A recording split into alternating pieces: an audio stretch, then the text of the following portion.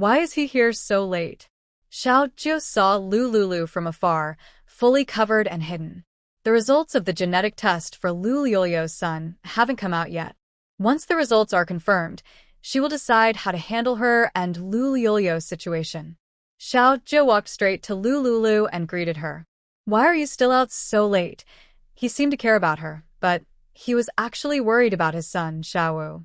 It's not right to leave his son alone at home so late. I just went out for a walk and bought some supplies. If you need anything, tell me and I'll buy it for you. After saying this, both of them froze.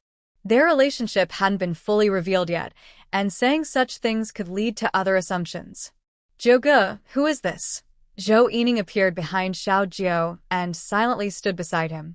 Lulu recognized her as the person in charge of the official logistics department, the famous Officer Zhou from the Linwan base in her previous life. After Zhou Yining finished speaking, her eyes looked Lulu up and down. She always felt like she had seen this girl somewhere before. Lulu smiled brightly. Officer Zhou, it's only been a few days. Don't you recognize me? Hearing the familiar voice, Zhou Yining slowly remembered Lulu's identity. She was the only daughter of the former chairman of Yunshang Technology. How does she know Zhou Ge? Based on what Brother Zhou said, the relationship between the two is not simple. Lulu, my neighbor. I see. That's why I wondered how you two knew each other. Zhou Yining felt angry at her own foolishness. She had randomly chosen a room to give to Lulu, who knew that when Brother Zhou picked an apartment, he also chose that building and just happened to live upstairs from them. If she had known Brother Zhou was coming here early, she would have made sure he lived next door. After introducing each other, the atmosphere became a bit awkward.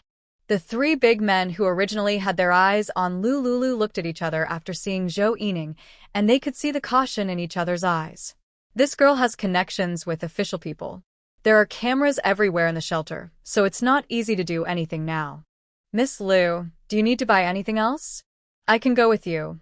Hurry up and finish shopping so she can go back and see the kids. What if they're hungry and start crying? Huh? No need. You old six are ruining my plans. Officer Zhou is here. Could I say I'm out to steal official business or buy crystal cores? Since it's so late, as your neighbor, I should be responsible for your safety. I'll go shopping with you. How can you come up with such a weak excuse? What exactly are you trying to do? Why do you like to interfere so much? Haha, really no need. Look, I've almost finished shopping. Lulu shook the black plastic bag filled with seeds. Xiao Jiu saw the big plastic bag and frowned. According to her friend Miss Jiang, she just had a baby not long ago and had a C-section. How can she carry such heavy things? She's completely ignoring her own health. Xiao Jiu reached out and took the bag from Lulu's hand. Since you've almost finished shopping, I'll take you back. Just on the way, Lulu's lips twitched slightly. Now she's really caught in a tough spot. Forget it, she'll go back with him first. When he's home and asleep later, she can sneak out quietly. Then. Thank you very much. Lulu said the words, thank you very seriously. Xiao Jiu saw her grimace as she spat out the two words. He thought she was genuinely thanking him. A strange warmth filled his heart. Lulu lowered her head and quickly walked toward the apartment building. Xiao Jiu carried a bag and followed her closely.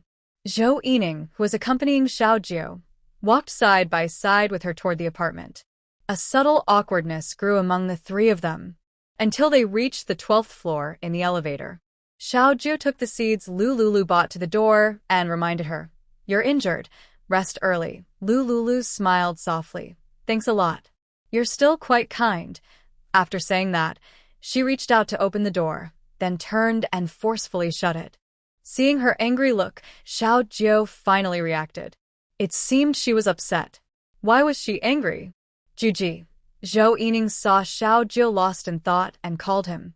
Xiao Jiu snapped back to reality and stepped into the elevator with big strides. They went up to the 13th floor together.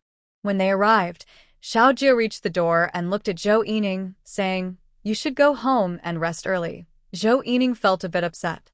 She had been with him for so long, walking all the way here, and now she was at the door, but he didn't invite her in to sit. Juji, aren't you worried I might encounter trouble walking home at night? Yining, troublemakers would be too scared to come near you. Zhou Yining was annoyed. She had just seen Miss Lu off, worried about her safety, and now it was like this? Yeah, I'm tished. Can I come in and have a glass of water? Zhou Yining wasn't discouraged. She looked at Xiao Jiu affectionately and blinked. But Xiao Jiu didn't accept her invitation. Yining, are your eyes uncomfortable? Yes, my eyes don't feel right, like there's sand in them. Could you on them for me? Xiao Jiu shook his head. If there's sand, blink a few times and it will come out.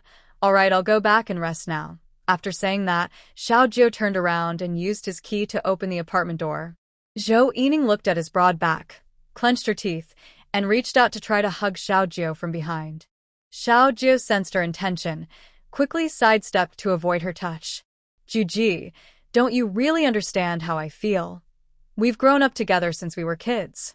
People say we're a perfect match. I'm going to marry you someday. Xiao Jiu's body stiffened. Brother Joe, do you have feelings for me, right? The end of the world is here. Let's stop suppressing ourselves, okay? Xiao Jiu sighed deeply. Yining, over the years, I've always thought of you as a little sister. It's getting late. You should go home. Zhou Yining heard him repeatedly refuse and felt very sad. Xiao Jiu broke free from her arm around his waist and went into the apartment without looking back. Zhou Yining stood at the door, silently crying. She was the most beautiful girl in the official logistics department of City A. Why doesn't Brother Jiu even look at her properly? It's said that as long as a woman is somewhat attractive, she can easily attract a man. Wouldn't any man refuse such a woman? Why did he refuse her? Zhou Yining left feeling lost and heartbroken.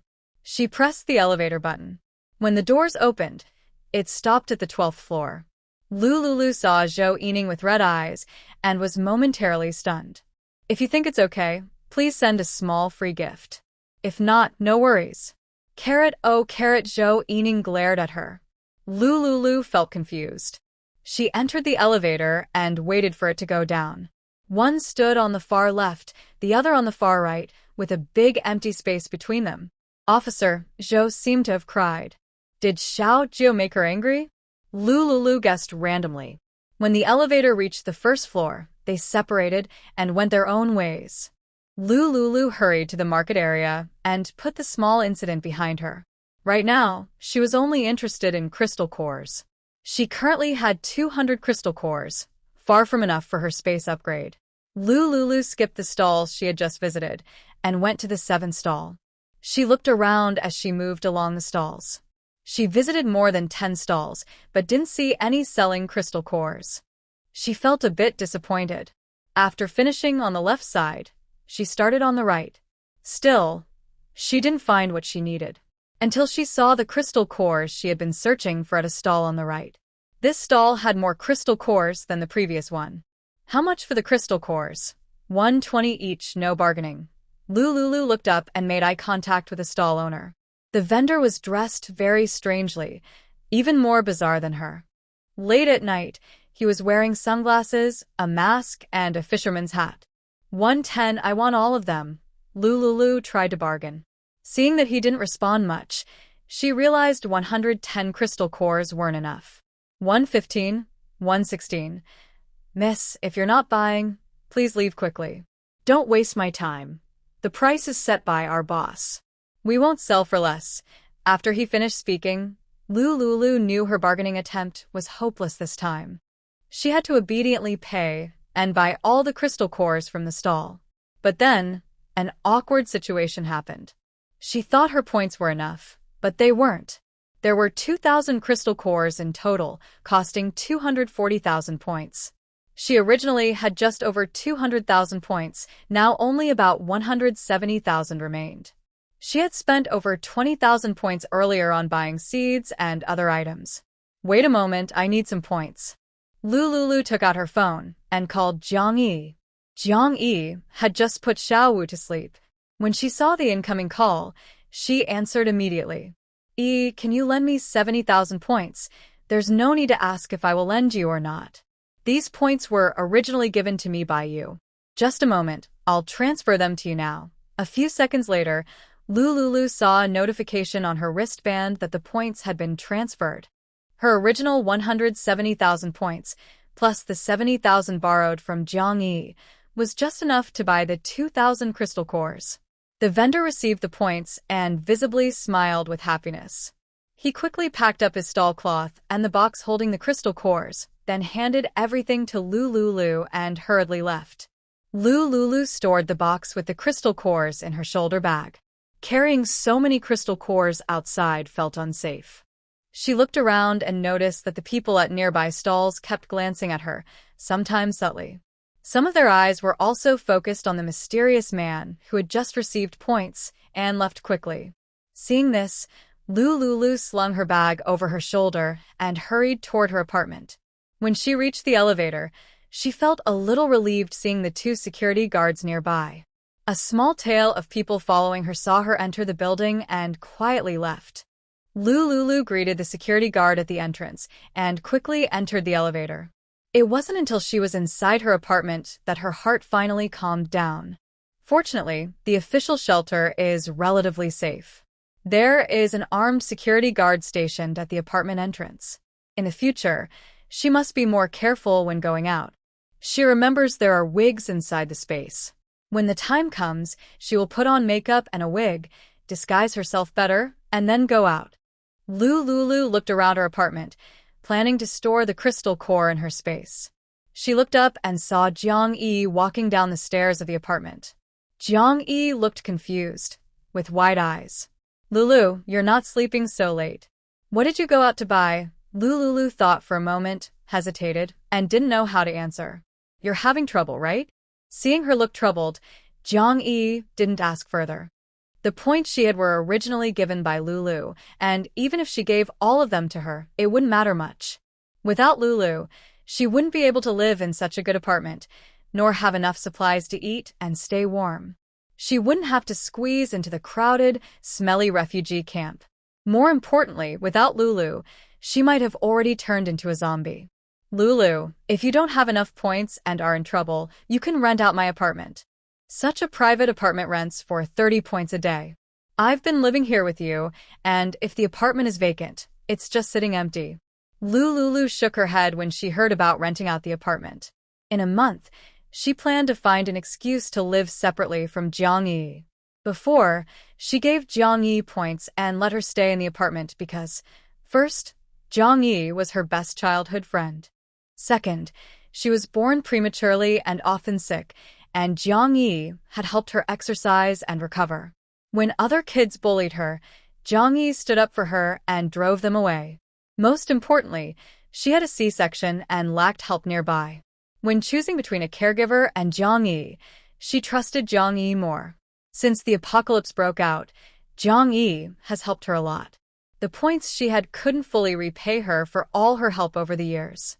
In the future, as they face natural disasters, she must have a trustworthy teammate. In her past life, there were storms and floods. If Jiang Yi hadn't taught her to swim when she was a child, she would have died long ago. Rather than saying she helped Jiang Yi change a doomed ending, it's more accurate to say she needed Jiang Yi. After giving birth, if no one helps share the chores of caring for the baby, new mothers can really break down. In her previous life, she developed depression during her postpartum period. Several times, she even thought about ending her life and her child's in this harsh, unforgiving world. Each time, her little one's innocent calls of "Mom" brought her back to her senses.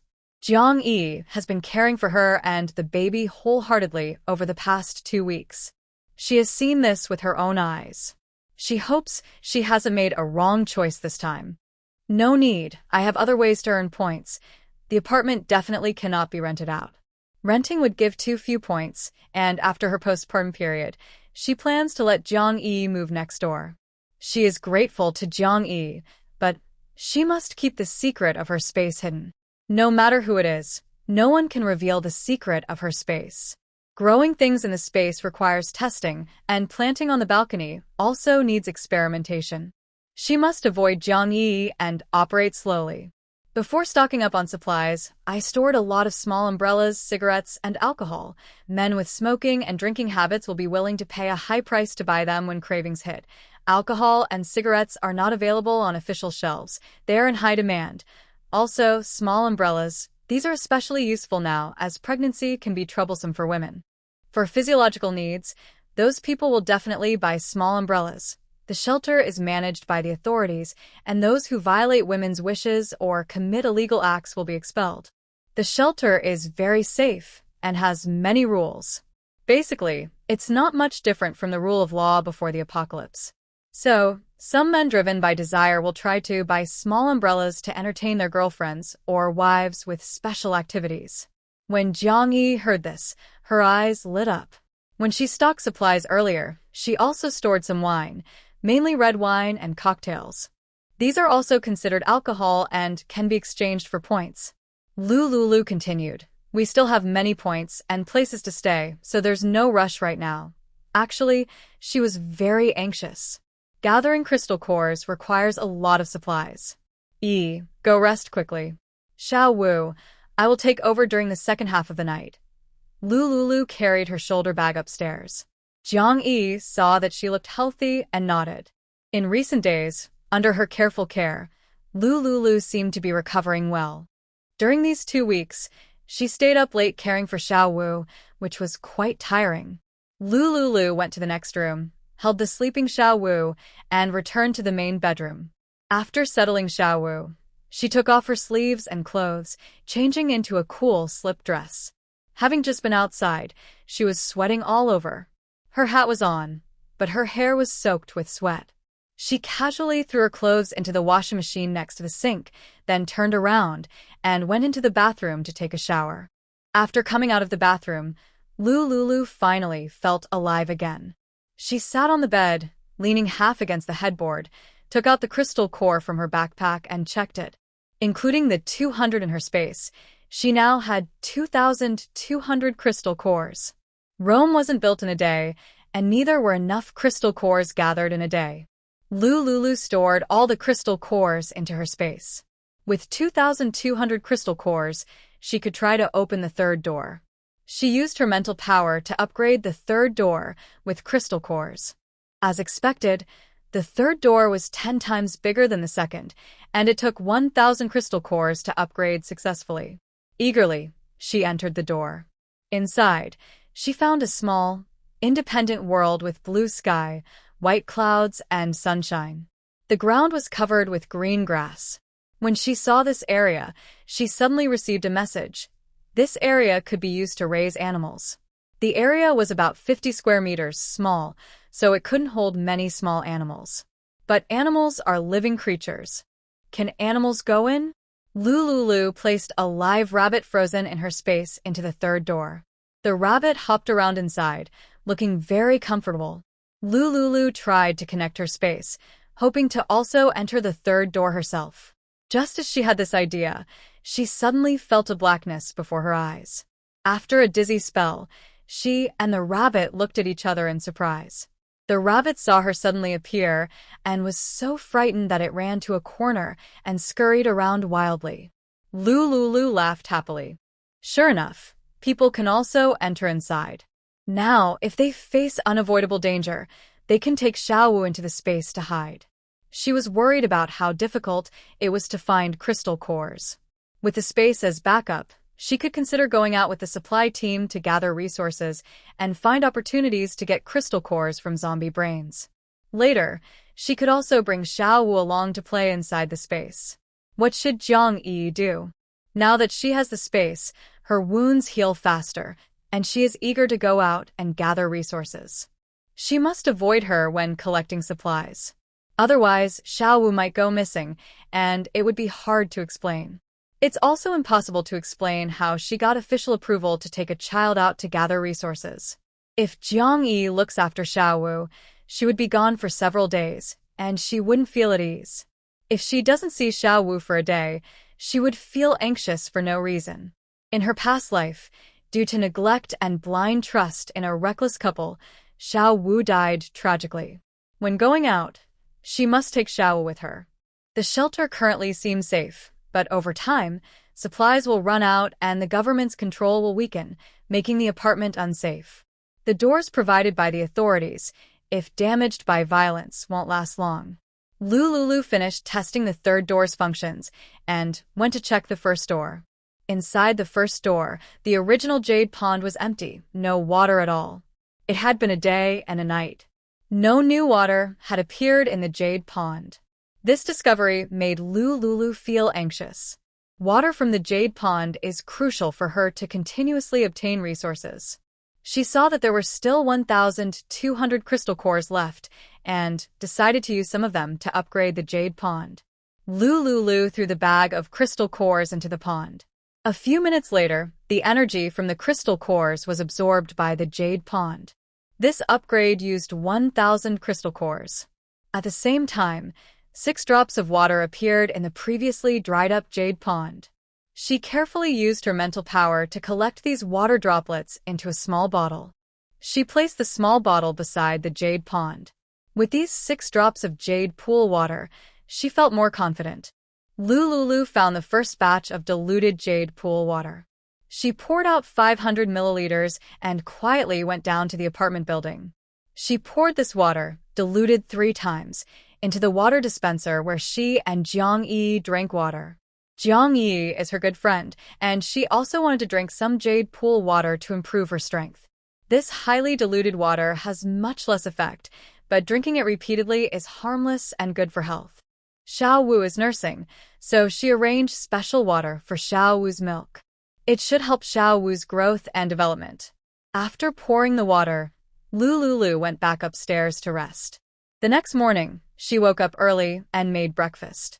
Her body had recovered better than before, so she couldn't let Jiang-yi cook alone all the time. She set the breakfast on the table and called Jiang-yi downstairs to eat. Jiang-yi yawned and came down. She saw Xiao Wu, who was wide awake and looking around in Lulu's arms, and greeted her with a big smile. "Xiao Wu, I'm your godmother. He's so cute." Jiang-yi patted Xiao Wu's little head, then sat down with Lulu to eat breakfast together. They ate small homemade dumplings with a cup of warm milk. Compared to survivors who eat compressed biscuits every day, their life is very comfortable. After breakfast, Lulu suggested taking the stock of cigarettes and alcohol to trade for points. They don't really need cigarettes and alcohol. Originally, Xiao Yuzhen was also on the exchange list. But Jiang-yi stopped her. "Lulu, maybe we should keep the Xiao Yuzhen. We're still young and we'll find use for it someday." Lulu was speechless. "So, you wanted to use the previous powerful Mr. Yanfeiyu?" In the end, Lulu agreed to keep Xiao Yuzhen. She swore she didn't plan to use such things herself. Although she had plenty of space and could store many, she knew these items could sell for a good price, so she had stockpiled quite a few. Even if it rained 7 times a day, her Xiao Yuzhen stock could last for hundreds of years. Of course, she wouldn't tell Jiang-yi that she had many more in her space. Lulu pushed the baby stroller. Jiang-yi pushed the camping car needed for the stall. The two of them went downstairs together. Soon they found a good spot. This place was right under a big tree, so it was quite cool. The morning sky was not too hot, with temperatures within a bearable range. Lulu was dressed the same as yesterday. She disguised herself as very ordinary and plain. Jiang-yi saw her do this and thought it was very necessary. She took out 2 pieces of sun protection clothing. These clothes had hoods and front, which completely covered both of them. It looked a bit funny. Lulu pulled the stroller and sat on a foldable stool Jiang-yi set up. Jiang-yi arranged cigarettes and alcohol, waiting for customers. Some passing male survivors saw that she was selling cigarettes and came over to ask the prices. Lulu knew these people wanted cigarettes to satisfy their cravings. Selling a whole box to them was not practical, as few could afford it. At the stall, there were 3 types of cigarettes for sale. One cost 10 yuan per pack, another 20 yuan, and a third 40 yuan. These cigarettes were local city cigarettes, with special features of the city. They sold very well and were popular.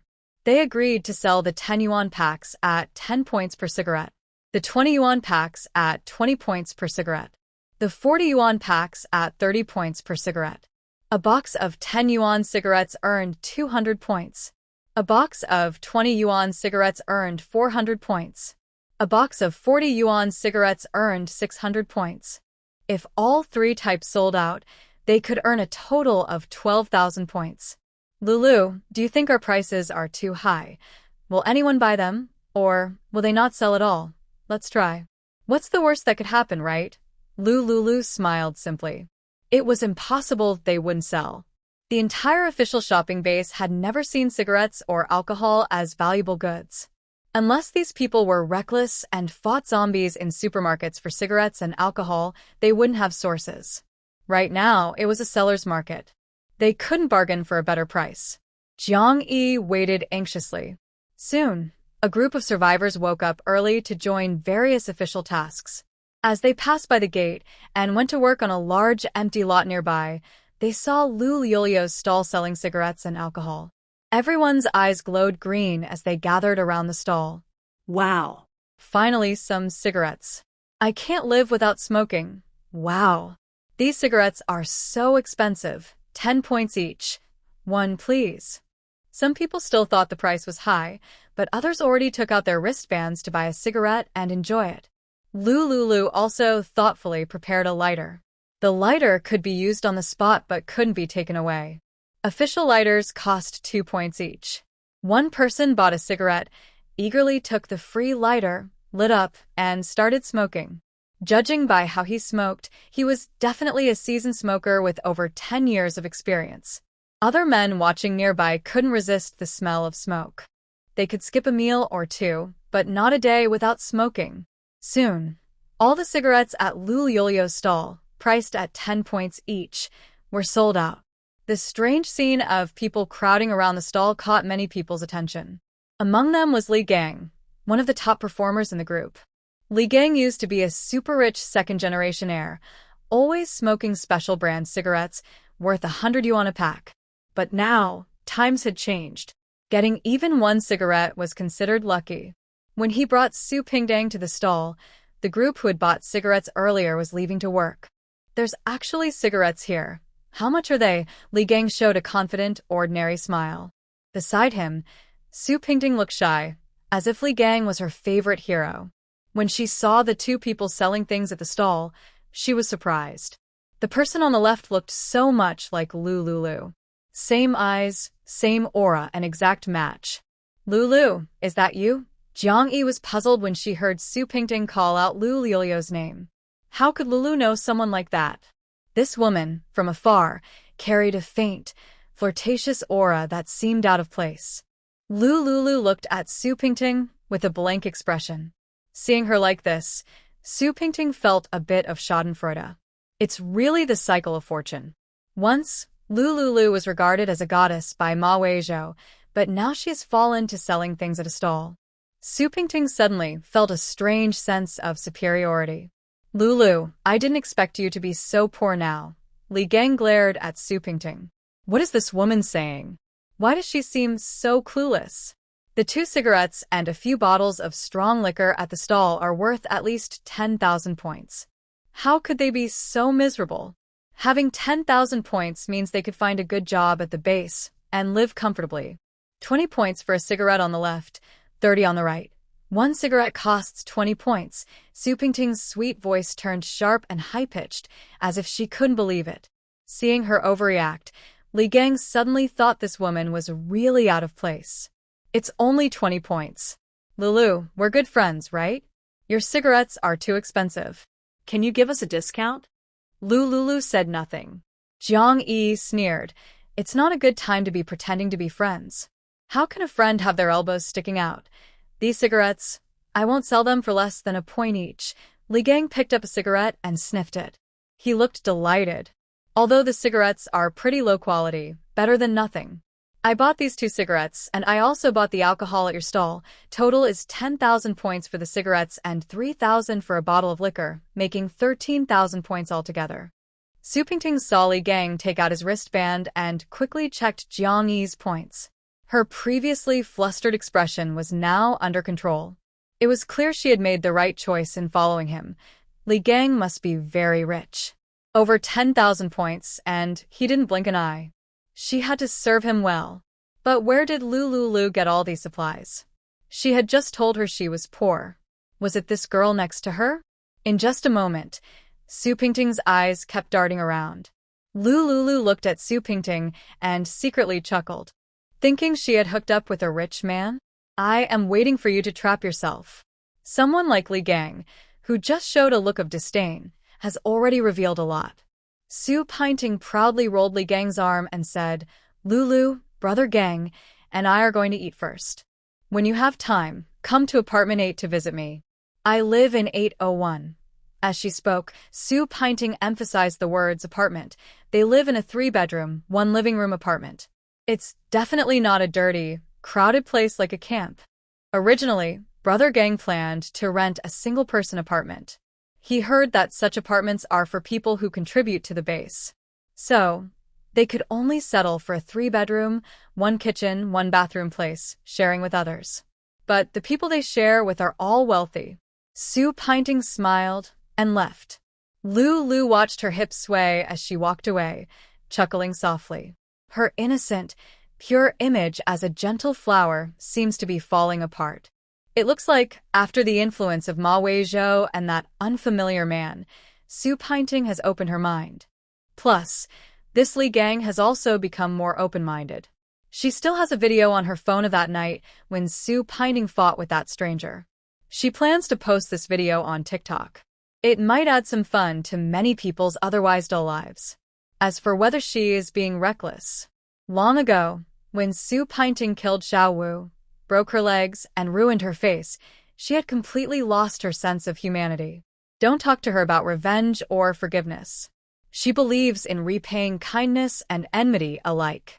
For Jiang Yi, it's about gratitude. When she was weak as a child, Jiang Yi played with her, helped her exercise, and improved her health. She also stopped other kids from bullying her. After she had her child, Jiang Yi didn't hesitate to bring expensive supplements to visit her. Jiang Yi is someone she must repay. But towards Su Pingting, she only feels hatred. Now, TikTok's content moderation has become more lenient, with staff turning into zombies. Many videos that previously couldn't be posted are now appearing. Most of them show scenes of zombies eating people. There are also some criminals and mentally ill people live streaming acts of cruelty towards cats and dogs. Their actions were condemned by the authorities. A few remaining managers from the TikTok platform were taken in by the officials, working tirelessly to ban these illegal live streams and videos. However, TikTok is the largest short video platform in the entire Hailan country. All the people of Hailan know about TikTok. Originally, there were fewer staff members, and they were short-handed. The staff could only ban videos that seriously threatened the safety of the authorities and the public. Su Pingting, I am actually helping you. Don't you like to be close to men? Once you post this video, many men will probably seek you out and want to be close. You should be happy about that. Earlier, you caused my reputation to be ruined and made headlines in City A. You took the credit for it. Now, it's time for you to experience how that feels. Lulu, that flirtatious woman earlier, don't associate with her in the future. Just looking at her, you can tell she's not a good person. The nickname flirtatious woman fits her well. Lulu nodded, We sold all the cigarettes and alcohol we brought, earning a total of 15,000 points. I'll transfer the points to you now. Jiang Yi operated her bracelet to transfer the points to Lulu. Lulu stopped her. Earlier, I borrowed 70,000 points from you. I'll pay back 15,000 first. Jiang Yi was surprised, huh? Is this you? Keep it. We don't need to be so formal between us. No way. At least split it evenly. How can you keep all the points in your hands? Seeing her firm attitude, Lulu accepted half of the points to keep as backup. Since it's still early, I'll stay here and guard. You go home and get some more cigarettes and alcohol to sell. Jiang Yi nodded. Anyway, neither she nor Lulu smoked or drank much. It's better to exchange more points and buy other supplies. Jiang Yi pulled the camping car and quickly headed back to the apartment. Lulu and Xiao Wu sat under the shade of a tree, waiting. 15 minutes later, Jiang Yi, panting, pulled the camping car loaded with alcohol and cigarettes over. They continued their stall. The stall lasted until around 10 a.m. The sun was high in the sky. The temperature kept rising to an unbelievable level. Lulu noticed that Xiaowu was sweating even in the baby stroller. So, the two of them packed up their stall and decided to go back to the apartment to avoid the heat. They planned to come out again in the evening when the sun set, and it was cooler. Later, they returned to the apartment. Jiang Yi shared half of her points from selling cigarettes and alcohol with Lulu. Afterward, they didn't meet any big customers like Li Gang. Most of their customers were poor survivors who bought loose cigarettes for 10 points each. A bottle of alcohol cost 1,000 points, but none were sold. These were just cheap, poor people. From 8 to 10 in the morning, they earned a total of 16,000 points. Each person received 8,000 points. At 10:30 a.m., Lulu got up to go to the kitchen to cook. Jiang Yi stopped her, telling her to sit and rest. Lulu knew she was worried, so she went from the kitchen back to the living room. She saw Jiang Yi busy in the kitchen and Xiaowu sleeping peacefully. Lulu felt a strange warmth inside. She went to the balcony and found the ordinary soil she dug up last night, placing it in 2 plastic flower pots. She planted tomato seeds in both pots. In one pot, she secretly watered the seeds with diluted water, and in the other, with plain water. Jiang Yi saw her messing with the soil on the balcony and asked curiously, "Lulu, what are you planting?" "I planted some tomato seeds." "Tomatoes? I love eating tomato scrambled eggs." Jiang Yi excitedly came to the balcony, looking at the 2 plastic pots with anticipation in her eyes. "Don't worry, I'm good at growing vegetables. Once the tomatoes grow, I'll make you tomato scrambled eggs right away." Jiang Yi looked at the 2 pots as if she could already see the tomatoes waving at her. "Lulu, just 2 pots aren't enough. We should plant more." "Well, I don't have much soil left. I didn't dig up much. I'll go dig more soil after we finish eating," Jiang Yi said excitedly. "If the pots aren't enough, I can bring some from my apartment. I bought several different sized pots earlier, so there's plenty. We can plant more tomatoes. Even if we can't eat them all, we can trade some for points." "Okay," Lulu nodded in agreement. "Go wash your hands first. The food should be ready." "I'll go check." Lulu turned around and went to the bathroom to wash her hands. The 2 of them ate lunch calmly and slowly.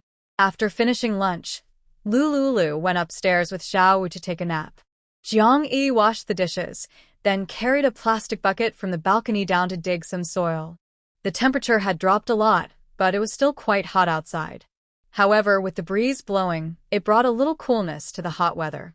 Lulu and Jiang Yi pushed the baby stroller and camping cart downstairs to set up a stall selling cigarettes and alcohol. The cigarettes and alcohol were taken from a small warehouse that had been converted from Lulu's study. It was filled with various boxes of supplies. Jiang Yi didn't know exactly what was inside. Lulu directly took out a box of cigarettes from the space. All these cigarettes were cheap, costing 10 yuan per pack. These kinds of cigarettes sell very well. They each took a pack of more expensive cigarettes. The other alcohol was brought back from the apartment, cocktails and red wine. The cocktails originally cost 8 yuan per can, priced at 80 points. The red wine was over 100 yuan per bottle, priced at 1,000 points. Alcohol doesn't sell as well as cigarettes.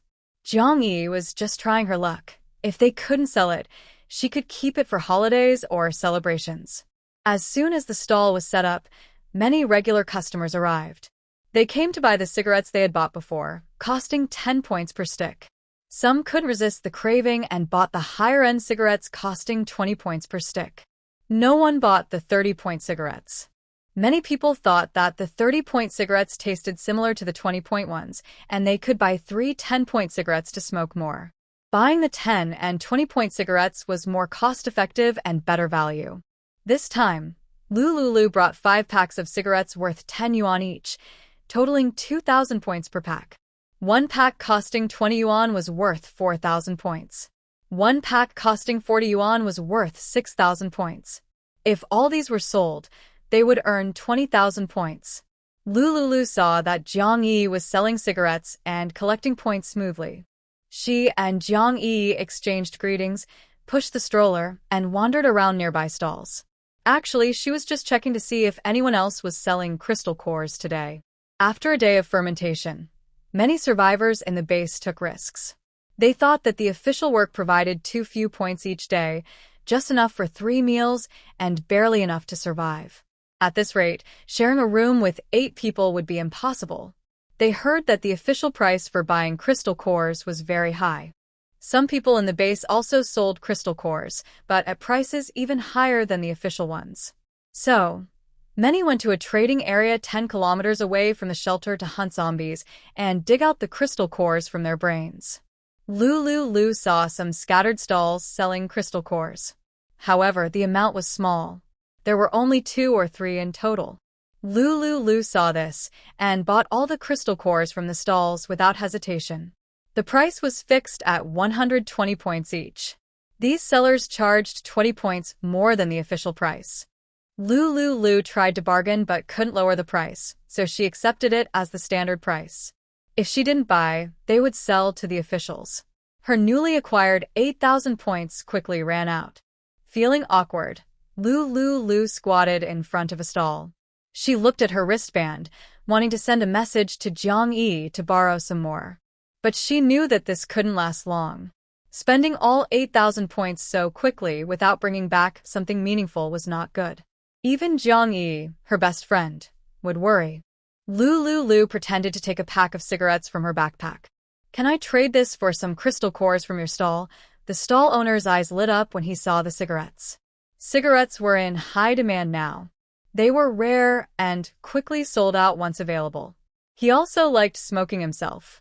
1 pack of cigarettes can only exchange for 2 crystal cores, a pack of cigarettes costing 10 yuan, which is 200 points, for 2 cores. Lu nodded. Trading cigarettes for cores was more cost-effective than using points directly. She reached into her bag again and took out 2 more packs of cigarettes. Using 3 packs in total, she bought all 6 crystal cores from a stall. After finishing her purchases, she looked around. She had a strange feeling that someone was watching her. This made her stop buying more crystal cores, mainly because her canvas bag looked small and simple. If someone noticed her pulling cigarettes out of it repeatedly, it could cause trouble. Lu pushed the baby stroller and walked back. Along the way, she saw some stalls with a few scattered crystal cores. This made her feel a little excited. She stayed calm, pushed the stroller back to her original stall. Jiang Yi saw her return and started packing up the stall. "Lulu, everything's sold out. These cigarettes are selling so well. Total of 20,000 points earned. We agreed to split it equally. You can't refuse." Jiang Yi said this and transferred 10,000 points to Lulu. Lulu opened her wristband to accept the payment. This 10,000 points came just in time. Wait here for me a moment." Lulu pushed the stroller to the stall where she had seen the crystal cores. She quickly made her move, spending 20 minutes to use up all the 10,000 points she had just received. In this trip, she earned 150 crystal cores. Adding the 1,200 she had left before, she now had a total of 1,350 crystal cores. Lulu took the crystal cores and went back to the apartment with Jiang Yi. She returned to her bedroom and leaned against the bed. She opened her TikTok account and posted a short video of Su Pingting and the strange man at midnight. Her TikTok account was a blank page. There was no other short video content. This first video was posted just a little while ago and quickly became popular.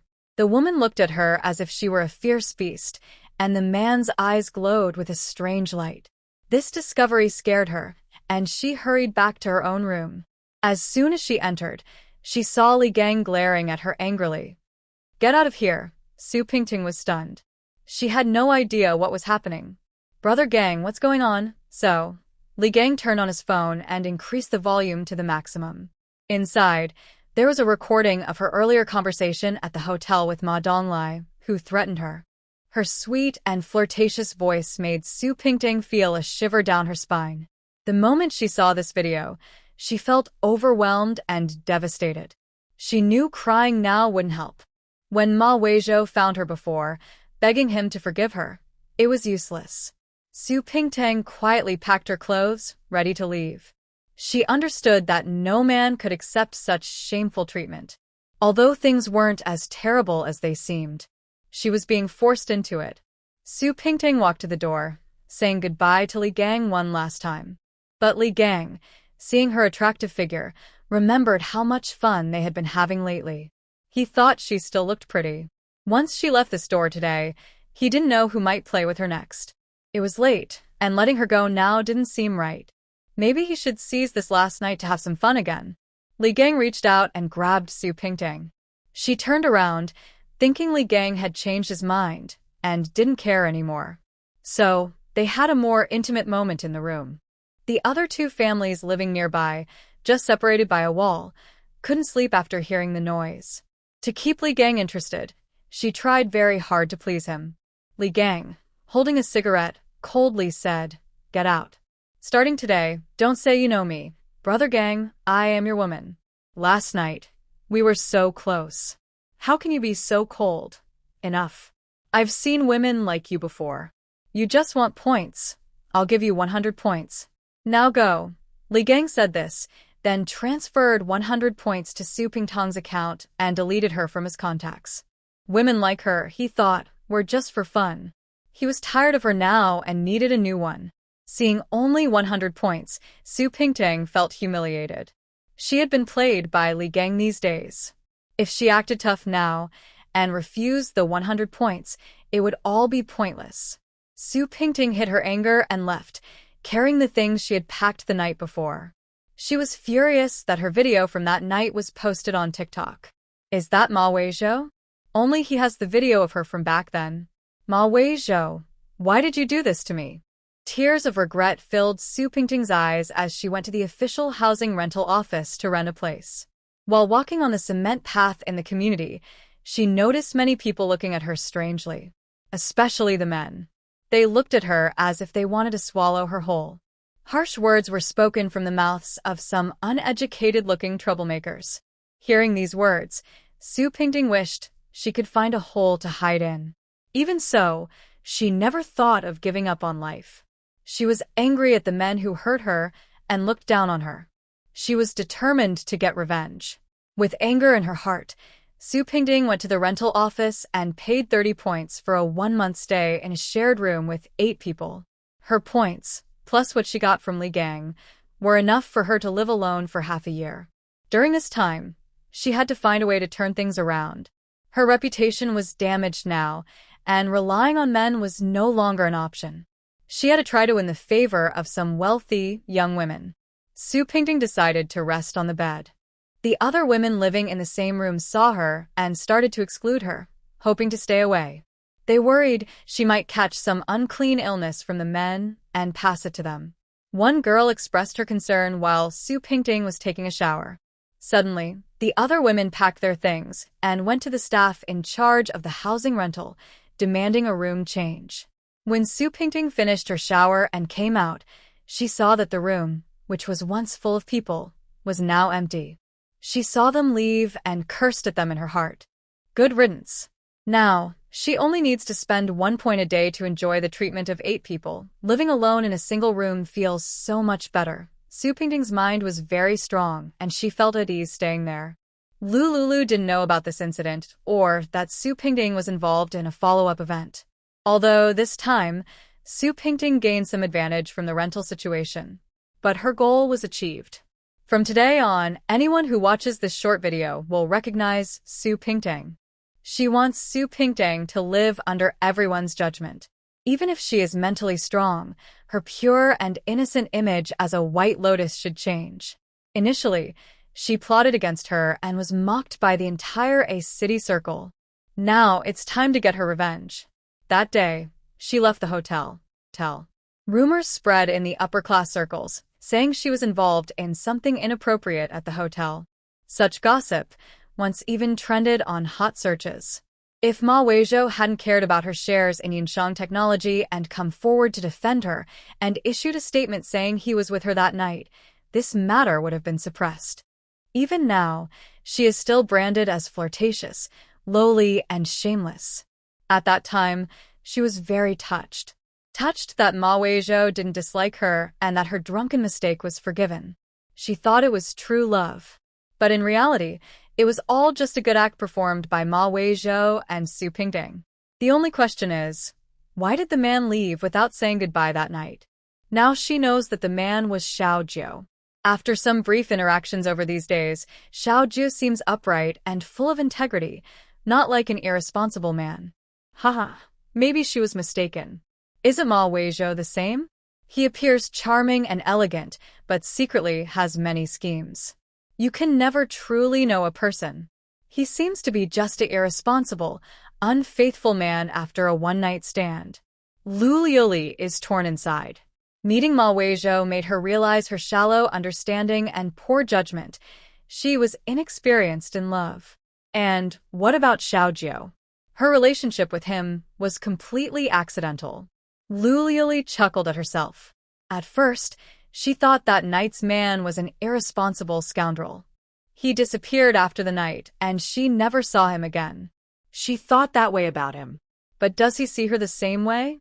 A woman drunk in a hotel, easily involved with a stranger. Lu Liuli's mind was in chaos. After a long while, she pushed all these thoughts aside. With men, there's nothing more adorable than her son. Her son looks too much like someone. Lu Lulu was about to lose her temper. She covered Xiao Wu with a blanket and refused to look at his face. Whenever she saw Xiao Wu, she would think of Xiao Jiu. She told herself not to look, like a turtle laying eggs. She quickly closed her eyes and went to sleep. In the end of the world, the most important thing is to stay alive. Revenge for enemies, gratitude for kindness.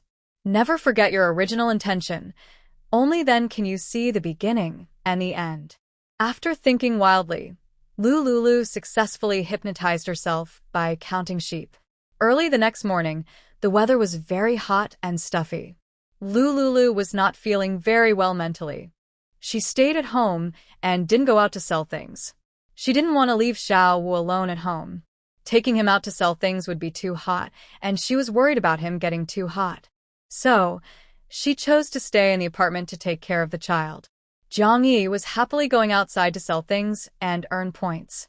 After Xiao Wu fell asleep, Lu Lulu went to the balcony to water the tomato plants.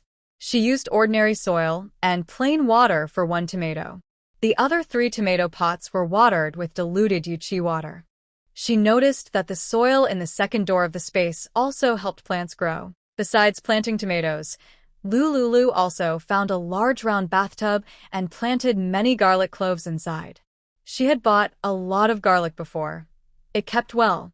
She planted the garlic cloves directly into the soil, watered them, and they grew well. When the fresh garlic grew green leaves, she could use it as a seasoning with a green stem. Garlic is great for removing fishy smells and adding flavor. The soil for planting garlic was the leftover soil from a bucket Jiang Yi had dug up but hadn't used yet, which was perfect for planting. Lu Lulu continued watering the garlic with Yuqi water. After finishing these tasks, she went to a treadmill in the apartment to exercise. By 10:30 in the morning, she was in the kitchen preparing lunch. Jiang Yi was outside enduring the heat. She must be very tired when she returns. It's best to prepare some chilled honey lemon water to drink when she comes back, to cool down, beautify, and improve her skin. Cooking is easy now with electricity. This apartment doesn't have gas. Everything runs on electricity. The rice is cooked in an electric rice cooker, stir-fry uses an electric stove, and hot water is heated with an electric water heater.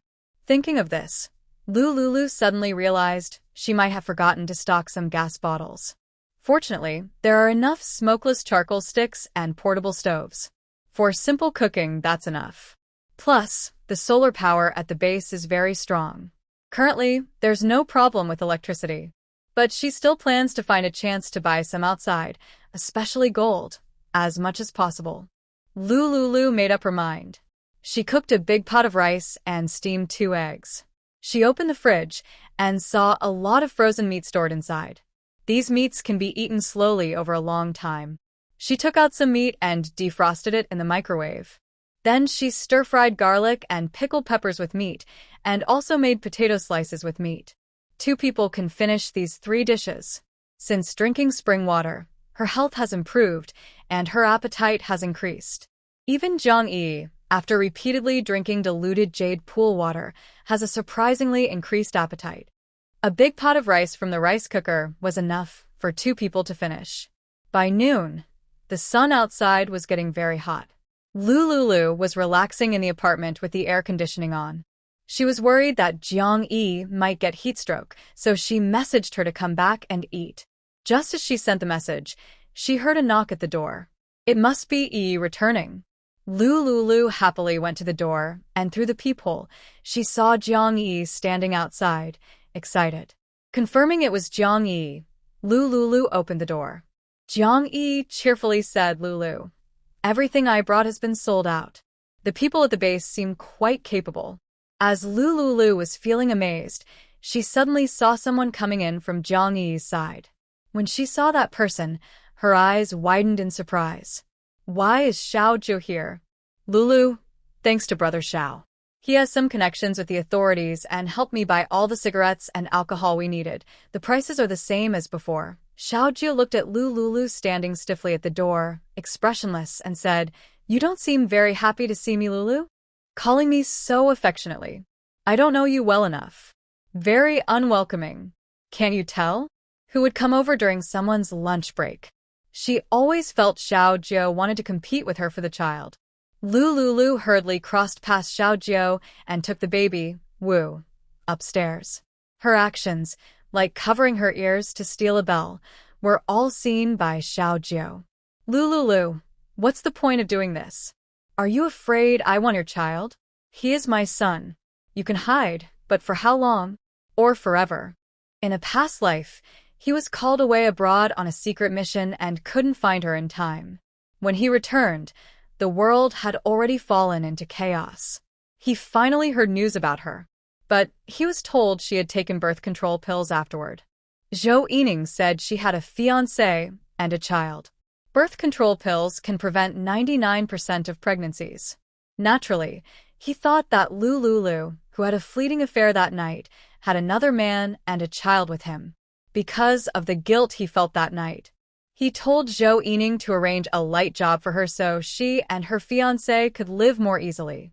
In this new life, returning home early, he unexpectedly found out that the child was his son. Xiaojiu watched Lulu's panicked look with interest. Jiang Yi didn't notice the subtle change between them.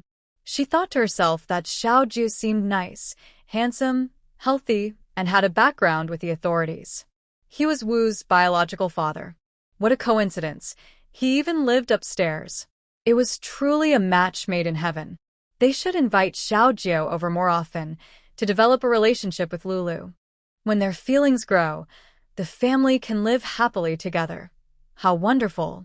Jiang Yi, full of good wishes, brought the dishes to the table.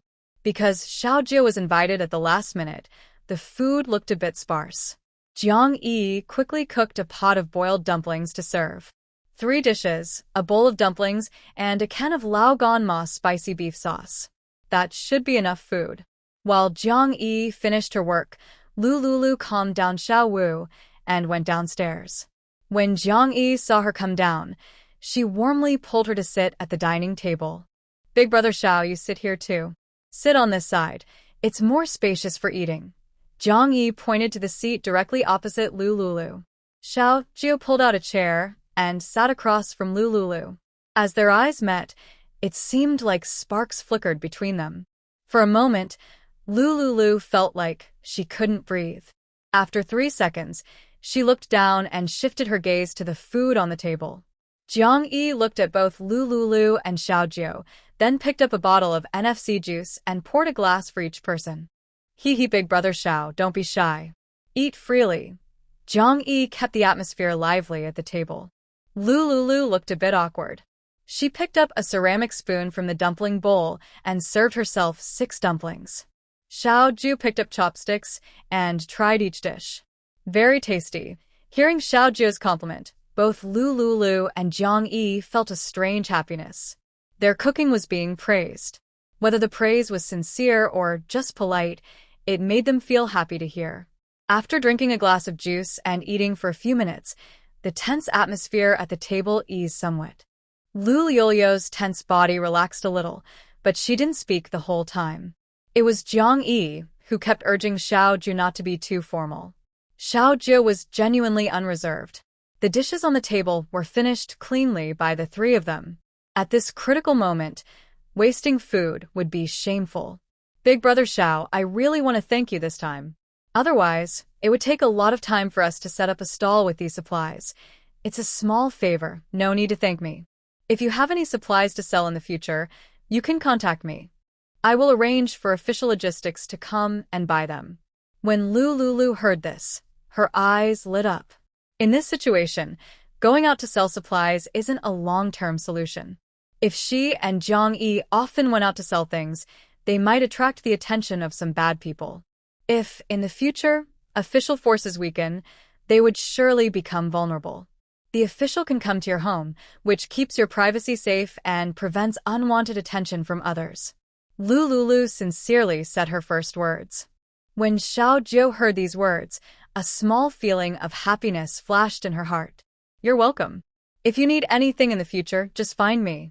Lulu frowned. Hearing Xiao Zhu suddenly say that she could find him if needed, her guard went up again. They're just neighbors. What kind of stance does he have to make such a promise? Could it be that this man is naturally kind and eager to help others? Maybe she is overthinking. Still, Lulu kept a cautious attitude and looked at Xiao Zhu carefully. Dinner is finished, Xiao Zhu, right? We need to rest now, so we won't see you off. The happy mood Xiao Zhu just had suddenly dropped like a roller coaster. Jiang Yi looked at Lulu with a stern face. Then she turned her head and saw Xiao Zhu also looking serious.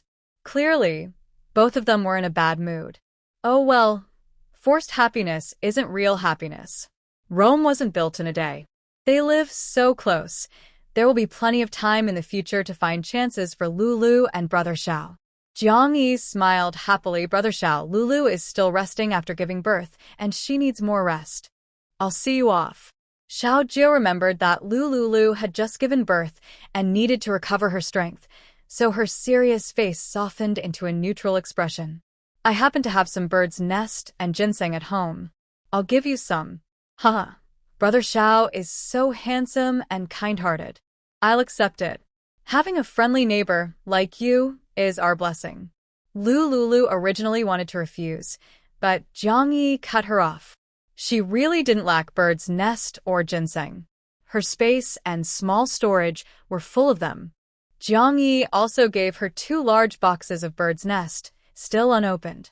During her brief, confused 10 seconds, Jiang Yi helped Xiao Zhu out the door. Soon after, Jiang Yi returned with a smile, carrying 2 large gift boxes. One box contained bird's nest, and the other ginseng. Looking at the labels, they were all written in English. Liolio's English was just barely passing the CET for level, so she had no idea what brand it was. Jiang Yi saw these 2 boxes of supplements and couldn't help but smile widely. 6, these are Emma's bird's nest and ginseng. You know, I saw them in a specialty store abroad. One box costs 10 times more than this. Lulu was completely stunned, as if he had turned into a slow-moving puppet. Lulu, I'll go make the bird's nest for you. It's a great beauty and skin care remedy. Jiang Yi kept talking as she went to the kitchen to open the box and wash the bird's nest. Lulu watched her busy figure and couldn't find the words to refuse. Maybe he's lost his mind. Such expensive supplements, and she just gives them away. But she didn't seem to care much about these supplements. If it had been before opening the space's first door, she would have been very happy. Who wouldn't like more good things? But now, she has the magical jade pool water, which is even better than these supplements. He must return this favor. Plus, earlier, Jiang Yi asked him to contact officials to buy something. She really doesn't like owing people, especially men. Using this favor to promote her own products and get some crystal cores was a good plan. Lulu went upstairs and found a tiny glass bottle. He poured 20 milliliters of jade pool dilution into the bottle. This gift was enough to repay his favor. The points from selling supplies this time weren't enough to open the 10th door. He would need to ask Xiao Zhu for help later. From his look, he didn't seem like someone lacking supplies. If he was really so eager, maybe he could use his connections to get some advanced weapons from the officials. And he already had a good excuse for giving the dilution. As the daughter of the chairman of Yunshang Technology, her father had researched super vitality water that could improve the human body. No one would doubt this reason. After all, Yunshang Technology was a top company in many tech fields. Lulu put the glass bottle in his pocket. I need to go out for a bit. I'll be back soon. Zhang Yi saw Lulu leave in his home clothes and felt a bit confused. Lulu, where are you going? Lulu didn't want her to know he was going upstairs to find Xiaojiu. Otherwise, Zhang Yi's curiosity would get the better of her, and she would definitely keep asking questions. I'm going downstairs to throw out the trash. With that, Lulu grabbed the trash at the door and turned to leave. Seeing her walk normally again, Zhang Yi decided to let her go. Lulu was wearing a pink cartoon bunny patterned house dress and pressed the button for the 13th floor. She stepped out of the elevator, took a few deep breaths, looked around, and seemed a bit confused. There were 2 apartments on the 13th floor. Which one was his? She decided to knock on the door on the left first. Lulu went to the left side and knocked. She stood at the door, waited a minute, but nothing happened. Maybe it's not this one? She knocked again. This time, she heard footsteps approaching. With a click, the door opened. Standing behind the door was a man with his upper body bare.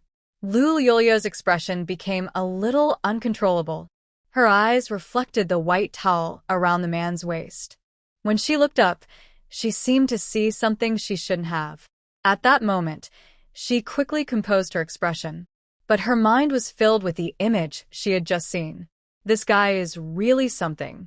That night, she was half asleep and couldn't see clearly. Now, she could see everything clearly. He might have earned a lot, but she didn't lose anything. His figure was so good, he could be a male model on the runway. Xiaojiu noticed the black plastic bag she was holding. Lulu felt very uncomfortable hearing him call her so affectionately. Please call me Miss Lu. I don't know you well. This is a gift for you. Thank you for the supplement. From now on, we're even. Neither owes the other anything, Lulu said, holding out the black plastic bag in front of Xiaojiu. Xiaojiu took the bag with a puzzled look. He slowly opened the bag in front of Lulu and looked inside. A rotten, sour smell of spoiled food hit his nose. What does this woman really mean? Her gift was actually a bag of trash. Is she saying that the gift he gave was trash or something else? A flash of anger appeared in Xiaojiu's dark eyes. What do you really mean? Lulu realized she had reached out incorrectly and explained, Sorry, I gave you the wrong thing. Please give me back the trash. I was sending you something else. Also, who takes a bath in the middle of the day? You're very inappropriate. Not only taking a bath at noon, but also dressing so improperly. Xiaojiu looked confused. It's so hot outside. He's a young man, feeling energetic, sweating all over. Taking a shower at home in the afternoon is normal, not inappropriate. Wearing a towel after a shower is also quite proper. What is wrong with this woman? Is she mocking him for being improper? That night was completely an accident. They were both drunk. One was unconscious, and the other, on an undercover mission, was caught up by his female boss and drugged by the local men.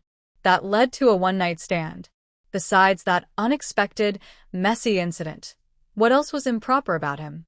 He hopes his son doesn't inherit her lack of intelligence. Lulu nervously took out a glass bottle from her pajamas pocket. She reached out and opened her hand. This is the supplement I sent you. Xiaojiu saw a small glass bottle filled with clear, diluted mineral water. He gritted his teeth in anger. Lulu, what do you really mean? Are you playing with me? Cough, cough. Don't underestimate this gift. It's Yunshang Technology's high-tech super biological vitality water. If you accept it, I won't owe you anything. Not owing him anything? She wants to cut ties with him so quickly? With a son, she can't really cut ties for good. By the way, what is this Yunshang Technology super biological vitality water? Xiaojiu hesitated, but took the small glass bottle from Lulu's delicate, fair hand. The moment their skin touched, they both felt a tingling sensation, like an electric shock. Just give me the trash. Lulu, feeling guilty, added, the trash, just leave it on the ground. No need. You're still postpartum. Your body needs recovery. I'll throw the trash later. After hearing this, Lulu turned and left quickly. She almost ran into the elevator, feeling like she was escaping. Staying any longer, she felt she would suffocate. Xiaoju's inappropriate attire was too overwhelming for her. Xiaoju stared at the pink cartoon rabbit pattern on her outfit, feeling momentarily stunned, then turned back to the apartment. At the moment he turned, a terrifying scar appeared across his back, crisscrossed and deep. These scars were from a few years ago when he was undercover abroad. Xiaoju placed the trash aside and stared at the small transparent glass bottle in his palm, lost in thought. After a moment, he used his thumb to open the bottle cap. He leaned in to smell the contents inside. A faint scent of disinfectant mixed with mineral water drifted out. Where did she find this glass bottle? Did she fill it with a bit of mineral water and pretend it was some kind of Yunshang technology, super biological vitality water? It was clearly just a trick to fool him. Xiaoju looked at the glass bottle and silently called out to the system in his mind. A light blue screen suddenly appeared, visible only to him. System, analyze the ingredients of this liquid. The blue screen flashed, scanning the bottle. After 10 seconds, the system displayed an explanation. A super gene water containing growth and revival factors, which can strengthen the body with long-term use. Xiaoju withdrew the system interface, feeling guilty about his narrow-minded thoughts. This bottle of water had made him completely ignorant. He had heard of Yunshang technology. It was very famous abroad. Many products used core technologies developed by Yunshang technology.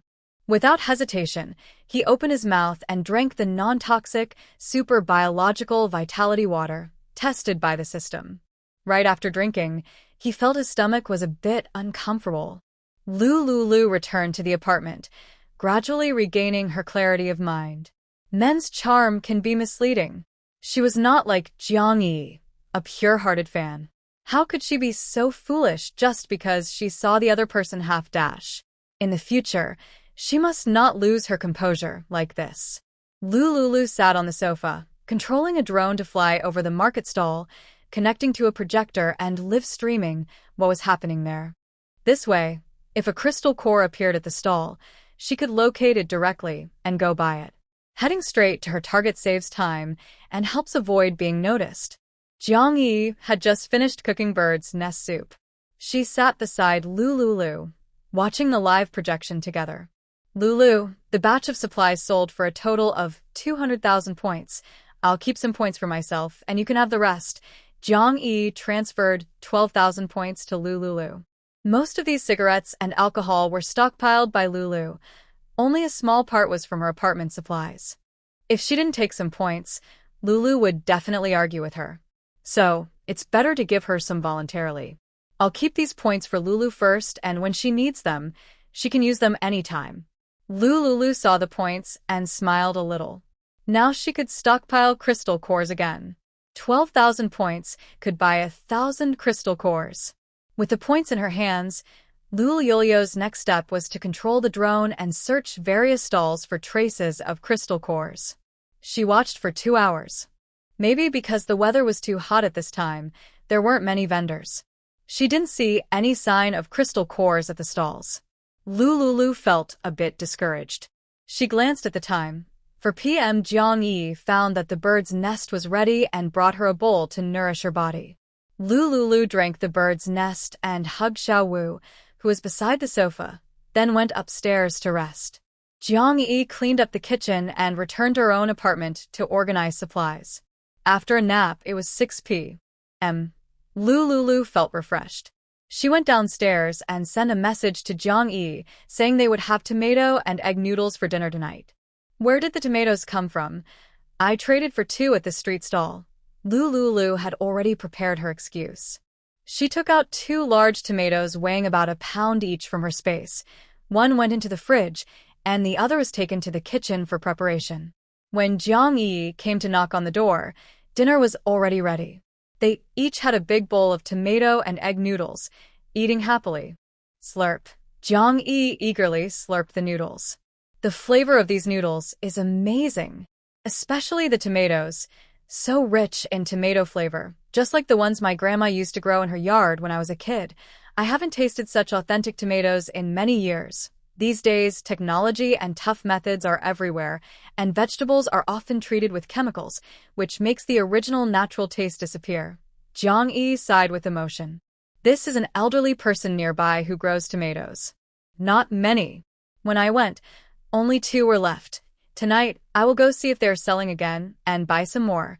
To keep the secret of her space safe, Lulu had to tell Jiang-yi a lie. Jiang-yi believed her completely. Buy more, hee, I love eating them. After dinner, Lulu looked at the sky, feeling a bit chilly as the temperature dropped slightly.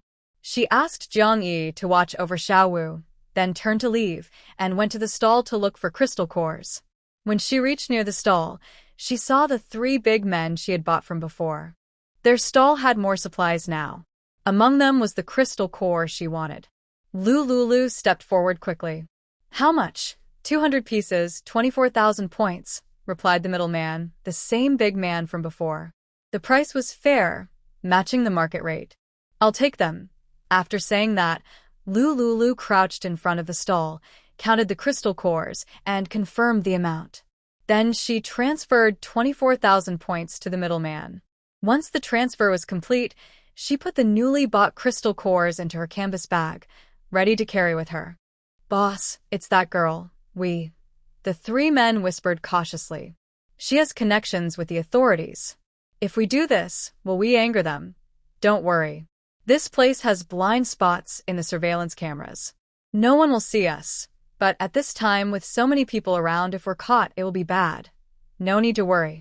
After this job, we'll leave the shelter immediately and go somewhere else. After discussing, the 3 men put on masks and hats they prepared earlier, watching Lulu closely. One of them quietly followed her, waiting for a chance. Lulu didn't notice her little tail was following her. She walked along looking for more crystal cores to buy. In the end, she bought about 150 crystal cores.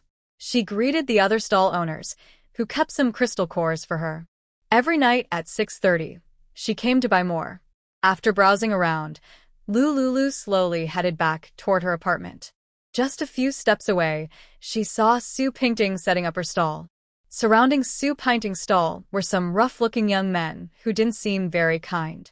Lulu moved a little closer and saw that Su Pingting was selling her own used stockings and underwear. 10 points each. Give me one. I want one too. This strange behavior left Lulu stunned. Su Pingting not only spread her legs but also seemed to be thinking very openly. After the video went viral, she surprisingly decided to go all out and sell these items. The men, taking the chance to buy, would scan her code and intentionally touch her hand to sneak a feel. Su Pingting endured her anger and forced a weak smile at them. These men were all single, middle-aged men without wives.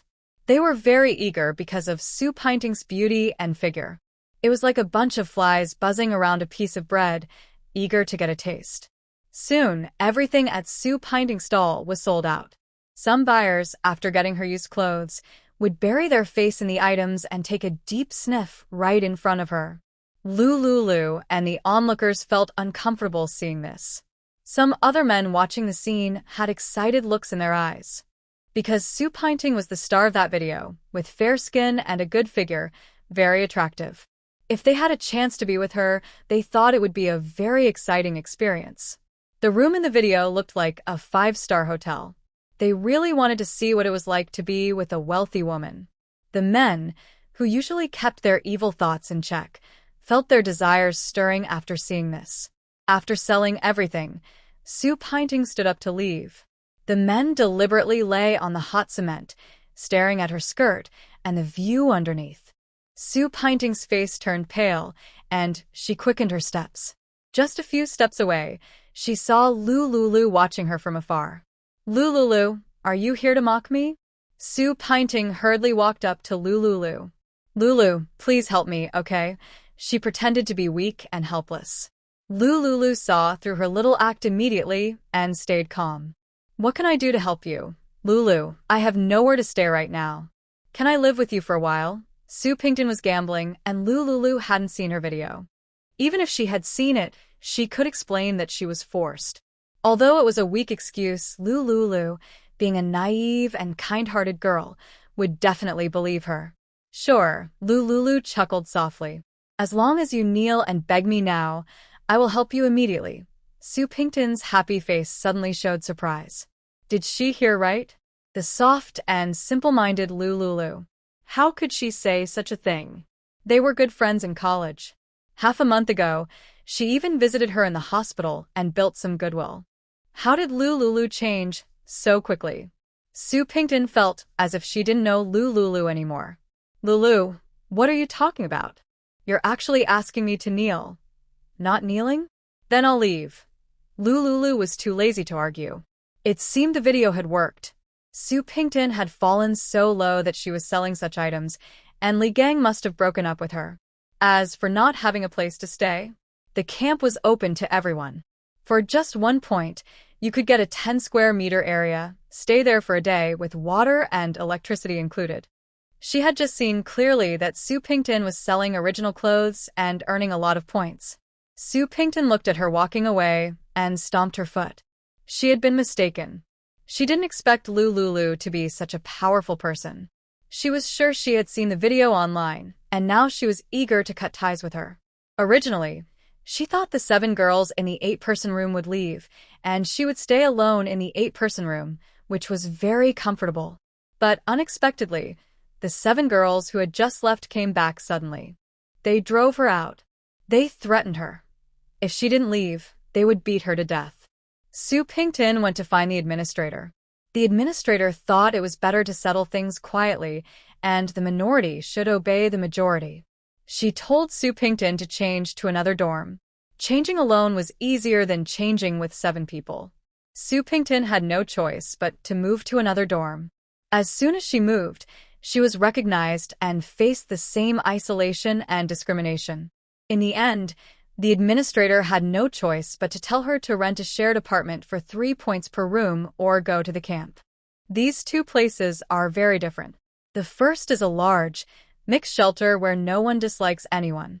When a curtain is pulled, it blocks noise, air pollution, and provides some visual privacy in a closed space.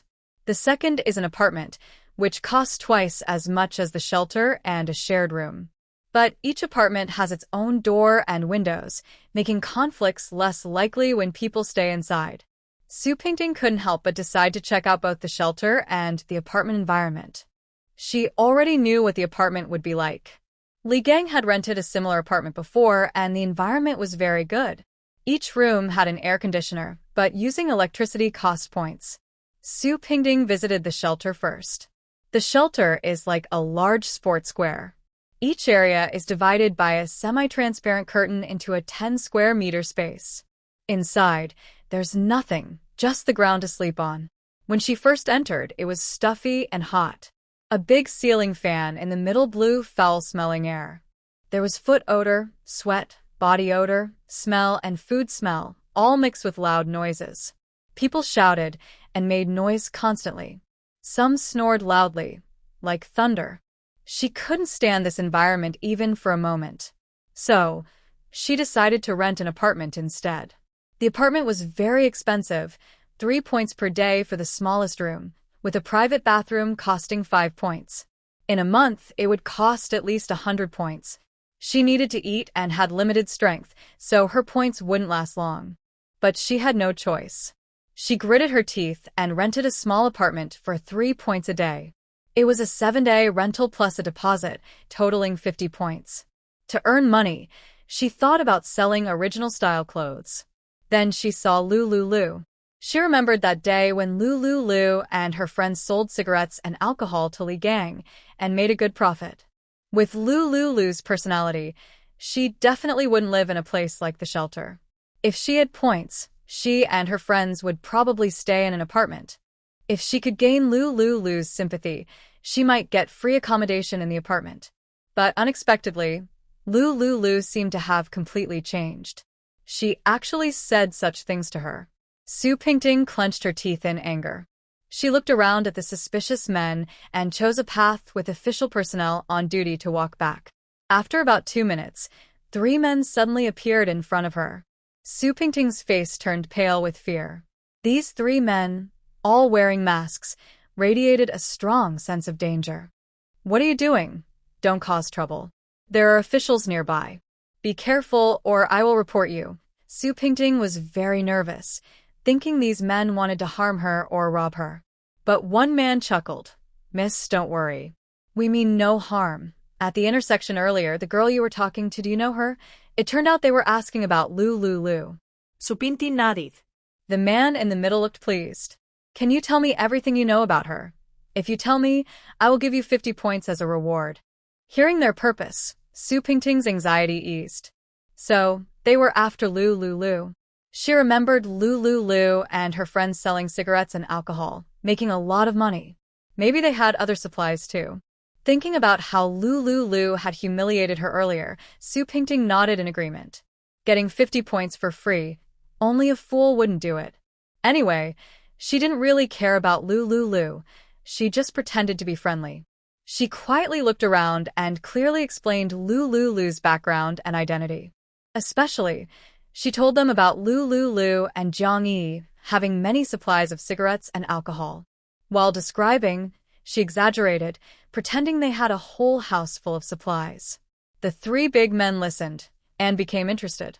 Indeed, that girl was generous, and it turned out she was the daughter of the chairman of Yunshang Technology. Yunshang Technology was very wealthy. As the only daughter of the chairman, the points she exchanged. The middleman transferred 50 points to Su Pingting and warned her not to tell anyone, or they would come back for her. Su Pingting nodded repeatedly, smiling happily with the points in her hand. This was truly of luck. Seeing that these 3 men were not good people, she knew they were probably going to trouble Lu. Why should only she suffer from this? Lu should be the one having a worse time. 3 men, could Lu handle them? Su Pingting maliciously guessed, then quickly walked back. The 3 big men, after hearing the news, discussed briefly and left. They were waiting for a chance to make a move. After finishing this job, they wouldn't have to live day by day on the edge. Lu was completely unaware. She happily carried the crystal core and headed home. When she arrived at her apartment, she saw from afar Xiao Jiu standing tall at the elevator entrance. Wow, I keep running into him. Lu instinctively hid behind the wall at the apartment door. Like a thief, she peeked out to look inside. The official security at the apartment saw her sneaking around and shouted loudly, "What are you doing here?" Xiao Jiu was attracted by the voice and looked toward the door. Lu met the sharp gaze of the official and had no choice but to come out helplessly. I live here." "It's a misunderstanding. After saying that, Lu showed her wristband and swiped at the large iron gate's access panel. The gate opened with a click. The official security team then looked away. Only important people live here, and no sneaky outsiders are allowed near. Xiao Jiu saw Lu, and a faint light flashed in his deep eyes. "Lulu, I've been waiting for you a long time. What is this guy waiting for her for? Didn't they agree to clear everything up? I have something to talk to you about. Let's go upstairs." Lu tried hard not to look at Xiao Jiu's handsome, heroic face. What could he want with her? They walked out of the elevator one behind the other. At the elevator entrance, Lu didn't intend to open the door. "Anything you want to say, just say it here." Xiao Jiu looked up and pointed to the surveillance camera above. "It's not very convenient here." Lu followed his finger and saw the red flashing light on the camera at the elevator entrance. Reluctantly, she opened the door and let Xiao Jiu in. Inside the apartment, it was empty. Lu didn't see Jiang Yi or Xiao Wu, which made her nervous. She picked up her phone, ready to send a message to Jiang Yi. When she opened WeChat, she saw a message from Jiang Yi. "Lulu, I'm with my godson next door organizing supplies. We'll be back soon. Remember to leave the door open for me." Lu let out a long sigh. Xiao Jiu saw her reaction and guessed most of what was happening. Just a few minutes ago, Jiang Yi was still in the house looking for her. Now she was gone. This made it easier for him to find Lulu to talk. Although Lulu didn't really like him, she still had to consider his official background, especially since she might need his help with supplies later. She poured him a cup of green tea. Her taste was different from Jiang Yi's. She preferred tea. Jiang Yi, having been influenced abroad, liked coffee more. Xiao Ju looked at the floating green leaves in the tea and thought for a moment before saying softly, "Do you have more of the super energy water you gave me this afternoon?" Lulu looked at Xiao Jiu for a moment and nodded. She had her own reasons for giving Xiao Jiu the energy water. One drop of this water could be mixed to produce a large amount of powerful healing liquid, which could then be used to make even more healing and growth liquids. She had plenty stored in her space. Xiao Jiu, with his official background, seemed to have a close relationship with Zhou Yining. He needed a lot of points to buy crystal cores. Constantly giving out supplies wasn't practical. If he could exchange the energy water for many points, that would be perfect. This way, he could gain many points and also strengthen the official personnel. It would help the base in this area survive longer. As long as the officials didn't fall, she and Xiao Jiang Yi could stay here safely. You've tried the energy water, right? Its effects are really amazing. Lulu started to promote the product. The energy water was indeed very powerful. After drinking just 20 milliliters, Xiao Jiu found that the scar on his back had healed. He also felt his overall physical condition improve significantly. This kind of good stuff, there isn't much stock left. Lulu intentionally made it seem rare. Name your price. Xiao Jiu was eager to get the energy water. One bottle for 10,000 points. Lulu hesitated before speaking. 10,000 points was not a small amount. One drop of the original liquid could produce 10 jin of diluted energy water. 20 milliliters cost 10,000 points. One drop of the original liquid could sell for 2.5 million points. They can exchange for at least 20,000 or more crystal cores. These crystal cores are enough to upgrade the jade pool multiple times. How many do you have? I want them all. Lulu looked up and met Xiao Jiu's deep eyes. Can he afford it? This vitality water is very useful to us officials. Points are not a problem. The important thing is, how much vitality water do you have? Not much. Currently there are still 250 bottles. Lulu plans to start by using a drop of the original liquid. 2.5 million points, right? Lulu nodded. She thought for a moment and made a request. I hope we don't need to settle with points. No points? Then what do you want? I want crystal cores, the stuff inside zombie brains. Xiao Jiu remembered that the officials had captured many zombies and collected a lot of crystal cores. These items are stored in various official laboratories and are used by scientists for research and experiments. In her previous life, she lived through 10 years of the apocalypse. Scientists had studied zombie crystal cores quite thoroughly.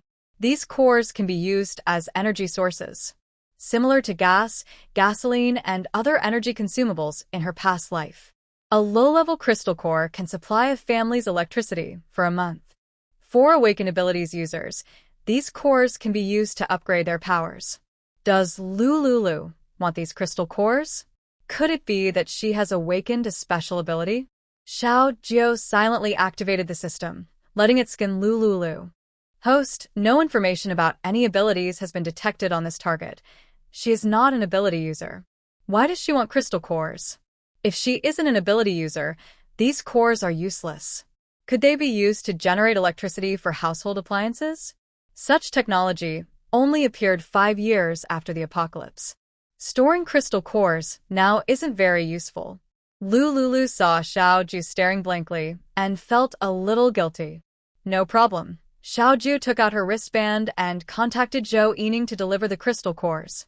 About 15 minutes later, Zhou Yining personally brought up 25,000 crystal cores. As the door was knocked, Xiao Jiu opened it, took the box, and casually closed the door. Zhou Yining looked at the tightly shut apartment door with a dark expression. She had come all this way herself, and now she was being left outside. This is too much. If I remember correctly, this apartment is where the girl I saw that day lives. Juji looked at the girl's eyes and clearly saw something was off. Late at night, a man and a woman alone in the same room. No matter how I think about it, I feel there's a hidden secret. Zhou Yining was angry and stood at the door. She pressed her ear against the door to listen for any sounds inside. Xiao Jiu saw the shadow under the door and signaled to Lululu. Lululu also noticed someone standing at the door. She led Xiao Jiu upstairs to talk. Xiao Jiu looked around, opened the box, and immediately saw many shiny crystal cores. These crystal cores glowed like diamonds. Lululio's heart beat faster. So many crystal cores. If she went to the stall herself to compete with the officials for the cores, each core would cost 20 points more than the normal price. And she would need to gather them little by little. Working with the officials is really great. Each crystal core costs only 100 points.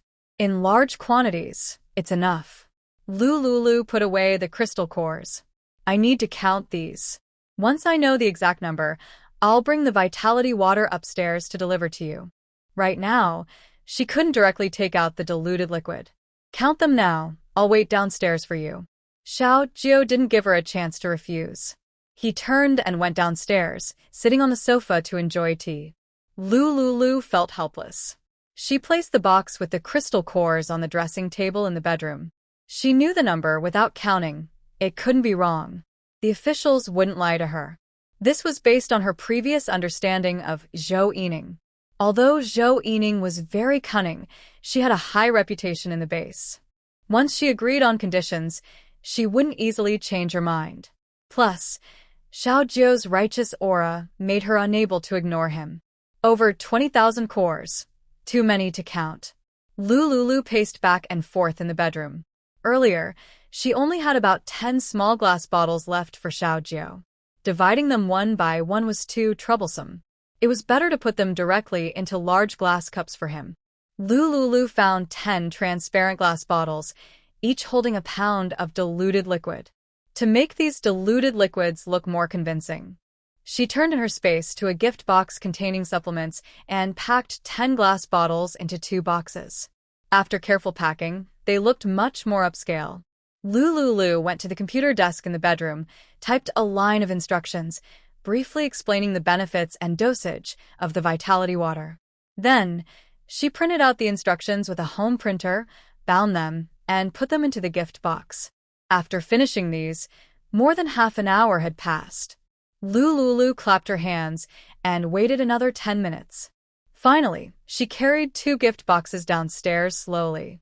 Xiao Jiu saw her coming down and immediately stood up, walking toward her. Lululu looked down at the stairs under her feet, then looked up and met Xiao Jiu's gaze. This guy, he's really handsome. Knock, knock, knock. The door of the apartment was knocked on. This time, the knocking was louder than before. The sudden loud knocking distracted Lululu as she went downstairs, causing her to slip. In a split second, Xiao Jiu saw the 2 gift boxes in Lululio's hands wobbling. His heart tightened. Without thinking, he quickly reached out and held Lululu tightly in his arms. They had a close, intimate moment. Lululio's face pressed against Xiao Jiu's chest, and her small face immediately turned as red as a sunset. Xiao Jiu felt softness in his arms. Lululu felt like she was a tiny ball. In just a few seconds of contact, Xiao Jiu looked nervous, gently loosened his hold, and kept some distance from her. Lululu lowered her head, her cheeks seeming to blush so much they could bleed. She was already so grown up, yet she still acted like a little girl, so useless. It was just a hug. Lululu took a deep breath and looked toward Xiao Jiu. But when her gaze shifted from Xiao Jiu's lower body to his upper body, she immediately looked down again. Oh my gosh, was she seeing things? Did Xiao Jiu hide something in his pocket? Why did it look so bulging now? Curious, Lululu glanced again, then looked at Xiao Jiu with a puzzled expression. When she saw Xiao Jiu's awkward look, it was as if she was struck by lightning. Could it be? Lululu pursed her lips, avoiding Xiao Jiu's gaze. Energy water. Xiao Jiu tried to speak, but his voice became very hoarse. Lululu heard his originally clear voice now tinged with a husky tone, and she felt all flustered. She must not fall for him. He was fully dressed, unlike noon when he was without clothes. What's there to be afraid of when he's dressed? Lulu, don't be timid. Cough, cough. Energy water. Give it to me. Lulu took a deep breath and handed the gift box to Xiao Jiu with both hands. Xiao Jiu just took the gift box. Suddenly, the apartment door opened. Lulu was shocked to hear the door opening. She hadn't told anyone her apartment code, so how could someone open the door from outside? She turned around, wanting to see who had entered her home without permission. She saw Zhou Yining standing at the door, looking furious. There was a thought she hesitated to say aloud. What's going on? Isn't the apartment supposed to be very safe? Without her bracelet verification and password, no one else should be able to open the door. Lulu stared angrily at Zhou Yining. After entering the room, Zhou Yining realized that nothing inappropriate had happened between Xiao Jiu and Lulu. She felt a bit regretful. She shouldn't have doubted Brother Jiu. Brother Jiu isn't the kind of man to be easily swayed. How could he have been unfaithful in such a situation with a stranger? Miss Lu, I'm sorry. Faced with Zhou Yining's sudden apology, Lulu didn't want to accept it. Having her apartment casually opened from outside made her feel unsafe. You better give me a reasonable explanation, Lulu said angrily. Xiao Jiu saw that Zhou Yining was worried about him. This was his fault for not explaining clearly. He hadn't gone out for a long time and had so many crystal cores. It was understandable that she might worry. Miss Lu, I'm sorry. I promise you, such a thing will never happen again. What kind of promise? Today, Zhou Yining could come in casually. Tomorrow, others like Zhang Yining or Zhao Yining could do the same. Xiao Jiu saw that Lulu was very angry. Yining, you crossed the line. Go back and accept your punishment. Lulu crossed her arms. Let's go. My little temple can't hold two big Buddhas like you. Xiao Jiu knew she had to leave first. When Lulu was angry, she would calm down and come back to apologize. As Zhou Yining and Xiao Jiu left, Lulu slammed the door shut. It's shocking that official staff can just open her apartment door freely. No matter how she thought about it, she couldn't accept it. The door must be taken down and replaced. It should be a double-layer security door. Yining called her quite affectionately. What a big, fake pig's hoof. Lulu sat angrily on the sofa. She only stood up when Jiang Yi knocked on the door. Jiang Yi pushed a stroller into the apartment and immediately saw that Lulu was in a bad mood. Lulu, sweetheart, what's wrong? You don't look very happy. Jiang Yi asked as she approached. She saw Xiao Jiu had entered the apartment. Could it be that they didn't get along well? It shouldn't be. Lulu and she both care about appearances. Facing Xiao Wu's biological father, who is so handsome, it's impossible not to feel moved. A single man and woman sharing a room. Lulu gradually calmed down and told Jiang Yi what happened today. Our apartment door was just opened like that by Officer Zhou. Lulu felt a bit tired. So much had happened today. She wanted to go back to her bedroom quickly, upgrade her space with the crystal core, and open the fourth door. I'll go upstairs to rest first. Lulu picked up Xiao Wu and took him to the bathroom to wash up. After tidying herself and the child, lying on the soft bed, she finally felt better. When people are quiet, they tend to recall some memorable moments. Lying on the bed, seeing Xiao Wu's face, she suddenly thought of Xiao Jiu. The one dressed and undressed. Uncontrollably, Xiao Jiu's figure appeared in her mind. It took her some time to push Xiao Jiu's image out of her head. She collected all the purchased crystal cores and stored them in her space, stacking them together.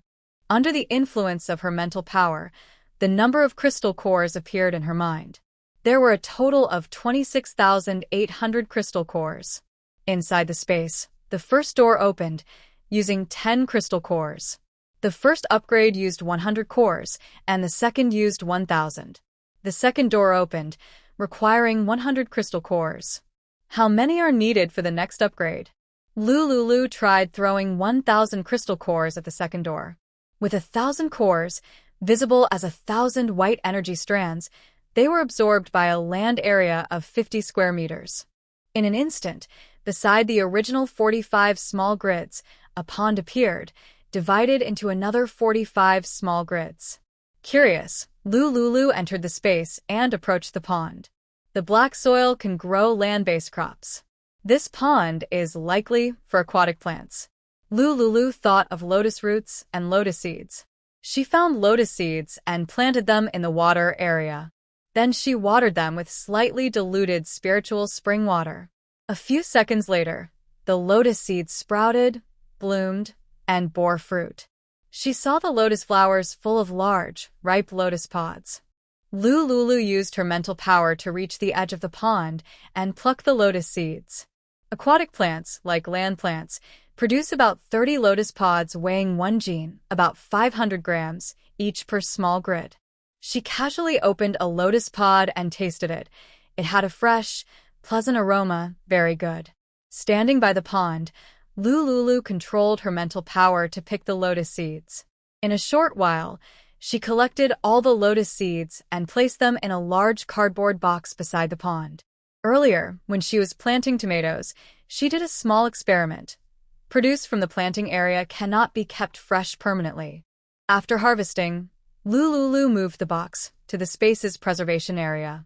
All the lotus pods and tomatoes were stored together in a large section. She again used her mental power to dig into the pond's mud and extract the buried lotus roots. She only dug 3 grids before feeling exhausted and drained.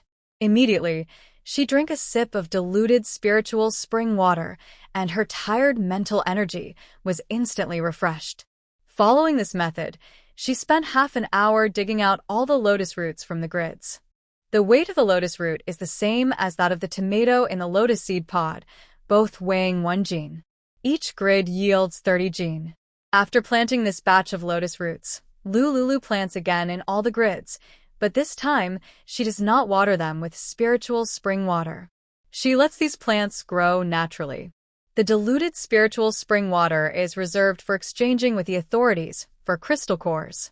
She needs a large number of crystal cores, so she cannot waste the spring water. The planting area in the space already shortens the crop growth time. The growth rate is about 3 times faster than outside. For example, if tomatoes normally take a month to sprout, flower, and fruit, inside the space, they only need 10 days. Lulu goes to the crop area and plants potatoes in each grid. After some time, the crops in these 2 areas will be ready to harvest. Next, she prepares to open the 4th door. Using her mental power, she activates the 4th door after consuming 10,000 crystal cores, and it opens with a loud bang. Lulu senses that she can enter through the 4th door. She eagerly runs inside. Inside, she finds a manor. The manor covers about 300 square meters and is made of old-fashioned bamboo houses. In front of the houses, a small stream flows. She follows the stream to the end. At the end, she sees the water flowing from a stone cave, circulating back and forth, with the source unclear. Her main body stands inside one of the bamboo houses, feeling relaxed and happy. Looking up, she sees a bright moon and stars overhead. The time here is the same as in her outside world, all night. Lulu pushes open the bamboo door and finds a bamboo bed, bamboo windows, and a bamboo wardrobe. Both the bed and the wardrobe are empty. This is a place to rest. Although the space is only about 300 square meters, it looks similar to the environment outside in Hylon. Lulu walks to the stream and finds a glass cup, fills it halfway with stream water, and takes a sip. The taste is as delicious as the well water in Linwan's villa. If this stream never dries up, she won't worry about water shortages in the future. She can take a bath here by collecting water from the stream. Besides the creek water, her space also stored a lot of household water. As for the other functions of the bamboo house, Lulu was not sure for now. She exited the 4th door and stood in the large space, thinking about which door to upgrade next. To open the 5th door, she needed at least 100,000 crystal cores. She didn't have enough now. To get more crystal cores, upgrading the 1st door was the safest choice. The 1st door gave her the biggest benefit. Lulu made her decision. She invested 10,000 crystal cores into the 1st door and upgraded it for the 3rd time. The capacity of the jade pond behind the 1st door visibly increased. In the center of the jade pond, instead of water drops, there was now a small pool of water. Lulu controlled this water into a marked, shatterproof plastic bottle. It was just the right amount, 500 milliliters. This was a big improvement. Taking a risk, her bike had turned into a motorcycle. Even if the Jade Pond no longer produced Jade Pond water in the future, she wouldn't lack diluted Jade Pond water for trading. While Lulu was lost in thought, she noticed that a drop of original liquid appeared in the Jade Pond. It seemed the Jade Pond could automatically produce original liquid. She waited a moment longer, but saw no second drop. Lulu set a timer for 1 hour to check if more original liquid would appear. After setting the alarm, she exited the space. She saw Xiao Wu lying on the bed, his fingers. Xiao Wu, noticing Lulu suddenly appearing on the bed, stared with big, round, black eyes. "Mom, why did you suddenly appear? Where did you come from?" Lulu felt a bit guilty seeing Xiao Wu wake up. She had been in the space for too long.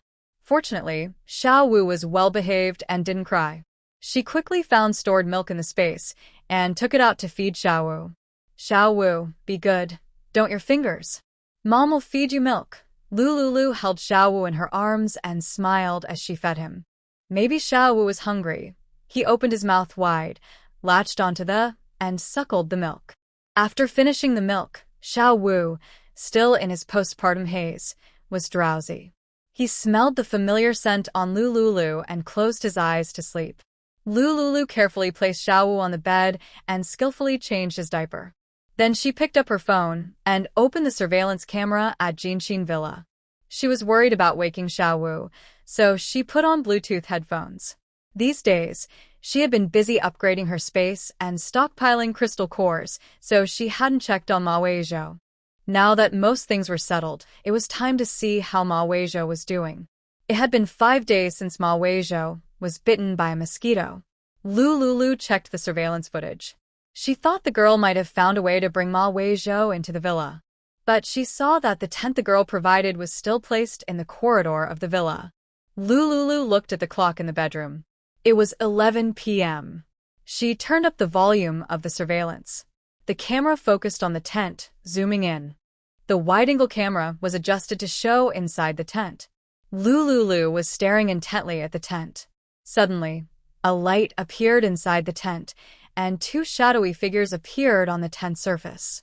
The shadows were close together, looking very intimate. Lulu frowned. Had the mosquito bites on Ma Weizhou healed? She patiently waited for a few minutes. Then she saw a very uncomfortable scene. Ma Weizhou and a slender figure were tangled together, unable to part. In the amplified audio, she could hear faint breathing from both. Lulu frowned, took off her Bluetooth headphones. Her company's technology products were very powerful, but that was a problem. They could monitor specific locations and listen in on conversations. She didn't want to hear these sounds that disturbed her hearing. Lulu decided to wait and see what would happen. From her memory, Ma Weizhou and Su Pingting were evenly matched, so she didn't think she would have to wait long. As she expected, the 2 shadows inside the tent separated. A few minutes later, Ma Weizhou and the girl who had provided him with food and tools came out of the tent together. Both of them looked very happy. "Brother Zhou, I'll go in first. Go ahead, rest early. Yes, remember to take the medicine I gave you." After saying that, the girl shyly smiled.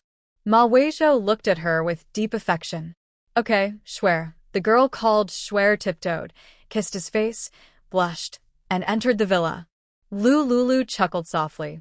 This girl named Shuer was not very attractive. On the busy street, she looked ordinary. Ma Weizhou's looks were probably average for an online male influencer. If he were hired by a famous, white club, he would surely be a top star. Ma Weizhou really had a tough time. To survive, he had lowered his standards. Before, he and Su Pingting seemed a good match. "Ma Weizhou, have you really sacrificed?" Lulu put her headphones back on. She noticed that Ma Weizhou's arm, bitten by mosquitoes, was covered with a white anti-inflammatory ointment. Of course, this ointment was probably provided by the girl called Shuer. It's a pity she didn't see his wound get infected or pus. Lulu saw Ma Weizhou turn around, planning to go into the tent. She thought there was nothing interesting and was about to turn off the monitor. Suddenly, Ma Weizhou's voice rang out. "Lulu, are you watching?" Startled by his sudden words, Lulu was surprised.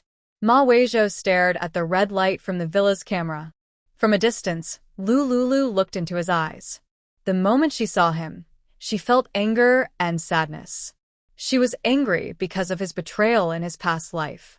So light, so rational, all driven by interests. She was sad. Why did the kind man she remembered turn down this path? If only life were as beautiful as the first time we met. But as they walked on, everything changed. "Lulu, are you watching? Are you happy seeing me like this? The video of Su Pingting, you sent it to me. What are you trying to prove? I was just playing around with her, just like with that girl earlier.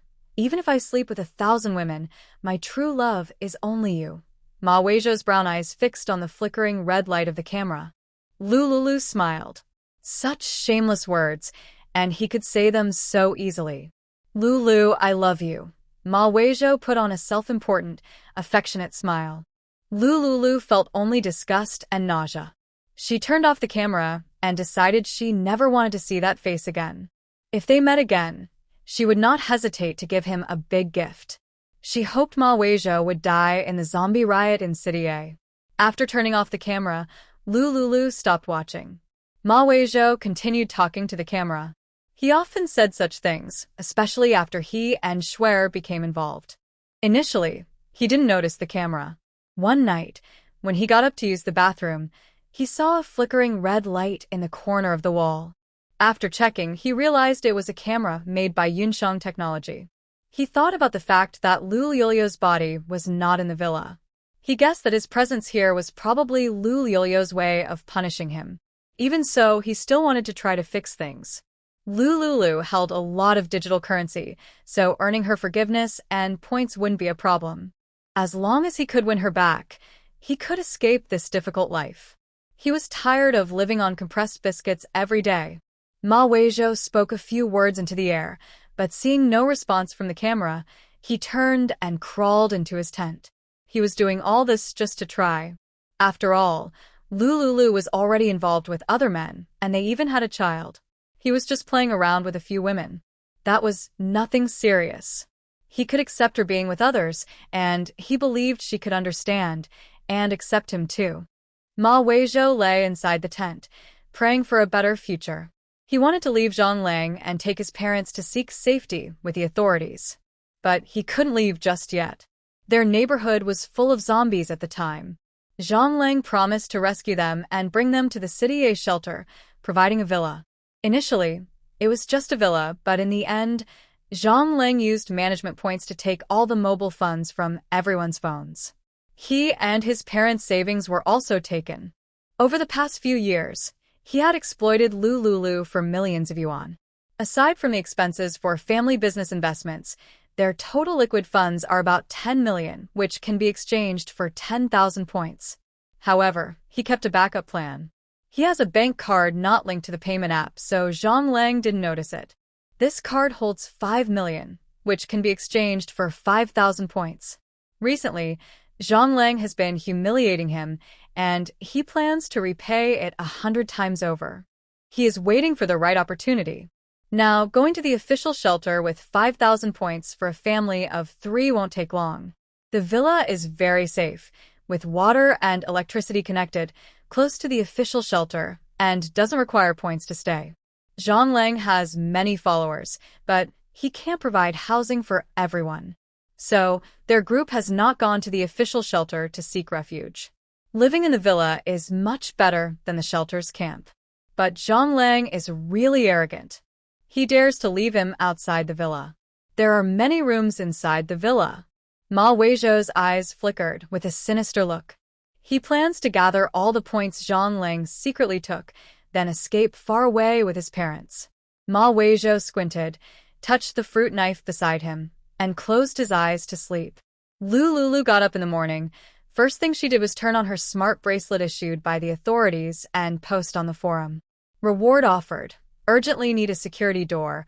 Also hiring a technician for installation. Lulu posted anonymously, then got up to wash up.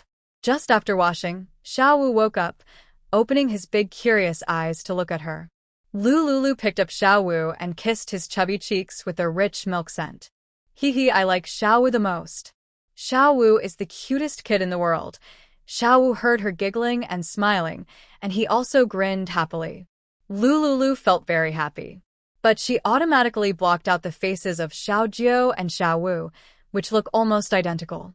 She teased Xiao Wu for a while, and seeing him smacking his lips, she immediately took out a bottle of 45-degree milk from her space and fed him. After finishing the milk, Xiao Wu quickly fell asleep in Lulu's arms. Lulu hugged for a while, then gently placed Xiao Wu on the bed with the door open.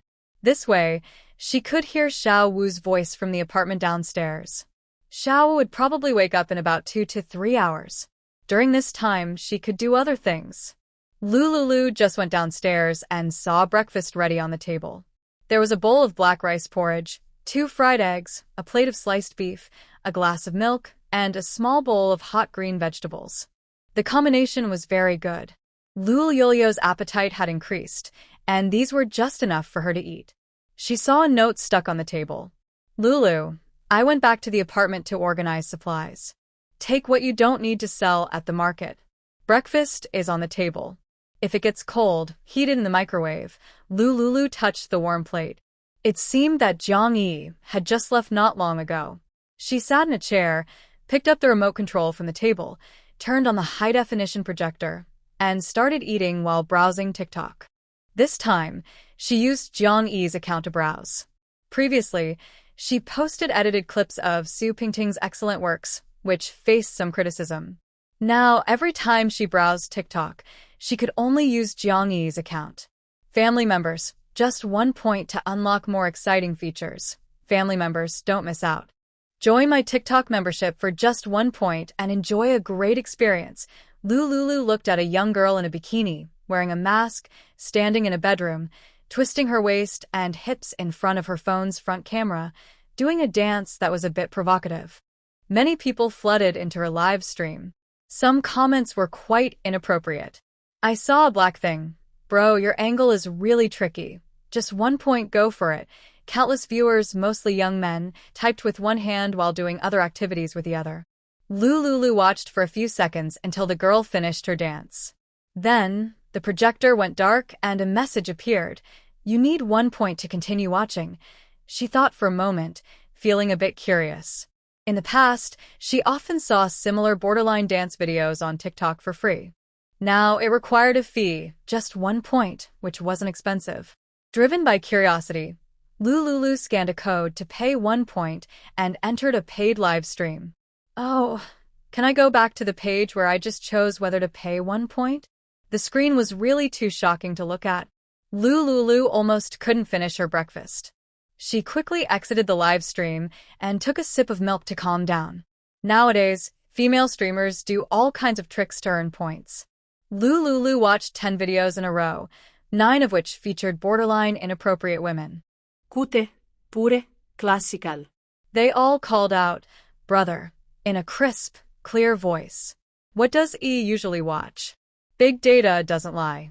How come 9 out of 10 videos are about borderline women? If she didn't know that Jiang Yi liked men, she would really want to find a way to get her to leave. Fortunately, she finally found a young man. He was speaking in a husky voice, wearing a suit, and holding a belt, swinging it back and forth in his hands. Lulu watched for a while, completely unsure why so many infatuated girls below were shouting, "Husband," wildly. On the vibrating video, gifts kept coming. It earns points faster than making money. E, what do you usually watch? Lulu frowned. Just as she was about to turn off the vibrating video, she noticed a recommended live stream. Lulu casually entered and found that it required a fee to watch. This time, the viewing points were quite a lot. 10 points per person. The first live stream she entered had over 10,000 viewers. The female streamer used some tricks and easily earned points. Sure enough, women get rich when they turn bad. Lulu was a bit curious. Even 1 point was already very shocking. What would 10 points worth of content look like? She paid another 10 points and entered the live stream. when she saw Su Pingting, dressed in revealing clothes, sitting on a chair. She was at a loss for words. Su Pingting wore very short shorts, black stockings, and a small tank top. That's her. I've seen her amazing videos. Bro, lend me a phone. Brothers, I'm ready. Brothers, does anyone want to see what I am wearing under this outfit? Just 100 points and a private message on TikTok to unlock it. This is my QR code. Scan it to transfer points. Su Pingting always speaks in a sweet, overly charming voice. Lulu admires her. Such charm can last for many years, and no one else can match it. Did any brothers add Tingting on WeChat? Tingting feels so sad. While speaking, Su Pingting swings her legs in black stockings on purpose, giving some viewers a little treat now and then. Lulu watches for a few seconds and chuckles. Trying to earn points by pushing boundaries? Justice is about to arrive. Lulu finds the report button below the TikTok interface, clicks to report, scam and extortion for points, and submits it. Other survivors are just trying to get by. She doesn't mind watching the show. But Su Pingting cannot. Lulu's single report has little effect. Because, with her outfit, she is far less revealing than some other female streamers. Her level of openness is not something the authorities bother with. Lulu finds her wristband and posts anonymously on a forum. 1 point per report. 4569. In the live room, 1 point per report, up to 1,000 points. Screenshot to claim points. First come, first served. Within seconds of posting, when Lulu checks Su Pingting's live stream again, the screen is already black. Sure enough, earning points can really motivate people. She was previously penalized by the justice enforcers and had no account, only borrowing Jiang Yi's. Su Pingting's account has been banned, so she can't push the boundaries anymore. Now, with zombies everywhere, it's impossible to register a new TikTok account, unless she borrows someone else's account to stream. But even if she manages to borrow an account, what then? Engaging in such activities won't last long. In her past life, the power would go out a month after the apocalypse. Later, power outages would happen intermittently, lasting for 3 months. After 3 months, except for places with solar panels, no one would have electricity. Power outages would also mean no internet. This method of earning points through live streams won't last long. In the end, those who survive in the apocalypse are not fools. Such methods might earn some points early on. Later, she kept browsing several live streams. Without exception, they featured strange men or strange women. At first, she couldn't understand why. But eventually, she found herself watching half an hour of free dance shows without realizing. Until she came across the live stream of the aloof superstar Su Fan. Everyone, no need to send gifts to me. I don't need points. Really, stop sending them. Su Fan is a well-known actor in the country of Hailan. He also sings, dances, raps, and plays basketball. In the minds of young girls, he is very famous and has many fans. Even after the apocalypse, these loyal fans continue to support him online. Why is he live streaming if he won't accept gifts? Some guy, acting like a hero and a villain at the same time. Who is this troll? Admin, ban him now. Disgusting. Spreading lies about my brother. I curse you. The comments were chaotic on the live streaming platform. Lulu sighed helplessly as she watched the chaos. She decided to switch the stream to the official channel. Finally, everything looked normal again. Thanks to the tireless efforts of the official team, currently 300,000 survivors have been rescued in City A, and the number is still rising. After breakfast, Lulu listened to the official news and then went to the kitchen to wash the dishes. While washing, she noticed something strange with the tap water. The water was yellowish and contained many tiny black particles. She quickly took out a water testing pen from her space. As soon as she put the smart water tester into the tap water, it lit up red, showing an alarmingly high reading. Water with a value below 50 is considered safe. The reading on the tester was more than 10 times higher. She hurriedly took out a bucket of stored drinking water from her space and washed the dishes again. After finishing, she put the water bucket back into her space and listened to the latest official broadcast. Urgent notice. Due to unknown pollutants, All survivors must not attempt to drink tap water or any untreated natural water sources from now on, just after the official announcement was made. A group of onlookers posted comments. Ugh, I drank a glass of tap water today, boiled it, so it should be fine, right? Me too? It's okay, don't worry. I drank a liter. It's fine, just got diarrhea and felt exhausted. I need some smectite powder. Help. Desperately needs smectite powder. Can someone give me a pack of smectite powder? I'll take anything. I have some. Is there a pretty girl from the B District Survivor Base? Contact me. I'll give you some smectite powder. Why only pretty girls? Can't handsome guys get some too? It's not a problem. As long as you're good-looking, I'll accept both men and women.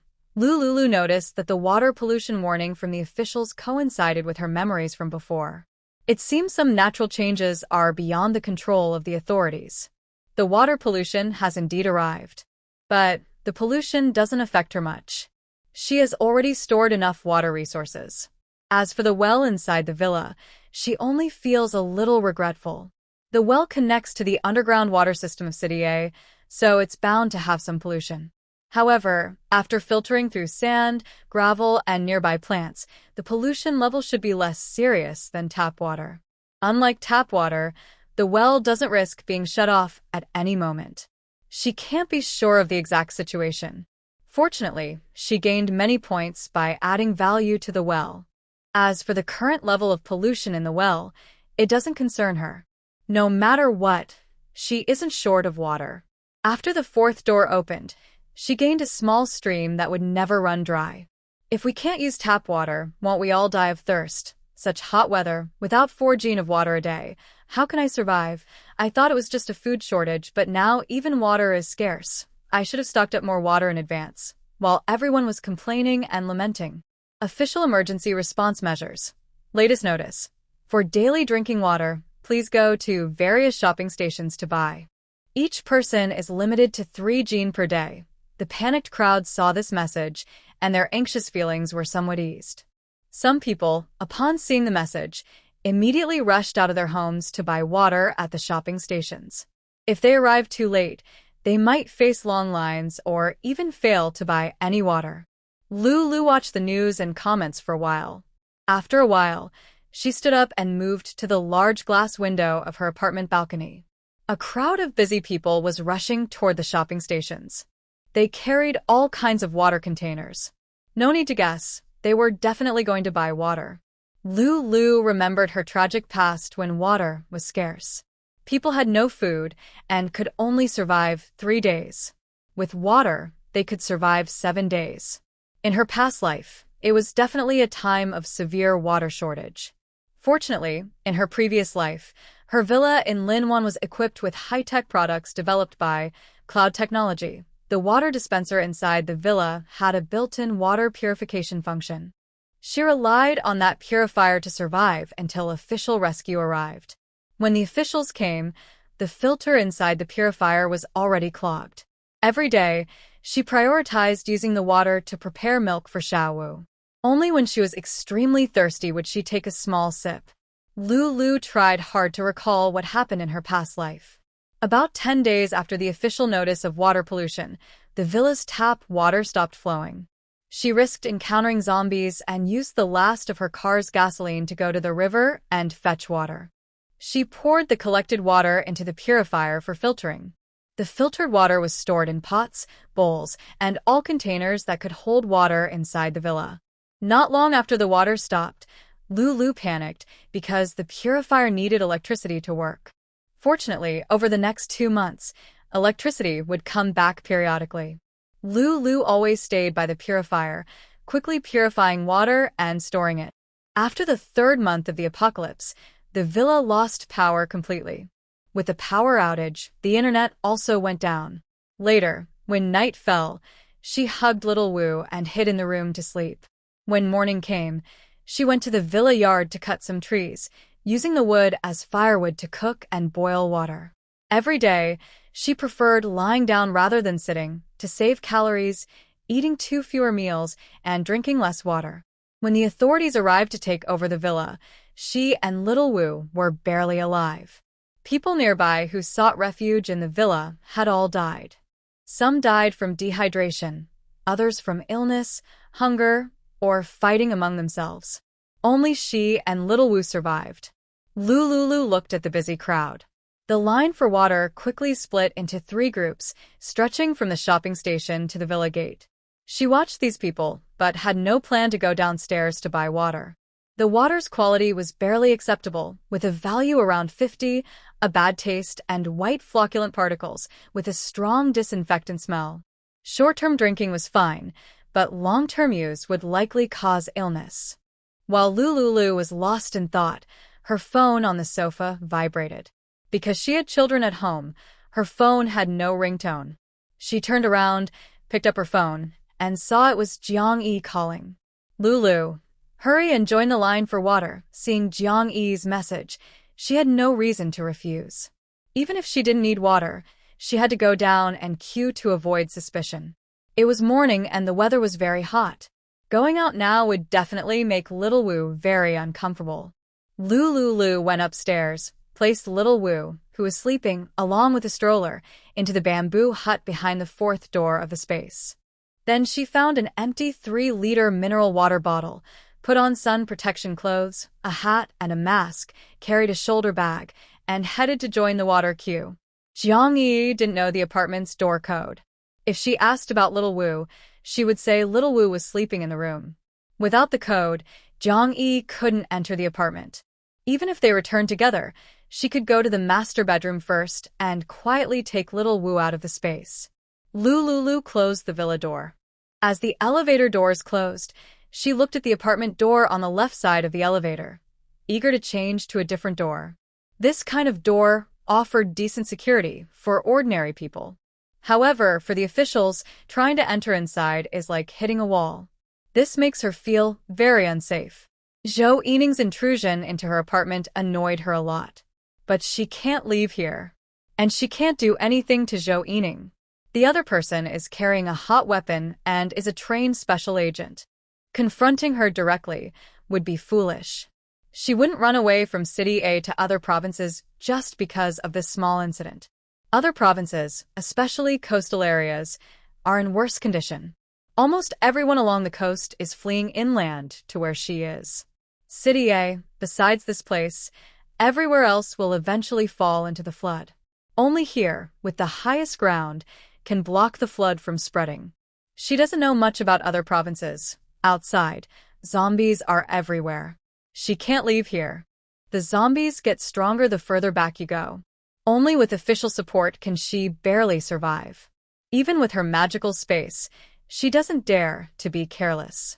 Sticking together with others is the best plan. At first, she didn't stock up on many weapons. First, she planned to hide and avoid danger until she was eliminated, not using powerful weapons. Second, because the country of Hylon controls everything strictly and she just had a baby, going to a foreign country is impossible. She has no way out abroad.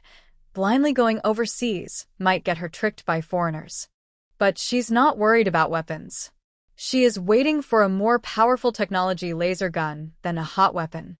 This laser gun will appear a year after the apocalypse. To get such a laser gun, she can trade all her gold and the mysterious psychic from City H. Maybe this weapon has already appeared. She just hasn't known about it because she's been shut inside her villa, unaware of the outside world.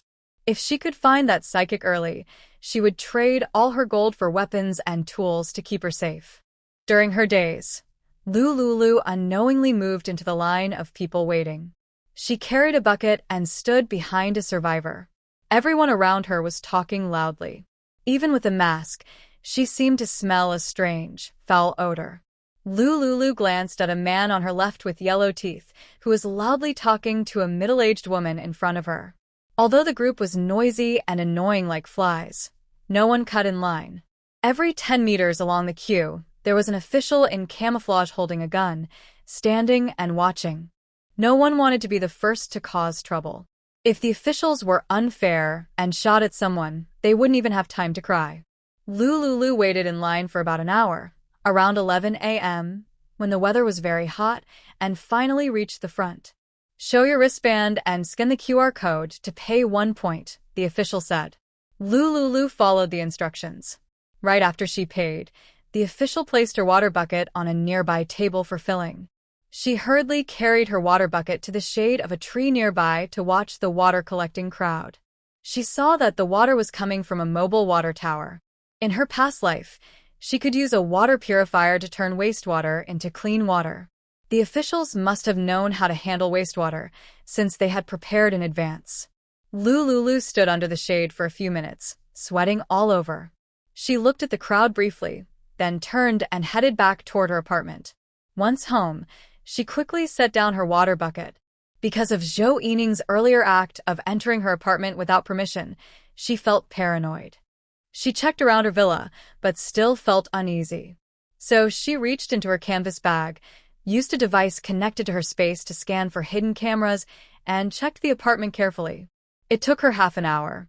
When she confirmed there were no cameras inside, she released Xiao Wu from her space. Lulu put Xiao Wu down and saw him sleeping peacefully, smiling slightly. Time was getting late. She went to the kitchen to prepare lunch. Just as she finished steaming the rice, she heard a knock at the door.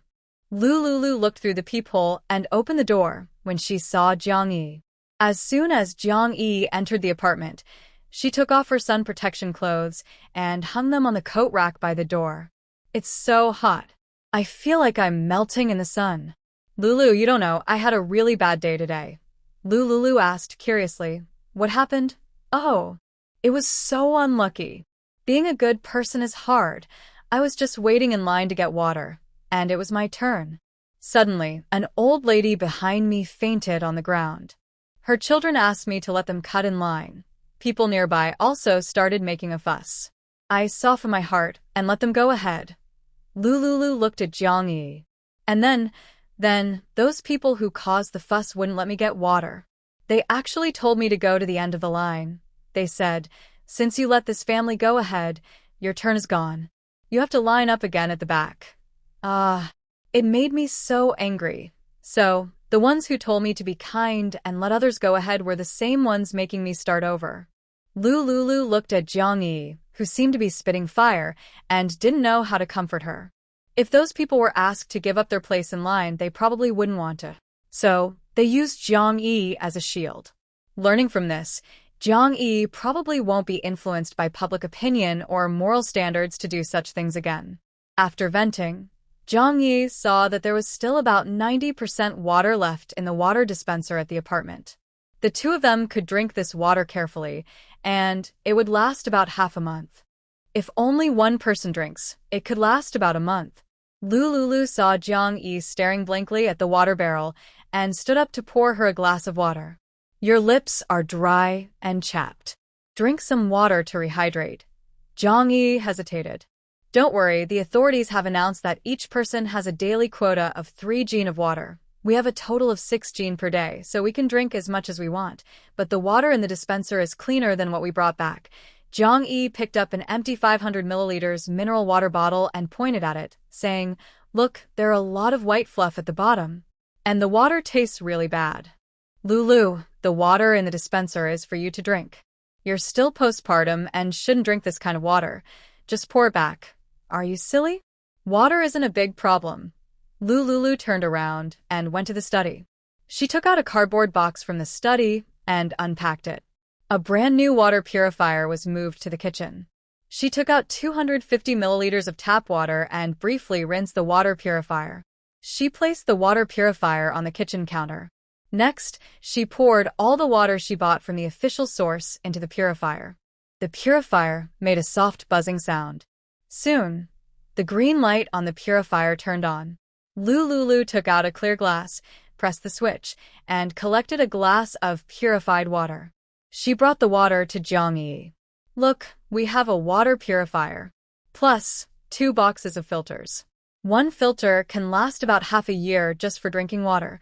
2 boxes of filters are enough for us to use for over 10 years. Jiang Yi's eyes lit up. Wow, Lulu, when did you buy the water purifier? It was during our last shopping trip at the mall. Don't you remember? At the electronics store, we bought a bunch of household appliances, including the water purifier. I bought 10 units, all stored in the study. Later, you can pick one to take to your apartment. Contaminated tap water can also be purified with the water purifier. Don't worry about water issues, just drink freely. By the way, water pollution is serious now. There are many large particles in the water, and in the future, the official water pipes might clog, causing water outages. Since we still have tap water now, it's a good chance to purify more water and store it. Jiang Yi nodded repeatedly. Lulu, wait for me a moment. I'll go to the shopping station to buy more containers for storing water. After saying that, Jiang Yi quickly put on her sun protection clothes and ran out of the apartment. Lulu watched her leave, calmly sitting on the sofa. Others lacked purified water, but her apartment didn't. In the long run, Jiang Yi would notice this. It's better to purify more water together now.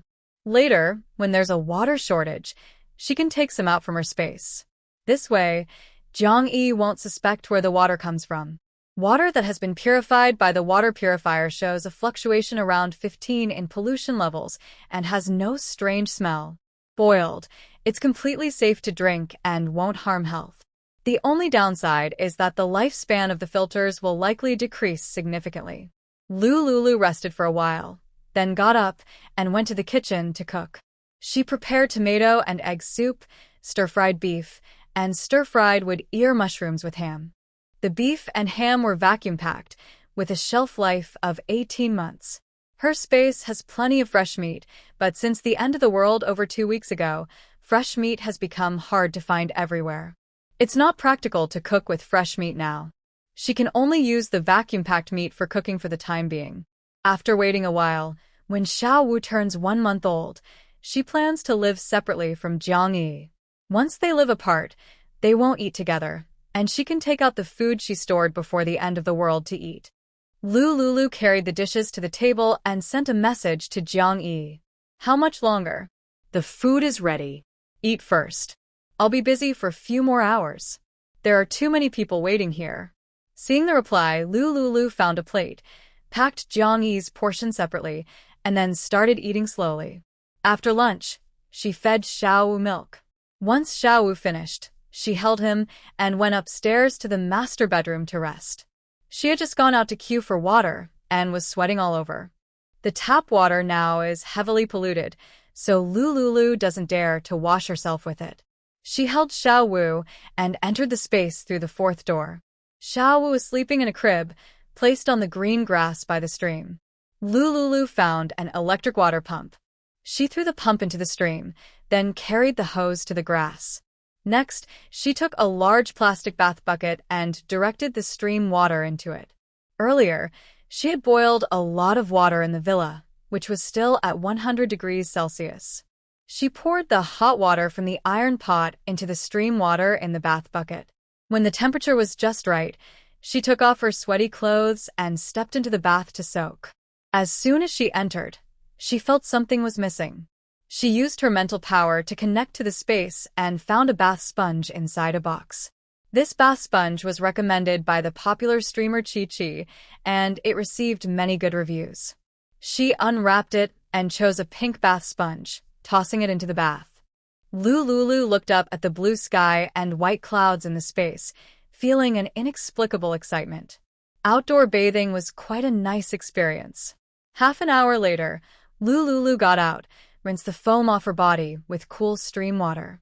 She found a cute cartoon nightdress with a star and rabbit pattern in the space and put it on. She often wears this sleep dress. It is a purple color from the Macaron series, which is very soothing. Also, the sleep dress has built-in padding, so there's no awkward bulging in certain areas. Lulu changed into her sleep dress and casually threw her worn clothes into the bathtub to wash. Then, she used a water hose to rinse the soap off her clothes. Once cleaned, she hung the clothes on a simple folding rack in front of the bamboo house to dry. She poured the dirty bath water into the toilet inside the bathroom to flush it away.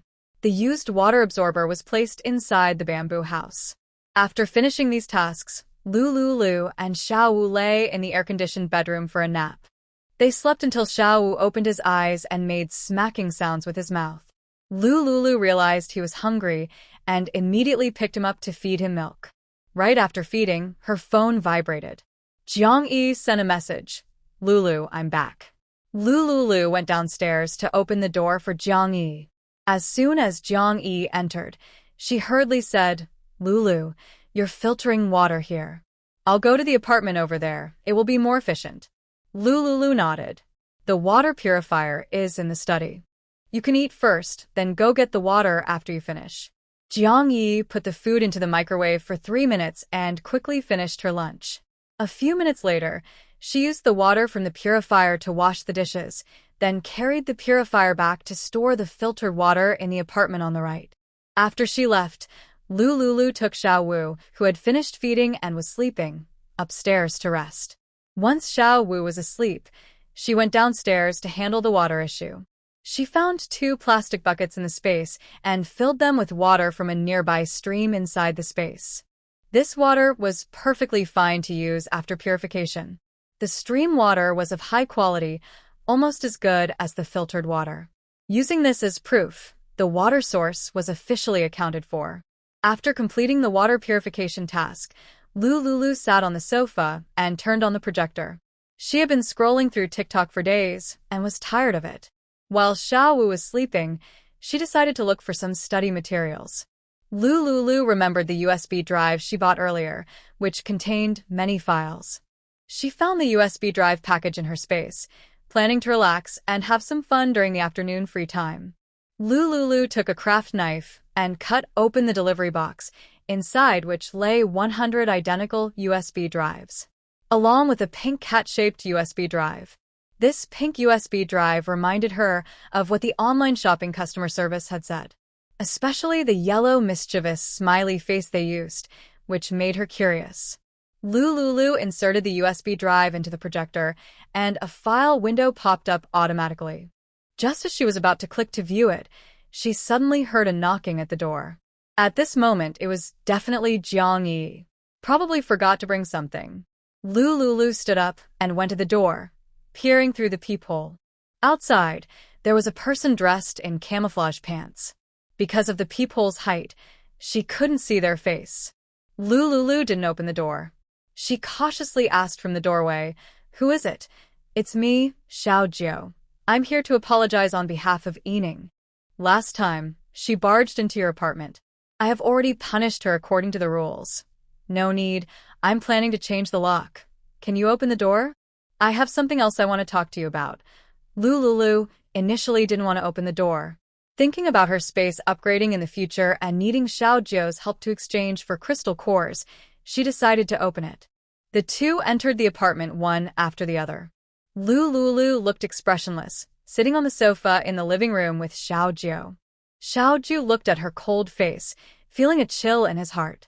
He originally came mainly to talk about the child, but seeing her cold expression, he suddenly couldn't speak. Faced with this Lulu, he could tell she was not welcome. "Just say what you need to say." Lulu's tone was urgent. Being alone with Xiao Jiao made her feel suffocated. Xiao Jiao looked at Lulu, hesitating. Just now, the paternity test results came out. Xiao Wu was indeed his child. Over the past year, he hadn't fulfilled his responsibilities as a father. Although during this year of neglect, it was because he was busy with tasks and couldn't make up for it in time. But no matter the reason, it was wrong for Lulu to bear the pain of pregnancy and childbirth alone, and he failed to help her in time. That is not the behavior of a true man. Now, when he appears, he immediately wants to take away Xiao Wu's custody. But he can't bring himself to say that. Lulu saw him hesitating and felt a bit annoyed. They sat in silence for a few minutes. The atmosphere became very awkward.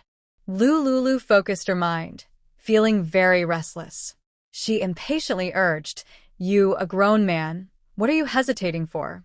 Just say what you want to talk about quickly. I'll give you 3 minutes. If you don't say it, you'll have to leave my apartment." Xiao Jiao sighed quietly. His eyes darkened and he softly said, "Do you still have the super vitality water?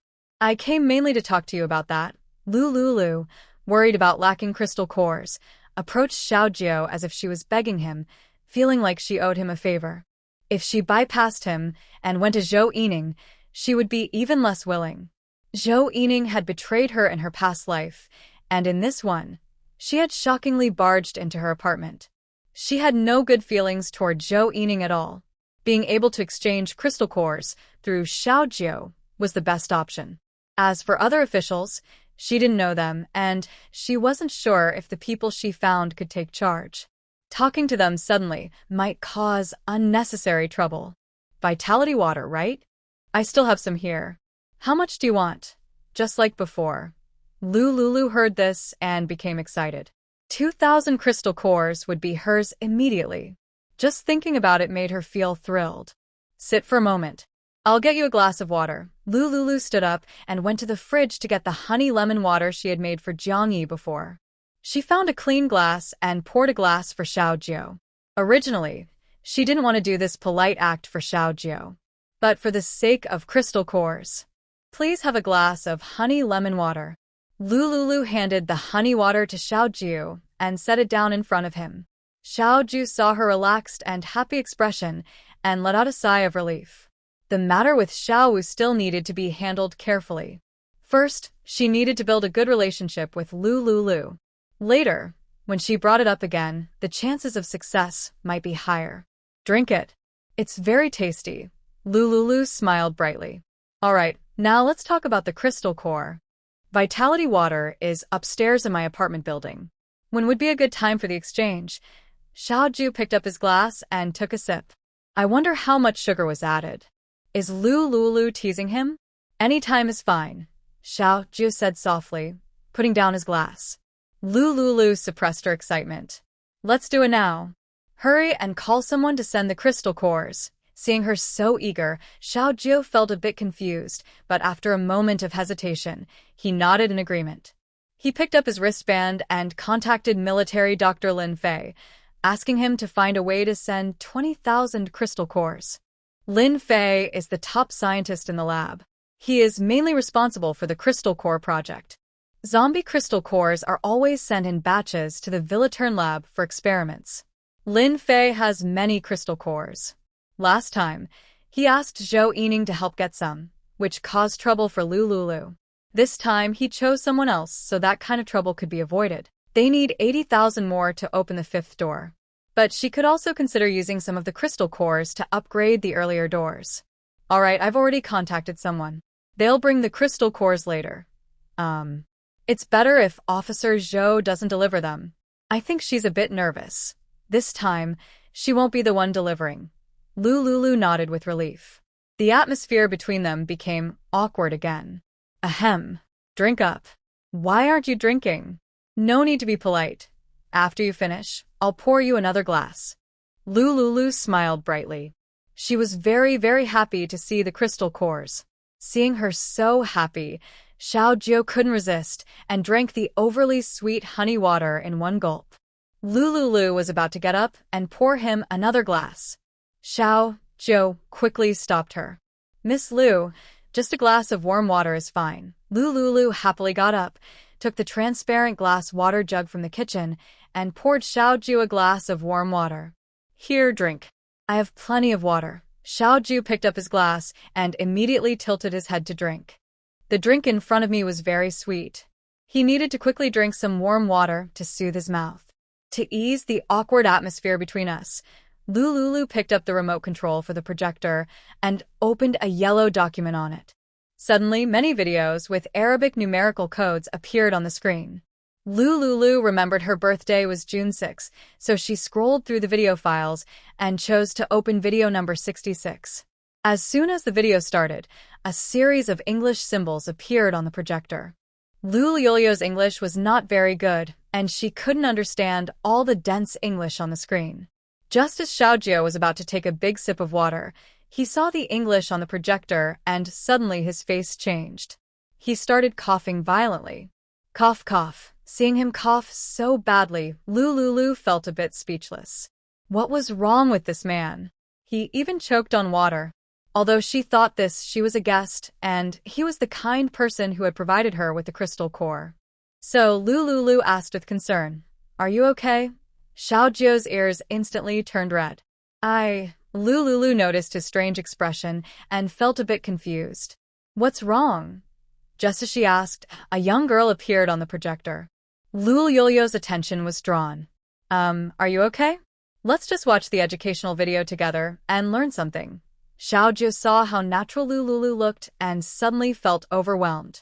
They were going to study together? That was really too much.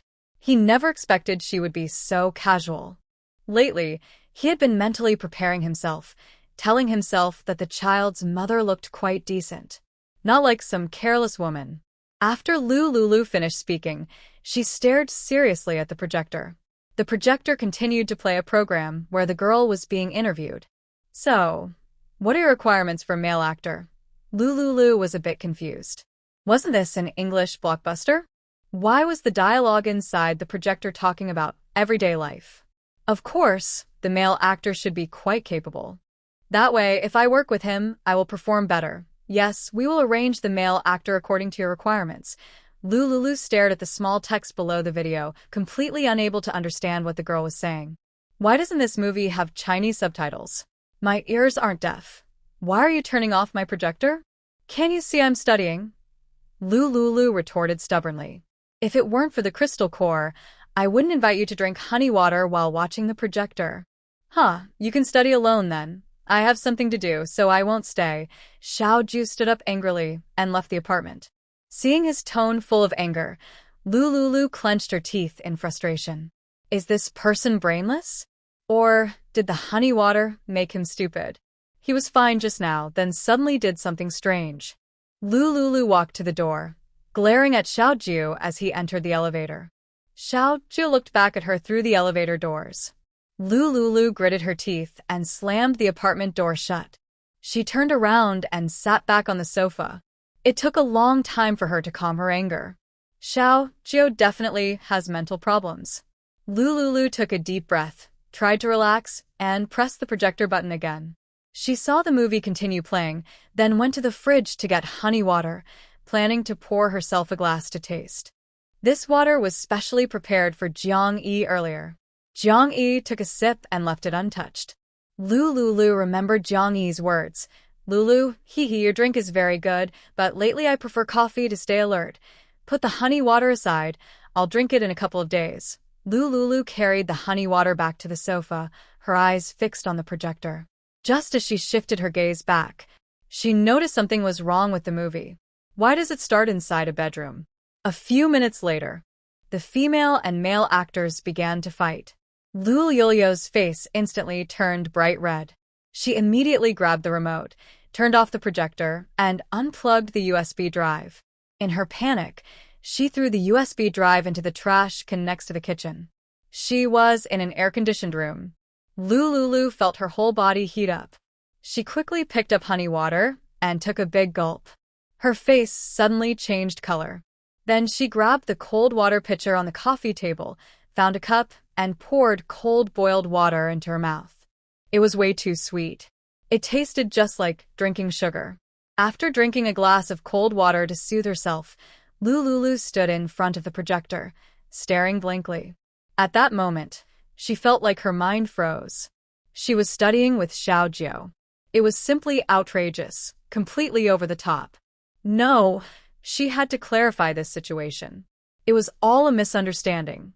Lulu took out her phone, found the USB drive in the trash, held it tightly, and hurried out. She had to, absolutely must. She needed to explain everything to Xiaojie, or their future dealings would be doomed. When Lulu got upstairs to explain, Xiaojie was taking a cold shower in the bathroom. Normally, with water pollution everywhere, taking a cold shower like this was unlikely. But his system came from a future world 1,000 years ahead. It contained countless high-tech products. Even if there was water pollution now, he could exchange gold for a high-tech water purification device, install it on the faucet, and solve the water quality problem. This system was something he accidentally obtained a year ago during a covert mission in Myanmar's Maya-Wadi region from a warlord there. The system's carrier was a black USB drive. At first, he thought the USB was hidden by the warlord and contained important intelligence. So, when the warlord went out, he sneaked and stole the black USB. In the end, the warlord found out through clues and traced it back to him. He had to run away. During his escape by car, he was shot in the back by the warlord's men and then fell off a cliff. If it weren't for the deep water lake below the cliff and the blood from his gunshot wounds activating the USB drive by accident, he would have definitely died. Once the system was activated, he won a private small plane through the system's initial lottery ticket. The plane provided by the system helped him successfully escape from Myanmar's Mayawati. After returning to his country, he immediately shared all information about the Mayawati scam group with the authorities. The officials used this information to pressure and negotiate, forcing the warlords of Mayawati to release some of the citizens back home. Not long after these citizens returned, a virus outbreak occurred, bringing about the end of the world. This time, he was reborn right at the moment he was falling off a cliff. After activating the system, he quickly returned to his country and secretly informed the officials of the intelligence he had learned in his previous life. At the same time, before the apocalypse, he used high-tech weapons from the system's store to exchange for a lot of gold. 10 grams of gold could be exchanged for one weapon. He asked the officials for 100 grams of gold to exchange for a weapon, earning a net profit of 90 grams. Now, the gold in his space is so abundant that he can buy everything in the system's store many times over. It is the early stage of the zombie outbreak. In about a week, roughly a month before the apocalypse fully erupts, the zombies will evolve again. He will lead a team to clear the nearby zombie hordes, starting from the Lin Wan shelter. The higher the level of zombie crystal cores, the greater the boost from the vaccine developed by the officials in the future. This way, survivors will have a better chance of surviving the harsh weather, like heavy rain and extreme cold, a year later. Moreover, these zombie crystal cores can be used as universal energy sources for the base and can also be given to mutants to upgrade.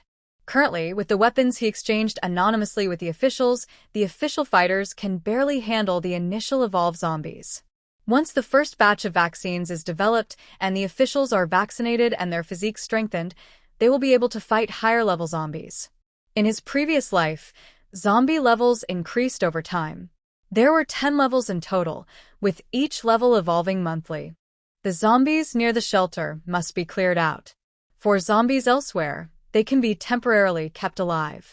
As the official strength grows, they can gradually harvest around the shelter for greater benefits. Xiaojie took a 10-minute cold shower, dried off, changed into a pair of black shorts and a plain white t-shirt, and sat on the sofa, lost in thought. A week later, he was going to lead a team to eliminate the zombies. This trip would take at least 10 days, or 2 weeks. What about the children and her?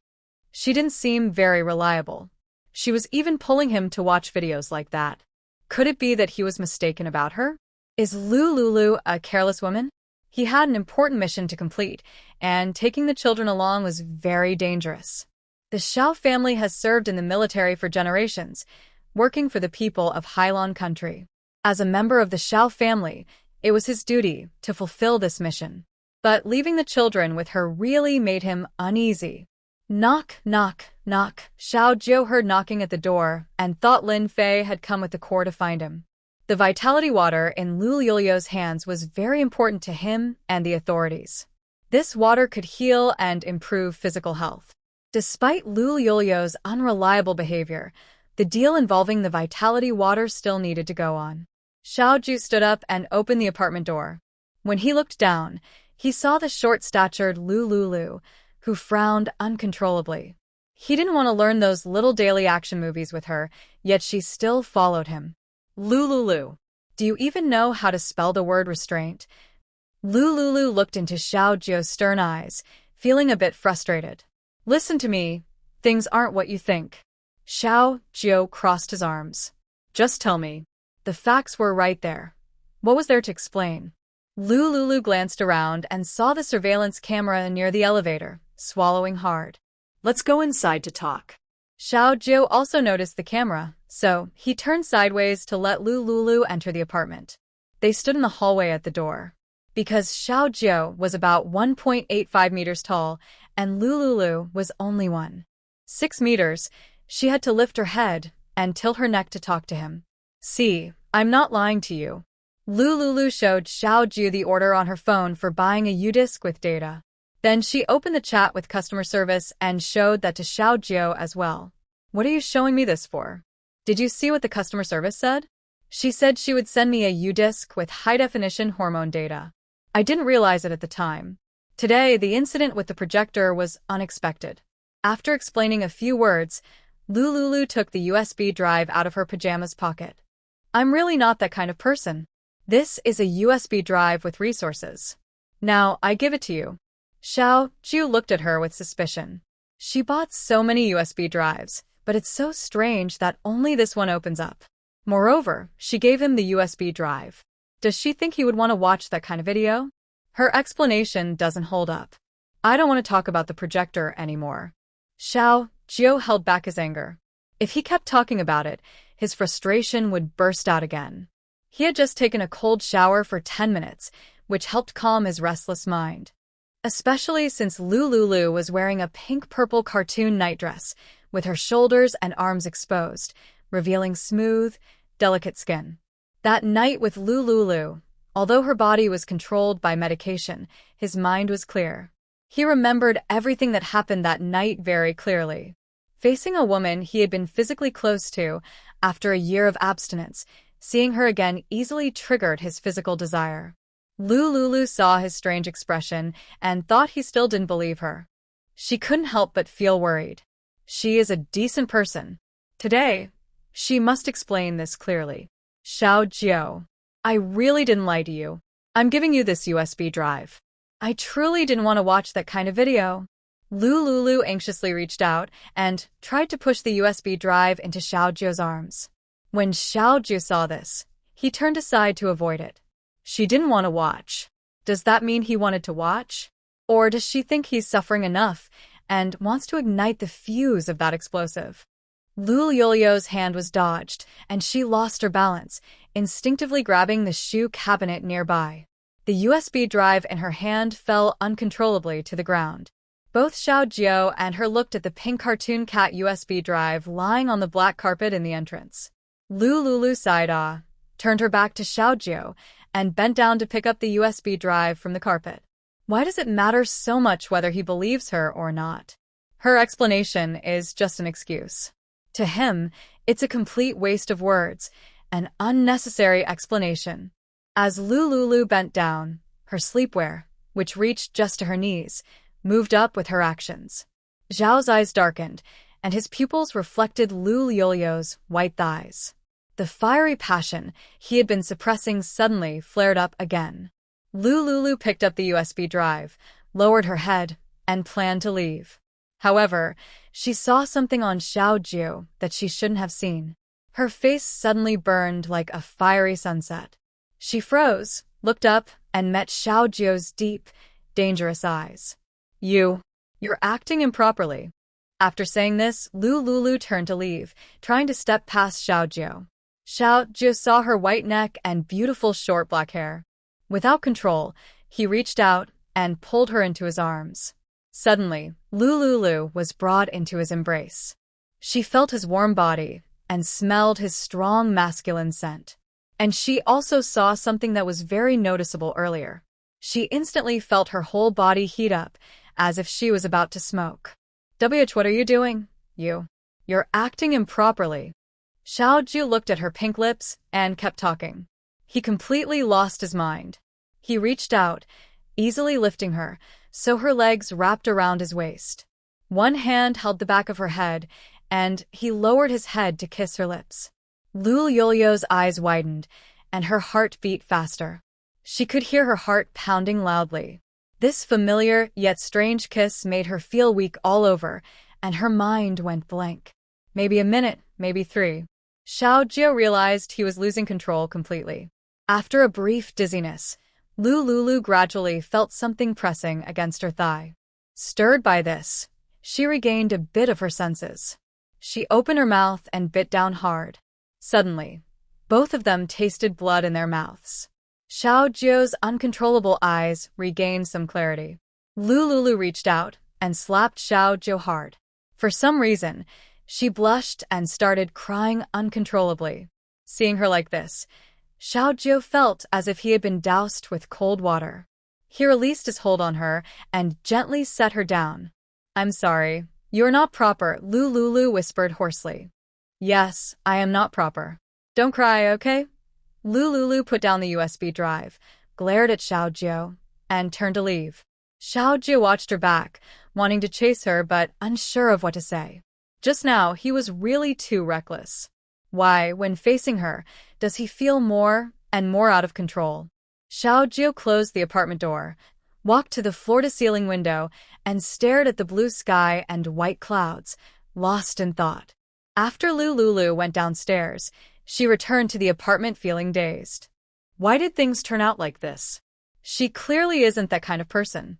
She feels no fluttering in her heart when she sees other men.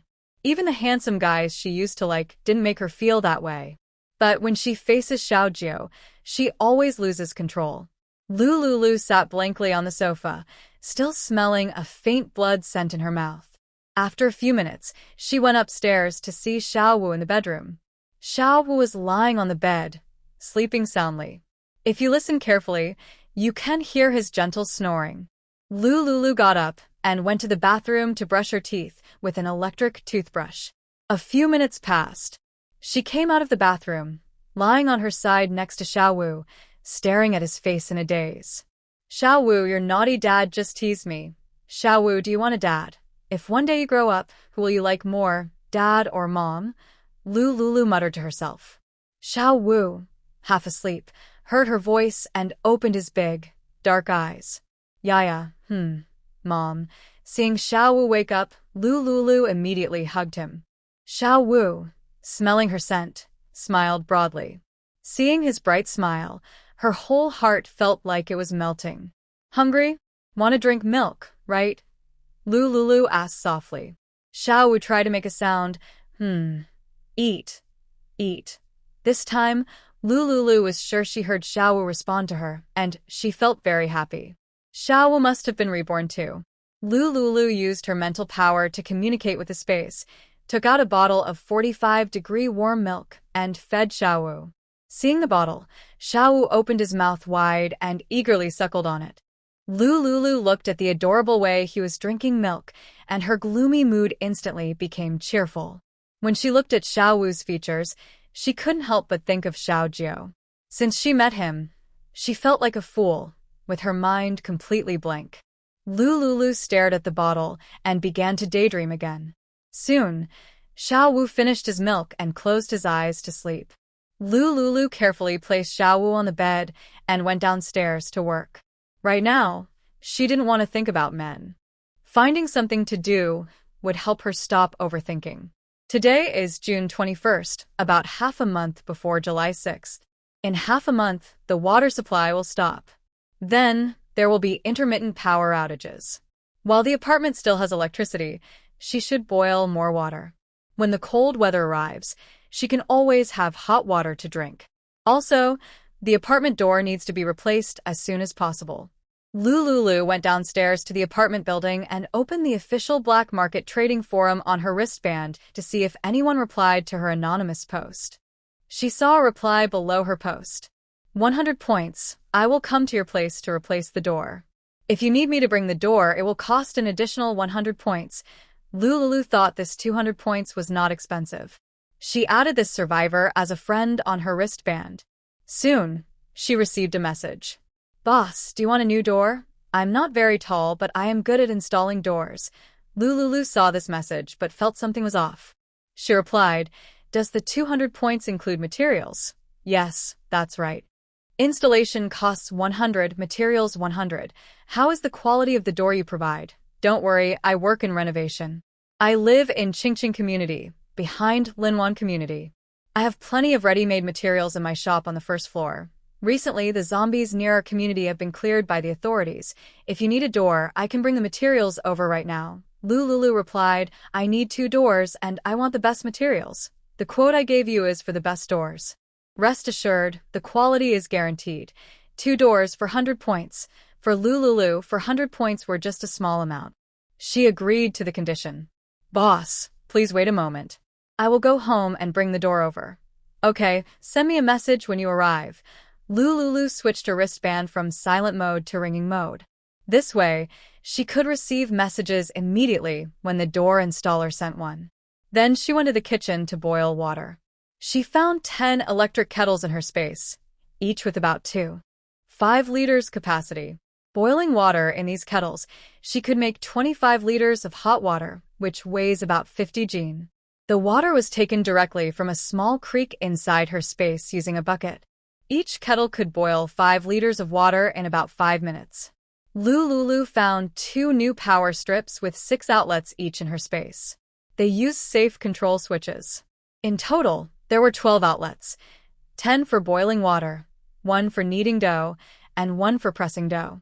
About an hour later, her wristband received a message from the door installer. She sent him her apartment address. Then she stored all the used kettles back into her space. The boiled water was stored in high-temperature resistant containers. She had some stainless steel containers, some of which were empty and used temporarily for hot water. Lulu went to the study at the door, locked it, and took the key off. She placed the key in a cabinet at the entrance. After finishing these tasks, she waited a few minutes until she received a message from the installer. "Boss, there are official personnel at the door. I am not a resident of the apartment, so I can't get in. Wait a moment, I will come down to meet you." Lulu went downstairs and saw a somewhat shady-looking man standing at the apartment entrance. He was about 30 years old, with a small cart behind him carrying 2 doors and tools needed for installation. "Boss, you called me to install the door, right?" Lulu was half convinced. "Let's go." They arrived at the apartment door. "Boss, I need an outlet, or my power tools won't work." Lulu turned back to the apartment, took a power from her space, plugged it in at the entrance, and handed it to the man installing the door. The slightly creepy man, holding tools, plugged in the power and started to break the door. Buzz, buzz, buzz. The electric device began working. In just a few minutes, the original apartment door was quickly taken down. Lulu wrinkled her nose. It really is unsafe everywhere, especially when dealing with professionals like this. They can open the door in no time. Next door, Zhang-yi, who was water purifying, heard the loud noise of the electric device and went out to check. As she stepped out, she saw the door installer working. Zhang-yi silently stood with Lulu at the door, watching him install the new door. The man installing the door was as boastful as he claimed, and his skills seemed good. About 20 minutes later, he finished installing the new door for Lulu.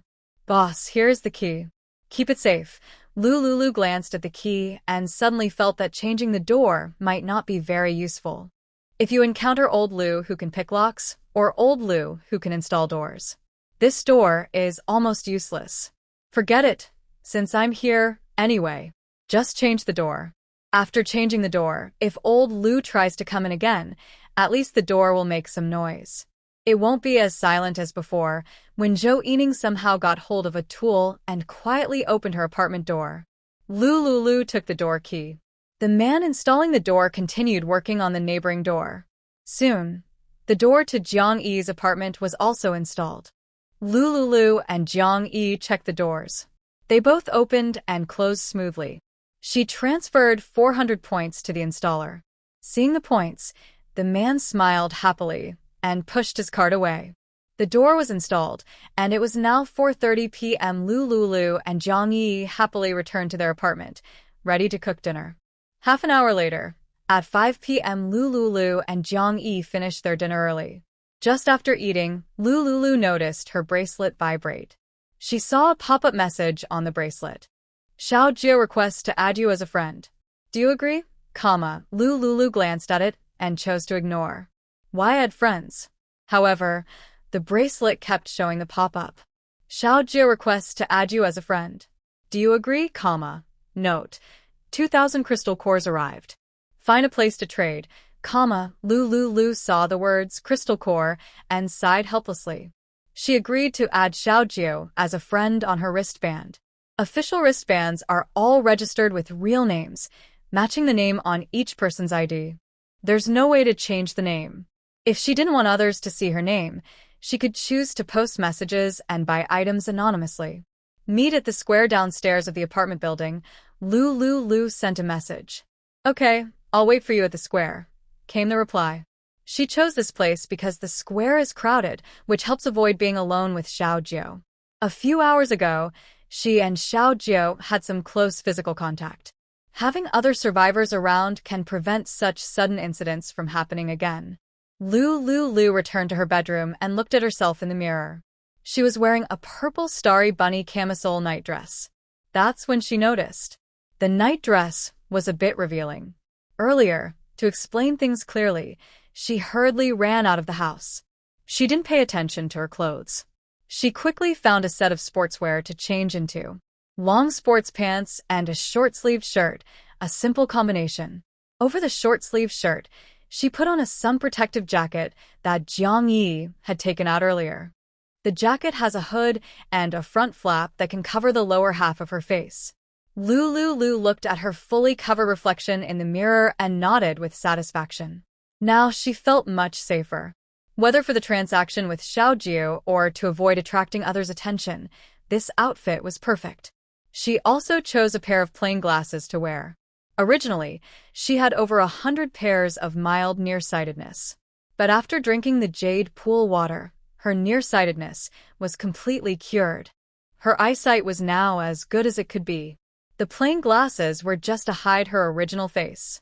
Lu carried her usual white canvas bag, put on her sneakers. Then she washed her hands and found a 5-liter bottle of mineral water in her space. She unscrewed the red cap and added 1 drop of jade pool essence. 1 drop of essence could produce 5 liters of diluted vitality water, enough for about 10 jin, roughly 5 kilograms. This super vitality water, worth 20,000 crystal cores, was freshly made. To avoid suspicion, she deliberately tore off the outer packaging of the mineral water, pretending it was an already used water bottle. This large bottle of mineral water is quite valuable. Then, she carried the mineral water back and forth, making sure the liquid in the jade pool and the mineral water were well mixed. Next, she opened the apartment door and turned to go downstairs. Jiang Yi watched her with some worry, carrying the water.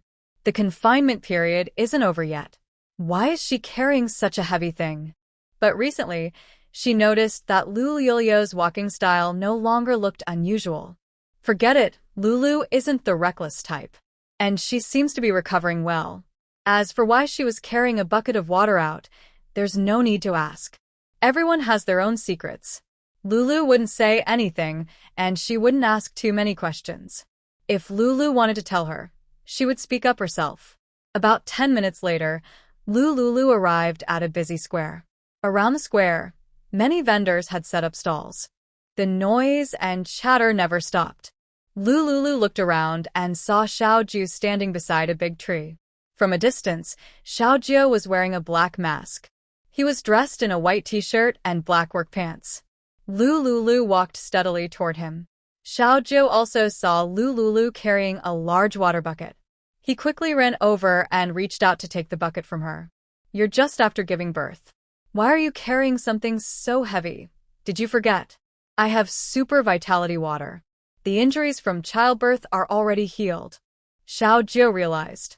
The effects of super vitality water are indeed powerful. It can heal scars left from years ago and even improve the body's limits. All right, what you're holding is vitality water. Now, give me the crystal core. Xiaojiu's mouth twitched. Last time, he at least wrapped the super vitality water before trading. This time, he didn't bother to hide it, just carried a water bucket for the trade. Xiaojiu took out a metal box from his black sports bag. The crystal cores are all here. Also, recently, water pollution has become serious. The authorities developed a new water purifier. I'll give you 2 as a gift. Xiaojiu said this and took out a black plastic bag from his bag, handing it to Lulu. A new type of water purifier? Lulu wasn't very interested in this. The small creek in her space had endless water. But Jiang Yi couldn't do that. With such hot weather, not bathing for a day made her smell sweaty. The water purifier in the apartment could only purify a small amount of water and had a slow flow rate, enough only for daily drinking. Living water was still quite limited. At least, that was how it seemed on the surface.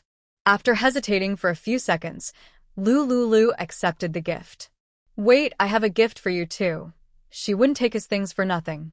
Lulu reached into her canvas bag, used her mental power to connect to her space, found the previously stored fruit platter, packed 2 boxes into a plastic bag, and took them out through the bag.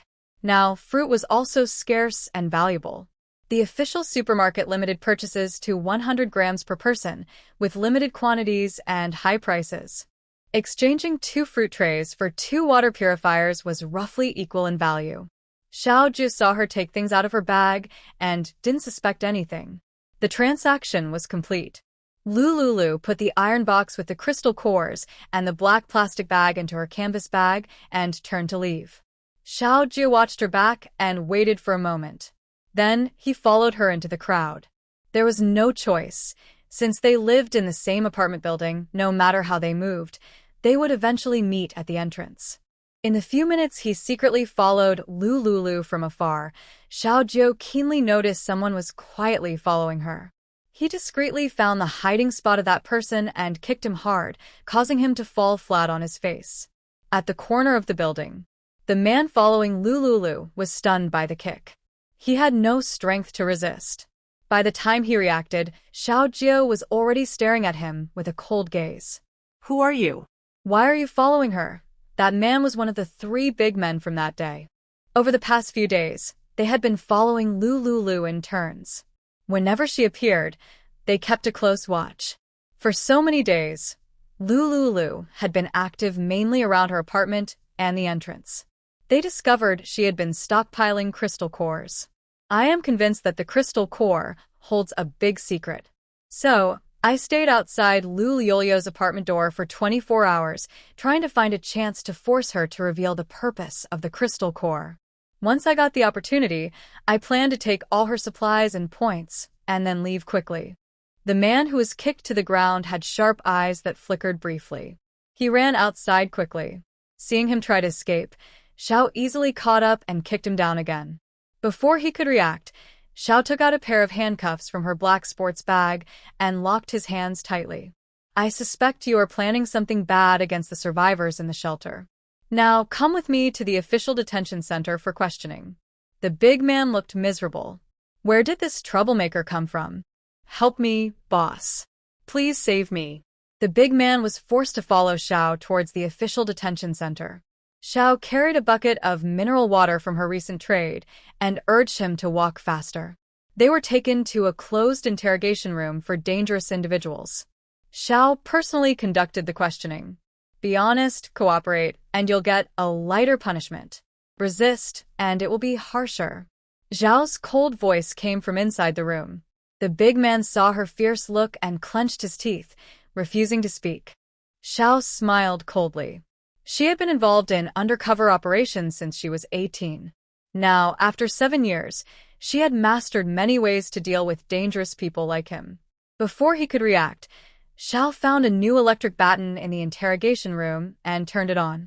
A crackling sound filled the room, with white sparks flashing. The big man's face turned pale at the sight of the electric baton. You're using violence. I don't accept this. I'll complain. It seemed he didn't understand the situation. This is the end of the world, not the peaceful world you think it is, Xiao said coldly.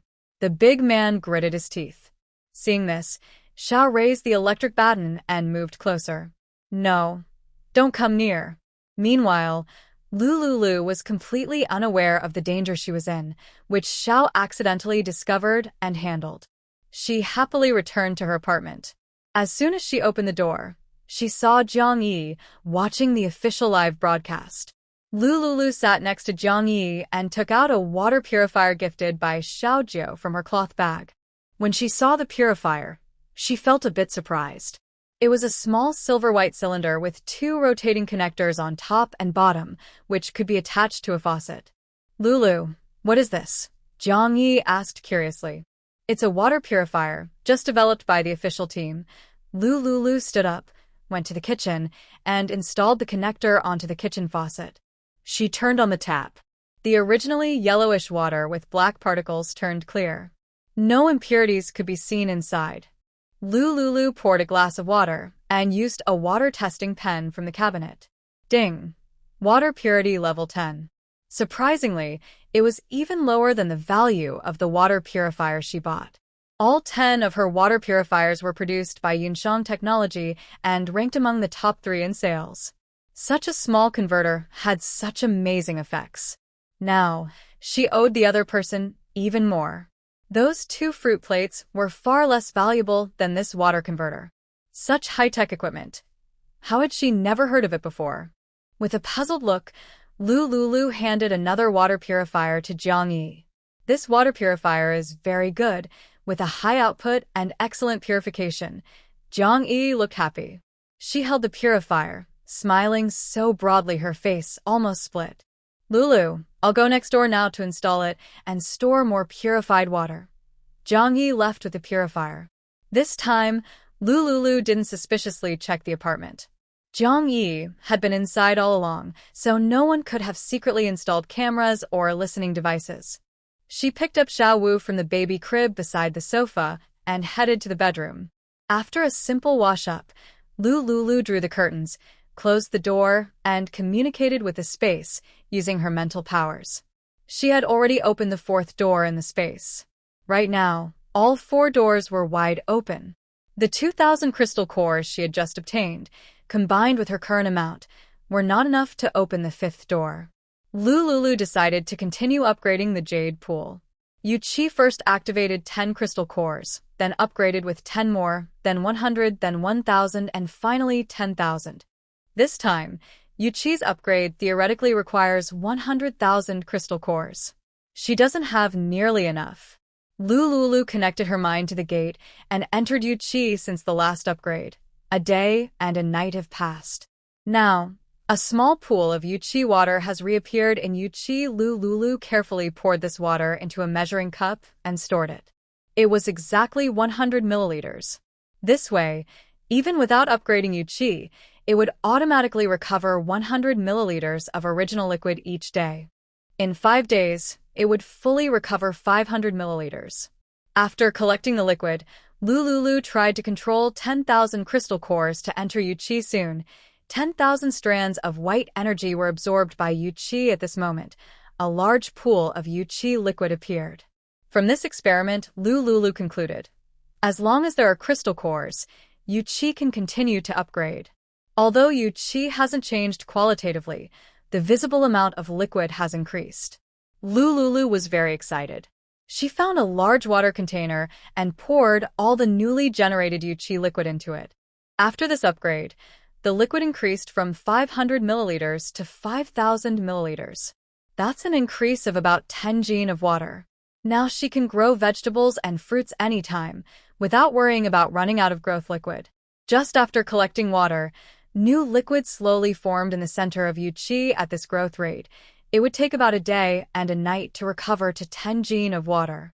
Indeed, investing in upgrading Yuqi is very profitable. The remaining 10,000 crystal cores, Lulu invested into the second gate. The second gate's planting area also expanded. Both land and water crops doubled in size. There are 90 plots of land for land crops and 90 for water crops. After upgrading the second gate, her crystal cores were running low. At this moment, the crops inside the second gate were nearly mature.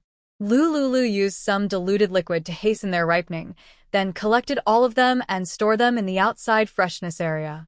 She didn't plan to eat the fruits she originally bought. Most of the fruits have been treated with chemicals, so they're not very healthy. When I have free time, I will slowly exchange them for other supplies. She loves strawberries the most because they look nice and taste good. So, she found strawberry seeds and planted them in the land crop area. Then, she added diluted Yuqi original liquid. Soon, the strawberry seeds took root, sprouted, and started to flower and bear fruit. In almost no time, all the strawberries ripened. Lulu immediately used her mental power to pick all the strawberries from the grid. They were super big strawberries. Each one weighed about a pound. She felt her mouth watering. Lulu hurriedly collected all 2,700 strawberries from the 90 planting plots and stored them in the space's freshness zone. She took out a strawberry and held it in her hand. She had never seen such a big one before. Just looking at it made her feel very satisfied. These strawberries were very clean.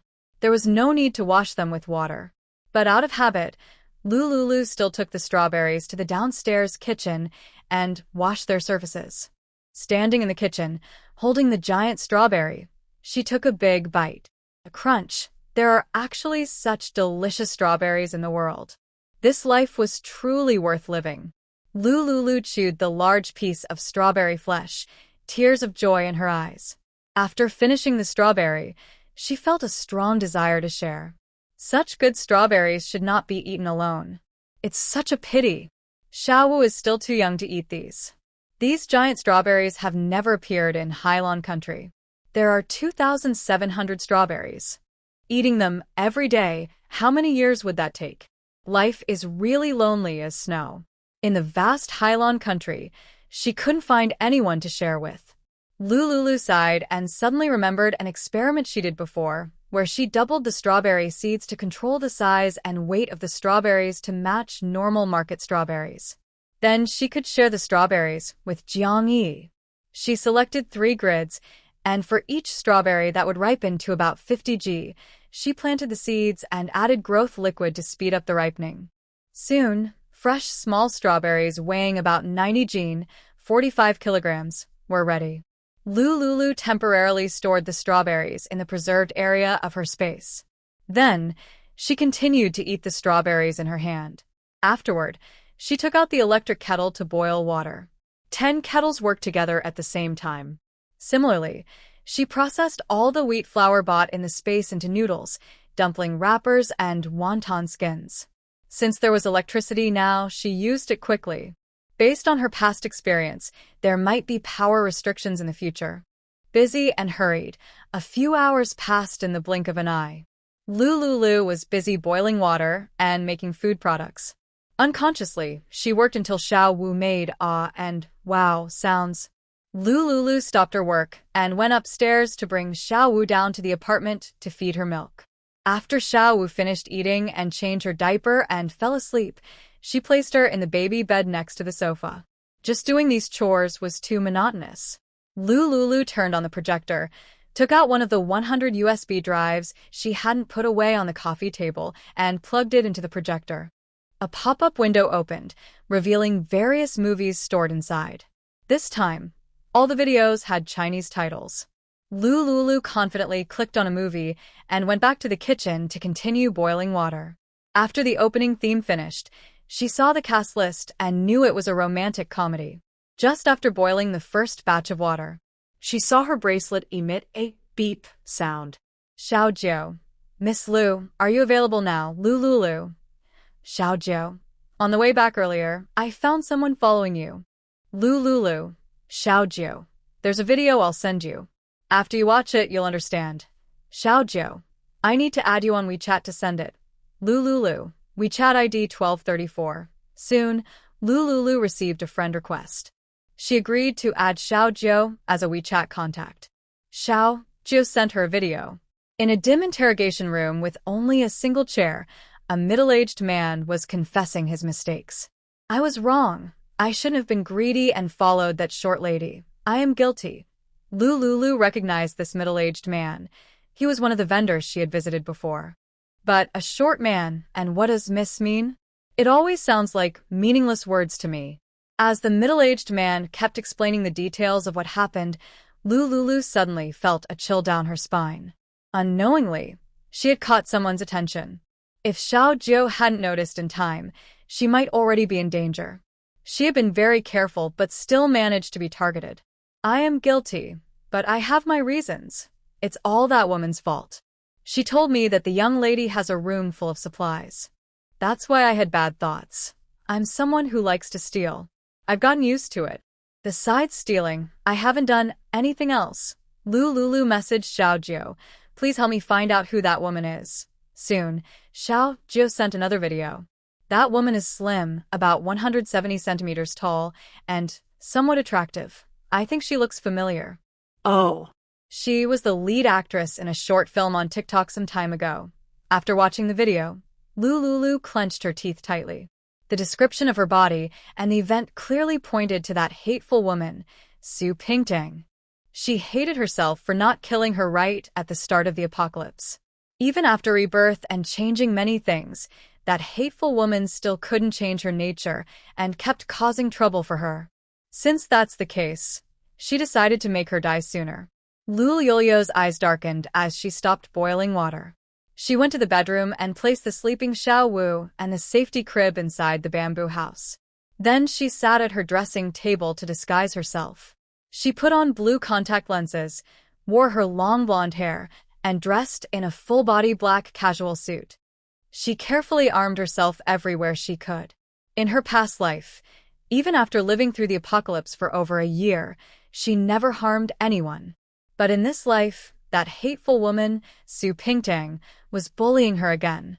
She had to make a choice.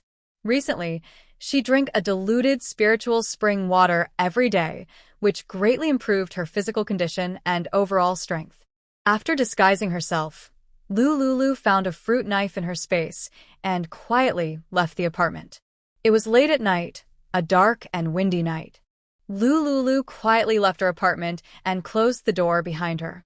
For this mission, she turned off all her phones and bracelets to silent mode to avoid unnecessary trouble from sudden messages. Just a few minutes after she went downstairs, she ran into Xiaojiu, who had just come out of the official interrogation room. Under the moonlight, the two looked at each other. The noisy crowd around the square seemed to freeze instantly. Lulu was momentarily stunned, then she continued walking forward with a blank expression. Her destination was the official housing rental center. She planned to find out exactly where Su Pingting lived and look for a chance to act. As for what she did to her in her past life, she would make her taste it before she died, and let her die with pain and regret. Xiao Jiu saw Lulu, was surprised at first, then looked at her walking ahead without turning back. Her walking style was a bit awkward, like a little duck. Xiao Jiu remembered her familiar eyes and immediately realized who she was. It was Lulu. He quickly caught up and reached out to stop her. "Miss Lu, it's so late. Where are you going? Let go of me. I don't need your help." In Xiao Jiu's eyes, there was a hint of sadness.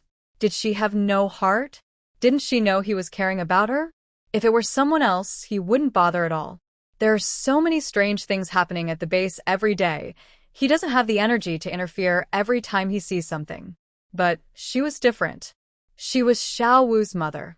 And tonight, did she know someone was watching her? The person caught tonight, along with 2 accomplices. When the authorities found out where the other 2 were, they had already disappeared. In such a short time, those 2 couldn't have gone far. According to official investigations, these 3 had criminal records. One was a offender, one a thief, and one a fugitive murderer. The person caught was a thief wanted by City A authorities. These 3 had forged IDs and sneaked into the shelter. Now, the 2 most dangerous ones were still hiding in the dark. The large Lin Yuan shelter now has a population of 80,000 people. Finding those 2 individuals among such a big group is not easy. It's very likely that the 2 who disappeared will come back to seek revenge. "No, you must come with me today." Xiao Jiu stubbornly grabbed Lulu, trying to take her back to the apartment. Lulu forcefully shook off Xiao Jiu's hand. "Who do you think you are to tell me what to do? Who are you to control me? On what grounds do you have the right to boss me around?" Lulu asked him 3 questions in a row, leaving Xiao Jiu stunned. What kind of authority does he have to manage her? Xiao Jiu frowned tightly. "They have 2 accomplices who escaped. You can't go out. Come back to the apartment with me. Let go of me." Xiao Jiu once again grabbed Lulu's arm. Lulu tried hard to shake his hand off. But in the next second, Xiao Jiu picked her up. Lulu was momentarily confused, but after a few seconds, she reacted. "Quickly put me down." Lulu stretched out her hands and tried to scratch Xiao Jiu's arms. Xiao Jiu held her with one arm and kept her 2 hands tightly restrained with the other. Lulu immediately felt furious. She struggled fiercely in his arms, but found it useless. Even though her physical strength had increased several times, why was she not stronger than an ordinary man like Xiao Jiu? She drank the jade pool water, which was the first diluted solution. What she gave Xiao Jiu was multiple diluted versions. How could Xiao Jiu possibly be stronger than her? Lu Yolio's face turned red with anger. Her mind was filled with rage, and impulsively, she bared her white teeth and bit down Xiao Jiu's arm. However, Xiao Jiu just frowned slightly and quickened his pace toward the apartment. Seeing that this method was useless, Lulu continued to bite wherever she could reach on Xiao Jiu. Xiao Jiu was annoyed by her biting. Are you a dog? Bah. You're the dog. Let me down now. Lulu noticed that many people in the square were watching and observing them. Since the apocalypse began, many strange people have appeared in the shelter. However, people like them, who hug and hold each other in front of so many others, I didn't see anyone doing that at this time or place. Come back to my apartment with me, and I'll let you go. Lulu didn't want the survivors on the street to see her being played with, so she nodded reluctantly. Okay, I'll go back with you. Xiao Jiu put Lulu down. Let's go back. The two of them walked side by side back to the apartment. Two men hiding in the dark, waiting for a chance, saw Lulu with someone and had to retreat into the shadows. Lulu and Xiao Jiu had only taken a few steps when suddenly they heard a voice behind them. Brother Jiu, I need to talk to you. Hearing this, both Lulu and Xiao Jiu turned around. They saw Zhou Yining walking toward them with a blank expression. Lulu felt annoyed just seeing her and rolled her eyes. Without a doubt, Xiao Jiu, who always meddles in others' affairs, immediately asked, Yining, what's the matter? What's the matter? Xiao Jiu asked. This time he guessed wrong. Xiao Jiu, this big fool, didn't even call her Yining. It was truly surprising. Brother Jiu, let's talk at your apartment, Zhou Yining said with red eyes. Just now, she was at the square handling some matters.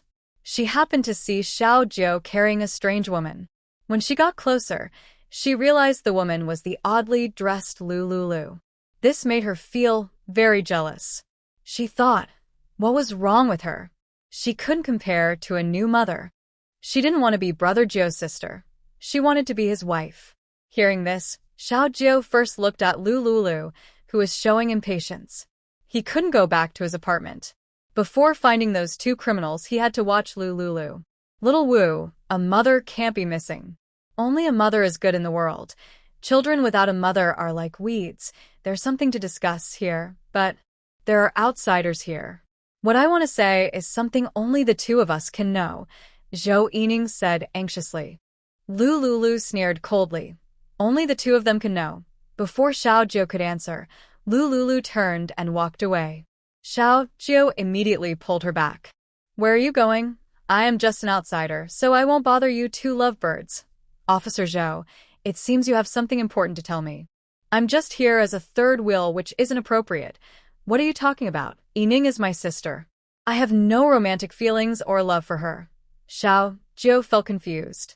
When Zhou Yining heard Xiao Jiu only saw her as a sister, she clenched her fists tightly, her eyes seeming to shoot fire. Yining? Sister. Lulu softly sang. How many good sisters do you have? Are they all so worn out? Xiao Jiu. What is Lulu thinking about all day? And Yining, why did she come out and cause trouble now? Yining, go back first. If anything, send me a message. After saying that, Xiao Jiu pulled Lulu toward the apartment. Yining saw Xiao Jiu holding Lulio's arm tightly, her lips pressed together, hot breaths coming from her nose. Wait, I want to go with you. Yining quickly caught up with Xiao Jiu and Lulu. Miss Lu, it's late at night. What are you and Brother Jiu doing pulling and tugging like that? If I remember correctly, you have a child and a family. From now on, you'd better stay away from Brother Jiu. Otherwise, your husband might see and it wouldn't look good. Lulu. Xiao Jiu. Did you hear me, Mr. Xiao? I'm a married woman with a child and a family. If you pull and tug at me like that and my husband sees, what will he think? Xiao Jiu, let go. Let's go. Lulu. Where is your husband from? Xiao Wu is my child, and there's no mistake.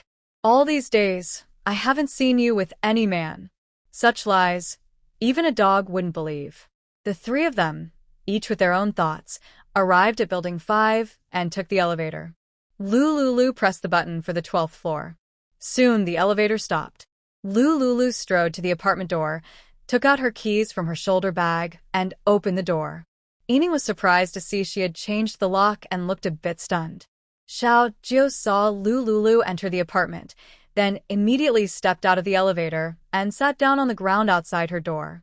Zhou Yining saw Xiao Jiu looking like that, feeling both angry and worried. Juji, come back with me. I can't go. Yining, just go back. Seeing Xiao Jiu refuse to leave Lu Liu's door, Zhou Yining got very angry. What is Juji doing? Why is he so interested in Lu Lulu? Staying late at night outside a married woman's door, is he trying to imitate that Chaoa man who admired a married woman? If you don't go, I won't go either. As soon as Zhou Yining finished speaking, the bracelet on her wrist kept vibrating. She opened the message and saw a message from the commander of the logistics headquarters in City A. Comrade Zhou, the supplies being moved to City A will arrive in 10 minutes. Please send someone to receive them quickly. Zhou Yining hesitated for a few seconds, then decided to leave. She didn't believe that Lu Lulu, a married woman, could catch Juji's interest. Although she admired Xiao Jiu, she was also an official worker of the Blue Sea country. She held an important position, responsible for managing and distributing supplies. This was her job, related to the survival of the shelter's survivors. Right now, counting the supplies was the most urgent task. Xiao Jiu was sitting outside Lu Liu's apartment door. After Lu Lulu returned home, she looked at the time. It was 7:30 p.m. She had already decided to send Su Pingtian to see the King of Death as soon as possible. She wouldn't leave so easily. Lu Lulu sat in the apartment, waiting for a few minutes. She stood up and secretly looked outside through the peephole. The view through the peephole was limited, and she saw no one nearby. So Lu Lulu opened the door, looked around, and at first glance saw no one. Miss Lu, where are you going? Hearing the voice, she looked toward it and saw Xiao Jiu sitting behind her apartment door. Mr. Xiao, what exactly do you want to do? There are 2 accomplices with that person. Before I catch them, I won't let you leave the apartment, Xiao Jiu said firmly. Seeing his serious expression, Lu Lulu felt nervous inside. Xiao Jiu said there was a repeat offender and a murder. From his look, he didn't seem to be lying. He had no reason to lie to her. But why was he so concerned about her safety? Does he have nothing else to do? Lu Lulu started to suspect that Xiao Jiu might have recognized her. Even if he did recognize her, it wouldn't make him pay special attention to her just because of that night. Someone like Xiao Jiu, with his status, could easily find a beautiful woman to be with. Especially now, as long as he wanted, many online celebrities and minor stars would be eager to be close to him. Lu Lulu remained suspicious. She looked at Xiao Jiu sitting on the ground at the door and slowly said, "You should go. I won't leave the apartment these days. Let me know when you catch his 2 accomplices. And thank you. Lu Lulu is not someone who can't tell right from wrong."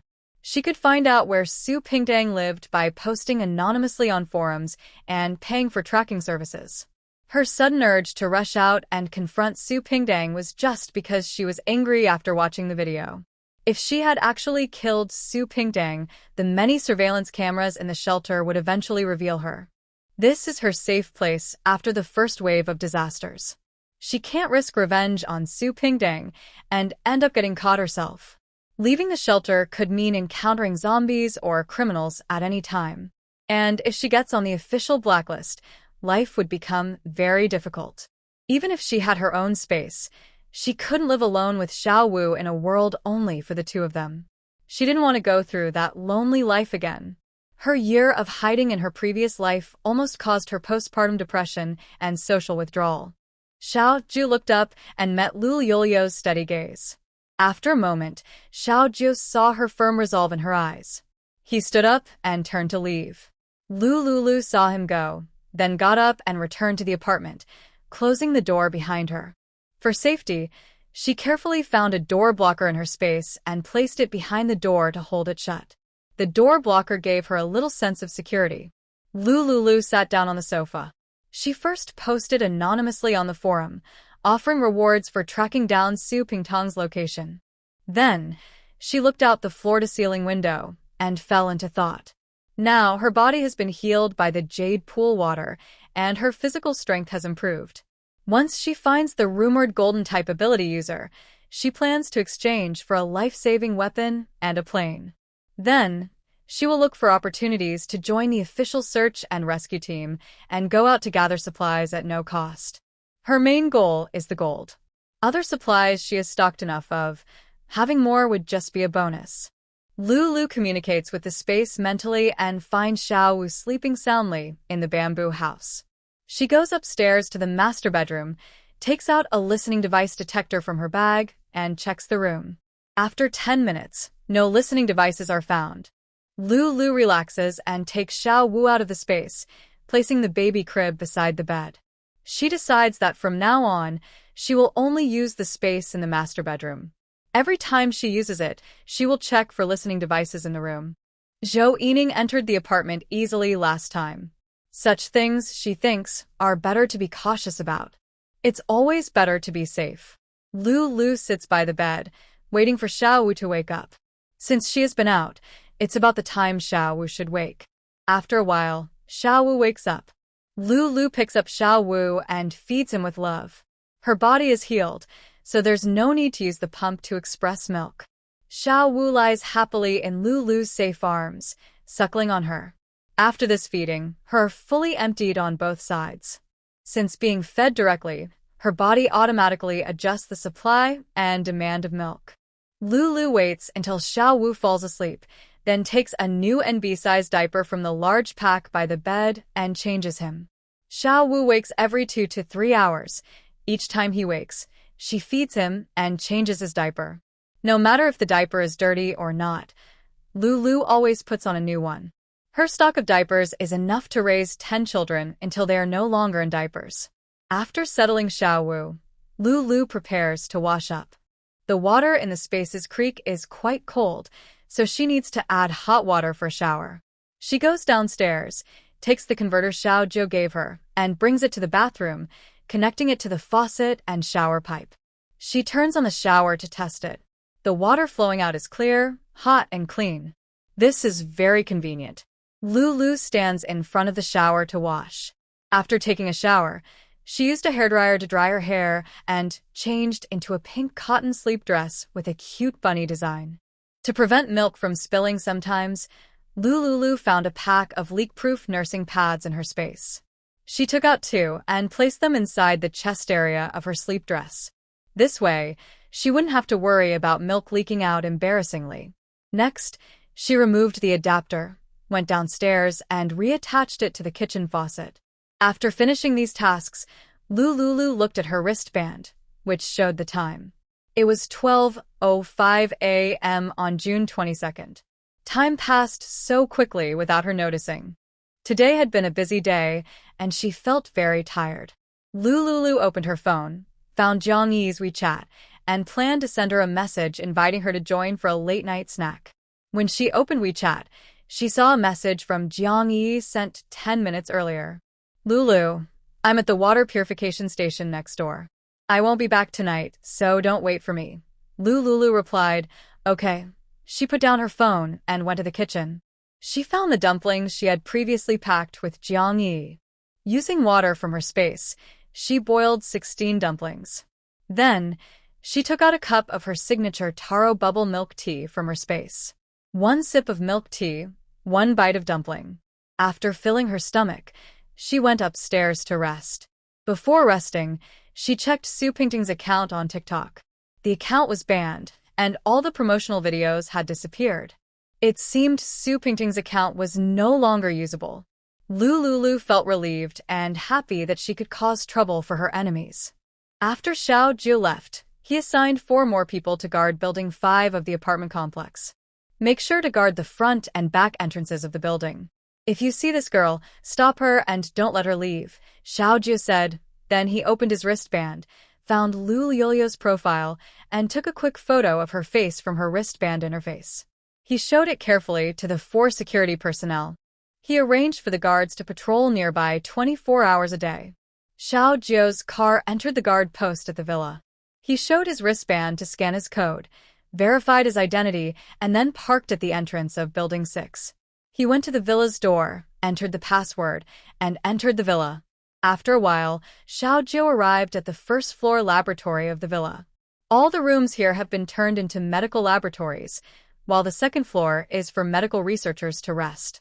Xiao Jiu entered the lab and saw Lin Fei, dressed in a white coat, working with a group of people on experiments.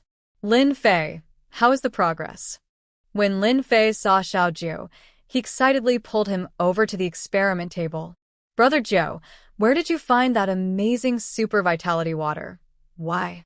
Is this liquid related to your research? Brother Jiu, take a look at this first. Lin Fei turned on the projector in the lab and inserted a USB drive. Soon, a video appeared on the projector. In the video, Lin Fei took out a broken zombie crystal core and fed it to a small white rabbit used in the experiment. After a while, the rabbit collapsed in its cage. A little later, the rabbit shakily stood up, showing its large front teeth, and bit into the iron cage that was holding it. The cage, which looked like it was made of paper, was easily bitten through. Lin Fei quickly injected the rabbit with a tranquilizer needle, which he had prepared that could numb a cow. The rabbit immediately saw stars in its eyes and fell to the ground. Brother Jiu, the rabbit didn't turn into a zombie. Its teeth have evolved. After many experiments on the rabbits, we found that each rabbit's abilities after eating the crystal fragments are different.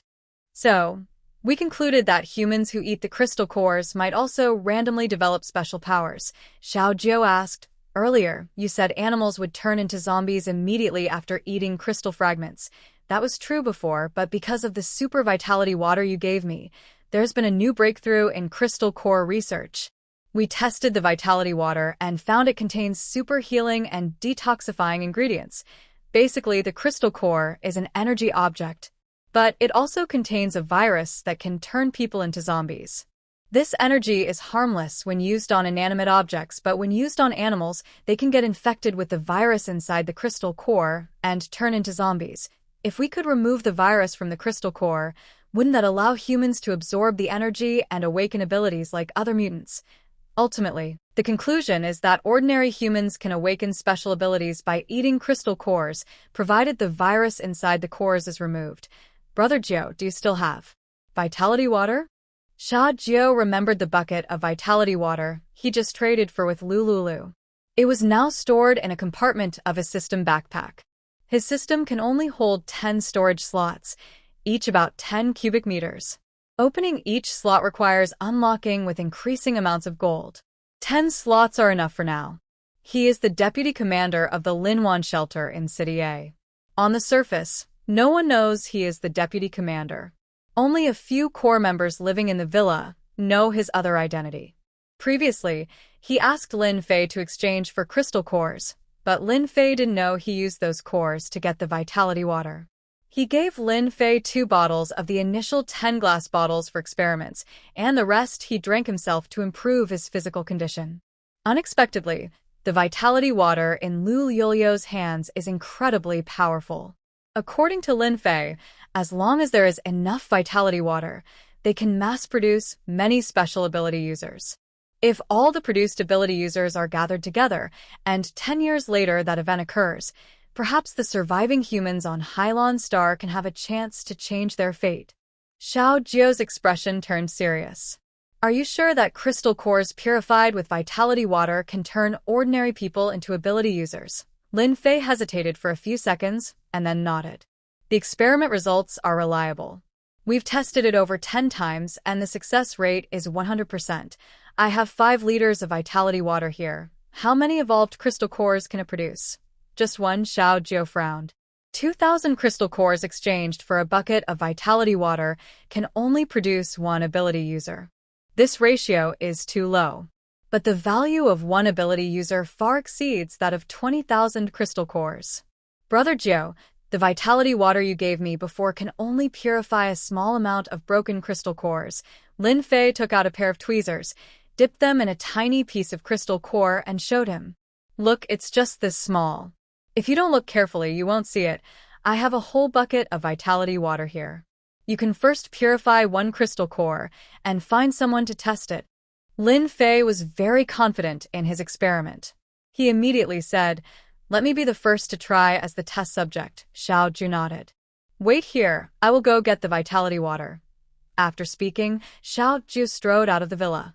He drove the off-road vehicle outside the villa, found a quiet spot without surveillance, took the vitality water from the system grid, and placed it in the front passenger seat.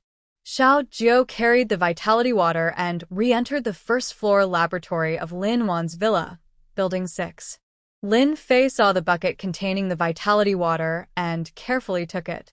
Other doctors working with him gathered to watch. On the laboratory table, Lin Fei found 2 metal boxes. He poured all the crystal cores from inside the boxes onto the table. The crystal cores spread across the lab surface and shimmered brightly under the incandescent lights. Lin Fei examined them carefully.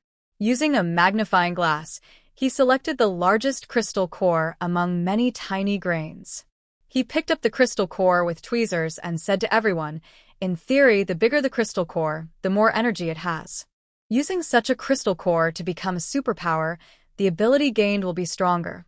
After speaking, he used the tweezers to place the crystal core into the vitality water. Everyone's eyes were fixed on the water bucket. Time passed second by second. The water level in the bucket of vitality water rapidly decreased. Once all the vitality water was absorbed by the crystal core, Lin Fei took out the crystal core, pinched it, and placed it on the testing table. No zombie virus detected. Lin Fei and the others heard the smart voice announcement and looked surprised. Indeed, as long as there is enough vitality water, it can completely remove the virus from a full zombie crystal core. Lin Fei looked at Xiao Zhu and said slowly, "Brother Zhu, if I happen to fail in awakening, please bury my body in a beautiful mountain and clear water place." Xiao Zhu. Seeing Xiao Zhu's serious expression, Lin Fei chuckled. "Just kidding.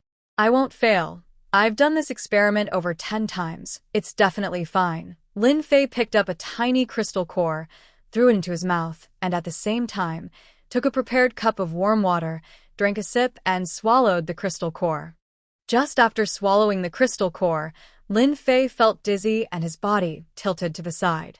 Xiao Zhu reacted quickly, supporting Lin Fei. Next to the doctors in white coats, 2 people came out and helped Xiao Zhu carry Lin Fei to the lounge on the 2nd floor of the apartment for rest. Other researchers crowded into the lounge. To be safe, Lin Fei was tightly tied to the bed with strong ropes by 2 researchers. Everyone patiently waited. After an hour, Lin Fei suddenly opened his eyes. He felt a special energy inside his body. In the next moment, Lin Fei found himself like a rice dumpling. Before others could come forward to help untie him, Lin Fei moved his fingers. An invisible wind blade appeared in his hand and instantly cut through the ropes binding him. Xiao Zhu and the researchers saw this and exchanged looks of shock and joy. They also had a chance to become amazing superpower users. "Professor Lin, how do you feel?" asked one researcher. Lin Fei sat up on the bed and smiled brightly. "I feel great. Look," Lin Fei said, pointing his finger at the white wall of the room. A seemingly invisible wind blade shot out from his hand. In an instant, it hit the white wall, creating a deep long that went into the wall. Everyone was very surprised. If this had hit a person. "Professor Lin, congratulations." Everyone reacted and congratulated Lin Fei. Xiao Zhu was also happy for Lin Fei. After the experiment, Lin Fei looked at Xiao Zhu. "Zhu Ge, where did you get the vitality water? And how much do you have?" Xiao Zhu's deep eyes darkened as he thought of Lulu. He couldn't let anyone know that the vitality water was provided by Lulu. If someone with bad intentions found out, Lulu would be in danger. "I found it at a warlord's lab in Myanmar. I still have some of this vitality water. Today is too late. I'll bring some to you another day." Besides Lin Fei, everyone looked at Xiao Zhu with eager eyes. They didn't know how much of this vitality water was left, but they all wanted to become superpower users. Right now, the base had many leaders and important people. They wondered if they would really have a chance to become superpower users. According to Xiao Team, the amount of vitality water is limited. All the researchers began to regret. Just now, why didn't they rush to be the test subjects for the experiments? Xiao Zhu paid no attention to their thoughts. If Lin Fei's theory is correct, then now is not the time to awaken superpowers. Wait a year until the zombie level reaches 10, then awaken the powers. Or find a way to feed the zombies. Feeding zombies crystal cores can make them evolve faster, reaching the highest level ahead of schedule, instead of once a month. Lin Fei, it's late. Rest early. I need to take some of the crystal cores from the lab downstairs. Lin Fei was excited. Take as much as you need. If there's not enough, go in and get more yourself. Most of these crystal cores were collected by the official team from killing zombies. They handed all of them over for his research. Now, the results are out. He ate some of the crystal cores, claiming he used them for research. The officials wouldn't investigate further. As for his research team, they are all related to the Lin family, so they wouldn't say anything. After speaking, Xiao Jiu went to the downstairs lab. He opened a cabinet filled with many metal boxes containing crystal cores. Each box holds 10,000 crystal cores. Xiao Jiu took 10 boxes, found a bag in the lab, and put all the boxes into it. By dawn, he planned to exchange the vitality water with Lulu. On June 22, 2060, at 5:30 a.m., just as the sky was beginning to lighten, the sun peeked out from the horizon. Xiao Jiu carried a paper bag and knocked on Lu Yulio's apartment door. At this time, Lulu was feeding little Wu. She heard the knocking and thought it was Jiang Yi. So, she grabbed her phone and sent a voice message to Jiang Yi. Wait at the door. I'm feeding little Wu now. I'll open the door after I'm done. Jiang Yi, busy filtering water in her apartment, received the message and was confused. She took a video of herself filtering water and sent it to Lulu. When Lulu saw the video, she realized the person knocking wasn't Jiang Yi. Who could it be? Except for Xiao Jiu, Zhou Yining, and the man who installed the door for her, no one knows she lives here. Lulu was not in a hurry to open the door. She patiently fed the baby and changed his diaper. When the baby fell asleep in her arms, she got up and went downstairs to the door. She still habitually looked outside through the peephole. At the door, she could only see a pair of long legs, and above that, only the person's chest. That familiar figure. What is he doing so early in the morning? She had promised herself she wouldn't go out these days. What's the matter? Core, transaction, vitality water, Xiao Jiu simply explained. Lulu rubbed her sleepy eyes. She couldn't refuse this reason for opening the door. She noticed she was still wearing a slip dress, so she went upstairs to her bedroom, found a white knitted jacket in the wardrobe, and put it over her pink slip dress to cover the exposed skin. This made her look more normal. After the transaction, she planned to take off the jacket and go back to sleep. Lulu went downstairs to open the door. Xiao Jiu followed her into the apartment and closed the door behind him. Lulu noticed that Xiao Jiu was dressed in a black suit today. A black t-shirt, work pants, and combat boots. She deliberately avoided looking into Xiao Jiu's deep, captivating eyes, instead focusing on his straight nose. Sit wherever you like. Lulu spoke calmly, with a very neutral expression. This was her way of convincing herself and preparing mentally. When she met other men, even the popular actor Su Fan she had seen before, her heart remained unaffected. But every time she saw Xiao Jiu, her heart would race uncontrollably. Maybe because Xiao Jiu was her first man and also the father of her child. That's why she felt so strange. Lulu tried to imagine Xiao Jiu as an ordinary trader. After this mental preparation, she felt a weight lift from her shoulders. Would you like something to drink? Xiao Jiu looked a bit strange when she asked, but as long as it wasn't honey water. Tea or coffee? Lulu found a glass in the kitchen, casually picked a tea bag, and filled it with about 7/10 hot water from the water dispenser. She placed the glass cup with tea on the coffee table in front of Xiao Jiu. Xiao Jiu looked at the green tea bag inside the glass and casually handed the crystal core to Lulu. 100,000 crystal cores, 10 barrels of energy water. Lulu was happy to hear 100,000 crystal cores. However, she felt that 10 barrels of energy water were really too much. No more pretending. It's time to be honest. It's pointless to dilute mineral water into it. Better to give it directly to Xiao Jiu so he can mix it himself.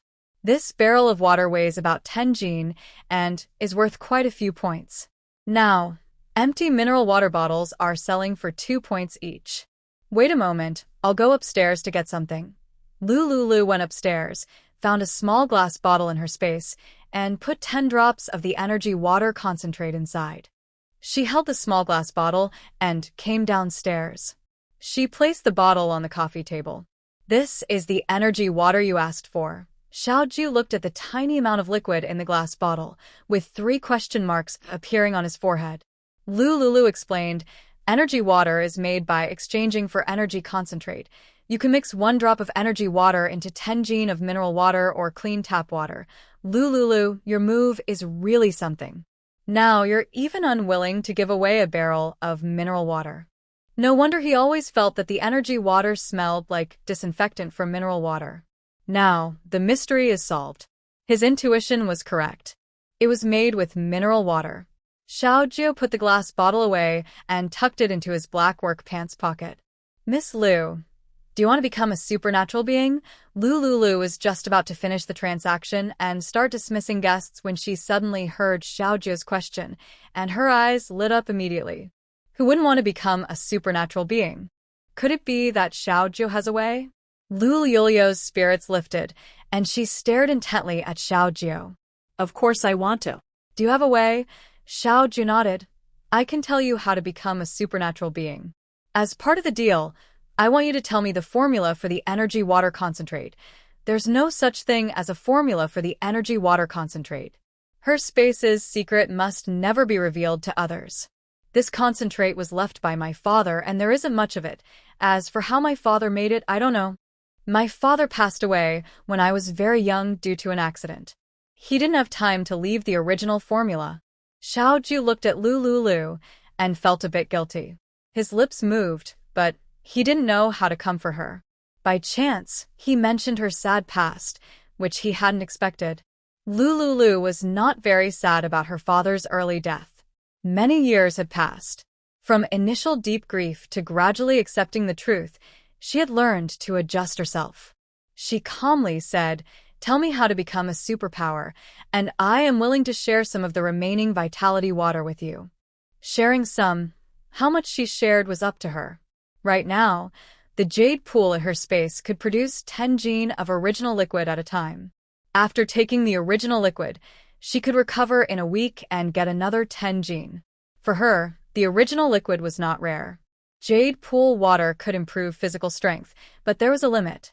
It could boost strength up to 3 times, but after that, no matter how much she drank, her physical capacity wouldn't increase further. Although the limit couldn't be raised, when feeling tired, drinking a sip made her feel refreshed instantly. It could also be used to grow crops and heal injuries. Even junk food she once avoided could now be eaten freely. After eating, drinking a diluted solution could immediately flush out toxins. If she knew how to become a superpower from Xiaoju and gave him some original liquid, it wouldn't be a problem.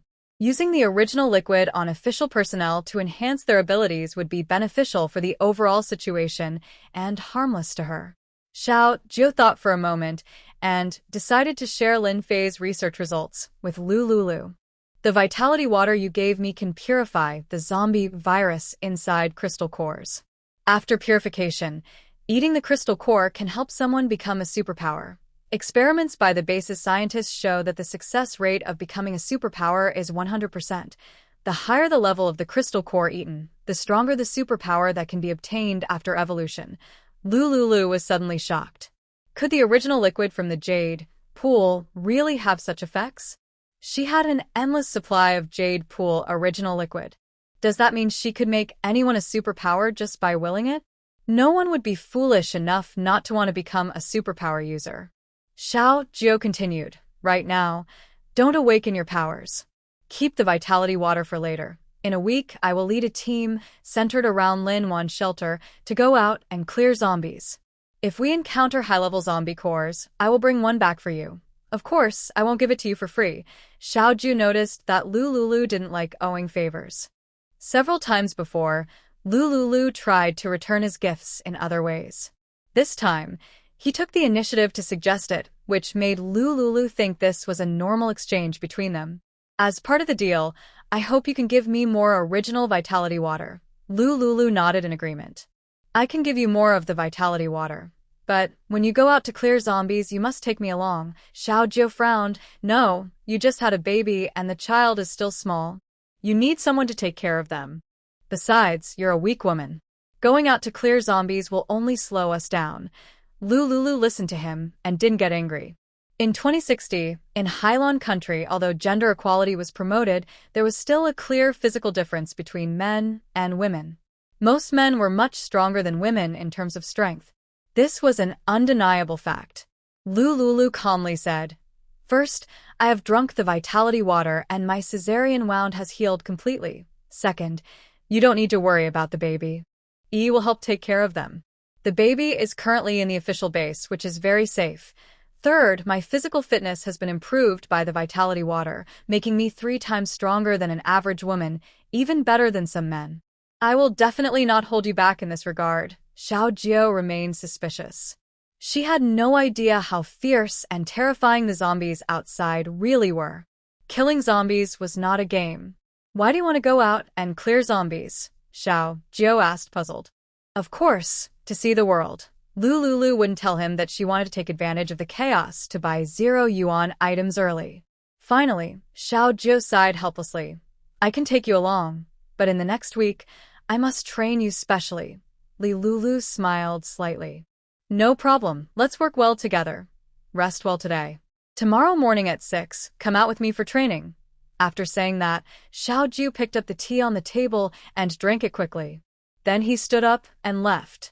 Lulu saw him off. When the apartment door closed, Lulu was very excited. It was so easy to get what she wanted. She was worried about how to find a chance to join the rescue team before the flood came. But now the opportunity had come so quickly. If she could go out with official personnel for free, it would be safer. Most rescue teams are made up of a mix of inexperienced people. They could easily be surrounded by zombies. It's very dangerous. In her past life, she participated in several rescue missions. These teams went to areas cleared of zombies by the authorities. Back then, someone was always watching the team. After getting out of the rescue vehicle, everyone was searched, and no one was allowed to secretly hide supplies.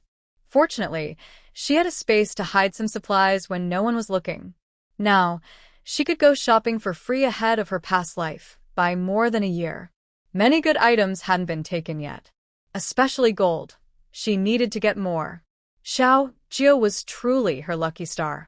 Putting aside their past romantic relationship, during this time, the information and help she received from him came just in time. Especially the news about mutants. If Xiao Jiu hadn't told her, she would never have known. She also wouldn't have thought that vitality water could change crystal cores, or that eating crystal cores could turn someone into a mutant. In her and everyone's understanding, eating a crystal core would turn you into a zombie. Although there was some exchange involved, Xiao Jiu didn't hide anything from her. He warned her that to become stronger, she needed to activate higher-level zombie crystal cores. He could have kept the secret, but he didn't. The value of this information was very high. "You're sincere with me, so I'm not stingy either." Lulu yawned and muttered to herself. "Later, I'll give you more original liquid." Thinking this, she stepped upstairs. At this time, little Wu was still sleeping. Lulu had just fed him once and was not worried about milk production. She lay on the soft bed, closed her eyes, and went back to sleep. As for the special training plans with Xiao Jiu tomorrow, she decided to think about it later. When she was a child, she had many swimming and physical training experiences under Jiang Yi's guidance. She thought that tomorrow's training session would be quite easy for her. Lulu slept for about 2 hours. At 7:30 in the morning, she started to feel her milk coming in, and at the same time, little Wu opened his eyes. After giving birth, Lulu noticed a strange phenomenon. Every time her milk came in, it was exactly when little Wu woke up.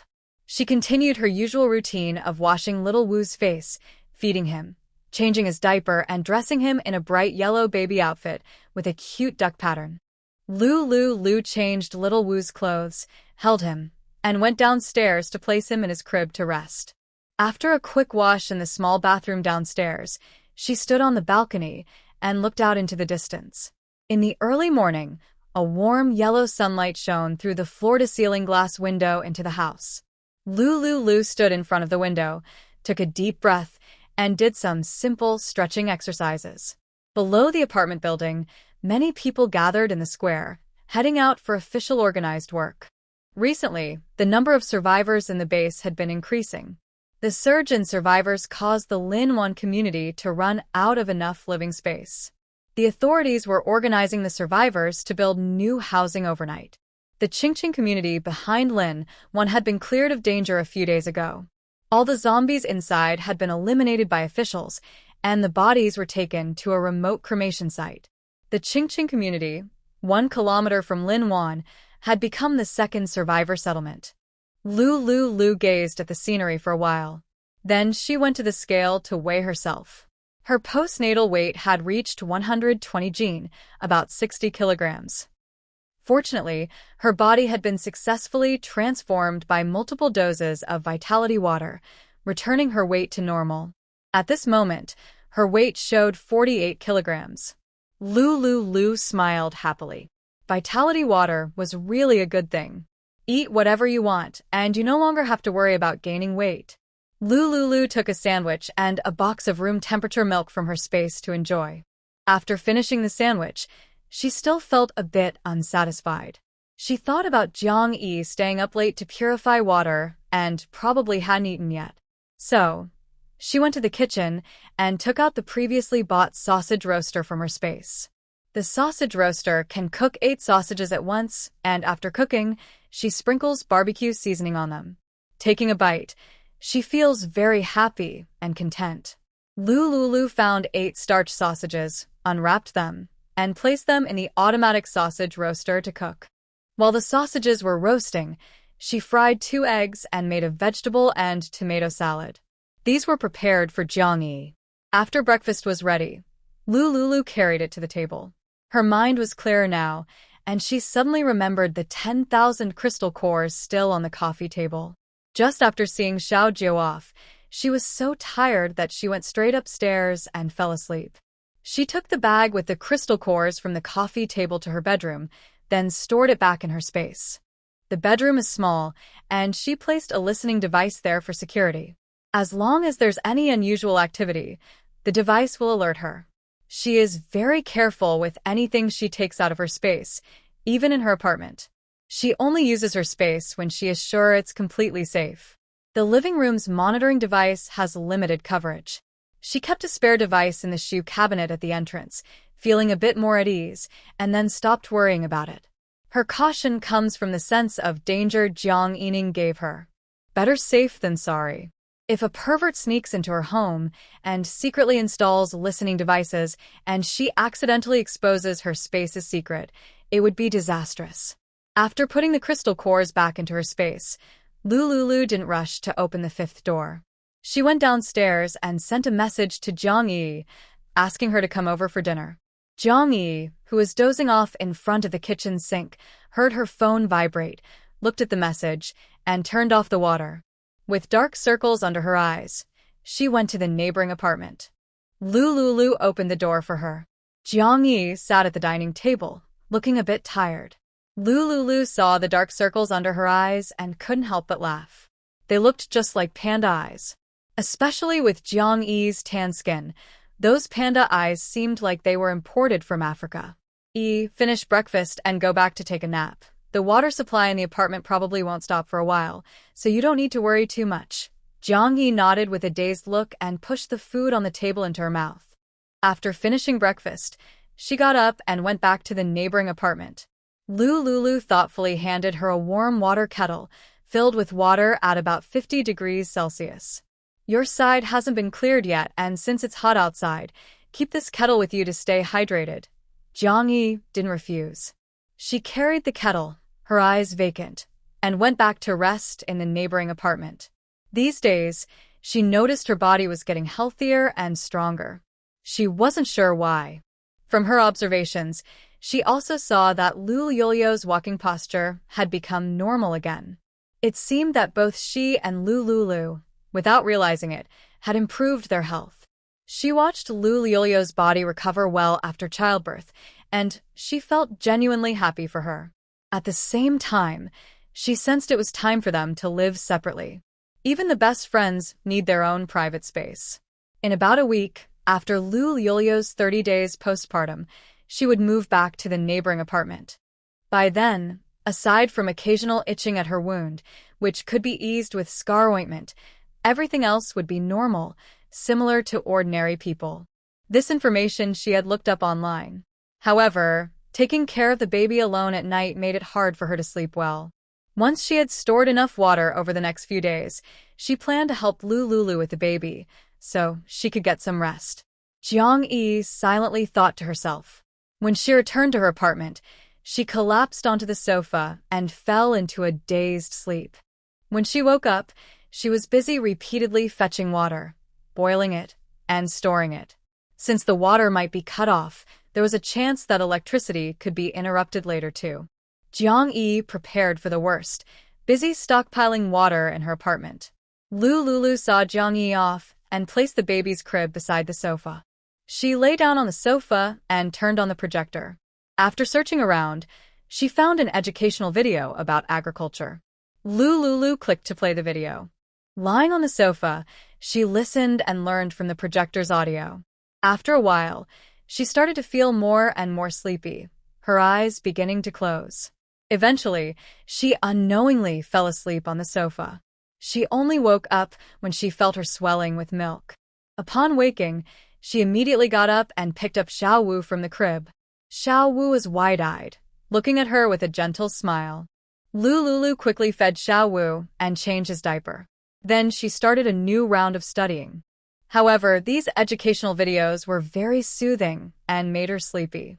Before long, she felt drowsy again.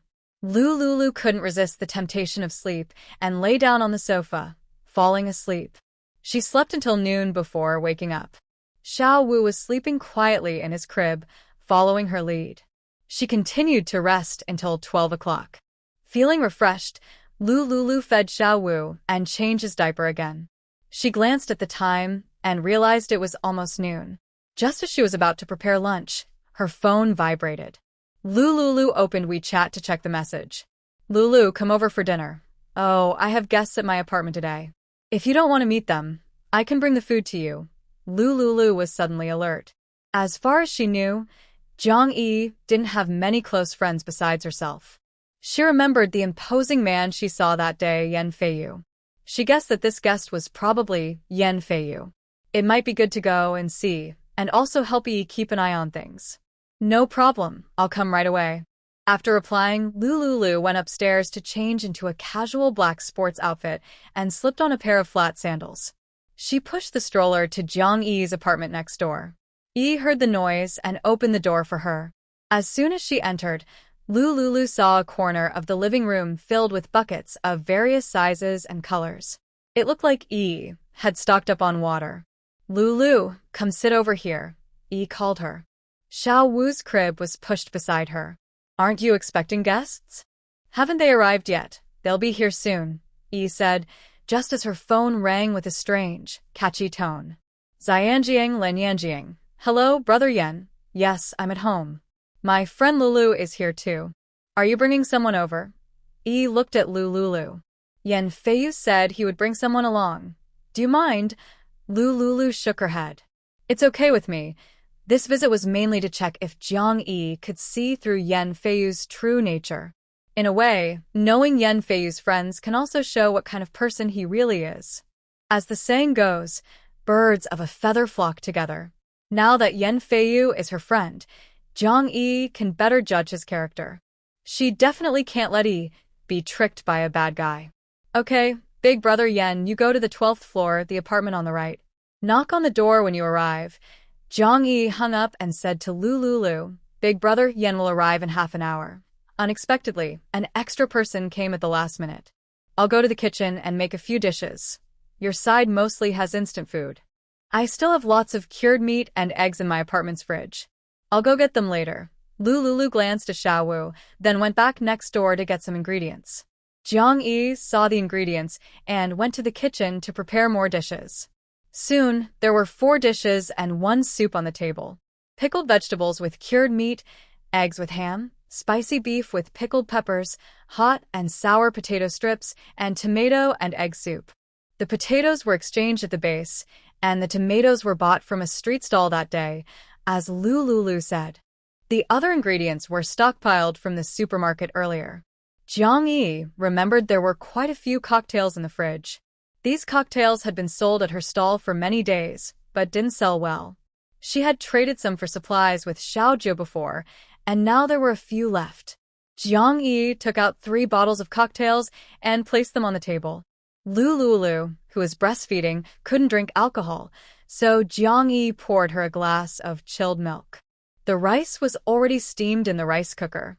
When she heard the knock, Jiang Yi happily went to open the door. As soon as she opened it, she saw Yan Feiyu's tall, broad figure, smiling brightly. His chest muscles and thigh muscles looked full of strength. Jiang Yi swallowed hard, trying to suppress her desire to stare at Yan Feiyu's body. I came in. Brother Feiyu, come in. I've been waiting for you for a long time. Lulu, hearing their conversation, felt something was off but couldn't quite put her finger on it. Jiang Yi happily welcomed Yan Feiyu inside. As Yan Feiyu entered the room, someone followed behind him. When Lulu saw the person, she was instantly stunned. Jiang Yi also paused for a moment before quickly reacting. Brother Xiao, I didn't expect you and Brother Feiyu are friends. What a small world. Lulu also saw Xiaojiu, dressed in camouflage pants and a black t-shirt. Xiaojiu and Yan Feiyu stood together. They looked about the same height and build, but their appearances are very different. Yan Feiyu looks honest and rough, with a simple, dull expression and blank eyes. Xiaojiu has a handsome, cool face like a cold, aloof man, but his eyes often show determination and liveliness. Lulu looked away, her expression calm. She had just parted from Xiaojiu this morning, and now they meet again so soon. Yan Feiyu's friend is Xiaojiu, which affects her opinion of Yan Feiyu. After all, she doesn't think highly of Xiaojiu. I brought you a gift. Thank you for inviting me to dinner, Yan Feiyu said with a simple smile. Jiang Yi happily took the gift box and placed it on the coffee table. No need to thank me, Brother Feiyu. Come, sit down and eat. Jiang Yi invited Yan Feiyu to sit. Xiaojiu silently sat next to Yan Feiyu. The rectangular dining table had 4 people sitting opposite each other. Jiang Yi was across from Yan Feiyu, and Lulu was across from Xiaojiu. Lulu ate quietly, occasionally taking a sip of milk. Xiaojiu sat straight and remained silent the whole time. Before coming, he didn't know that the girl Yan Feiyu liked was Jiang Yi. Compared to the silence between Lulu and Xiaojiu, Jiang Yi and Yan Feiyu's faces were flushed with excitement and joy. Brother Feiyu, try the tomato and egg soup I made. It's delicious. Your cooking is really good. Lulu saw Yan Feiyu and Jiang Yi glowing with happiness, as if pink love bubbles floated in the air. Xiaojiu also noticed that Yan Feiyu was acting differently. Lulu looked up and met Xiaojiu's gaze, and they both saw a sense of helplessness and awkwardness in each other's eyes. The lunch ended. Lulu made an excuse to leave the apartment. Before leaving, she specifically pulled Jiang Yi into the bathroom. Do you like him? He has a great build. I like him. Lulu, your little umbrella. Seeing Yi's infatuation, Lulu knew she couldn't stop this. Yi and Yan Feiyu, both willing participants. Wait a few minutes, I'll get you a few boxes. A few minutes later, Lulu handed Jiang Yi a black plastic bag. 3 boxes, different styles, 12 in each. If it's not enough, just tell me. Given the special situation now, remember to check afterward. Lulu earnestly advised Yi. Yi nodded eagerly, like a little chick pecking at grains. Lulu was so helpful. She really needed this. Her relationship with Lulu was different. When she was abroad, she dated 2 boyfriends. One was a fellow international student, and the other was a local foreigner. Both were her classmates. After returning to China, she broke up with her overseas boyfriend because of long-distance issues. Since then, over a year has passed, and she's been single. It's not true to say she's not lonely. As an experienced adult woman, she longed to find someone to ease her physical needs. That day, after seeing Yen Feiyu, her estrogen levels surged, sparking feelings of love. In matters of romance, she was influenced by foreign customs and was more open-minded. Now it's the 21st century. Not everyone holds traditional views and refuses premarital intimacy. However, in 2060, some girls still believe relationships should only happen after marriage, thinking premarital acts are inappropriate. But in her view of love, that's not a problem. Empty words are useless. Love must be shown through actions. Lulu and Jiang Yi left the bathroom. She took the initiative to find Xiao Jiu. Didn't you say you want a special training? Why not start today? I happen to be free now. Xiao Jiu thought Lulu really wanted to do special training. Luckily, he didn't want to stay here as a third wheel. So he said goodbye to Yen Feiyu and left with Lulu to the neighboring apartment. Lulu and Xiao Jiu just left. Jiang Yi immediately found a bottle of strong white liquor and poured some for Yen Feiyu. Brother Feiyu, I saw you didn't eat much just now. Don't be shy, have some more. Come, I toast you. Thank you for your help earlier. Yen Feiyu's honest face showed a shy smile. He picked up the white liquor and drank it in one gulp. Maybe the alcohol gave him courage. After drinking, Yen Feiyu gathered his courage and said to Jiang Yi, I like you. Would you like to be my girlfriend? Jiang Yi had been waiting for this moment. Although she was a bit more open-minded due to foreign influences, she still thought it was better for the man to take the lead in defining the relationship. Girls who chase after boys often find that their relationships become more intense after they start dating. Jiang Yi nodded. Yes, I would. The two of them officially became boyfriend and girlfriend during the meal. Jiang Yi stood up and sat next to Yen Feiyu. Yen Feiyu felt a little uncomfortable and sat nervously. Jiang Yi was not a shy or inexperienced girl. She smiled slightly and leaned into Yen Feiyu's arms. Feiyu, now that we're dating, what should couples do? Yen Feiyu's face turned bright red. Seeing his embarrassment, Jiang Yi felt strangely happy. She took the initiative to stand up and sat on Yen Feiyu's strong thigh. Feiyu. Hearing Jiang Yi call his name softly in his ear, Yen Feiyu couldn't hold back anymore. He took the lead and picked up Jiang Yi in his arms. Xiao Jiu sat on the sofa, waiting patiently. Lulu went upstairs to wake Xiao Wu for feeding and changed his diaper. Doing these things ensured she wouldn't experience uncomfortable milk letdown or pain in the next 2 to 3 hours. Xiao Wu was comfortably lying on the bed in the master bedroom, resting. Lulu was worried that the room might be too cold, and Xiao Wu could catch a cold. She adjusted the air conditioner to 27 degrees and covered Xiao Wu with a blanket before coming downstairs. Xiao Jiu saw her come down and was about to speak when she heard some ambiguous sounds from the next room. Lulu also heard the sounds. They looked at each other, both feeling a bit awkward. Well, it's not special training. What should we do now? Lulu broke the awkward silence. Xiao Jiu looked outside. The weather was very hot, not good for outdoor training. Lulu's skin was fair and tender, making her seem too delicate to train under the blazing sun like the others. Most importantly, if they went outside, the child would be alone inside the house without anyone to take care of her. Xiao Jiu pointed to the treadmill on the balcony. Run 2,500 meters with your hands empty and finish within 15 minutes. What does with your hands empty mean? It means running without holding anything. Lulu nodded blankly. She went to the treadmill, set the timer, and prepared to run. Xiao Jiu stood by the treadmill, watching her. The physical training standards he set for Lulu were lower than those for official personnel. Time was tight, so they had to train intensively for a week to avoid causing trouble later. He took Lulu along, knowing the other team members might have some thoughts. Lulu wanted to join the upcoming zero-cost shopping event in a week, so she ran on the treadmill. Since drinking vitality water improved her health, she often jogged a little when Jiang Yi was not around. Running shouldn't be too difficult for her. Lulu adjusted the treadmill speed and started running. At first, she felt okay, able to handle it easily. But as she continued, it became harder.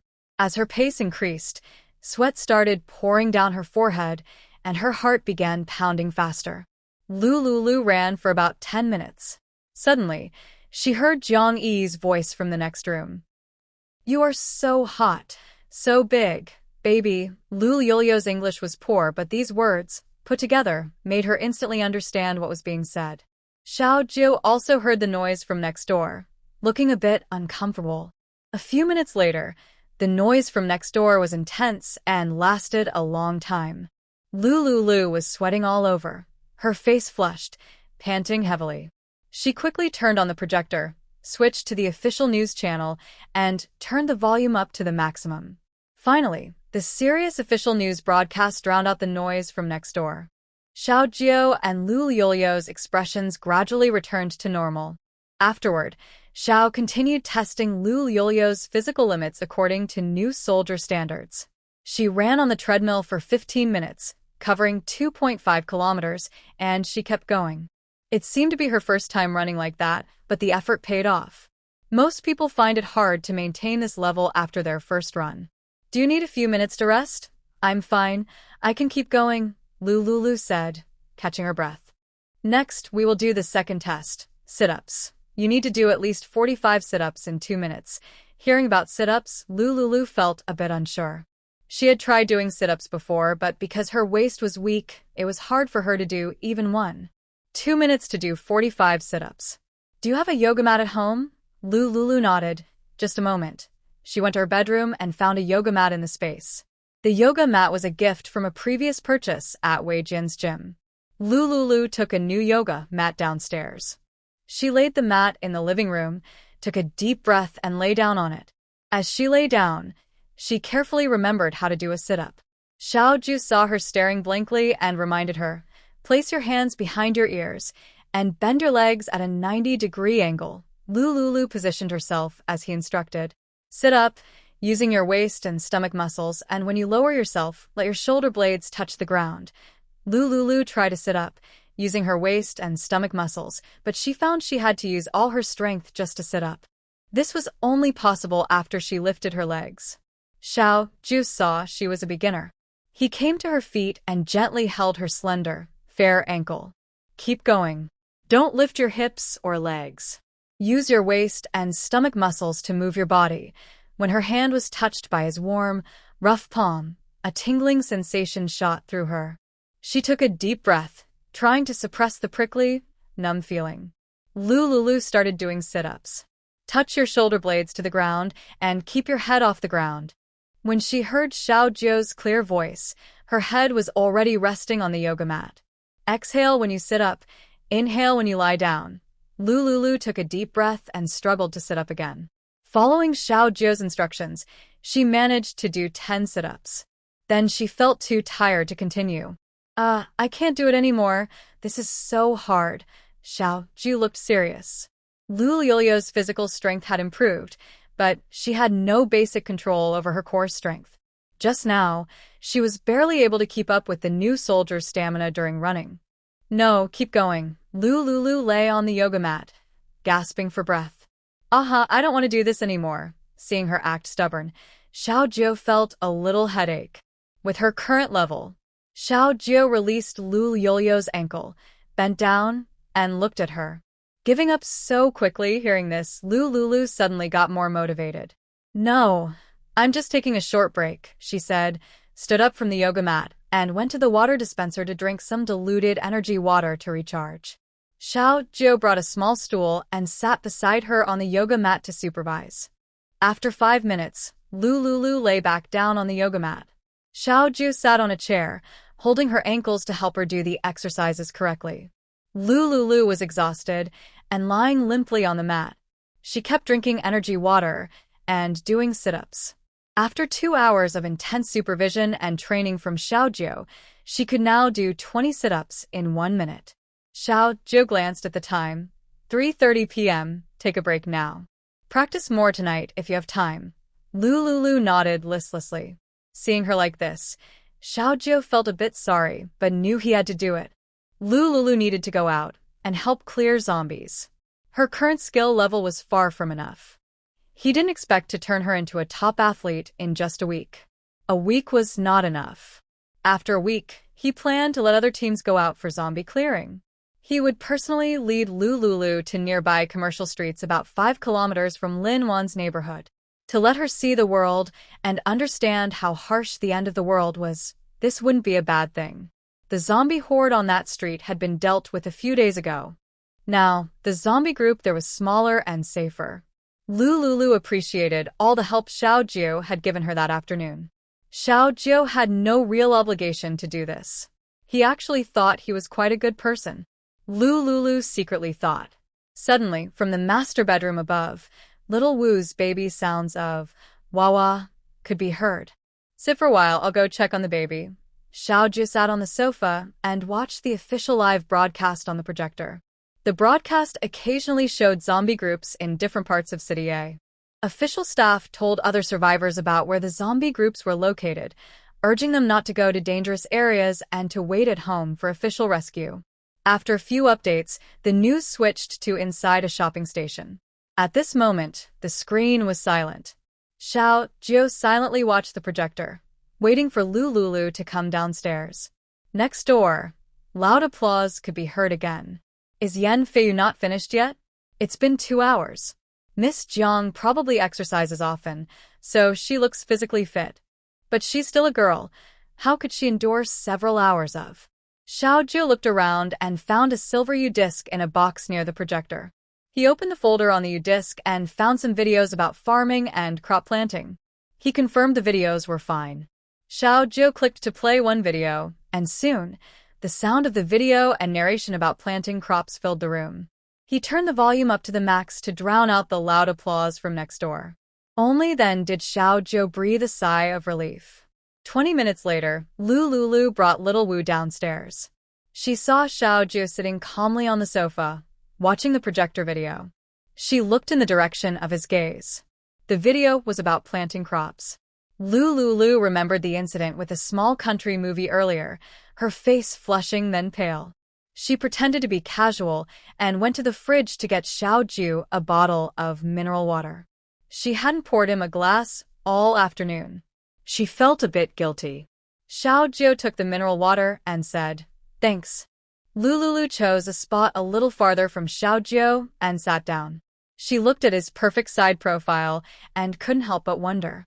That night, although there were no lights in the hotel room, the moonlight outside was bright. She could faintly see the brown-red birthmark behind his ear. Does he really have no doubts? Could she be the woman from that night? Or does he have so many women around him that he simply doesn't remember her? Xiao Jiu picks up some water, unscrews the cap, and takes a big sip. He looks up and notices Lulu staring at him. What's wrong? Do I have something on my face? Lulu shakes her head. The two of them quietly watch the projection. Time quickly passes to 4:30 p.m. Lulu rests for about an hour. Xiao Jiu continues to arrange her training in other physical skills. At 6:30 p.m. Lulu collapses onto a yoga mat. Even with the vitality water helping her recover, she still feels like her energy is almost drained. Seeing that it's getting late, Xiao Jiu, noticing Lulu lying there unable to get up, says, "I'm going back now. Tomorrow at 6:30, we'll continue training." Lulu suddenly feels like a dark cloud is forming over her head. She hopes this kind of training will only last a few days. For the free gold and other supplies. Lulu watches Xiao Jiu leave. As the door closes, Xiao Jiu's figure disappears from her sight. Lulu lies on the yoga mat for a few minutes. In the master bedroom, little Wu's soft, wah-wah, sounds can be heard. Lulu stands up, shakes her soft arms, and supports herself as she climbs the stairs to feed little Wu. After settling little Wu, she opens WeChat and proactively sends a message to Zhang Yi. I've already eaten dinner. You can cook something for yourself later." Zhang Yi's face is flushed as she picks up her phone to reply, "Okay." After replying, Lulu takes a box of KKC burger and fried chicken from her space, sits at her dressing table, and enjoys a nice meal. She throws the 100,000 crystal cores she earned into her space. It's time to upgrade the 5th door. Lulu is very excited. The previous doors were so impressive. She believes that what appears behind each subsequent door will become more and more powerful. 1,000 white energy strands rise and enter the fifth white door. The fifth door opens. Lulu can't wait to communicate with the space mentally and step through the fifth door. Inside, the space is about 100 square meters, with fences surrounding all four directions: north, south, east, and west. This place is like the fourth door, forming its own small world. Above, there is blue sky and white clouds. Below, lush green grass. Besides the fences around, there is also a small wooden house inside. Lulyo's consciousness entered the wooden house and saw a wooden bed inside. On the bed, a golden-furred monkey was lying. This monkey was less than a meter long, with a medium build. Lulu felt very confused. She spent 100,000 crystal cores, but inside the fifth door, there was only a monkey. She tried to let her body enter the fifth door. With a thought, her body appeared outside the bamboo house of the fifth door.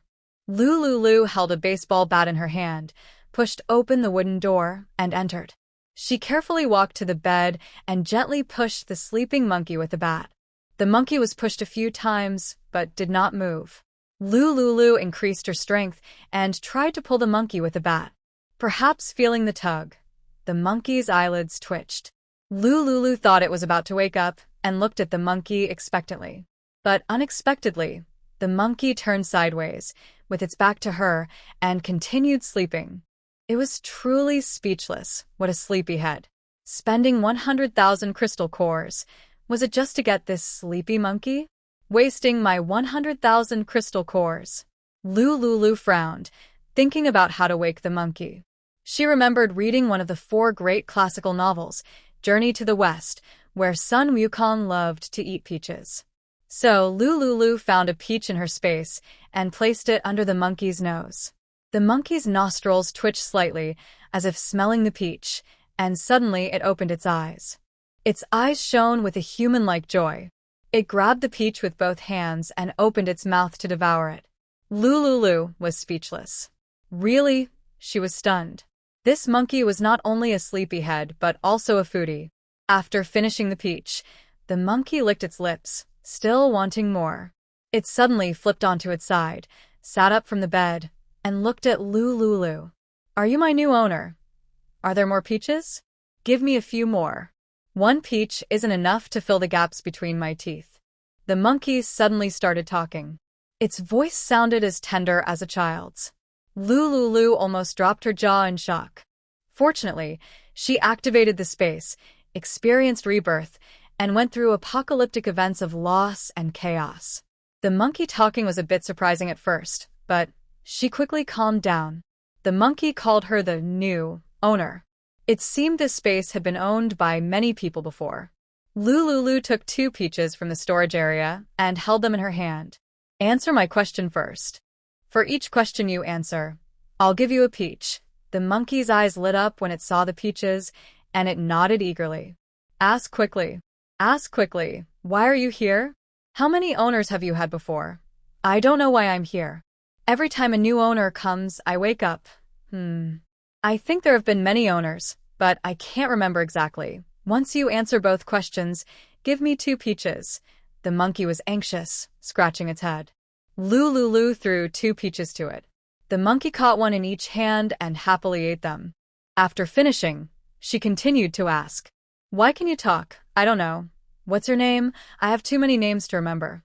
Besides talking, what else can you do? I can do backflips and eat peaches. The monkey said this while doing a backflip and munching on a peach. Lulu looked at the monkey with disappointment. 10,000 crystals for such a silly monkey that only eats peaches and does backflips, and doesn't know much. But being able to talk made this monkey better than most others. The monkey finished the peach, casually threw away the pit. Master, I've been here for a long time. It's so boring. Take me out to play. Lulu rolled her eyes and threw 3 more peaches to the monkey. The monkey quickly devoured the peaches. She held a baseball bat and said, Hold the bat. I'll take you outside. The monkey beamed with happiness. Okay, Master. Lulu took the monkey to her apartment. She looked at the monkey, which was just at her knee height, and made 3 rules. First, when there are other people around, you can't talk. Second, my baby is in the apartment.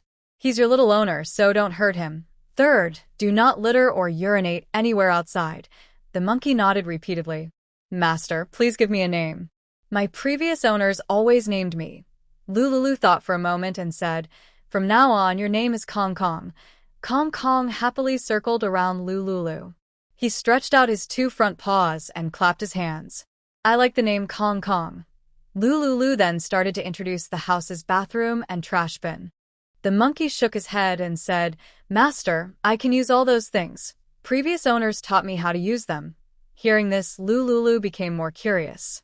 Where did his past owners go? Lululu took a basket of peaches from the space and sat on the sofa. From now on, tell me everything you know about your previous owners. For each useful piece of information, I will reward you with a peach. Kong Kong grinned and told Lululu what he knew about his past owners. He had been treated well by many previous owners. They used delicious food to tempt him. This had happened many times, so he was used to it.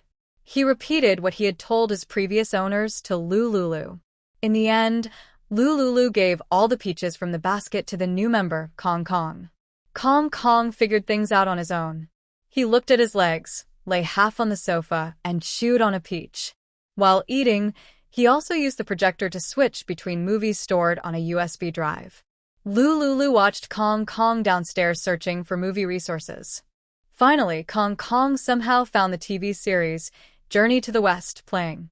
Kong Kong stared at Sun Wukong on the projector, mimicking his pose and acting silly. Lululu sighed helplessly. She went upstairs and found a foldable bed inside the space. She placed the bed near the balcony in the living room. Kong Kong, you will sleep here from now on. Without my permission, you're not allowed on the sofa. Lululu said as she pushed Kong Kong off the sofa, removed the sofa cover, and threw all the covers into the washing machine. This apartment only had 1 washing machine on the balcony.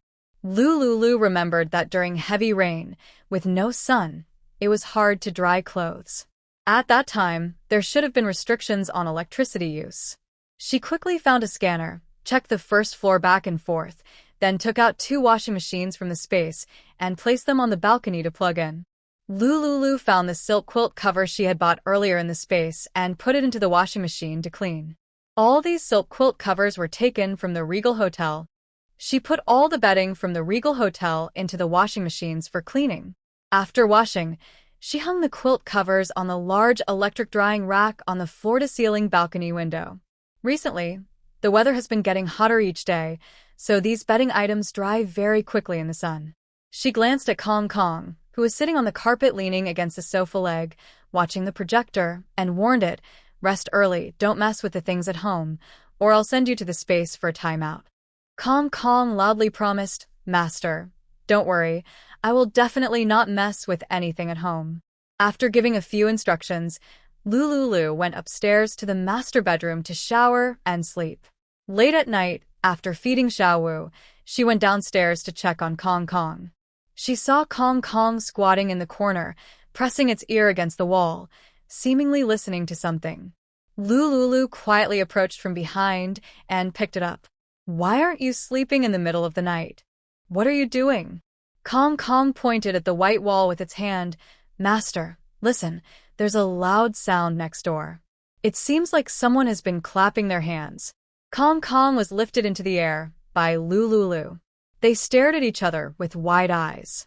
Thinking Lululu might not understand, Kong Kong enthusiastically stretched out its golden-furred hands and clapped. Master, like this. Listen, isn't the noise next door the same? Master, do you know the neighbor next door? Why isn't he sleeping at midnight and keeps clapping? I was already asleep, but the clapping noise woke me up. Kong Kong praised itself for being clever. It's not that it doesn't want to sleep, but the clapping sound from next door kept it awake. Lulyo's face turned red with anger. You little monkey, stop clapping randomly. She lifted Kong Kong, and with a thought, she recalled it into the space. Lululu decided that every night at bedtime, she would put Kong Kong into the space to keep it locked up. After Kwong Kwong was taken away, she felt sad and went to the wooden house. She lay on the wooden bed and soon fell into a deep sleep. Lulu used her mind to see how quickly Kwang fell asleep, and she felt a bit helpless. She turned around and went upstairs to the master bedroom. During the few seconds it took her to walk, she felt very anxious. This was because the applause from next door was really loud. Lulu blushed and hurried upstairs to lock the door of the master bedroom. Just locking the door didn't seem enough to her. She picked up her phone and played soft piano music. With the gentle piano sounds, Lulu slowly closed her eyes and gradually fell asleep. However, she didn't sleep peacefully this time. She had a dream. A romantic and dreamy spring dream. In her dream, she returned to the night of June 6th, in the bed at the Regal Hotel and the passionate night with Xiaojio. Xiaojio's hot body, rough hands, broad chest, fresh scent, and that sudden kiss that day, a fiery body, a deep, magnetic voice. He gently touched her with his fingers, feeling her warmth and roughness. Beautiful scenes appeared one after another, like waves, surrounding Lulu tightly, until she dreamed of his hoarse yet clear voice, breathing heavily beside her ear. He leaned in, pressing his body close to hers. Lulu suddenly shouted, and in a daze, she woke up as if from a dream. After a moment of confusion, she regained her senses. She took a deep breath, trying to calm the world filled with desire in her mind. Why was she having such a dream? Lulu turned her head and saw Xiao Wu sleeping peacefully on the big bed with her eyes closed. Lulu sat blankly on the bed. An hour later, Xiao Wu woke up, disturbing her restless and chaotic thoughts. She numbly fed Xiao Wu and changed her diaper. After taking good care of Xiao Wu, she took the water purifier from the kitchen downstairs and connected it to the bathroom in the master bedroom. Lulu slowly took off her pajamas and stood under the shower to wash, to drive away the romantic images in her mind. She started to find things to do, showering, washing her hair, drying, and skincare.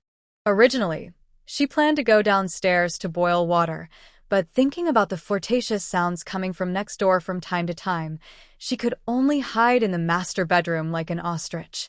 That night, Lulu felt unbearable pain. She dared not sleep, because she was afraid of dreaming again, dreaming of Xiaojio's warm, strong body. Next to her, Jiang-yi experienced countless waves of emotion during that night. She finally understood the true joy of being a woman. Early the next morning, before the sun rose, the sky was just beginning to lighten. Lulu, exhausted and distressed, placed Xiao Wu into a portable baby stroller and hurriedly left the apartment. She really didn't want to stay there any longer. The piano music from that night had been so captivating. When she reached the apartment gate, she was stopped by 2 official guards. "Miss, you can't go out." "Why?" Lulu felt very frustrated. Just as she was about to question the guards, Xiaojio approached from afar. He stood tall and looked cold and serious. As he got closer, Lulu saw his high nose and then his cold, thin lips. Those lips brought her happiness. Memories of suppressed moments suddenly flooded her mind again. Lulu unconsciously bit her lower lip and swallowed an imaginary saliva. The 2 guards, dressed in camouflage pants, saluted respectfully when they saw Xiaojio. He nodded lightly and looked away. His gaze was gentle and calm, and his voice was deep. "Are you going out?" "Ah? Oh, yes. I'm going out. Anywhere is fine, as long as she doesn't stay in the apartment." She was very afraid of hearing the sounds from next door. The intimate sounds from next door always made her think of that night, the night she spent with Xiaojio. She was a normal woman, not a monk with a calm heart. Hearing the sounds of their secret meetings, she couldn't help but have some romantic thoughts. Xiaojio quietly looked at Lulu. "Where to?" "I'll go with you." Lulu hesitated. She had just dreamed of him last night. Now, going out with him again made it hard for her not to think about other things. Once again, she was about to encounter the hero from her dreams.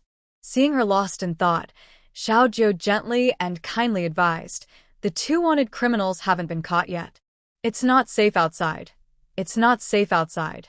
Lulu lowered her head in silence, afraid to meet Xiao Jiu's eyes. But she had no choice but to accept Xiao Jiu's protection. He was in good health, carrying a weapon at his waist, and was an official personnel. With him nearby, her safety greatly increased. However, she had to control herself from looking at his body and face. Lulu nodded softly. She quietly pushed the baby-sized camping cart and slowly headed toward the shopping station. The two official personnel saw Xiao Jiu accompanying Lulu and did not stop her from leaving. Xiao Jiu and Lulu kept a safe distance of half a meter. He walked beside her, protecting her and the child. Lulu looked far ahead at the tall green mountain peaks and took a deep breath. The morning breeze blew gently, making her feel refreshed. Her previously gloomy and chaotic mind seemed to be gently swept away by this breeze. This trip to shop was already a week after the last one, and she could stock up on food for another week. Originally, she didn't care whether she stocked up or not. But she had nowhere else to go, so she wandered inside the supermarket to distract herself. She also wanted to see what new things the supermarket had. After about 7 or 8 minutes, Lulu and Xiao Jiu arrived at the supermarket entrance together. Since it was early morning, many survivors hadn't woken up yet, so the supermarket was sparsely populated with a few people shopping. Lulu slowly stepped forward and checked the vegetables and meat section. What she saw made her jump in surprise. The fresh food area was completely empty, no meat, no green vegetables. In such a large space, only a few lonely garlic bulbs and dozens of roots remained. Lulu saw the remaining and garlic, picked up a plastic bag from outside her camping cart, and started filling it. These were valuable items. In cold weather, a cup of tea could warm her body instantly. She saw that was limited to 1 pound per person, so she put the remaining garlic and the limited 1 pound into the plastic bag. Then, she moved on to the instant food section. The variety of food in the fast food area looks quite abundant and complete. However, the prices are not cheap. Usually, the amount of food enough for one meal costs at least more than 1 point. Lulu bought what she could afford, along with garlic and she had previously purchased, and carried everything to the cashier at the 24-hour checkout. Xiao Jiu stayed quietly beside her, watching her shop in silence. Lulu hung the supplies she bought on the hook outside the camper. She stood confused at the supermarket entrance, feeling a bit lost. "I'll take you back," Xiao Jiu said calmly. No. "I don't want to go back," Lulu quickly refused. Early in the morning, she just wanted to be alone. She was waiting for Yi to wake up and for Yan Feiyu to leave the apartment next door before returning to her place. If she went back now, her mind would be influenced by outside thoughts, making her feel ashamed. Xiao Jiu noticed Lulu was unusually excited, with a hint of doubt in his deep eyes. In the next moment, he seemed to remember something, and his eyes darkened. Lulu stood at the supermarket entrance, staring blankly at the blue sky. Xiao Jiu quietly opened his wristband and sent a message to Yan Feiyu. Yan Feiyu, feeling sleepy, felt his wristband vibrate. He looked at it and saw Xiao Jiu's message. Suddenly, he thought, "Oh no," and snapped out of his dreamy state. It was almost 6 o'clock. Yan Feiyu gently looked at Jiang Yi. She was breathing evenly and sleeping deeply, so he chose not to wake her. He quickly put on his clothes, got out of bed, and prepared to go to the training ground. But the next second, his legs felt weak as he got up. If he hadn't reacted quickly and supported himself on the bedside table, he might have fallen. He and Jiang Yi were like dry wood and blazing fire. Once ignited, they couldn't stop. He almost missed the important training. Being late meant he would be punished according to team rules. Yan Feiyu moved his legs briefly, then without hesitation, pushed open the apartment door and hurried to the training ground. "Juji, I'm on my way to the training ground now. I'm giving you half a day off. You can go back to the dorm first. I'll come find you later." After replying to Xiao Jiu, Yan Feiyu immediately sent a message to Jiang Yi. "Commands are arranged. I will go train first. Send me a message when you're awake." After leaving this message, Yan Feiyu dragged his weak legs back to the dormitory to wait for Xiao Jiu. Jiang Yi, who was deeply asleep, didn't notice her wristband vibrating. She smiled softly and slept soundly. Xiao Jiu gently moved Yan Feiyu aside and suggested to Lulu, "Want to come with me to the training ground for a bit?" Lulu thought for a moment and nodded in agreement. She wasn't sure where to go anyway. Also, the official training ground is relatively safe. Xiao Jiu led the way calmly and steadily. Lulu pushed the camping car and followed him to the temporary official training area. They stood inside a simple training ground. Xiao Jiu took her to a shaded shelter to cool off. Lulu parked the baby stroller, pressed the brake to prevent it from rolling away. After ensuring safety, Lulu looked up at Xiao Jiu. "Where should we start?" Xiao Jiu's voice was clear and deep. He spoke slowly. "First, warm up. After warming up, run 10 laps without stopping, then do 50 sit-ups and 50 push-ups. This training session has no time limit. Just do your best and finish as quickly as you can." Lulu nodded, took a few steps forward to a wide area, warmed up, then ran around the training ground. After about 3 laps, she saw a group of young men dressed in camouflage pants arriving one after another. From a distance, there were 10 small teams on the training ground. Each team has a leader, and each leader leads 50 members. Lulu silently counted the people, then looked away and continued running. It was 6 in the morning. The 10 team leaders spoke to their team members. Lulu was too far to hear what they said clearly. She heard the team members reply loudly, "Received." Then, the team members dispersed, warmed up, and began basic physical training. While running, Lulu observed these people. After dispersing, they ran along the track with weights. They ran quickly and in sync. About 15 minutes later, they finished 10 laps. When they finished, Lulu was still on her 8th lap. After Lulu finished her 10th lap, the others had already started other training exercises. Lulu returned to the cool shelter. She took a bottle of mineral water with energy-boosting water from her canvas bag hanging outside the camper and took a few small sips. While Lulu was resting and catching her breath, Xiao Jiu somehow found a carpet and laid it on the dirty ground.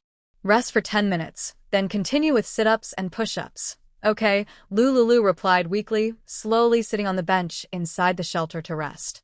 Xiao Jiu stood tall and quietly beside her. Lulu didn't look at him. Instead, she curiously looked around and observed the training ground with over 500 people. After a while, her eyes showed some doubt.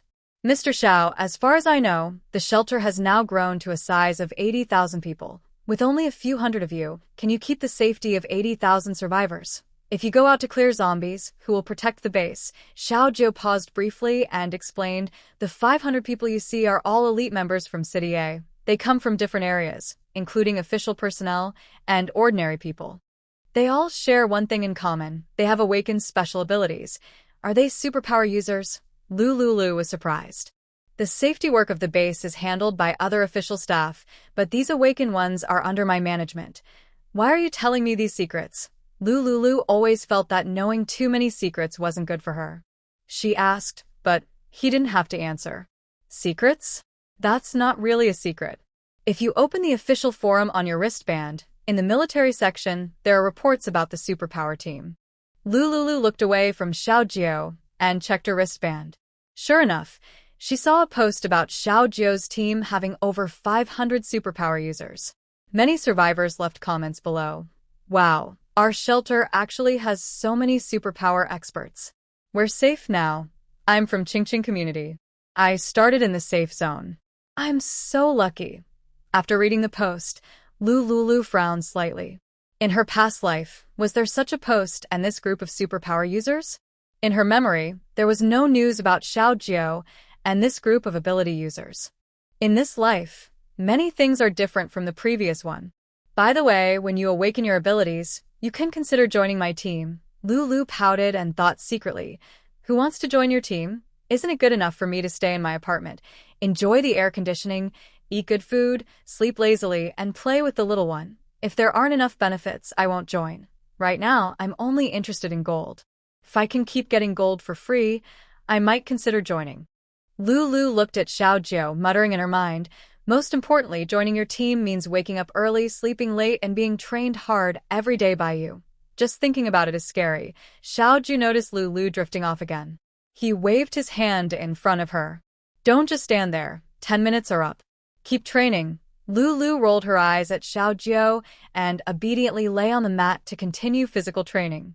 Xiaoju stood beside her, watching her movements carefully. When Lulu finished the basic 3 physical fitness exercises, the other trainees had already completed all their physical training. They started practicing free fighting. Lulu lay on the mat, gasping for breath. Xiaoju, I'll rest for a bit. Seeing Lulu's forehead covered in sweat and her chest rising and falling more rapidly, Xiaoju spoke in a low, gentle voice. Okay, rest. Lulu nodded and continued her physical training. Time passed quickly. She trained until 8 a.m. Xiaowu made a wah-wah sound. Little one, are you hungry? Lulu opened the mosquito net on the stroller and took Little Wu out. Little Wu looked up with big eyes, smiling widely at Lulu. Hungry, hungry, Little Wu made unclear baby talk. Lulu looked around but didn't see a place suitable for breastfeeding. Xiaoju quietly stood up and came beside her, speaking softly. There's a bathroom over there. I'll take you. Lulu looked in the direction he pointed. Outside the training ground, there was a row of newly built small houses. This is a newly built public restroom and washroom at the base. Survivors living in the camp now go there to bathe and wash. The washroom has a front desk where you can recharge water cards. By adding points there, you can swipe your card to enter the washing area. Xiaoju took Lulu to the washroom. Lulu pushed a stroller into the women's section. She looked around at the layout inside. When you enter the main door, there are rows of sinks. The sinks are small and only fit one person at a time. But there are many sinks. Looking around, there are about 100 sinks. Across from the sinks, there are many open stainless steel lockers. Next to the lockers are benches for changing clothes. Further inside, at the end of the sinks and lockers, there is a large waterproof curtain blocking the view. Inside the curtain, there is a public bathing area. Lulu pushed the stroller near a bench and took Little Wu out. At the nearby sinks, she saw about a dozen women brushing their teeth and washing their faces. Inside the bathing area, she could hear the sound of water from showers. Since all the women, Lulu felt safe to lift her top, unfasten her nursing, and breastfeed Little Wu. After Little Wu finished eating and fell asleep peacefully, her full, swollen eased. She finished feeding Little Wu, didn't linger, and placed him back in the stroller. She pushed the stroller out of the washroom. Just outside, she saw Xiaoju waiting far away. His body was as straight as a pine tree. From this angle, she caught a glimpse of his blurry side face. The sun had just risen, shining with a hot glow. Its light bathed him, giving him a warm halo. Xiaoju seemed to notice her gaze, turned his head slightly, and strode toward her. He stood beside her, giving off an invisible pressure. Lulu was dazed, unsure what to say. Suddenly, her stomach made a loud, inappropriate growl. Are you hungry? Lulu nodded blankly. She had truly forgotten to eat breakfast. As soon as the day started, she hurried out of her apartment and didn't have time to eat. Let's go to the cafeteria for breakfast, he said softly. Lulu nodded quietly, thinking to herself, after breakfast, E should be up. If I go back to the apartment now, she probably won't feel awkward. People, maybe, perhaps, it's unlikely, to stay awake for 2 days and nights in a row. Seeing her lost in thought again, Xiaoju took the lead and pushed the camper toward the cafeteria. His gaze instinctively fell on the camper in his hand. Through the thin white curtain, he saw Xiaowu sleeping peacefully inside, a quick smile flashing across his face. Truly, his son was adorable. He looked like a smart little baby. A few seconds later, Lulu snapped back to her senses and saw Xiaoju pushing the camper forward. She hurried over, a little nervous, and took the camper from him. I can do it myself. Xiaoju saw her stubbornly grabbing the handle of the camper and sighed silently. Lulu cared deeply for her child, and it was clear she had a strong sense of possession. At the same time, it was obvious she was very attentive to her child. Maybe only when her child was with her could he receive the best care. He needed to train for missions often and couldn't always look after Lulu and the child. When they went out to clear zombies outside the base, he would send more people to secretly protect them. His initial idea of fighting for custody with Lulu gradually faded. Perhaps secretly protecting them was the best way to keep them safe. It was about 8:15 in the morning. Lulu and Xiaojiu arrived at the base's communal cafeteria for breakfast. Since rebirth, Lulu had never been to the cafeteria before. In her previous life, she often ate there and was familiar with it. This time, it was her first visit, and she wondered what differences there might be from her past memories. With curiosity, she entered the cafeteria with Xiaojiu. She saw many dirty survivors hurriedly stuffing food into their mouths. The layout of the cafeteria was similar to a college dining hall, just like she remembered from her past life. The cafeteria was shaped like a U, with 3 food counters.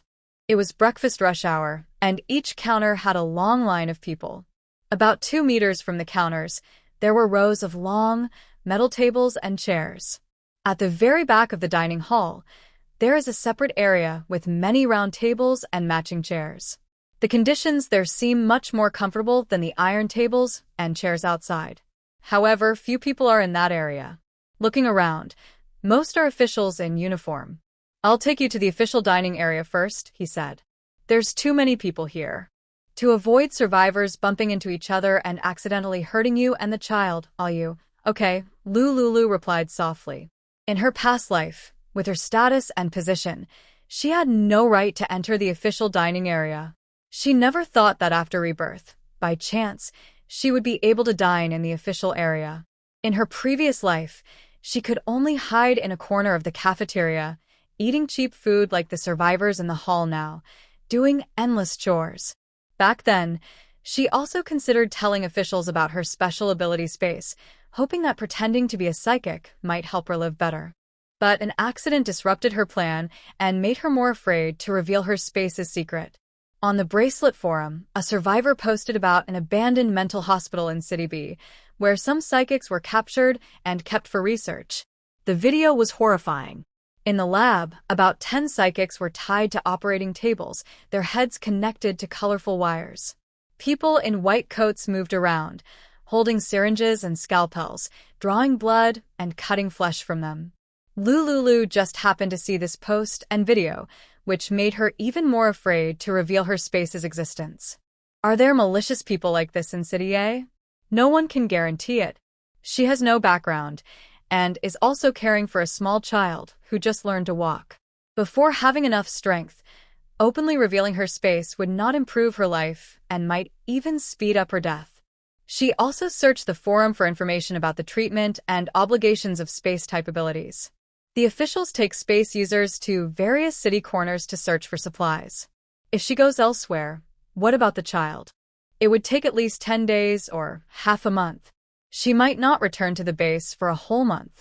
At that time, heavy rain and floods came, and the temperature dropped below freezing. She couldn't stay too far from Xiaowu. She also didn't want to leave Xiaowu alone for too long. What if she accidentally got caught by the researchers doing experiments? What would happen to Xiaowu? After careful thought, Lulu decided not to take any risks and chose not to reveal the secret space to the authorities. She decided to hide and stay safe near the base, clearing out safe spots from zombies. She followed the official rescue team to look for supplies. She thought that if she kept some supplies hidden in her secret space, she could survive. But she didn't expect to be caught off guard and discovered by Sue Pington. If she ever developed special abilities, it would be best to join Xiaojiu's team. Having a team to protect her would keep her safe and prevent those who want to experiment on people from succeeding and capturing everyone. Lulu's eyes flickered as she tightly held the handle of the camper. Xiaojiu was walking ahead, unaware of her subtle change in expression. He showed his wristband and scanned the QR code at the official restaurant entrance to verify his identity. Beep. Verification successful. The waiter heard the confirmation and lifted the barrier at the door, allowing Xiaojiu and Lulu to enter the dining area. "Where would you like to sit?" Xiaojiu asked softly. His question brought Lulu's thoughts back. She looked around and pointed to a spot inside near the window. That area was right by the window, so she could see outside. Most importantly, placing Xiao Wu by the window wouldn't disturb others eating and would prevent food or drinks from spilling onto the stroller. Okay, let's sit there. Xiao Jiu and Lu Lulu went to the table. The table was round, with comfortable padded chairs. Xiao Jiu moved the 2 chairs by the window aside, leaving enough space for the camper. Lu Lulu pushed the camper inside and sat next to it on a chair. What would you like to eat? This meal is on me. Lu Lulu was about to scan the QR code on the dining table to order food when she heard Xiao Jiu offer to pay. Without thinking, she wanted to refuse. Since we're friends, I'm treating you to a simple meal. Is that okay? Lu Lulu remained silent and finally nodded in agreement. He asked her, then looked for an opportunity to invite her back later. Lu Lulu scanned the QR code and looked at the breakfast menu displayed on her wristband. Met bun, 0. 5 points each vegetable bun, 0.3 points each stir-fried rice noodles, 1 point per serving steamed sweet potato, 1 point each egg, 2 points each boiled egg, 1 point each plain porridge, 0.3 points per bowl seasonal fruit, 10 points per 100 grams. Wow, the exchange rate is 1:1,000. One meat bun costs 500 yuan, a serving of stir-fried rice noodles costs 1,000 yuan, 100 grams of fruit costs 10,000 yuan. If this were in peaceful times, it would definitely be a scam. Lu Lulu remembered reading the recruitment notice for the base. They offered 2 meals a day, with a reward of 10 points for working 10 hours. Actually, it was 12 hours, not 10. From 8 a.m. to 8 p.m., with a 2-hour break for meals and bathroom visits. In reality, it was a 12-hour shift. Her previous job in the official plantation was a proper 8-hour workday, with no overtime and not very tiring. Working hours were from 8 a.m. to 5 p.m. The water used for planting was very clean. She often was the last to leave, secretly pouring water into her space to save money on drinking water and washing up. The plantation was a greenhouse with a very comfortable climate, very warm. If she hadn't had to work and couldn't bring her child, she would have taken Xiaowu with her. The single room provided by the officials was very cold. Air conditioning was very expensive. Back then, to prevent Xiaowu from catching colds, she worked hard to earn money to keep the room at 26 degrees Celsius with the air conditioner. It cost a lot of points each day. Of course, Su Pington and Ma Weizhou, pretending to help her take care of the child, used the excuse of not finding good jobs and hid inside to keep warm. Lu Lulu sneered coldly. When she went out to work, those two, the dog couple, might be hiding in her house doing who knows what. Based on her understanding of Su Pington and Ma Weizhou after the apocalypse, this was very likely. Lu Lulu felt she was really quite foolish. She laughed at herself, collected her thoughts, and continued to look at the menu.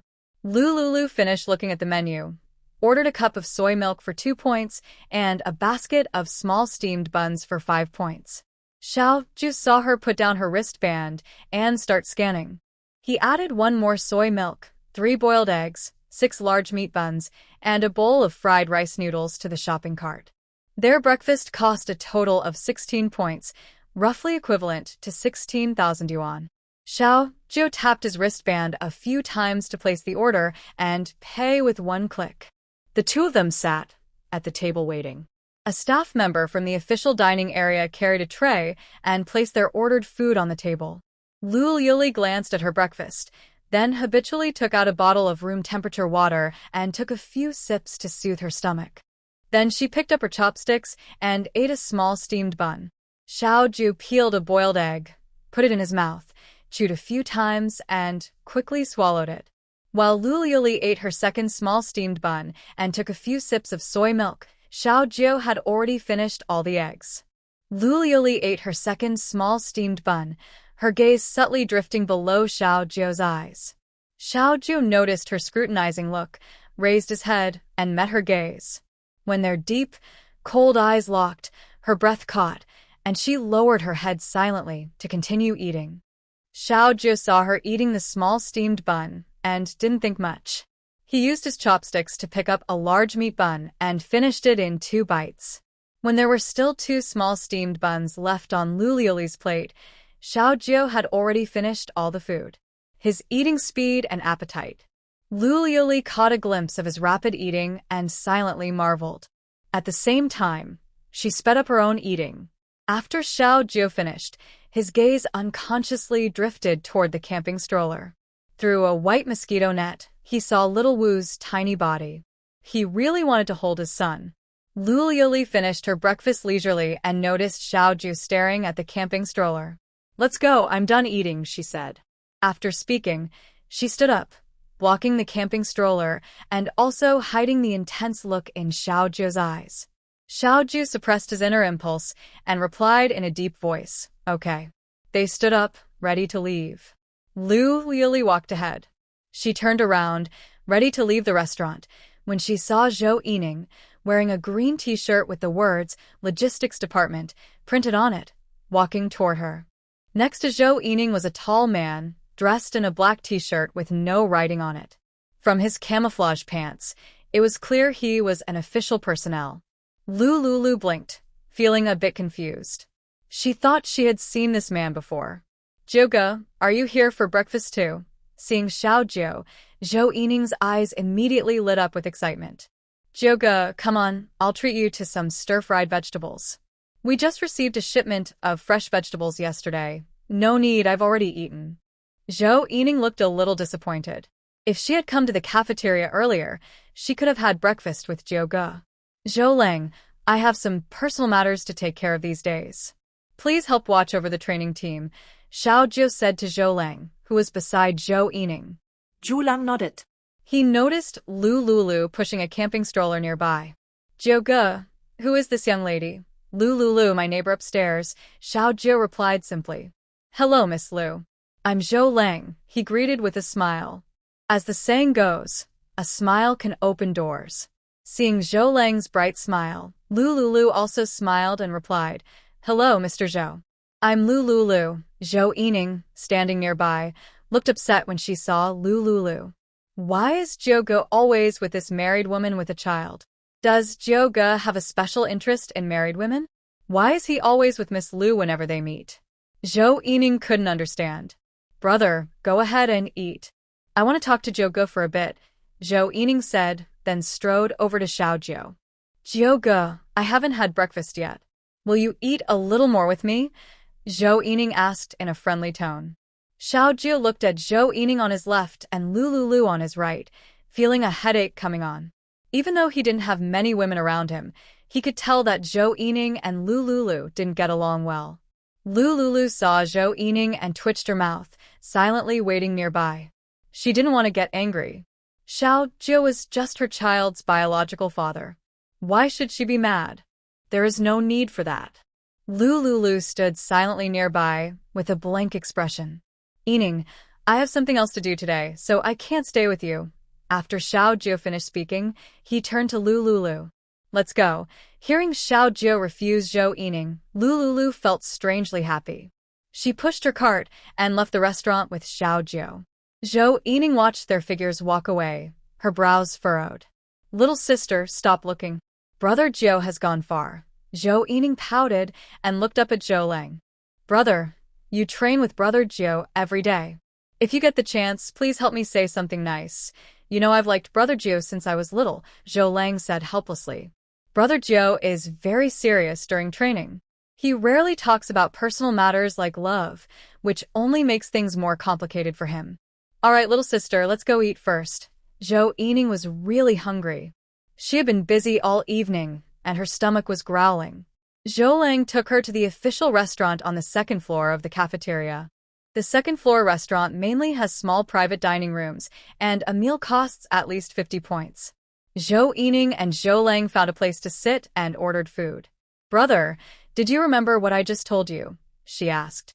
"Little sister, Brother Jiu has no interest in any women after all these years. Think about it. Maybe try someone else," he replied.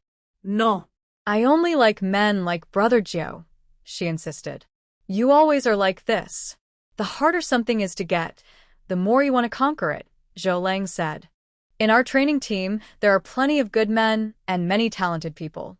Any one of them is not much worse than Brother Jiao, she argued. Why do you insist on hanging on to Brother Jiao? Zhou Lang asked. Brother, you don't understand. What you can't have is always the most tempting, she said. Besides, who says he's not good enough? Brother Jiao is the team leader, and they're just small squad members, she added. But he's not just a little bit better, he's way above, Zhou Lang said, getting annoyed. Zhou Yining saw Zhou Lang getting angry and quickly linked her arm with his. Brother, you're my real brother, so of course you're closer to me. Zhou Lang's expression softened a bit. Just then, the staff brought out the food, interrupting their conversation. Zhou Yining and Zhou Lang ate quietly. Xiao Jiao and Lu Lulu, who had just parted ways with them at the restaurant, were slowly walking back to Building 5 apartments. They passed by the large square in Linwan community, where many survivors were hurriedly heading outside the neighborhood. These people were survivors working for the authorities. Lu Lulu looked away from the crowd and, in the next moment, saw Su Pingting at a stall in the square. Su Pingting was selling original-style clothes, just like before. This time, almost all the stalls nearby were run by women like her. Some women had a bit of beauty and decent figures and looked relatively young. Each woman's stall displayed items like stockings and underwear. As more women like her appeared, Su Pingting faced increasing competition. Her business was getting harder to run. She had originally hoped to earn more points and money through live streaming on the platform. But she was reported her live stream was shut down and she couldn't borrow another account, so she had to go back to her old job, selling original stockings. She hadn't set up her stall for several days. When she came out again, she found the place crowded with over 100 young girls. Su Pingting looked worried. Her business was getting worse, and if she couldn't sell anything today, she planned to sign up for official work teams. Next to Su Pingting, several women had been KTV singers or massage therapists before the apocalypse. They were already used to this kind of life and didn't mind. Some women openly hinted that men could spend some points to take them to private places for adult activities. Many men passing through the square, with some extra points, were willing to pay for special massage services. The authorities didn't interfere much with these transactions. As long as they didn't do anything outrageous in front of them, they turned a blind eye. They didn't have the time to follow or question these women. The base's interrogation room only held dangerous criminals. There is not enough space for those people. This kind of childish behavior is not within their jurisdiction. Lu Lulu secretly sneered as she looked at Su Pingting. No one completed the bounty, she posted anonymously. Meeting Su Pingting seemed to be fate. Better to face it sooner rather than later. She personally went to ask Su Pingting where she lived. Lu Lulu remembered that her anonymous post did not include Su Pingting's exact address. She chuckled silently and said to Xiao Jiao, "Wait for me a few minutes, I have something to handle." While speaking, Lu Lulu pushed a baby stroller to the stall where Su Pingting was selling things. Xiao Jiao silently followed behind to protect her. Su Pingting was a bit surprised to see Lu Lulu. Especially when she saw Xiao Jiao behind Lu Lulu, her eyes kept darting around. Lu Lulu smiled lightly. "What a coincidence, I met you again." Su Pingting looked at Lu Lulu casually greeting her and frowned. Weren't the 3 men from that night looking for her? Why is she still wandering around? Moreover, a tall, handsome man who looked like an official was now with her. Yes, maybe it's fate, Su Pingting said sweetly, but her narrow eyes looked at Xiao Jiao behind Lu Lulu and blinked at him. It seemed she had completely forgotten that Lu Lulu had made her kneel before helping her. Xiao Jiao frowned and looked away. How could Lu Lulu know such a woman? She looked untrustworthy. "Lulu, who is this?" Su Pingting asked with a smile. "Him? Just one of my friends," Lu Lulu replied calmly. Su Pingting's eyes flickered. "Oh, you're Liolio's friend, then you're also my friend. Hello, my name is Su Pingting." As she spoke, Su Pingting stood up, puffed out her chest, and reached out her hand to shake Xiao Jiao's. Xiao Jiao stood still, not moving at all. Lu Lulu saw Su Pingting acting flirtatiously and clenched her teeth tightly. She held back her inner anger and asked, "Pingting, do you know where I live? Maybe one day when I have free time, I'll come find you to hang out." Su Pingting noticed Xiao Jiao's distant and unapproachable attitude. She awkwardly smiled, withdrew her hand, and then shifted her focus to Lulu. I live in apartment 1801, building 2. Suing Ting emphasized the word apartment. Apartment 1801, building 2? Got it, Lulu replied with a smile. When I have free time, I'll definitely come visit you. Suing Ting didn't realize that revealing her address was like digging her own grave. Lulu quickly learned where Suing Ting lived and didn't want to stay any longer. Mr. Xiao, let's go, Lulu said, walking away with Xiaojio. Suing Ting watched their backs, feeling almost crazy with jealousy. Why did Lulu find such a strong supporter so quickly? And all she met were people trying to take advantage of her. Suing Ting was very unwilling to accept this. When Lulu came to visit her, she planned to find a way to get information about that man from her. Just like she did with Ma Weizhou before, she wanted to steal this man away from Lulu. Suing Ting was very confident about her figure. Even if Lulu was prettier, had better manners, and came from a better family, she believed she understood men better. Men, in essence, are driven by their lower instincts. As long as she showed a little sweetness, she wasn't worried that these men wouldn't be tempted. Lulu always looked so pure and aloof. How could she be popular with men? Suing Ting secretly chuckled to herself. Lulu and Xiaojio left her stall and returned to apartment 5. The clock on the background wall of the apartment's projector showed it was 8:50 a.m. After Xiaojio finished settling the children, he continued their physical training for the next day. While training, Lulu kept thinking about the address Suing Ting had given. She was distracted all morning. Xiaojio noticed she often zoned out and found it strange. Ever since Lulu saw that woman with a very worldly look, she had become very strange. While Lulu was running, Xiaojio sent a message to Zhou Yining, asking her to help investigate Suing Ting's information. Zhou Yining was the head of logistics at Linwan Shelter, responsible for the survivors' clothing, food, shelter, and records. It was very reliable to ask her to look into someone. When Xiaojio sent a message, Zhou Yining had just finished breakfast. She was very happy to see Xiaojio's message. Sure enough, Brother Zhou was thinking of her. Whenever he needed to investigate someone, he always asked her for help first. Her skills and status are unmatched by any woman in the base. She believes that one day, Brother Zhou will realize how excellent she is and fall in love with her. Zhou Yining quickly parted ways with Zhou Lang and, following the information and address Xiaojio provided, started to look into Su Pingting's background. 15 minutes later, Su Pingting's personal details, family members, and education background were all sent to Xiaojio via her wristband's email function. Xiaojio first glanced at Lulu, who was doing sit-ups on a yoga mat. While she was distracted, Xiaojio checked Su Pingting's information. Su Pingting, female, 23 years old, unknown parents, an orphan from an orphanage, and a college classmate of Lulu. She once worked at Ma's company as the secretary to Ma's son, the chairman. After reading this ordinary information, Xiaojio became even more curious. What exactly happened between her and Lulu? Why has Lulu's gaze become more distant and distracted ever since she saw her? Xiaojio put away her doubts and patiently continued to train Lulu in physical fitness. Soon, it was 11:30 a.m. Xiaojio told Lulu to rest and come back at 2 p.m. Lulu saw Xiaojio off and woke Xiaowu to feed him. After Xiaowu fell asleep, she took out her phone and messaged Jiang Yi. "Are you awake?" Jiang Yi felt weak all over. When she heard her phone vibrate, she slowly opened her eyes. She picked up her phone and saw messages from Yan Feiyu and Lulu, replying to each one. "Just woke up. Come have lunch together." Jiang Yi weakly replied to Lulu. "Okay, I'll come over later." Seeing the reply, Lulu went to the kitchen to prepare lunch. She handled all the ingredients and placed them on the stove. Then, she poured a diluted energy drink from the water dispenser and set it on the dining table.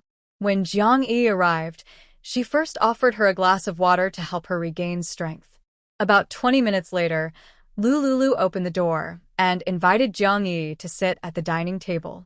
Seeing the water glass on the table, Jiang Yi felt warm inside. Liuli is very thoughtful. She knew that Jiang Yi's throat was uncomfortable and was just about to drink water.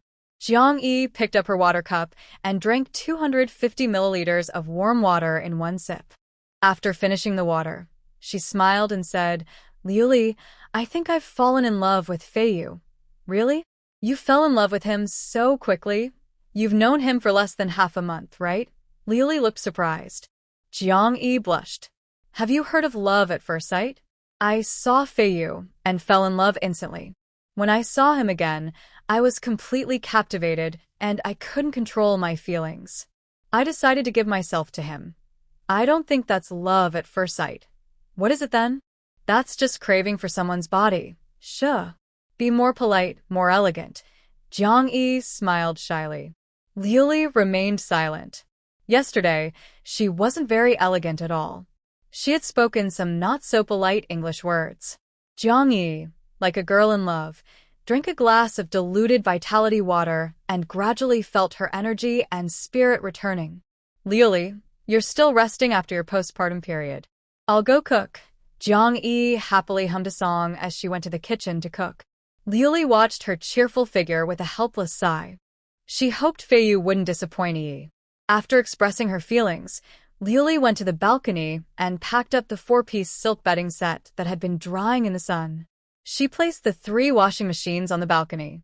She didn't plan to move them back inside for now. If Jiang Yi asked, she would say she bought them at a market stall and had them delivered and set up. On the balcony, she also placed 3 large foldable drying racks. She didn't plan to put these away either. In the coming days, she would take the time to unpack and wash all the clothes that hadn't been stored properly, then store them in the wardrobe. Even in emergencies, she wouldn't have to worry about not having enough clean clothes. Liuli carefully folded the pure silk duvet covers stacked on the sofa and placed them neatly on the sofa. These silk duvet covers were all a shiny silver-white satin, smooth, delicate, and glossy. They felt as soft as a baby's tender skin.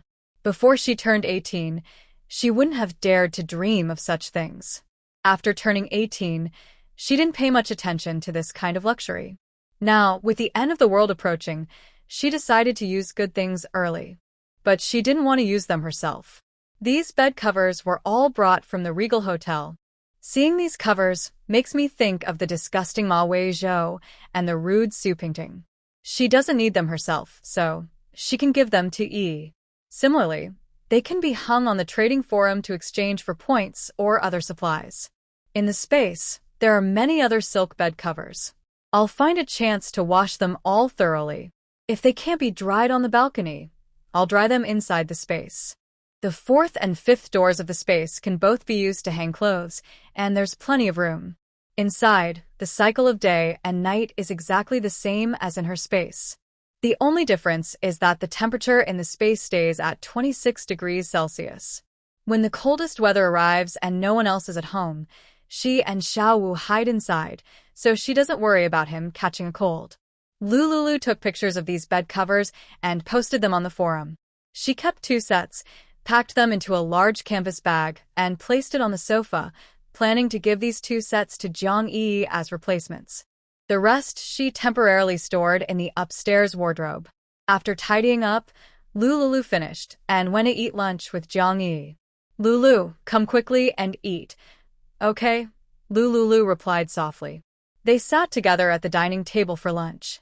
Simple dishes, 2 pieces of imported steak, 2 fried eggs, a tomato and egg soup, and stir-fried bacon with ham.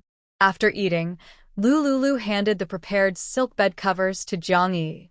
Jiang Yi saw the high-quality silk covers and couldn't stop smiling. Lulu, when did you stock up on these? They're all high-end goods. I just bought a few sets casually when I was shopping at the supermarket. I have many more. I'll give you 2 sets as replacements. Thank you, Jiang Yi said, carrying the canvas bag and feeling very touched. There's no need to be so polite between us. Jiang Yi chuckled, cleaned up the kitchen, and said goodbye to Lulu, returning to her apartment next door to continue storing water. After she left, Lulu felt sore all over, a reaction from overexerting her muscles. She drank a glass of diluted vitality water and fell asleep on the sofa in the living room. June 23rd, 12:30 p.m. After leaving Lu Liulio's apartment, Xiaojiu hurriedly ate lunch at the cafeteria and then went to Yan Feiyu's dormitory. The dormitory is a 4-person room with bunk beds and desks, similar to a college dorm layout. As Xiaojiu entered the dorm, he heard Yan Feiyu breathing steadily. He looked up and saw Yan Feiyu sleeping soundly on the top bunk on his left. "Get up and eat." Xiaojiu knocked on the metal bed frame and placed the lunchbox he brought from the cafeteria on the desk below the bed. Yan Feiyu, still groggy, heard Xiaojiu's voice and instinctively sat up. "Yeah." "When did you arrive?" "Just now." "Come down and eat." Yan Feiyu was wearing casual shorts and was shirtless, showing his strong upper body. He rolled over and jumped down from the bed, landing steadily at the desk. Seeing the lunchbox on the table, he sat down immediately, opened the metal container lid, and started eating quickly with chopsticks. "Eat slowly, no one is rushing you." Yan Feiyu took big bites of half the meal, then poured half a bottle of cold water into his mouth from the water jug on the table. "Jioge, you don't know, I almost couldn't get out of bed today. Yi was so lively, I was almost drained by her."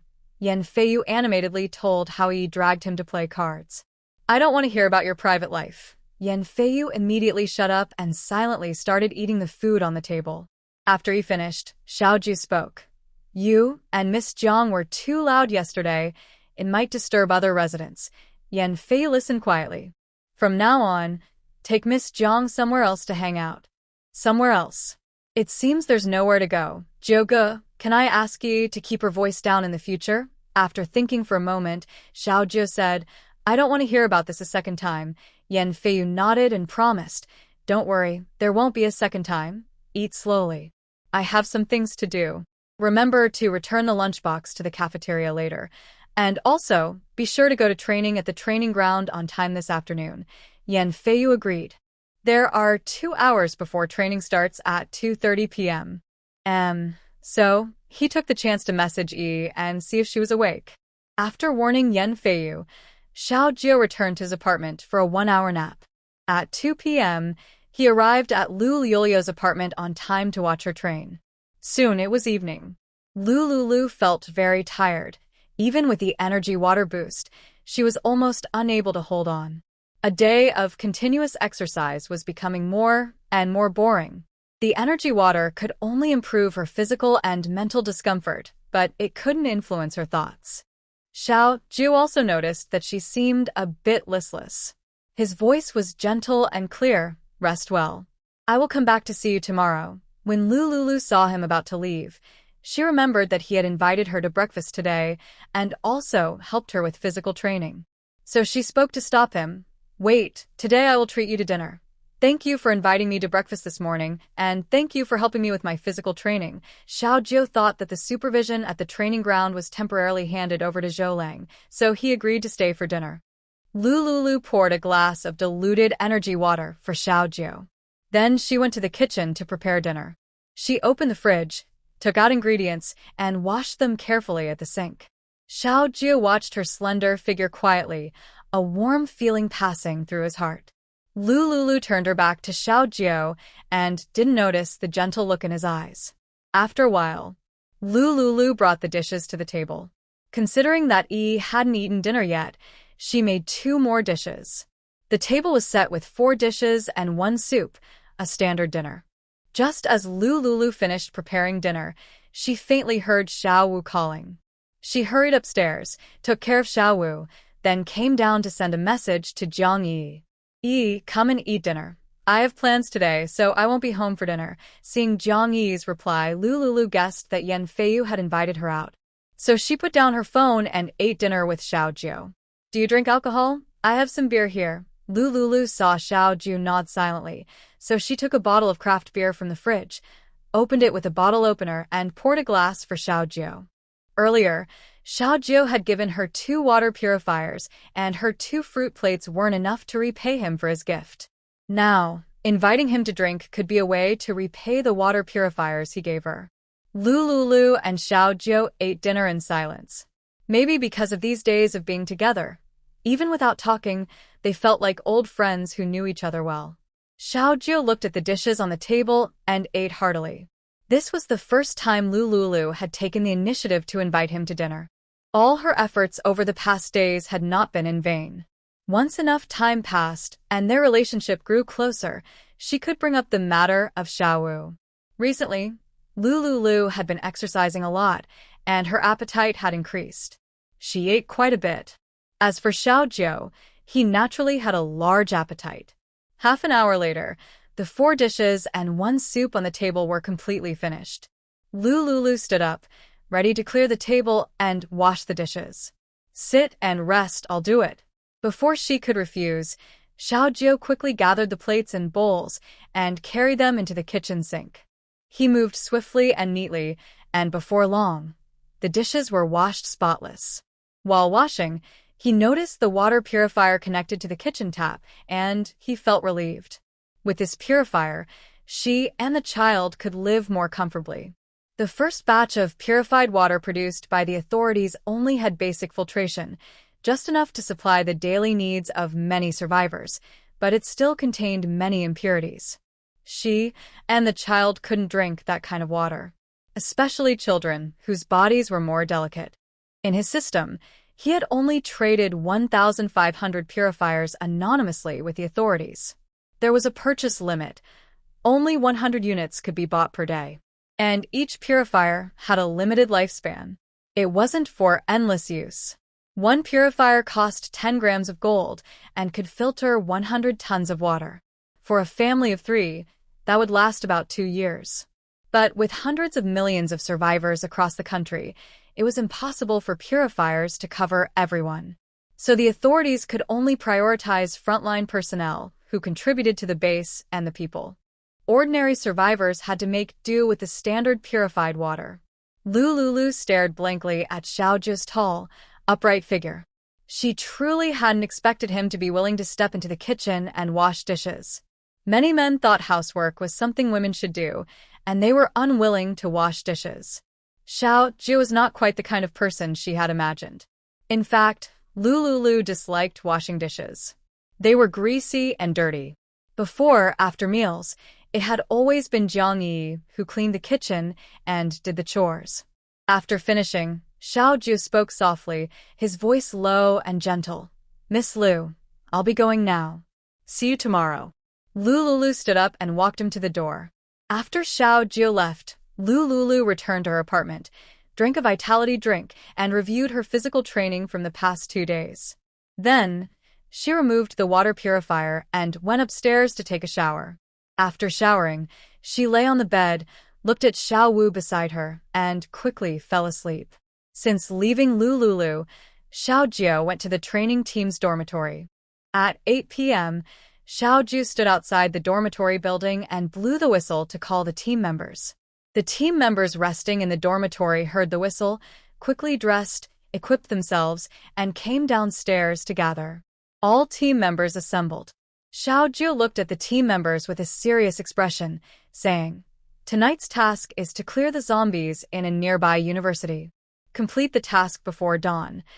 10 squad leaders and 500 ability users immediately responded, "Understood."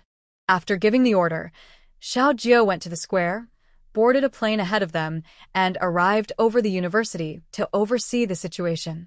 Among the 10 squad leaders, Yan Feiyu and Zhou Lang each led 2 squads, riding in a pickup truck to the destination. The university is 10 kilometers from the shelter. The ability team's pickup truck stopped at the main gate of the university. Xiaojiu used a communicator to send messages to the squad leaders, saying, "Zhou Lang, lead your team to the 6 o'clock direction. Yan Feiyu, lead your team to the 12 o'clock direction. Other squad leaders, assist them in eliminating the zombies." Received, the 10 squad leaders replied immediately. Xiaojiu put down the communicator and took out a high-tech, high-definition detection telescope exchange from the system to observe the zombie movements. Through the telescope, he could see every corner of the university where zombies were hiding.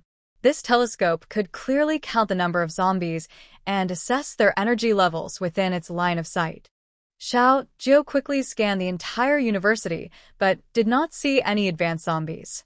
Their team was less at risk when dealing with these low-level zombies.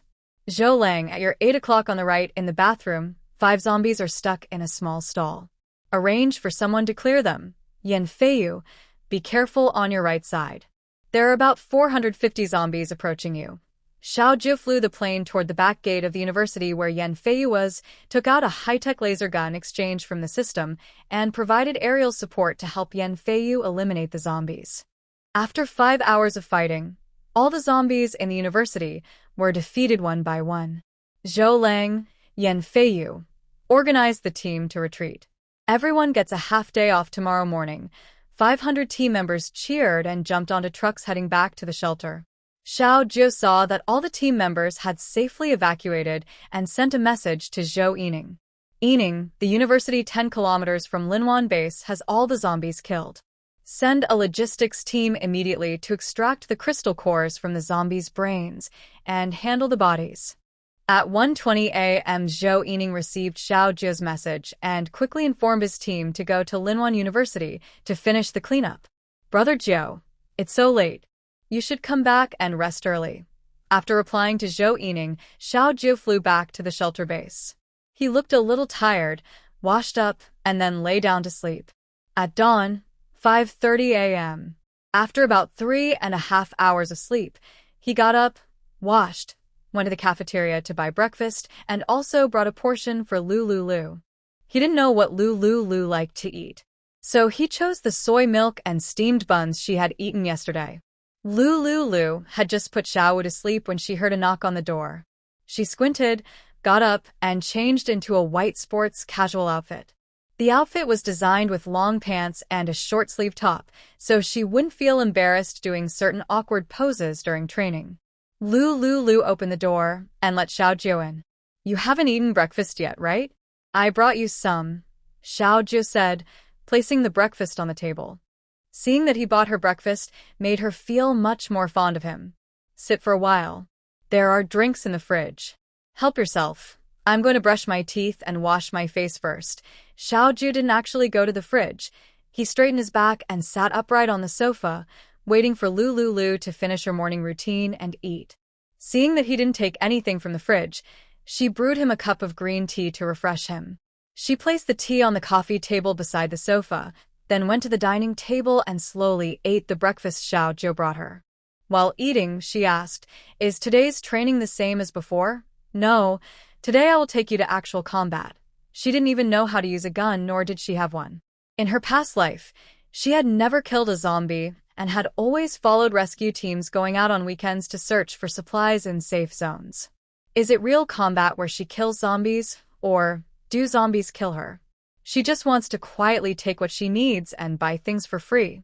When facing danger outside, she can't keep hiding in her space forever, right? Once she enters, she will come out from the same place she went in. If the zombies in this place never leave, wouldn't she be walking right into danger? Lu feels a bit scared. Don't worry, I will protect you. There won't be any problem, Xiao Jiu said. He took out a high-tech laser gun from his black sports backpack. This laser gun is very small and has an automatic aiming feature. Even a weak woman like Lu can handle it easily. I'll give you this gun. Get familiar with it. Xiao Jiu handed the laser gun to Lu. She saw the silver-white laser gun and couldn't help but open her mouth wide. She wasn't mistaken, was she? Could this be the high-tech weapon she had been dreaming of, wanting to exchange with a golden elemental ability user? In her past life, she saw Zhou Yining with a weapon like this. It's very small but powerful. Where did you get this gun? Lu asked excitedly, staring at Xiao Jiu. Of course, Xiao Jiu wouldn't reveal the secret of his system. It's issued by the authorities. Our training team has one for each person. This one is for female officials. It's lightweight and small. Xiao Jiu started to explain how to use it. This has an automatic target recognition scope. When you want to kill a zombie, aim at it, press the red button on the scope, and the laser gun will automatically lock onto that type of creature and prioritize killing it. Below is the firing switch. Luli's eyes were blank, and she kept hearing Xiao Jiu's instructions. Issued by the authorities. She was sure she wasn't mistaken. In her past life, The official personnel, at the base, carried a similar silver laser weapon. It must have been exchanged from that golden elemental ability user. Xiao Jiu probably doesn't know about this. Lu Liuli buried her desire for the golden elemental ability user deep in her heart and listened carefully to Xiao Jiu's instructions on how to use the laser gun. How do you load bullets into this laser gun? There are no bullets. It's an energy gun. There's a power port at the bottom. Just charge it and it can be used. Once fully charged, it can fire 500 laser beams. Wow, this is amazing. Lu Lulu carefully examined the silver laser gun, holding it tightly in her hand. Do you have any other questions? Xiao Jiu asked. Lu Lulu shook her head. Seeing that Lu Lulu was wearing sports clothes and pink slippers, Xiao Jiu noticed her white toes peeking out, small and charming. You should go change into proper sports shoes first. We're about to leave. Lu Lulu, holding the laser gun and confident because Xiao Jiu was leading the team into action, felt calm inside. She went to the entrance and changed into a pair of black sports shoes. After changing her shoes, she casually took a large-capacity shoulder bag from the storage cabinet above the shoe rack and slung it over her shoulder. To avoid revealing her secret space, Lu Lulu grabbed a bottle of energy water from the water dispenser and put it in her bag. She also took some tissues and medical supplies like Yunnan Baiyao spray, which might be useful. Once she finished packing, she patted her head in surprise. She and Xiao Jiu headed out for the mission. What about Xiao Wu? While Lu Lulu was lost in thought, Zhang Yi stood at the door and called out, "Lulu, open the door." Lu Lulu opened the door and saw Zhang Yi smiling brightly. "Lulu, Xiao Jiu told me you, and he have plans this morning. Xiao Wu is with me now. You two go ahead." Lu Lulu looked back at Xiao Jiu. Xiao Jiu said, "Miss Lu, I already informed your friend. She's available now. Don't worry about the child's safety. Besides the 2 security guards arranged by the authorities downstairs, I've also assigned 4 reliable security personnel to watch over the building 24/7. The apartment is very safe now." Jiang Yi nodded and added, "Lulu, go ahead with your mission. I'll take care of the godson. I won't leave the apartment until you return." After hearing Xiao Jiu and Jiang Yi, Lu Lulu felt reassured. She went upstairs to the master bedroom, woke up the sleepy Xiao Wu, and fed him once. Then, she held the sleeping Xiao Wu in her arms and handed him over to Jiang Yi. Seeing Xiao Wu's adorable face, Jiang Yi smiled brightly. "My little godson, he, so cute." Xiao Jiu glanced casually at Xiao Wu, holding back the urge to go over and hug the child. Lu Lulu reluctantly kissed Xiao Wu's cheek, then she followed Xiao Jiu out of the apartment. Xiao Jiu took her to the place where private planes are parked in the square. Lu Lulu stood beneath the silver-white plane, curious as she looked at it. Before, she had only seen this plane from afar. Now, close up, she felt a different kind of excitement. She had only flown on large passenger planes before. This small private plane was her first time seeing one in real life. After turning 18 and entering college, she knew she was secretly wealthy, but she didn't indulge in reckless spending. Instead, she accepted her situation and lived quietly. She didn't have much experience with private planes and didn't understand their features or quality. Lu Lulu estimated the length of the silver-white plane to be about 10 meters. It had 2 long wings at the front, about 2.5 meters high, and a propeller at the tail. The plane was designed for 2 people, with seats arranged in a straight line front and back. She suppressed her curiosity about the plane. She didn't see any other team members nearby. She asked confused, "Where are the others?" "Others? Your other team members?" Those with special abilities. They're not coming. It's just us." "Ah? Just me and you?" Lu Lulu was a bit confused. "Don't just stand there, get on the plane." Xiao Jiu pressed a silver remote control in his hand, and the plane made a clicking sound. He stood in front of the plane, reached out, and opened the transparent white bulletproof glass cover on top. This type of plane only has 2 footrests at the bottom, with no landing ladder. Xiao Jiu turned his head and saw Lu Lulu's height, his gaze passing over her legs under her sports pants. He remembered their previous training. Lulu was wearing tight yoga pants, and he could see that her legs and body proportions were very perfect. She was about 1.6 meters tall. With her height, even with good proportions, her legs couldn't be much longer. Considering the height of the plane and the footrest position, he guessed. Xiao Jiu silently speculated.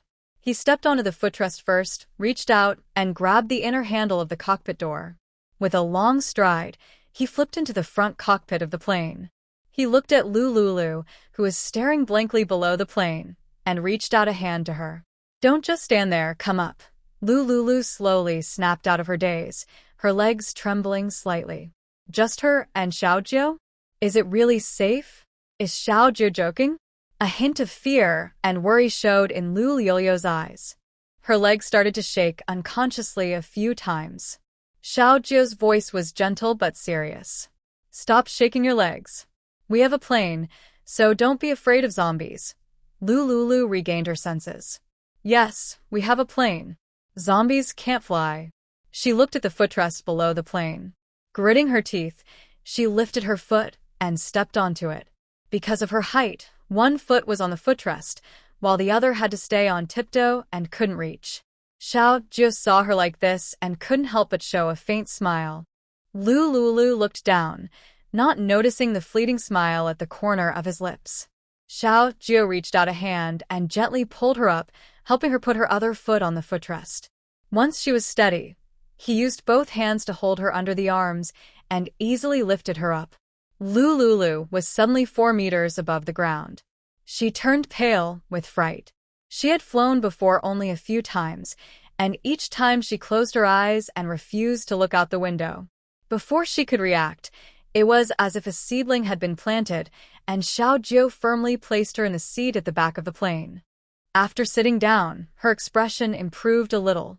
Seeing her face turn pale, Xiaojiu didn't think much of it. Because after drinking the spiritual spring water, her originally fair skin became even more translucent and bright. So Xiaojiu didn't notice her fear. He softly reminded her, "Fasten your seatbelt. We're taking off." Lulu shook her head slightly, then looked up at Xiaojiu in front of her and fastened her seatbelt. What is a little wind and rain to her? There's Xiaojiu, the backup. He definitely wouldn't joke about his life. According to the statistics from Hailan country, plane accidents are extremely rare, happening only once in 100 years. There's nothing to be afraid of. Lulu clenched her fists and silently encouraged herself. Xiaojiu saw her buckle her seatbelt, sit in the driver's seat at the front, and pull down the bulletproof windshield. As Xiaojiu pressed the start button, the plane taxied on the square for a few seconds before slowly taking off. Lulu's body leaned backward, feeling like a fragile wheat seedling caught in a strong wind, almost lifting off into the sky. Before she could get used to it, the plane's angle shifted from 30 degrees to 60, then 70 degrees. Lulu felt as if her soul had already ascended. Just as she closed her eyes in fear, feeling overwhelmed, the feeling of weightlessness gradually disappeared, and the plane flew steadily into the sky. Lulu finally dared to open one eye and looked ahead. Seeing Xiaojiu's broad, solid back, she felt a little more at ease. That kind of back somehow gave her a strong sense of safety. She opened her other eye. Above her, she heard the faint sound of rushing air and the gentle hum of the tail propellers. The noise wasn't as loud as she imagined. It seemed the glass and materials inside the plane helped block the sound. Lulu shifted her gaze away from Xiaojiu. Gradually, she became braver and mustered the courage to look outside the transparent window. The blue sky and white clouds above felt within reach.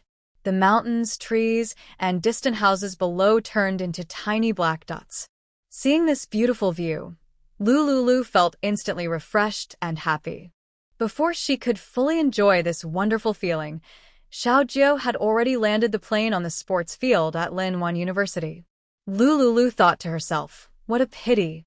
Flying in a plane wasn't really that scary. In just a few minutes, it seemed to have even cured her fear of heights. Xiaojiu opened the cabin door, stood up, and with a quick jump, landed below the plane. He stood on the sports field at Manhwa University and stretched out his hands to Lulu. Jump down, I'll catch you. Hearing Xiao Jio's sharp voice, Lulu unbuckled her seatbelt and stood up from the plane. She looked down, feeling nervous at this height. Don't be afraid, I will catch you. Lulu didn't want Xiao Jio to see her fearfulness. She held onto the airplane seat, turned her back to Xiao Jio, and tried to step onto the footrest below the plane.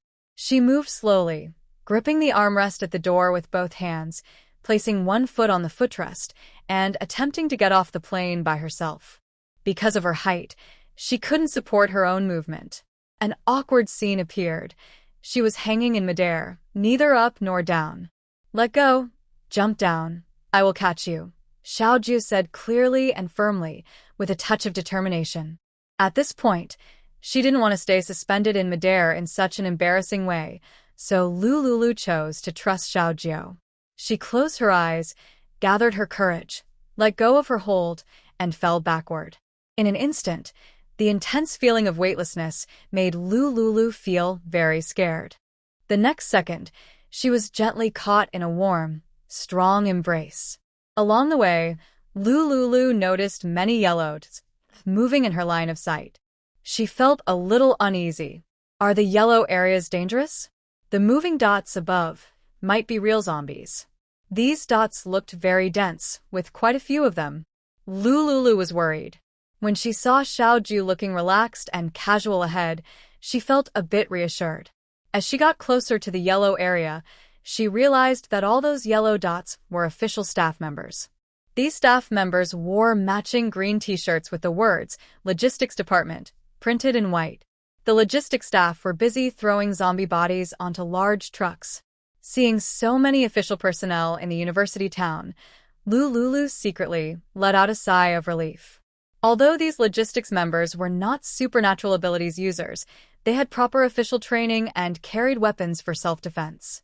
This area was cleaned yesterday, so it's relatively safe for now, Xiao Jio explained to Lulu. I'll take you to the back street behind Lin Wan University for some practical training. Lulu felt a bit more at ease. If she couldn't win, she could run.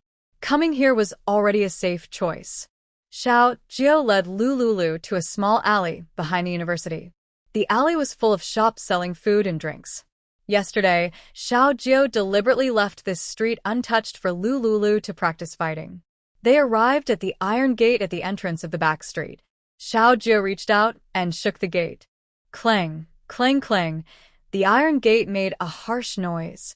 Soon 4 or 5 zombies emerged from nearby shops. Hearing the noise, they moved toward the gate.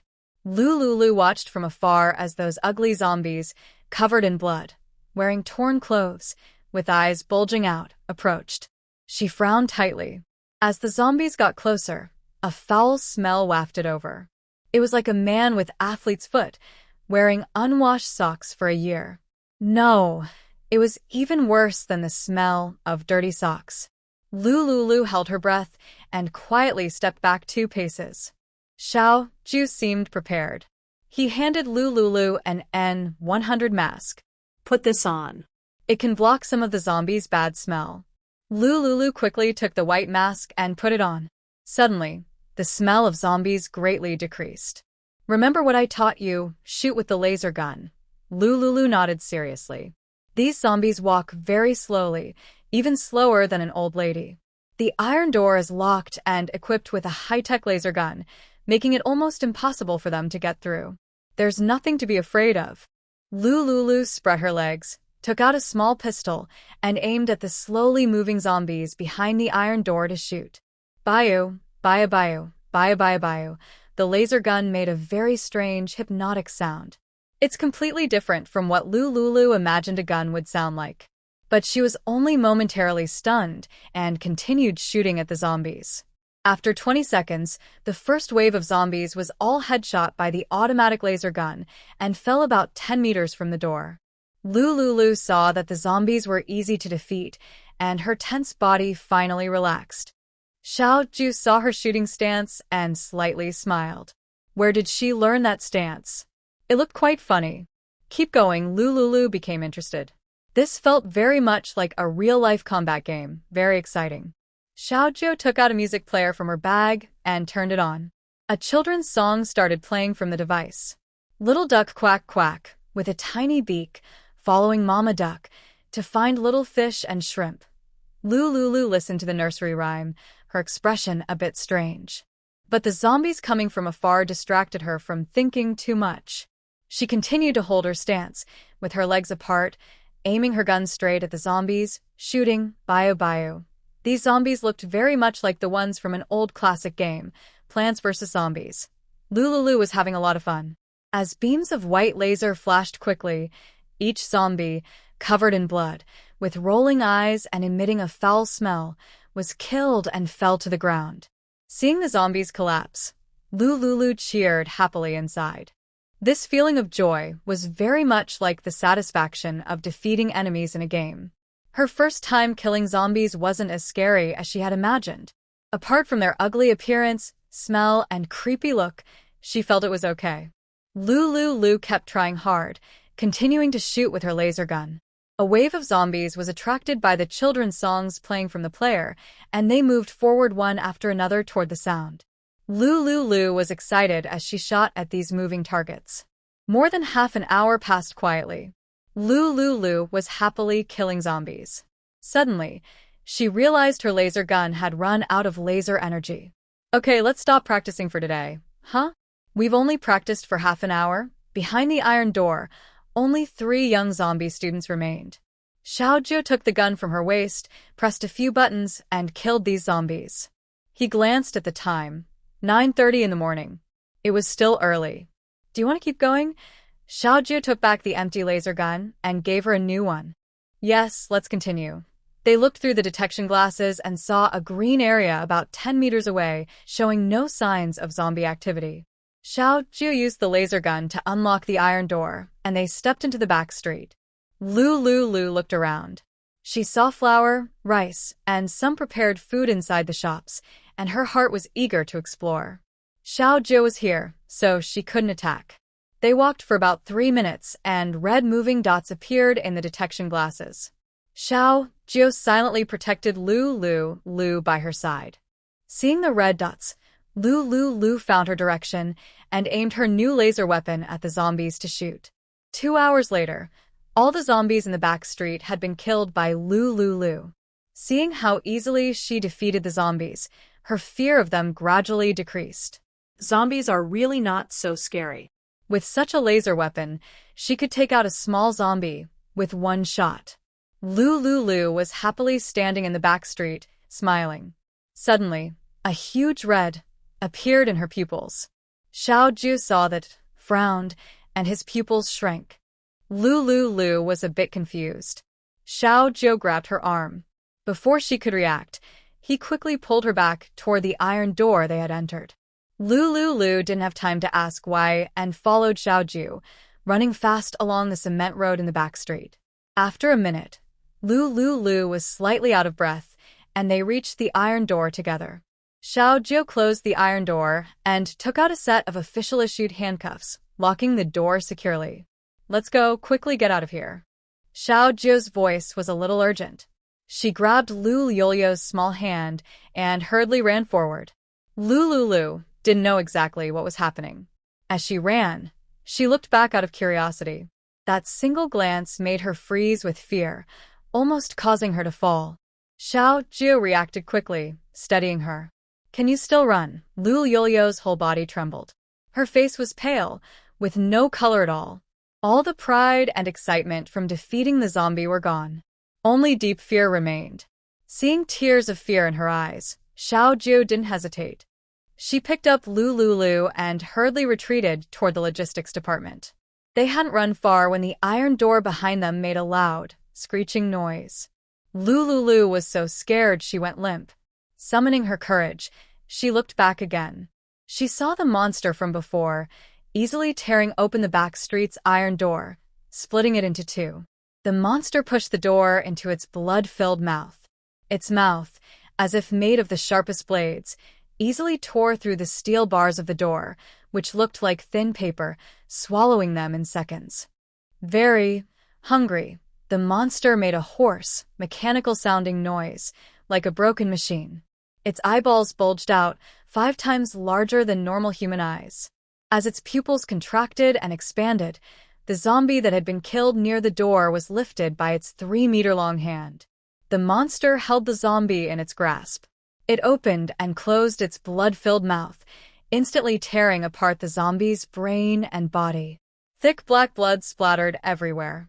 The monster kept crying out for food. It grabbed a zombie corpse from the ground, opened its mouth wide, and shoved the entire body inside to chew. It was almost 1 zombie per second. When Xiaojiu and Lulu reached the corner, the monster had just finished eating all the zombies. Its slit pupil shrank, and its eyes showed Xiaojiu and Lulu moving quickly around the corner. Seeing that the monster had noticed them, Lulu's already pale face turned even whiter. She suddenly felt dizzy and lightheaded.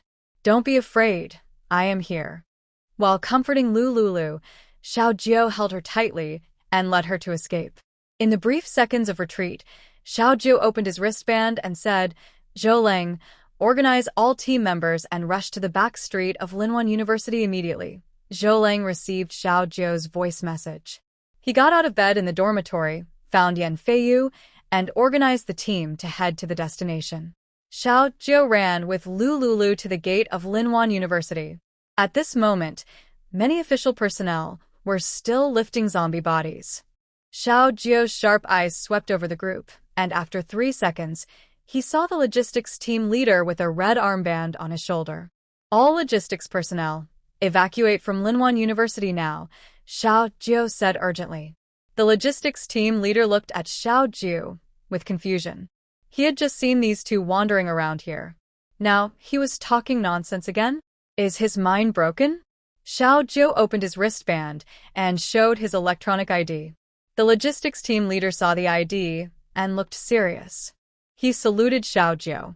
The logistics team leader took out a loudspeaker and shouted at the workers digging for crystal cores and moving zombies, "Everyone get in the vehicle and evacuate quickly." Hearing the voice, the logistics staff paused for a few seconds, then quickly reacted, dropping their work and rushing to the truck at the university gate. All logistics team members boarded the truck and hurriedly evacuated the area. While they were leaving, Xiaojiu was not idle. She carried Lulu to the sports field where planes land. "Lulu, can you still move?" she asked. Lulu, now calmer, took a bottle of vitality water from her shoulder bag and drank a few sips. Her legs, which had been trembling like springs, gradually steadied. "I can." "Put me down," she said. Xiaojiu set her down and let her lean against the plane. Next, she opened the plane door.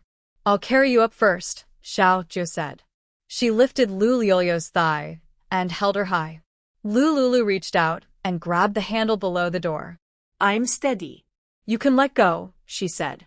Seeing her upper body go into the cabin, Xiaojiu released her hold on her thigh. Lulu half leaned on the seat inside the plane, reached out to hold the seat, and slowly adjusted her legs to sit properly in the back seat. While Xiaojiu adjusted her posture, she reached out and grabbed the door handle. She lifted her long leg, stepped on the footrest, and flipped into the pilot's seat of the plane. Through the detection glasses, he saw a large red approaching from afar. "Fasten your seatbelt and sit still." "Okay." Lulu immediately buckled her seatbelt. Xiaojiu looked in the rearview mirror, saw Lulu had fastened her seatbelt, then closed the cabin door and started the plane. The small plane flew up to 5 meters above the head of the giant zombie monster. Xiaojiu pressed the machine gun switch on the plane, aimed at the zombies below, and started shooting. Da-da-da! The loud gunfire echoed through the soundproof cabin to Lulu's ears. She clenched her teeth, looking a bit worried. Xiaojiu didn't have time to worry about her.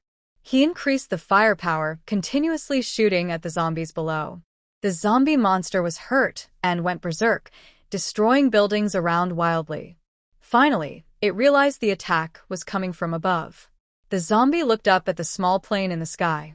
It roared loudly, then stomped the cement ground, creating a big hole. Lulu was stunned. In a flash, the monster leapt into the air like a monkey. Its huge head suddenly appeared outside the plane's bulletproof glass door. Lulu happened to meet its eyes. She saw the ugly face of the zombie monster up close and screamed uncontrollably. Xiao Jiao immediately pulled the control stick, and the plane quickly ascended close to the monster. Seeing the plane rise out of its reach, the monster was furious and caused destruction on the ground. "Are you feeling better?" Xiao Jiao asked. Lu Yulio's fair skin was now as white as paper, pale and ghostly. "I'm fine. You might feel a bit uncomfortable after seeing such bloody scenes for the first time. That's normal. Even some of our team's mutants, when they first go out to clear zombies, feel the same. Look more, get used to it." Lu Yulio's face grew even paler. If she could, she wouldn't want to see or touch any of it. Xiao Jiao turned away from Lu Lulu, not noticing that her hands and legs were trembling again because of his kind reassurance.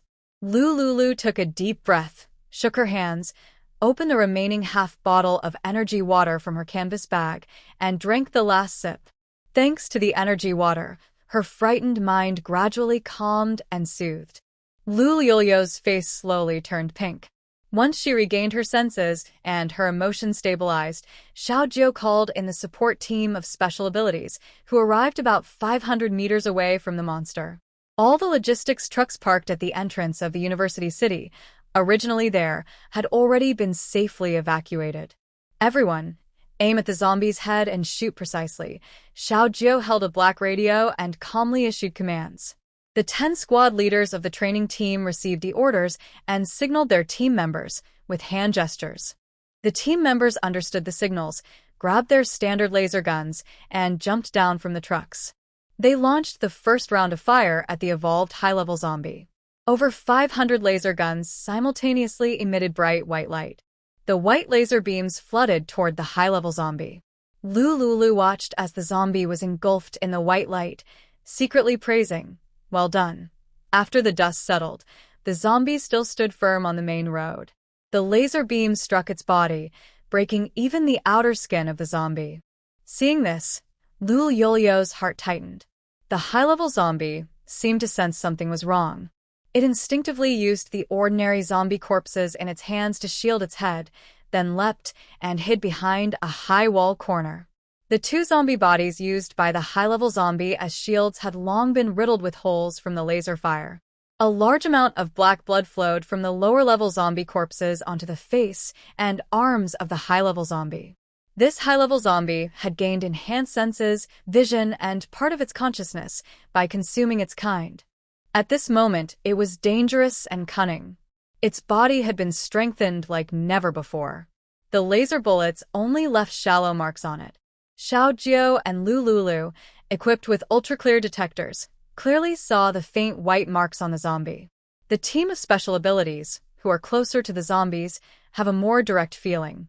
Because their laser guns, which have always been effective, are now making a clang-clang sound when hitting this high-level zombie. It sounds like this evolved high-level zombie's skin is covered with a tough steel-like layer. Xiao Jiao and Lu Lulu didn't hear the sound, but they could tell from the marks. Having often dealt with zombies in the end times, Xiao Jiao recognized this as a high-level zombie. Unexpectedly, less than a month after the outbreak, high-level zombies have appeared. This kind of high-level zombie cannot be broken through by ordinary firearms or even laser guns, which are better than firearms. Laser guns only work on mid-level zombies. His system also has weapons that can deal with high-level zombies.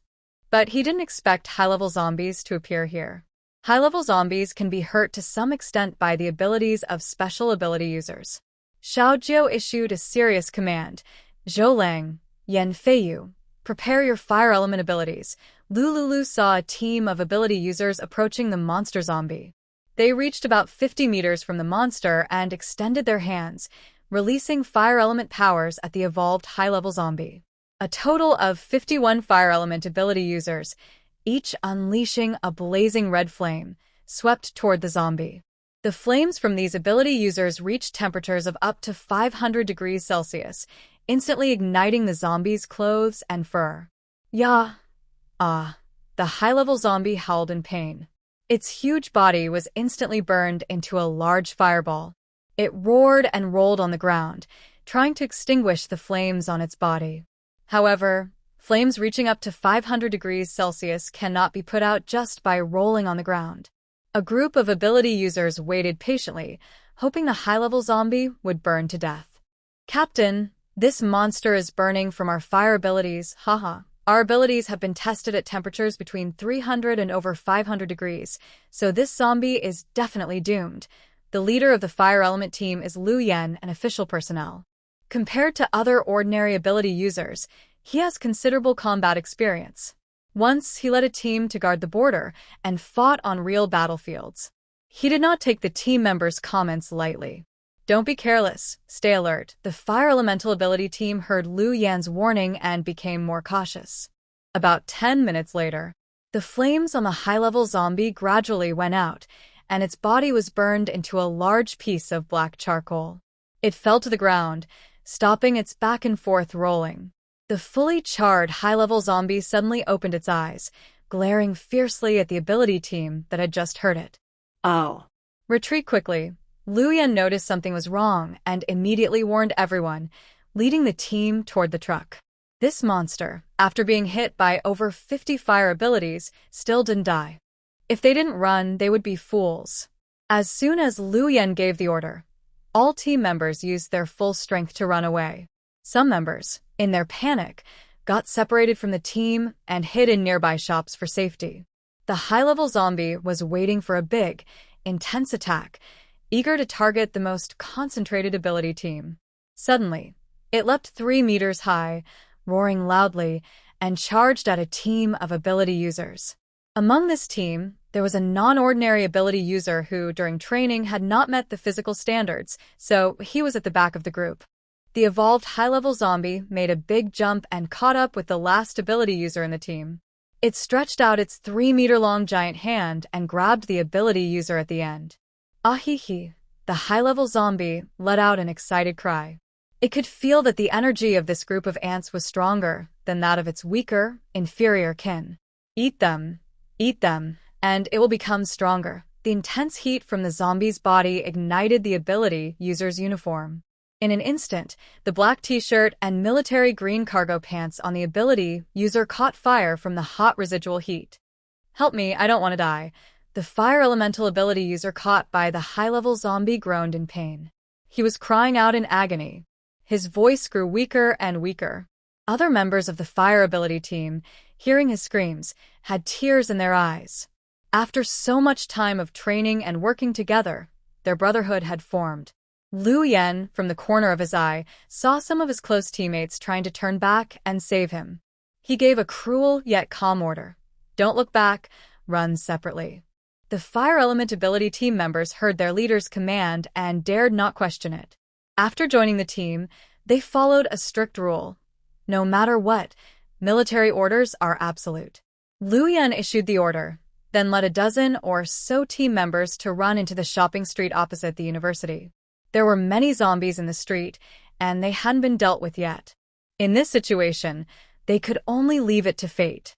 Xiao Jiu saw the team members crying out in pain and wanted to help, but they were too far away and the high-level zombies moved too quickly. He was powerless.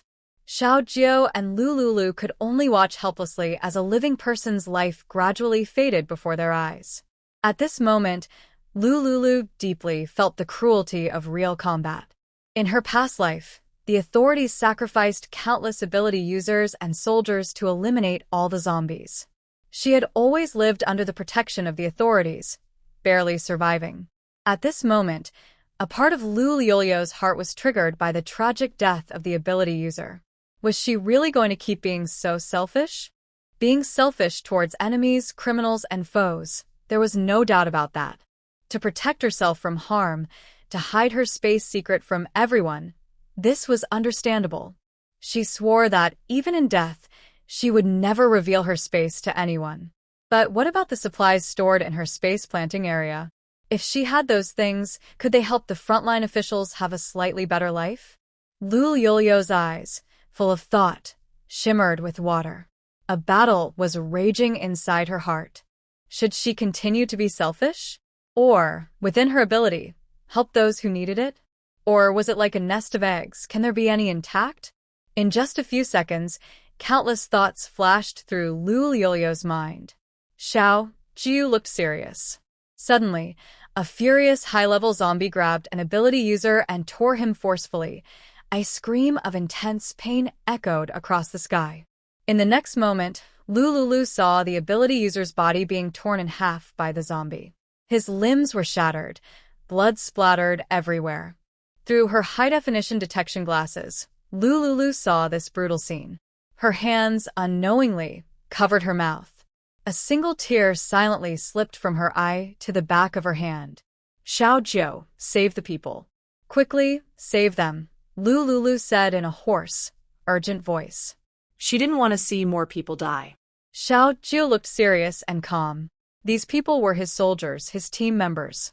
He wouldn't just stand by and watch. "Lulu, I will leave you on a rooftop of the teaching building. Can you handle being alone here?" Lulu nodded quickly. "Go save them." After hearing this, Xiaojiu quickly landed the plane on the rooftop of the teaching building. This was the tallest building at Linwan University, and it had the highest rooftop. When the plane stopped at the top, Xiaojiu reached out and picked up Lulu, then jumped off the plane, landing steadily on the rooftop ground. He moved gently, his voice firm and serious. "Lulu, wait here for me. Yes, go save them quickly."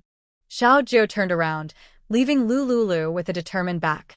He got back on the plane, opened the glass cover at the front, revealing a small window for shooting.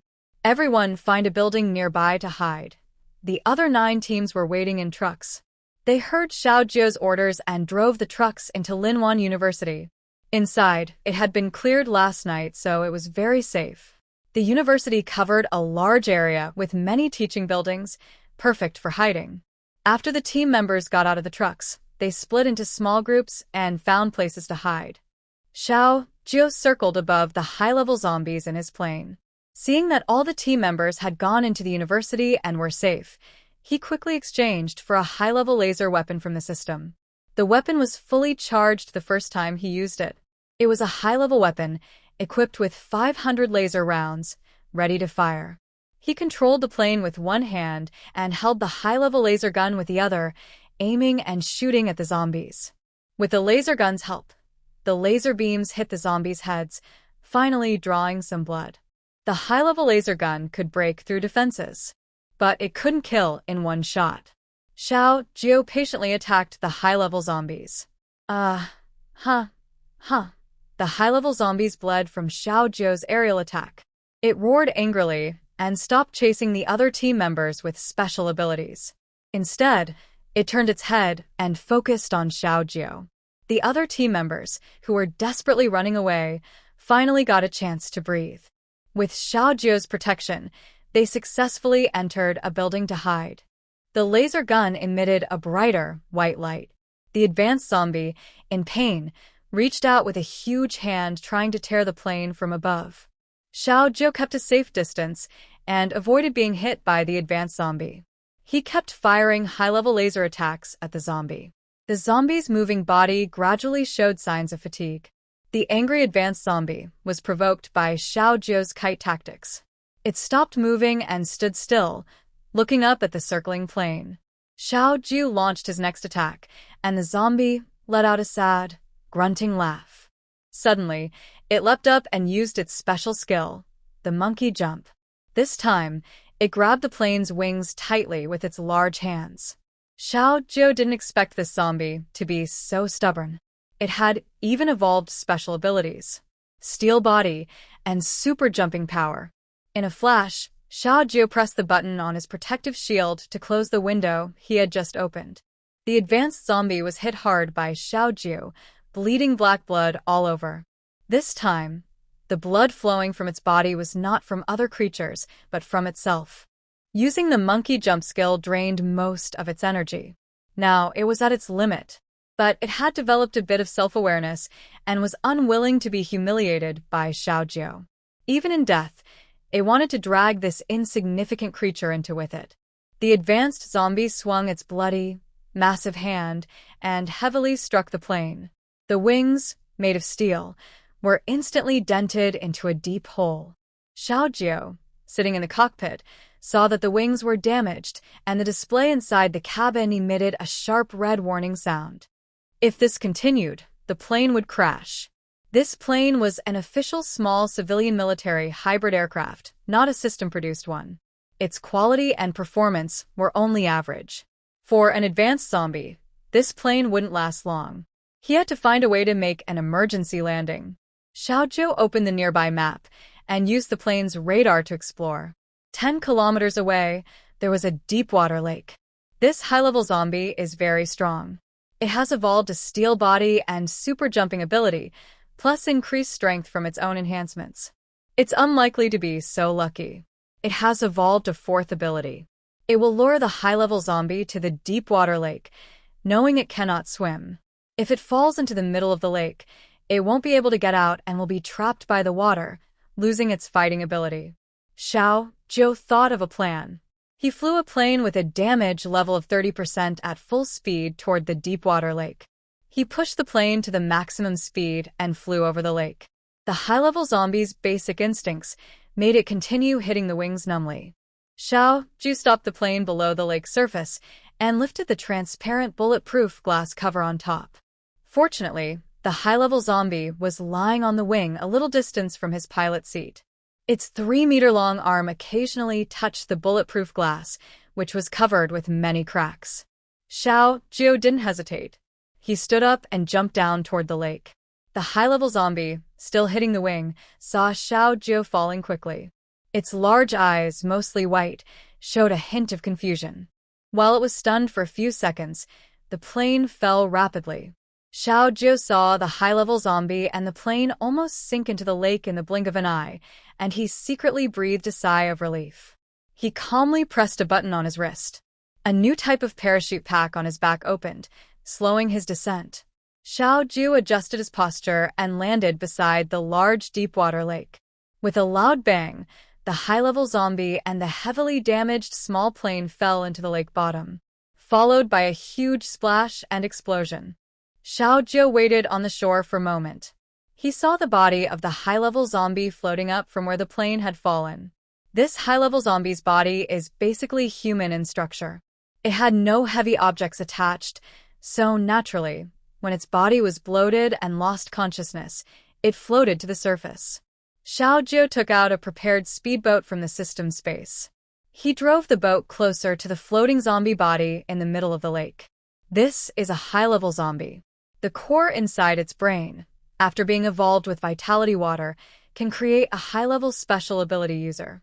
Moreover, it is not just a simple high-level zombie. It is a mutated high-level zombie with a steel body and super jumping ability. If he is right, anyone who eats this zombie's core might inherit its powers.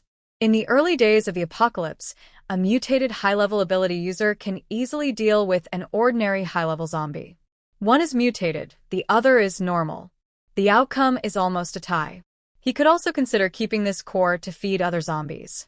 This would speed up their evolution and mutation, helping them grow to level 10. But level 10 zombies are now unstoppable by the current authorities. A level 10 zombie is equivalent to a level 10 ability user. Currently, the highest level ability users are only at intermediate level. Once a level 10 zombie appears, only advanced biotech weapons from the system can kill it. Or, if there are level 10 ability users in the base, combined with the authorities' heavy nuclear weapons, they could kill it. In the past, in the 10th year, the base had several level 10 ability users. They all gained their powers from cores. 1 year after the apocalypse started. On Hylon Star, other countries like the United States, Japan, India, almost every country saw a level 10 zombie. Leaders and survivors had to use the most powerful nuclear weapons available to kill these level 10 zombies. Nuclear weapons protected other survivors and bases from zombie attacks. However, the pollution caused by these weapons created unprecedented damage and scars on Hylon and the entire planet. They must find a way to gather trusted officials and raise their strength to level 10 within a year. In the 10th year, only then did level 10 ability users appear. If they cannot develop level 10 ability users, in the end, they can only rely on the ultimate biotech weapons from the system to eliminate the zombies. These weapons require a large amount of gold to exchange. All the gold in his space could barely be used once to get the ultimate weapon. In this world, Hylon cannot use nuclear weapons. This will cause an irreversible and huge disaster to the land and territory of the Blue Sea Nation. In the past, nuclear weapons killed zombies, but the land, oceans, plants, and animals were all contaminated by nuclear radiation. As a result, later on, all survivors contracted the nuclear virus.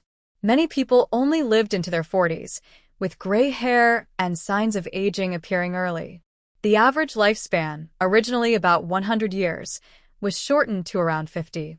This disaster is global. Other countries are also not allowed to use nuclear weapons. Any high-level zombies that appear in their countries must be completely eliminated. Xiao Ju looked serious. He drove a rushing boat to the center of the lake. On the boat, Xiao Jiu found a makeshift oar. He tentatively used it to touch the scorched high-level zombie. As soon as the oar touched the zombie, it suddenly opened its eyes, raised its huge hand, and grasped the oar tightly. Xiao Ju looked a little surprised. Just as he was about to take out the high-level laser gun to shoot the zombie again, the zombie crushed the oar and started muttering incoherent words. Xiao Ju's patience was running out. No matter what the zombie's situation was, to be safe, he decided to disable it first. He took out the high-level laser gun from his system space and fired laser shots at the zombie in the lake. The laser energy was depleted. The high-level zombie finally lost its ability to struggle. It floated on the lake's surface, completely immobile. Xiao Jiu then used another type of oar to push the zombie. It remained still. It seemed this time it was truly dead. He experienced falling from the sky to the ground, into the lake, and firing guns and flames in turn. Such an experience is something ordinary zombies can enjoy. It can be said that it died where it deserved. A regular knife really can't break through the defenses. Xiao Jiu used a laser drill to open the brain of a high-level zombie and took out its core. Black blood splattered inside the zombie's body, giving off a foul smell. Xiao Jiu endured the disgust and washed the core in the nearby lake water, then stored it in the system. At the same time, the speedboat by the lake was also stored in the system and put away. Xiao Jiu stared at the lake surface for a while. The situation was urgent earlier, so he had to take this drastic measure. The lake water is probably contaminated with zombie blood. The second stage of the zombie virus spreads through blood. Xiao Jiu opened his wristband and sent a message to Lin Fei. Manhwa University, the highest building's rooftop. Go help me pick up Lu. Lin Fei, who was busy in the lab with experiments, received the message. He took 2 trusted researchers from the Lin Research Institute and, under the protection of 4 official bodyguards, drove to the deep-water lake. Professional work should be done by professionals. The plane wreckage and lake water pollution issues, Yi Ning and Lin Fei will handle them. He only needs to lead the team in fighting. The plane has already crashed. They will wait for Lin Fei and the others to come and give them a ride back. Lu is still on the rooftop. Xiao Jiu sent a message to Yan Feiyu. At Manhwa University, the top floor of the tallest building, go help me pick up Lu. Yan Feiyu with a team was hiding in a shop, not showing himself. When he received Xiao Jiu's message, he let out a breath of relief. Since Xiao Jiu could send a message, it means the high-level zombie has been dealt with. Brother Jiu, is the monster zombie dead? Yan Feiyu asked cautiously. Yes, it's dead. It's safe outside. Got it. I'll go pick up my sister-in-law now. Don't talk nonsense. Miss Liu and I are just friends. Yan Feiyu didn't believe it at all. In this world, there are no pure friendships between men and women. Passion and attraction are inevitable. All right, Brother Jiu, I'll go pick up sister-in-law. Miss Liu, Xiao Jiu made arrangements and sat down at a spot by the lake. About 40 minutes later, Lin Fei and his team arrived at the edge of Deepwater Lake. Brother Jiu, sorry to keep you waiting.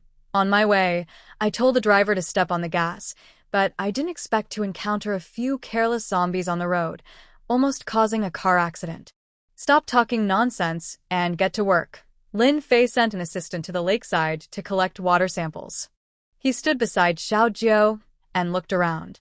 Casually glancing, he saw the bodies of high-level mutated zombies on the shore. Lin Fei's eyes lit up. Juji, are those zombie bodies? Yes, high-level mutated zombies. Lin Fei was very excited.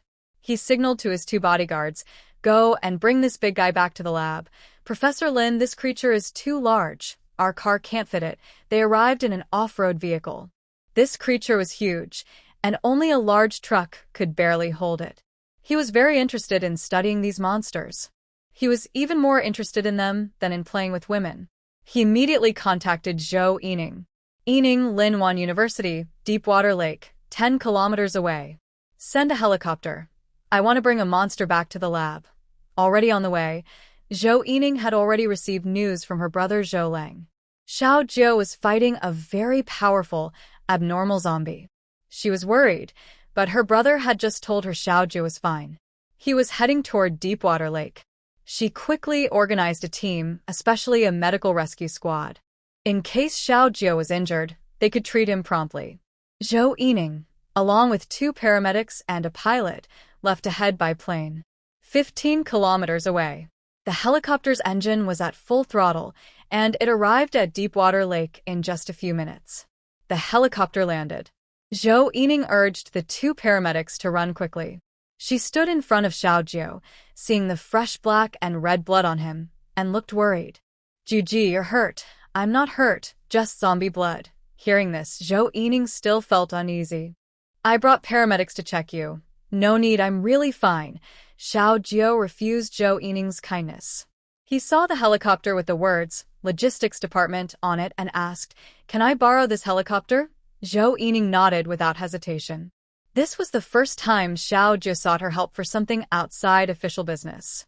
Before, he always kept things strictly professional.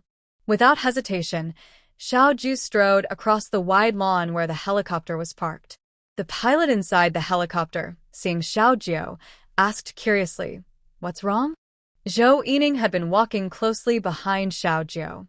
She looked up and instructed the pilot, "You come down." "Yes, Commander Zhou." The logistics officer jumped down from his seat. Xiao Jiu acted quickly and smoothly, reaching out and stepping into the cockpit of the helicopter. The logistics helicopter was different from their small combat planes. This helicopter could hold up to 6 people. With a little squeeze, 8 could fit.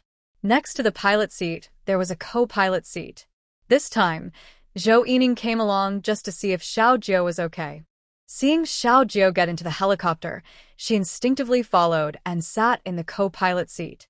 Xiao Jiu saw Zhou Yining sitting beside him and frowned. "Yining, why did you come along?" "This is my logistics department's helicopter, an important asset. I need to supervise what you're doing with it." He wanted to go back quickly to see Lulu. Lulu and Yining didn't get along well. Every time they met, there was always a tense atmosphere. "I won't do anything that could harm your logistics helicopter. If anything happens to the plane, I'll take responsibility. Get off now." "I won't."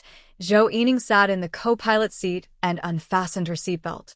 In the past, whatever she said, Brother Jiu would agree. This time, it was just a flight with him, following him, yet he told her to get off. This had never happened before. Her sixth sense told her there was definitely some secret she wasn't supposed to know. Xiao Jiu saw her sit firmly and judged from her expression that she was determined not to get off. He started the helicopter and flew with Zhou Yining to Linwan University. When Lin Fei saw the helicopter leave, he pounded his chest in anger. "You guys leave, and take my precious experiment subject with you." Calling another car to pick up the experiment subject, but now they had to wait another hour. A nearby researcher saw Lin Fei's unhappy expression and thought he hadn't been properly served. He took out a foldable outdoor chair and placed it beside Lin Fei. "Professor Lin, please sit down and rest for a while."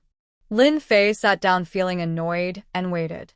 Lin Wan was on the rooftop of the university's tallest building. It was summer around noon. The outdoor temperature reached 38 degrees Celsius. Lulu reached up to block her forehead. She looked up at the bright blue sky and kept sweating. Just now, she was inside a helicopter with air conditioning and didn't feel hot. Now, standing outside, she quickly started to sweat. But at this moment, more than the uncomfortable weather, she felt worried and uneasy. What happened to Xiao Jiu? Lulu opened her wristband to send a message to Xiao Jiu, but she was afraid of disturbing him during his fight with the zombies. She stood under the blazing sun on the rooftop, waiting. Suddenly, her wristband vibrated. Are you still on the rooftop? Wait for me 2 minutes. I'll come to pick you up. Xiaoju didn't forget his promise. Earlier, by the lake, he had no tools and was too far away. Now, luckily, he had a plane and could come quickly. Feiyu, no need to pick up Miss Liu. I'm on my way. Okay. Yan Feiyu and his teammates looked at each other. Because of the zombie outbreak, many power sources at Linwan University had short-circuited. The elevators inside the teaching building were out of service, so they had to climb stairs. Xiao Jiu asked him to go to the top rooftop to meet Lulu. He and his team finally found the highest part of the building, climbing 15 floors. Suddenly, they received a message that the mission was over. They didn't know whether to feel happy or angry. If happy, it was because they had almost completed the mission, but now it was gone. If angry, it was because they still had more than 20 floors to climb, and then they'd have to go back down. Captain, where are we going now? Back to the main gate to wait. A few minutes passed. Yan Feiyu led his team downstairs. Xiao Jiu piloted the plane back to the rooftop of the tallest building at Linwan University. Lulu saw the plane stop. She was happy. She saw Xiao Jiu walk down from the plane and felt happy too. The next moment, she saw Zhou Yining sitting in the co-pilot seat of the plane from afar. Her mood instantly turned sour. Let's go. I'll take you home, Xiao Jiu said calmly. Lulu hesitated when she saw the military green plane. How could Zhou Yining be with him? Wasn't he going to fight that monster zombie? Let's go, Xiao Jiu repeated in a low voice. Lulu buried her doubts in her heart and followed Xiao Jiu to the plane door. She saw on the left side of the plane door, written in white paint, 3 clear large characters. Logistics Department. This was a plane used only by the Logistics Department. Come, I'll help you up. Lulu looked at the ladder at the bottom of the plane. The ladder was made of ropes, and it wobbled when stepped on, about 3 meters high. Zhou Yining saw Xiao Jiu reaching out to hold the ladder, speaking in a tone that carried a gentle warmth she had never heard before. She suddenly became furious. So, he borrowed her department's special helicopter just to pick her up? A married woman. And she was bringing along a child. Huh, do you need someone to hold the ladder just to climb up? Zhou Yining sneered. Women like you, I've seen many, pretending to be fragile to make men feel needed. Someone who is married with children, yet acts like this, entangling with Brother Jiu. Lu Liulio's body froze. She was inexplicably called out and scolded, and her anger flared instantly. Yining, you've gone too far. Brother Jiu, am I wrong to say that? She's a married woman with a child. Why do you always hang out with her? It must be her seducing you, playing hard to get. You must not be fooled by such a woman. Ha ha. Lulu heard her accusing her like that and burst out laughing in anger. She turned to face Zhou Yining directly. You're right. I did Xiao Jiu. Have you ever reflected on yourself? Why can I easily attract him, but you can't? Zhou Yining was suddenly speechless. She had tried all methods, but Brother Jiu just wouldn't be interested in her? Zhou Yining fell into confusion. What exactly did she do wrong? Want to know the answer? Lulu asked playfully. Zhou Yining widened her eyes, looking at Lulu as if waiting for her answer. Lulu looked at Xiao Jiu beside her and moved closer to him. Xiao Jiu saw Lulu coming toward him and froze in place. What does she want to do? Zhou Yining also looked at Lulu with confusion. Lulu suddenly jumped up forcefully and reached out to hug Xiao Jiu's neck. Xiao Jiu instinctively wrapped his arms around her tightly. Let go of Brother Jiu. Zhou Yining shouted angrily. How dare she? How dare she flirt with Brother Jiu right in front of her? Hearing her frantic voice, Lu Liulio's anger slowly faded. She smirked arrogantly at Zhou Yining, as if declaring her dominance. In a flash, her gaze met Xiao Jiu's deep, dark eyes. Lulu lowered her head and planted a kiss on Xiao Jiu's cool, thin lips. At that moment, Xiao Jiu seemed to lose his mind. When he touched Lu Liulio's soft, pink lips, the string of reason in his mind shattered. She was playing with fire. Even if it was to get back at Yining, she shouldn't have used his body to do such a thing. Xiao Jiu's eyes grew darker. He intensified his hold, pressing her small, delicate body close to him. Lulu felt a tingling sensation like an electric shock all over her body and couldn't help but moan. When she realized she was making strange sounds and was tightly held in Xiao Zhou's arms, she panicked. She had just wanted to tease Ying a little, and then leave. What is Xiao Zhou doing? Ugh. Lulu tried to break free from his embrace. But Xiao Zhou seemed prepared, one hot hand pressing on the back of her head, preventing her from escaping. Lulu, this is something you brought on yourself. As she struggled to open her mouth, Xiao Zhou deepened the kiss. Zhou Yining's eyes reddened. Why didn't Brother Zhou push her away? Why did he hold her so tightly and kiss her with his tongue? Brother Zhou, let her go. Zhou Yining stepped forward angrily, trying to separate their bodies.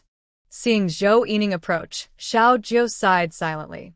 He turned quickly, reaching out to grab the rope ladder below the helicopter. Using his strength, he swiftly entered the helicopter.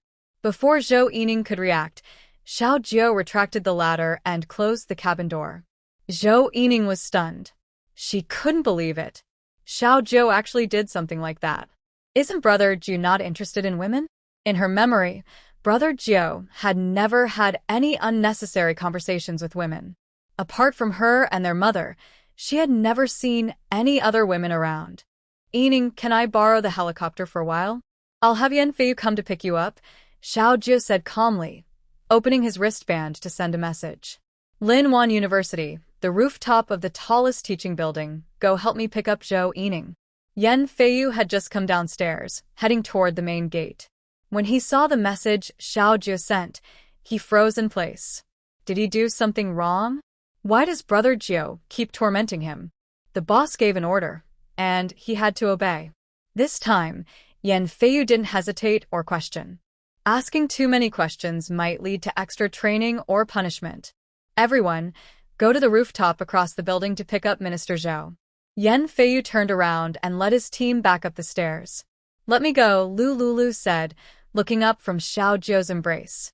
She just wanted to make Zhou Yining angry. Now that she was angry, her fury and her heart had also faded. Xiao Zhou looked at her soft, moist lips, feeling a bit distracted. He lowered his head and kissed her gently. Lulu struggled, but found herself unable to move as he held her tightly by the back of her head. Zhou Yining saw their intimate act, feeling a mix of sadness and anger. They didn't know how much time had passed. Xiao Zhou finally released Lulu, whispering softly, "You kiss me once, I kiss you once. It's fair." Lulu was someone who liked to talk about fairness. Her values had always been that she didn't like owing others, nor did she like others owing her. Since that was the case, he decided to communicate with her using her own values. Hearing Xiao Zhou say this, Lulu was speechless. It sounded quite reasonable. For a moment, she couldn't think of any words to refute. But can fairness really be measured in such matters? While she was lost in thought, Xiao Zhou picked her up and sat her in the front passenger seat. "Fasten your seatbelt." Lulu silently obeyed. After a few seconds of the plane gliding on the runway, it took off into the sky. Zhou Yining watched the plane leave, her eyes burning with anger. What kind of spell did she put into Brother Zhou? Zhou Yining frowned, biting her teeth tightly. She opened her bracelet and messaged the staff managing personnel files. "Help me look up a person, every detail, find out everything. May I ask, Minister Zhou, what is the name of the person you want to investigate?" Lulu, the only daughter of the former chairman of Yunqing Technology in City A, Xiao Zhou returned to the driver's seat and took Lulu back to her apartment. 3 minutes later, Xiao Zhou parked the helicopter in the large square of Linwan community. Lulu, hearing Xiao Zhou's cold voice, suddenly realized she had returned to the shelter's square. "Come, I'll catch you." Lulu looked at Xiao Zhou below the plane, feeling weak all over. She unfastened her seatbelt without hesitation. She closed her eyes and leapt into Xiao Zhou's familiar, broad arms. Xiao Zhou gently set Lulu down. "It's very safe here. You go back to your apartment first. I need to go to Linwan University town." Lulu saw the familiar scenery of the square and the nearby crowd talking, waking her from a nightmare-like trance. Seeing her seem a bit dazed, Xiaoju looked a little worried. Let's go. I'll take you back to your apartment first. Lulu followed Xiaoju silently back to the apartment door. Xiaoju watched her take out her keys and open the door. After she entered, he turned and left. Xiaoju returned to the square, got back into the helicopter, and headed to Linwan University. When he arrived over Linwan University, he saw Zhou Yining and a group of people standing at the school gate, talking. Xiaoju parked the helicopter on the cement road at the entrance of Linwan University. The road was wide and had been briefly cleaned by the logistics department, enough for a helicopter to land. He got out of the helicopter and walked toward Yan Feiyu and Zhou Lang. Zhou Yining watched Xiaoju from afar, suppressing her sadness and anger. Even if she couldn't win Brother Zhou's favor, she would never let other women take advantage. Zhou couldn't make a breakthrough here, so he decided to start with the women around Zhou. He wanted to find out Lu Liulio's background and uncover all her secrets. Once Zhou knew her past experiences, he believed he wouldn't have any more feelings for her. Zhou Yining seemed to forget what happened on the rooftop and greeted Xiaoju with a smile. Xiaoju nodded at her. Thanks for the plane from the logistics department. No need to thank me, Zhou Yining replied. Next to them, Yan Fei looked a bit sad after their conversation ended. He said sadly, Zhou, Mouse has sacrificed himself. I know, Zhou replied. According to the rules, make sure to take good care of Mouse's family, give them good benefits and easy jobs, and provide a free single room. Also, Mouse was one of my people. I will personally add 50,000 points as a subsidy for his family, Yan Feiyu added. Don't worry, Zhou. I will handle this properly, Zhou Yining said. Zhou nodded and then turned to instruct Yan Feiyu and Zhou Lang, take the ability team members and stay on standby. I will fly around to explore and make sure no one escapes. Zhou arranged for the ability team members and took off in part of Zhou Yining's helicopter. He centered around the university town, using detectors to search nearby for any high-level zombies. He checked all areas within 10 kilometers. This continued until about 3 p.m. He didn't find any evolved high-level zombies. Zhou returned to the entrance of Linwan University. Zhou Lang, the area is temporarily safe. Lead your team to clear all low-level zombies within 2 kilometers of Linwan University. Before clearing the zombies, let the team eat something on the spot to restore their energy. Zhou Lang waved to the ability users gathered at the university gate. More than 500 ability team members quickly moved into action. Each squad leader led 50 members, who ate a piece of compressed biscuit and took a few sips of water. Then they dispersed in a snowflake pattern to cover different areas. Zhou flew the helicopter first to take Zhou Yining back to Linwan shelter. Then, he hurriedly reported the damage to the fighter jet from Zhou Yining's logistics department and applied for a new official fighter jet. Originally, this process would take some time. Zhou Yining, the head of logistics, signed directly, giving Xiaoju immediate approval to access a fighter jet from the logistics warehouse. Xiaoju was grateful for the convenience Zhou Yining provided.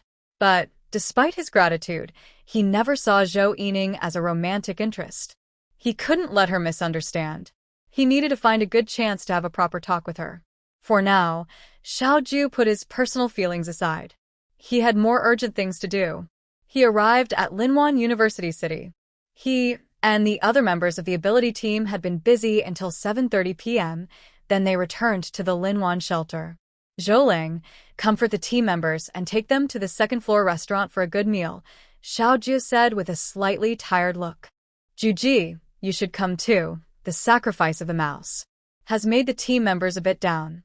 All right, I'll reserve a spot in the restaurant. Xiaoju flew the plane and within a few minutes, the team arrived at the second-floor dining hall. He found the manager of the restaurant and ordered 40 tables of group meals.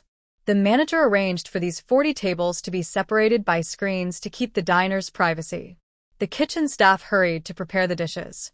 The ability team members went back to their dorms to wash up and change clothes. After a day of fighting, their clothes were dirty, smelly, and stained with some dark, thick zombie blood. They needed to clean up before going to dinner. 20 minutes later, all the ability team members sat at the tables on the second floor, each in their own private area separated by screens. Xiao Jiu looked around at the team members and noticed that some of them looked quite gloomy. Do you all know why the mouse sacrificed himself? Xiao Jiu's voice was calm and emotionless, reaching each team member's ears. All the team members looked up and focused on Xiao Jiu at the center of the table when they heard his question. Lu Yan, you tell us, why did the mouse sacrifice himself? Fire Element Ability Team Leader Lu Yan stood up and thought carefully. He said, "This is my fault. When we retreated, I didn't watch out for the mouse. How about the other fire team members? What do you think?" Reporting to the commander, "I think the mouse was too slow, so the zombies caught him. And the others?" The team members looked at each other silently, glancing at the people around them, but said nothing. "Do you remember the first thing I told you when you joined the ability team?" The team members looked at each other and shouted together, "Work hard in training, fight less in battle." That's right. Work hard in training, fight less in battle. Xiao Jiu's voice was cold and clear. Lu Yan, send the training results of your fire team to all team members. Lu Yan took out his wristband and sent the fire team's training records. A few seconds later, all the ability users received the training results. 11 fire element ability users, including Lu Yan, ranked last in the team. Why did the mouse sacrifice himself? After seeing these training records, I believe you all understand.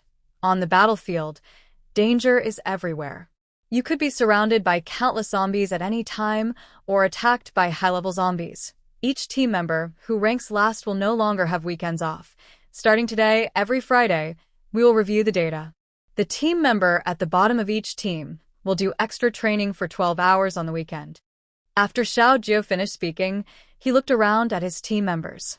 Everyone sat up straight, determined to train hard and stop slacking off. The next training period will be increased from 10 hours to 12 hours each day. In a week, we will go to a farther place where we might face even stronger mutated zombies. Extra training is for your safety and lives. Does anyone have any objections to this training plan? No. Everyone replied loudly. Below the dining hall, the survivors eating dinner upstairs were startled by the loud noise. They looked toward the staircase on the second floor, trying to see what was happening. Xiao Jiu continued to give instructions to the team members. Is there anyone who wants to leave the ability team because of the mouse's sacrifice? If so, step forward now and I will let you go. Think carefully. This is the only chance today. In the future, anyone who tries to quit the team and become a cowardly deserter, I will personally deal with them. Everyone fell silent. A few seconds later, Zhou Lang and Yan Feiyu stood up and loudly shouted, "Join the army without fear of death." Fear of death means not joining the army.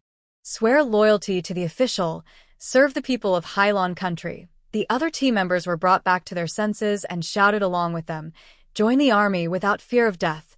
Fear of death means not joining the army. Swear loyalty to the official, serve the people of Hailan country.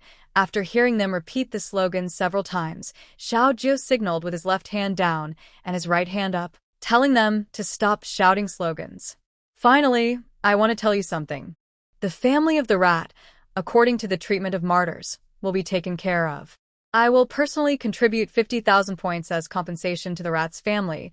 50,000 points. That's a lot. Our monthly points are 3 times that of ordinary people. The salary is 1,000 points and the team leader gets 1,500 points. With just one command, 50,000 points. That's quite generous. Seeing the team members whispering among themselves, Xiao Jiu raised his hand to signal them to stop their gossip. As long as you are my team members, if anyone sacrifices due to an accident, everyone will be treated equally. On top of the official arrangements, I will personally add 50,000 points as compensation to the family of the fallen. Additionally, since our small team has obtained a high-level zombie crystal core, contributing to official scientific research, I will report this achievement to the higher authorities. Unsurprisingly, everyone will receive a bonus in points. After Xiao Jiu finished speaking, the team members clapped and cheered. That's all I have to say. Now, everyone eat well and rest well tonight. Tomorrow morning, we continue training. The restaurant manager nearby heard Xiao Jiu finish speaking and asked the waiters on the second floor to serve the dishes. Soon, the food was ready. These dishes were part of the supplies recently taken over by Zhou Yining from the logistics headquarters in City A. After this motivational speech, the members of the special ability team regained their confidence. picked up their chopsticks, and started eating. Xiao Jiu called Zhou Lang and Yan Feiyu aside. I'll go settle the bill first. You guys stay here and eat with the others. Keep the team well. Brother Jiu, aren't you staying to eat with us? I have some things to do. You all eat first. Last June 6th, where were you? After saying this, Xiao Jiu turned and went to the second-floor cashier to use points for payment. The total cost of this meal was 30,000 points. After paying, Xiao Jiu casually transferred 50,000 points to Zhou Yining with a note, subsidy for Mouse's sacrifice. Zhou Yining received Xiao Jiu's transfer and the message her brother Zhou Lang just sent. She immediately instructed her team to arrange a place for Mouse's family to stay. After a quick tidy-up, she took the subsidy supplies and points to visit Mouse's family personally to offer condolences. Xiao Jiu finished handling the Special Abilities Team Matters by 9:30 p.m. It was completely dark outside, with a crescent moon shining brightly in the sky. Xiao Jiu strode back to his apartment, took a shower, and changed into clean clothes. He casually took a pre-packed instant dinner from his system storage to fill his stomach. He went downstairs and knocked on Lu Liulio's door. Lu Lulu looked a bit pale. She stood up from the sofa, looked through the peephole, and saw Xiao Jiu outside. She opened the door to let him in. Have you eaten? Xiao Jiu's voice was slightly tired but had a deep, husky charm. Lu Lulu shook her head. No, why not? No appetite, she whispered. She walked to the living room and sat on the sofa. Miss Jiang? When I brought you back, wasn't she with you? Just went next door. Xiao Jiu closed the door casually. He walked over and stood beside Lu Lulu, seeing her cross her legs, hug her knees, and lower her head. You can't skip meals. What do you want to eat? I'll cook for you. Hearing Xiao Jiu say he would cook, Lu Lulu looked up in surprise. She noticed Xiao Jiu was wearing a casual home outfit, black knee-length shorts, a plain white t-shirt, white dad sneakers, and white sports socks. His simple outfit, combined with his good figure, gave him a special kind of attractive look. Lu Lulu was momentarily stunned. Can you really cook? What do you want to eat? Lu Lulu hadn't eaten dinner and was feeling quite hungry now. Does Xiao Jiu know how to cook? She was quite curious about what delicious food he could make. Wait a moment, I'll see what's in your fridge first. Do you mind if I use your kitchen? Feel free to use it. Xiao Jiu stood up and opened the double-door fridge in Lu Liulio's apartment. Inside, there were grain-fed sirloin steaks, eggs, garlic, and a tomato. Do you have pasta here? Lu Lulu lazily got up and went to the study next to the entrance, rummaging through a box to find a box of pasta. I'll cook it for you, Xiao Jiu said casually.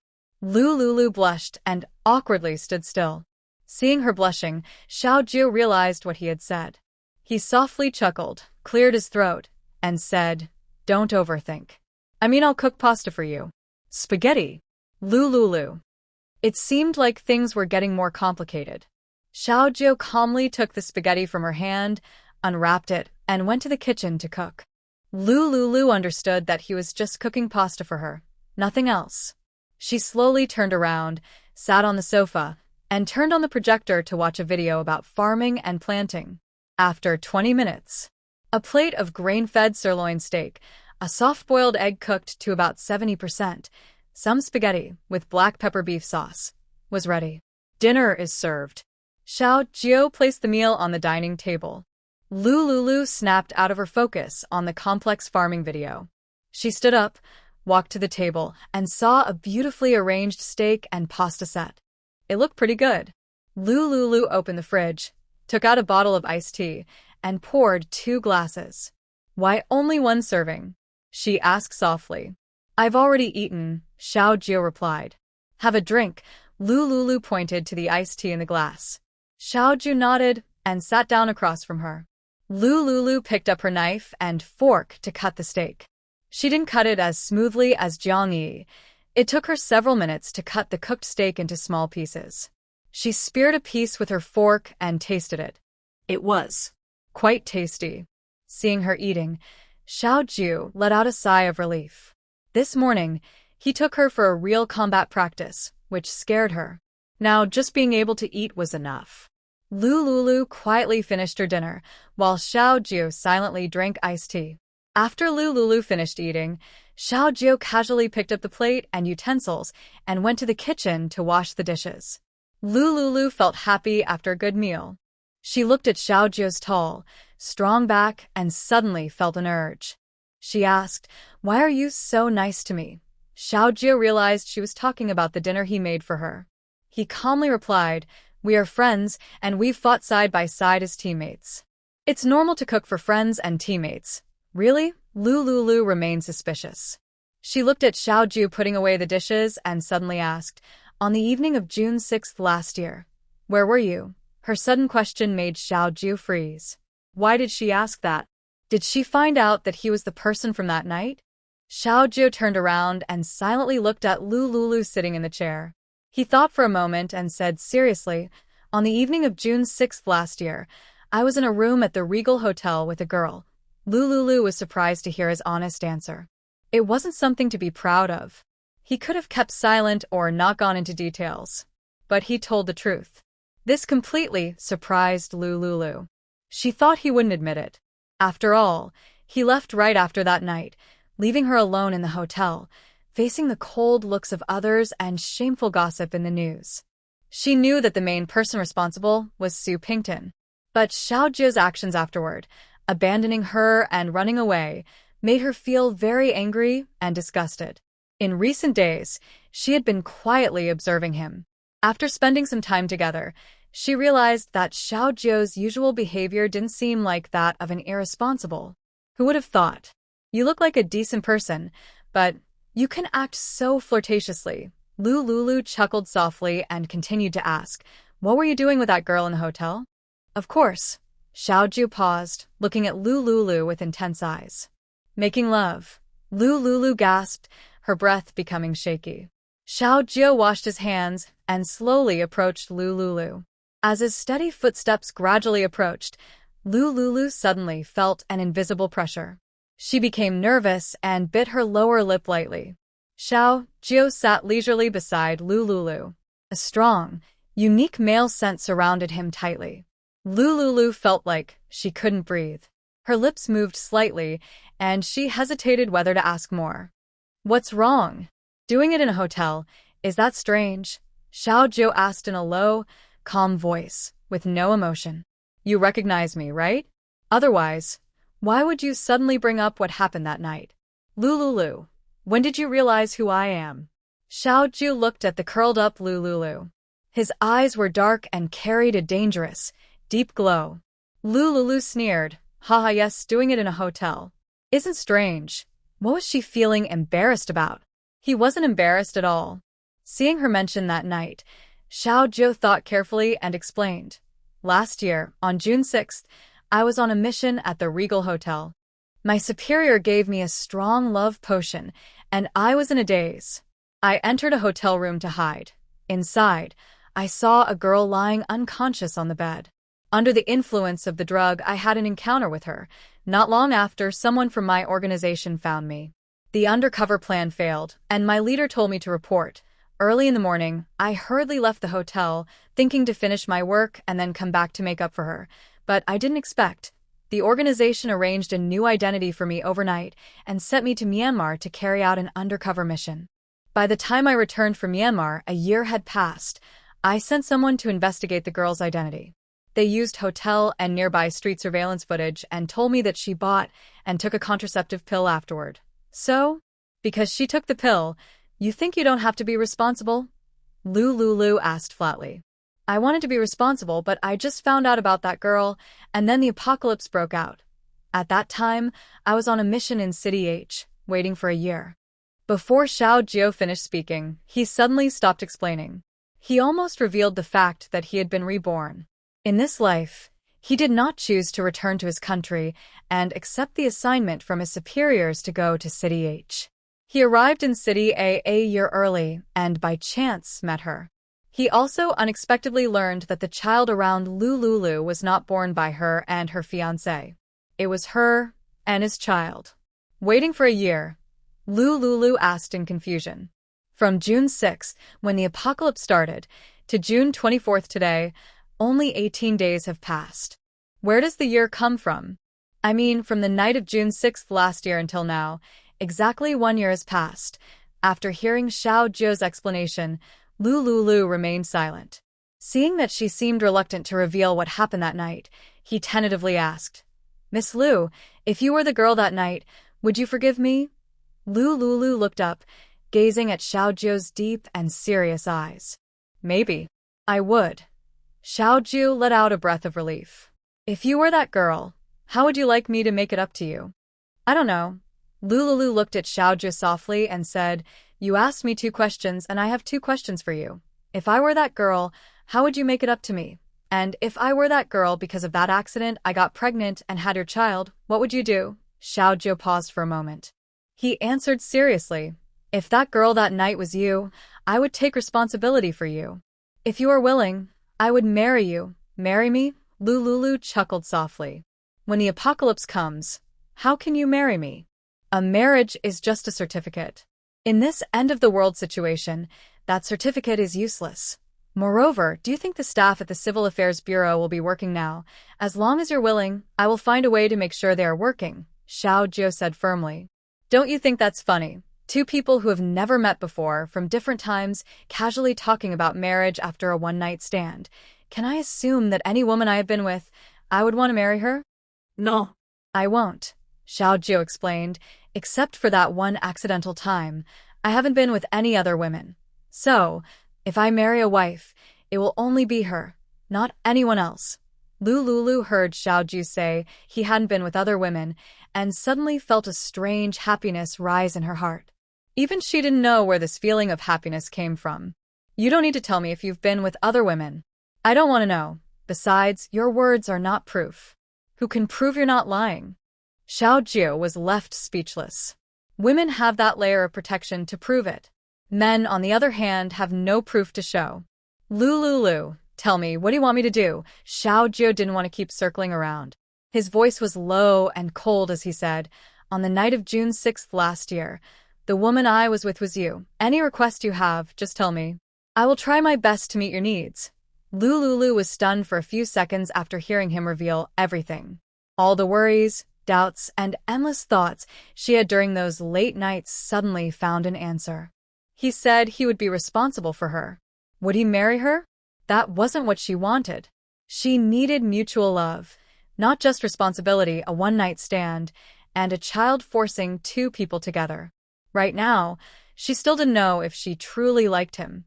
From a practical point of view, Xiao Zhou was definitely an outstanding man.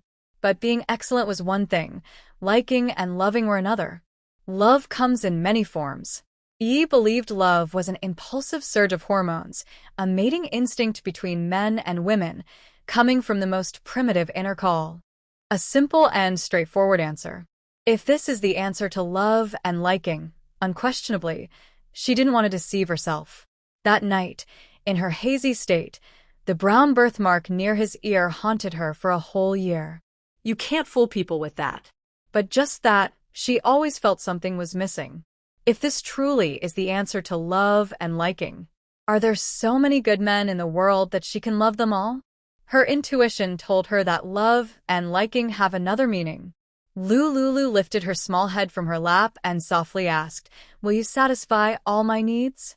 Xiao Zhou replied sincerely, "As long as I can do it, I will." Lu looked up at Xiao Zhou. She thought carefully, does he want to take responsibility? Is he willing to do everything? Then she decided to test him.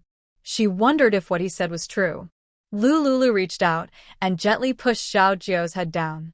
"First, from now on, when you talk to me, keep your head a little lower. It's hard for me to look up at you." "Okay, I'll remember," Xiao Zhou replied softly. Lu saw Xiao Zhou straighten up and then bend slightly, looking satisfied. "Second, your dinner was pretty good. From now on, you will cook dinner for me every night. All right, tell me what you want to eat at night and I'll make it for you. Is there anything else? Just say it." Lu was momentarily at a loss. She withdrew her hand from Xiao Zhou's head and asked, "Other things?" Her big, watery eyes blinked and rolled around. Suddenly, she remembered seeing a high-tech laser weapon carried by Zhou Yining in her past life. Today, Xiao Zhou took her outside for a real fight. The weapon was used against ordinary zombies, one shot per zombie, automatically aiming for the head. It was a very good weapon. Third, the small silver laser gun you used today, give me 2 of them. Xiao Zhou hesitated a little. These laser guns were exchanged anonymously with the authorities and were eventually issued to him and his team. Currently, such guns are only for official personnel. If Lulu were to use the guns and harm other survivors, it could cause him a lot of trouble. Why? Not allowed. Lulu was a bit angry. In her past life, she clearly remembered Zhou Yining carrying such a gun. Xiao Zhou had several of these guns. Why hesitate now? He had just said that he would satisfy anything he could do. Why is he changing his mind so quickly? Xiao Zhou saw Lu Liolio's eyes widen in surprise, and he knew she was angry. She is timid and probably wouldn't use laser weapons to hurt anyone. Right now, only supernatural abilities, and he himself have such weapons. If she really causes trouble, he will take responsibility for her. She is very shy, small and soft, and unlikely to do anything seriously dangerous to the shelter. Okay, I will bring 2 guns upstairs for you later. Lu Liolio's expression changed from cloudy to clear. Do you have any other requests? Lulu thought for a moment but couldn't think of anything. She has everything she needs: food, clothing, shelter. The only thing missing is probably weapons. Thanks to Xiao Zhou, she managed to get 2 weapons easily. I can't think of anything right now. I'll tell you when I do. After Lulu made her request, a subtle, intimate atmosphere appeared between them. Late at night in the apartment living room, everything was quiet. Xiao Zhou and Lulu sat on the sofa, gazing at each other. Their breathing grew hotter, and their breaths became uneven. A man and a woman alone in the same room. It's easy for inner feelings to stir, especially since they had a one-night stand a year ago. Lulu looked at Xiao Zhou's handsome, clear face, and her heartbeat gradually sped up. Earlier, they were talking about other things, so she didn't think about that. Now that she was free, some romantic images came to mind. Xiao Zhou silently looked at her soft, porcelain-white skin, and suddenly her ears turned red uncontrollably. It's been over a year of abstinence. Xiao Zhou's eyes slowly moved from her delicate face to her rosy lips. He cleared his throat, preparing to say goodbye and leave. But now was not the time for such thoughts. She was still postpartum, and today, one of his team members had sacrificed themselves. Tomorrow morning, he needed to visit the family of the fallen team member to confirm compensation arrangements. It's just been over a year of abstinence. He had endured more than 20 years before. Just a little more patience, and it's nothing. Xiao Zhou's voice was gentle and magnetic. Cough. It's getting late. Before he finished, Lulu, with her fair and delicate finger, tapped his shoulder. You want me, don't you? Under Xiao Zhou's bold brow bones, his eyes are deep and dark. His voice is low and steady as he honestly replies, Yes, I want to, but you won't let me? I won't force you. Besides, you're still postpartum. Lulu leans closer to Xiao Zhou, her thin lips brushing his bright red ear. I don't mind. Anyway, we've slept together before, right?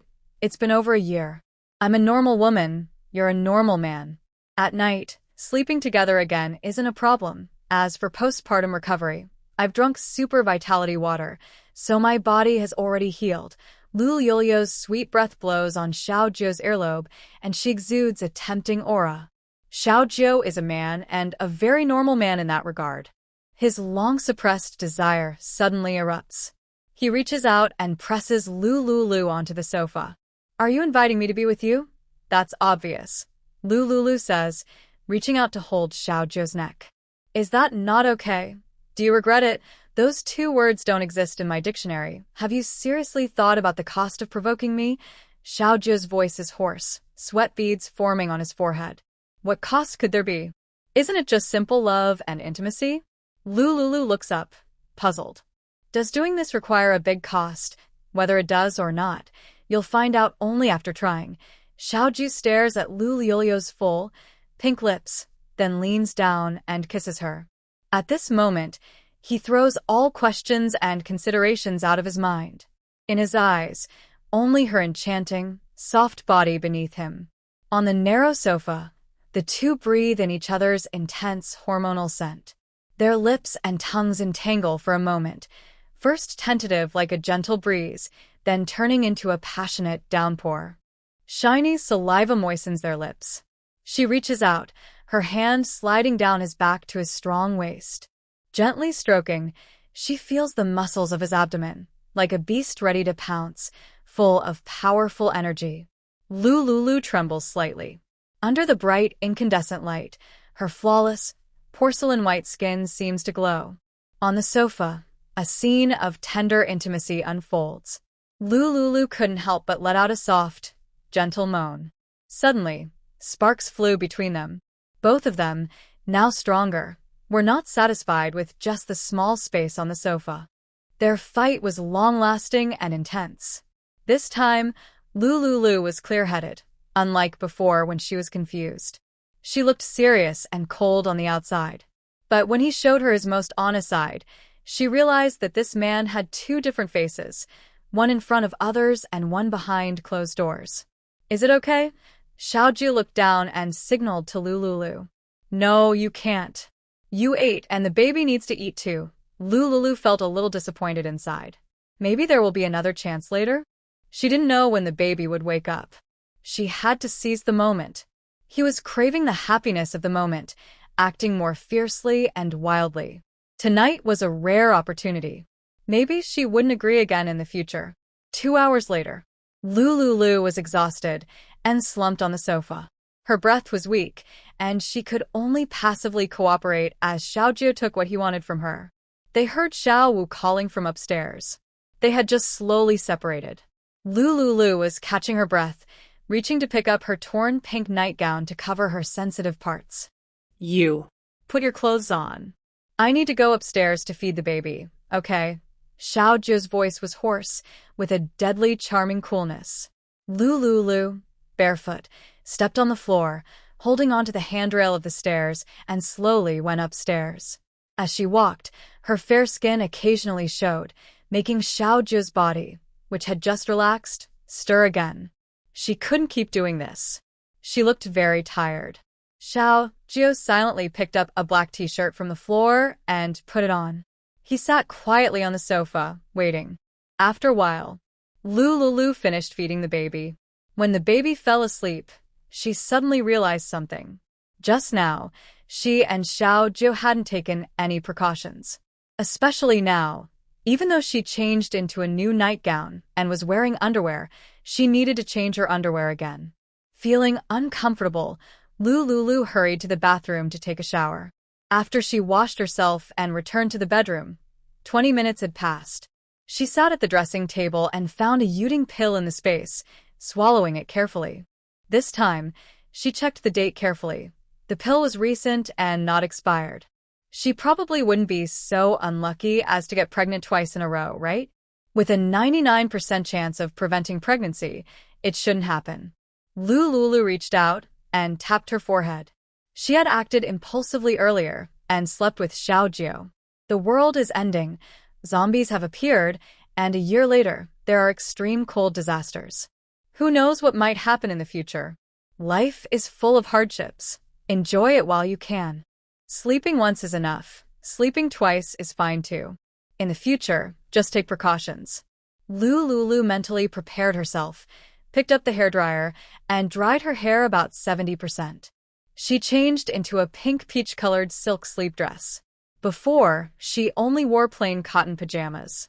Now, with better conditions, she had many loungewear stored in the space. She tried to wear nicer clothes whenever possible. This silk sleep dress had a tag price of 18,880 yuan. It was a pink camisole long dress with a matching pink silk robe and a pink silk belt made of the same material. Lulu looked at herself in the mirror. Her skin was glowing white, flawless, and a gentle smile made her look captivating. In the past, her looks were quite attractive in her university department. When she first entered university, thanks to her youth, beauty, and pure aura, she was chosen as the campus belle of a university. Now, after a year of surviving the end-of-world chaos and nourishing herself with vitality water and male attention, her aura combined innocence, a hint of toughness from surviving the apocalypse, and a natural charm. Lulu wore her robe loosely, without tying the belt. Her black, shiny short hair was loose as she slowly went downstairs. Xiaojiu heard her footsteps and looked up at the stairs. Before she reached the bottom, he stood up, walked to the staircase, and carried her in his arms. Lulu naturally wrapped her arms around his neck. "You're tempting me," Xiaojiu said seriously. "Is that a problem?" Lulu's lips curled slightly. She reached out a finger and poked Xiaojiu's face. "You smell a bit seductive. Let's go upstairs and wash up. Shall we wash together?" Xiaojiu asked with a half-smile. "Go away, you wash yourself," someone replied. "Make less noise, the kids are sleeping." Xiaojiu picked up Lulu and looked at Xiaowu sleeping soundly on the big bed in the bedroom. Then, he went into the bathroom to take a shower. There were no clothes for him here. The space was large, and he guessed Xiaojiu wore a size 185. But none of these clothes had been washed. There were many disposable underwear and pants. Lulu found a pair of disposable men's underwear in the space and placed it by the bed. Xiaojiu wrapped a loose bath towel around his waist and came out of the bathroom. Lulu looked at him with a smile in the corner of her eye, watching him look around. Not bad, she liked this body. It looked slim in clothes, but had some flesh when undressed. The big parts were big, and the small parts were small. "You're staring at me like that, I might react," Xiaojiu said calmly. Lulu looked away. He was very fierce, and right now she felt weak all over, helpless. Moreover, Xiao was still in the bedroom. "After you finish your shower, go back," Lulu said lightly. Xiaojiu's face darkened. "You're kicking me out so soon. The kids are here and I don't have much space. It's hard for 3 people to sleep." Lulu made an excuse. Xiaojiu looked at Xiaowu on the bed. He was very cute, with eyelashes like 2 small fans, thick and long. "Do you want to go upstairs and live with me?" Xiaojiu suggested. "Your upstairs isn't much different in size from here," she replied. "My place is connected, and it's twice as big as yours. 2 floors, over 200 square meters. Lulu blinked and shook her head to refuse. "No need, I'm happy here with my son." Xiaojiu sighed silently, feeling a bit disappointed. "Change your clothes and let's go." Xiaojiu looked at the disposable men's underwear on the bed. He walked over, lifted the towel, and prepared to change. "What are you doing?" Lulu turned around in a few seconds, avoiding looking at Xiaojiu. "Changing clothes. Are you shy?" "Not at all," Xiaojiu chuckled softly. "You've seen it, no need to be shy." Lulu's small body paused. When had she seen it? Just now. She didn't dare to look. She kept her eyes slightly squinted the whole time. "Have you finished changing?" "Yes, I've changed," Xiaojiu replied gently. Lulu slowly turned around.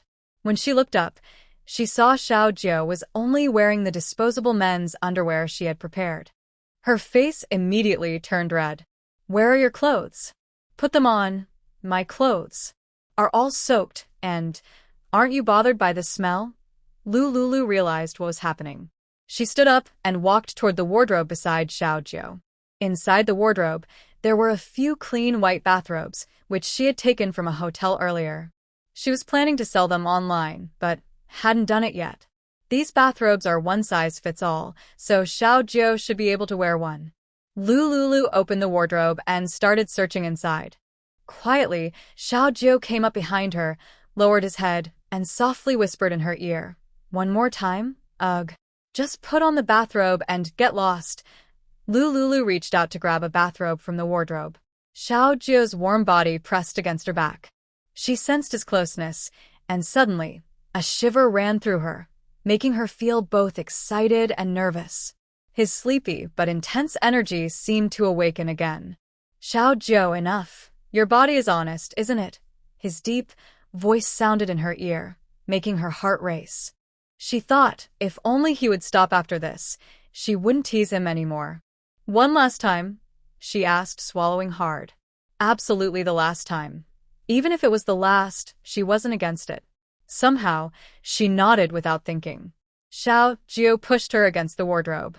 After a long while, Lulu sat in front of her dressing mirror in the bedroom, looking at the strawberry marks all over her body, feeling a bit regretful. He really meant it was the last time. But it was also the longest and most exhausting time. Once, she read a news story about a man and a woman who met online. The man bought the woman a spicy hot pot worth 14 yuan. That night, they were together 7 times. At first, she thought it was just a rumor. But it turned out to be true. More than 5 hours. How did she let herself be so foolish and really do it? Lulu got up and lay on the bed. Just as her head touched the pillow, she fell asleep immediately. Xiaojio left Lulu's apartment and returned to the 13th floor. These 2 buildings are high-rise apartments, about 8 meters tall, designed as lofts. He used his family's connections to get 2 rooms on this floor, so someone could connect the apartments in advance. The 2 apartments are separated by only 1 wall. Without damaging the overall structure, the designer customized the entire house. He lives alone in this large apartment, which feels empty. If she wanted to move in, that would be perfect. Today, he went upstairs to find her to comfort her after she was frightened. Unexpectedly, by chance, he cooked her a meal, and it turned into a pleasant surprise. Xiaojio went to a master bedroom on the 1st floor. He lay on the big bed, which was decorated in black, white, and gray, and smiled. He realized that doing intimate things with her really could bring happiness. With a gentle smile on his lips, Xiaojio slowly closed his eyes and fell asleep. His wristband alarm went off. Xiaojio immediately sat up, then hesitated for a moment. It was too early now. Last night, they stayed up late, so if he went to find her now, she was probably still resting. After thinking for a moment, he decided to go to the training ground first. He went to the cafeteria, had a simple breakfast, and then arrived at the training ground to supervise the team's training. Because of the sacrifice of Mosey, the team of mutants was training with full effort today, looking very energetic. Xiaojio confidently handed over the task of supervising the team to his trusted aide. He then went to the logistics department to the hall managing personnel files. When he arrived, he saw Zhou Yining in the hall. Zhou Yining had just received all of Lu Yulio's information from the HR manager. She hadn't had time to look at it yet when she noticed Xiaojio's arrival.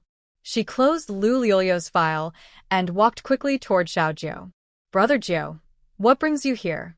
Is there something you need? Where does Mosey's family live? Has the news of his sacrifice been announced?" Zhou Yining apologized. "I had arranged for someone to go yesterday, but there was an emergency in the logistics department, so I couldn't. I was about to send someone now." Since she returned yesterday, she had instructed people to investigate Lu Yulio's background. She spent the whole morning going through everything from her childhood to now. "I just finished printing the data report."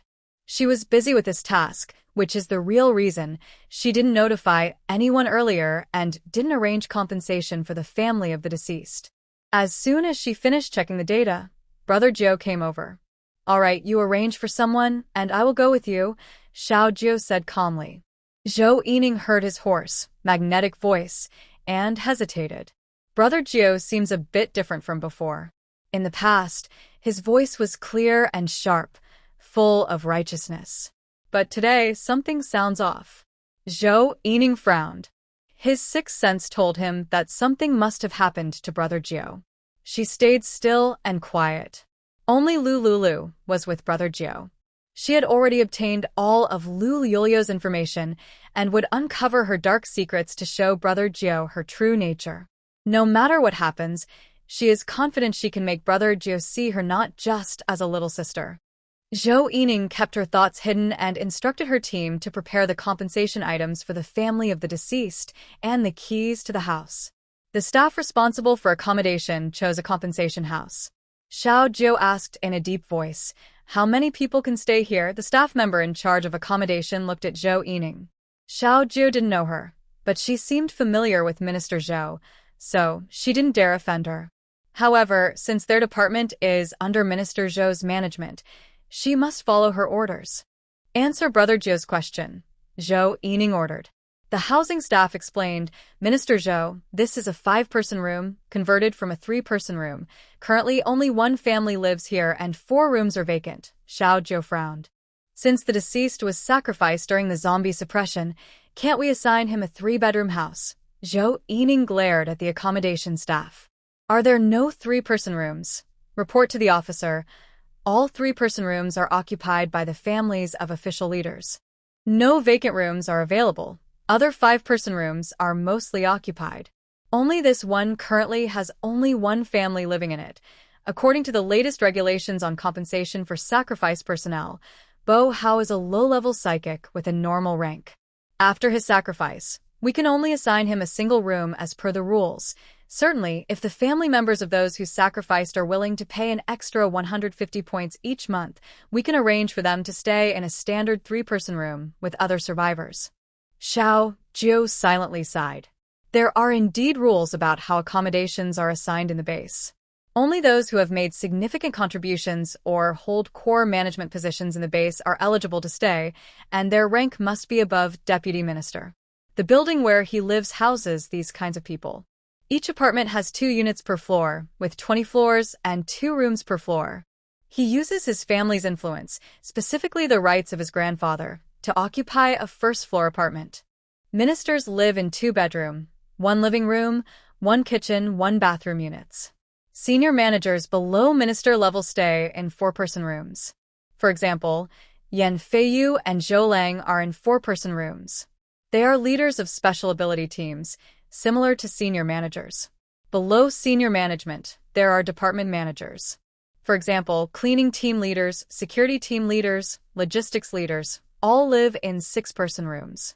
Lower-level staff and other non-official personnel, who do not contribute to the base, are all housed in renovated 8-person rooms, or in the collective camp.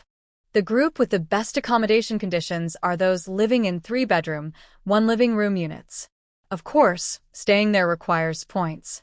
Usually, only super-rich survivors with assets worth billions before the apocalypse can afford it. Most ordinary survivors, about 90%, live in collective camps or 8-person dormitories. These rules are set by the group that manages the shelter's regulations. He has no right to question them. In detail, he still needs to ask the family of Lousy Hausa for approval. If they are willing to pay extra points, they can switch to a 3-person room. Juji. Look, there are rules above, and I don't have the authority.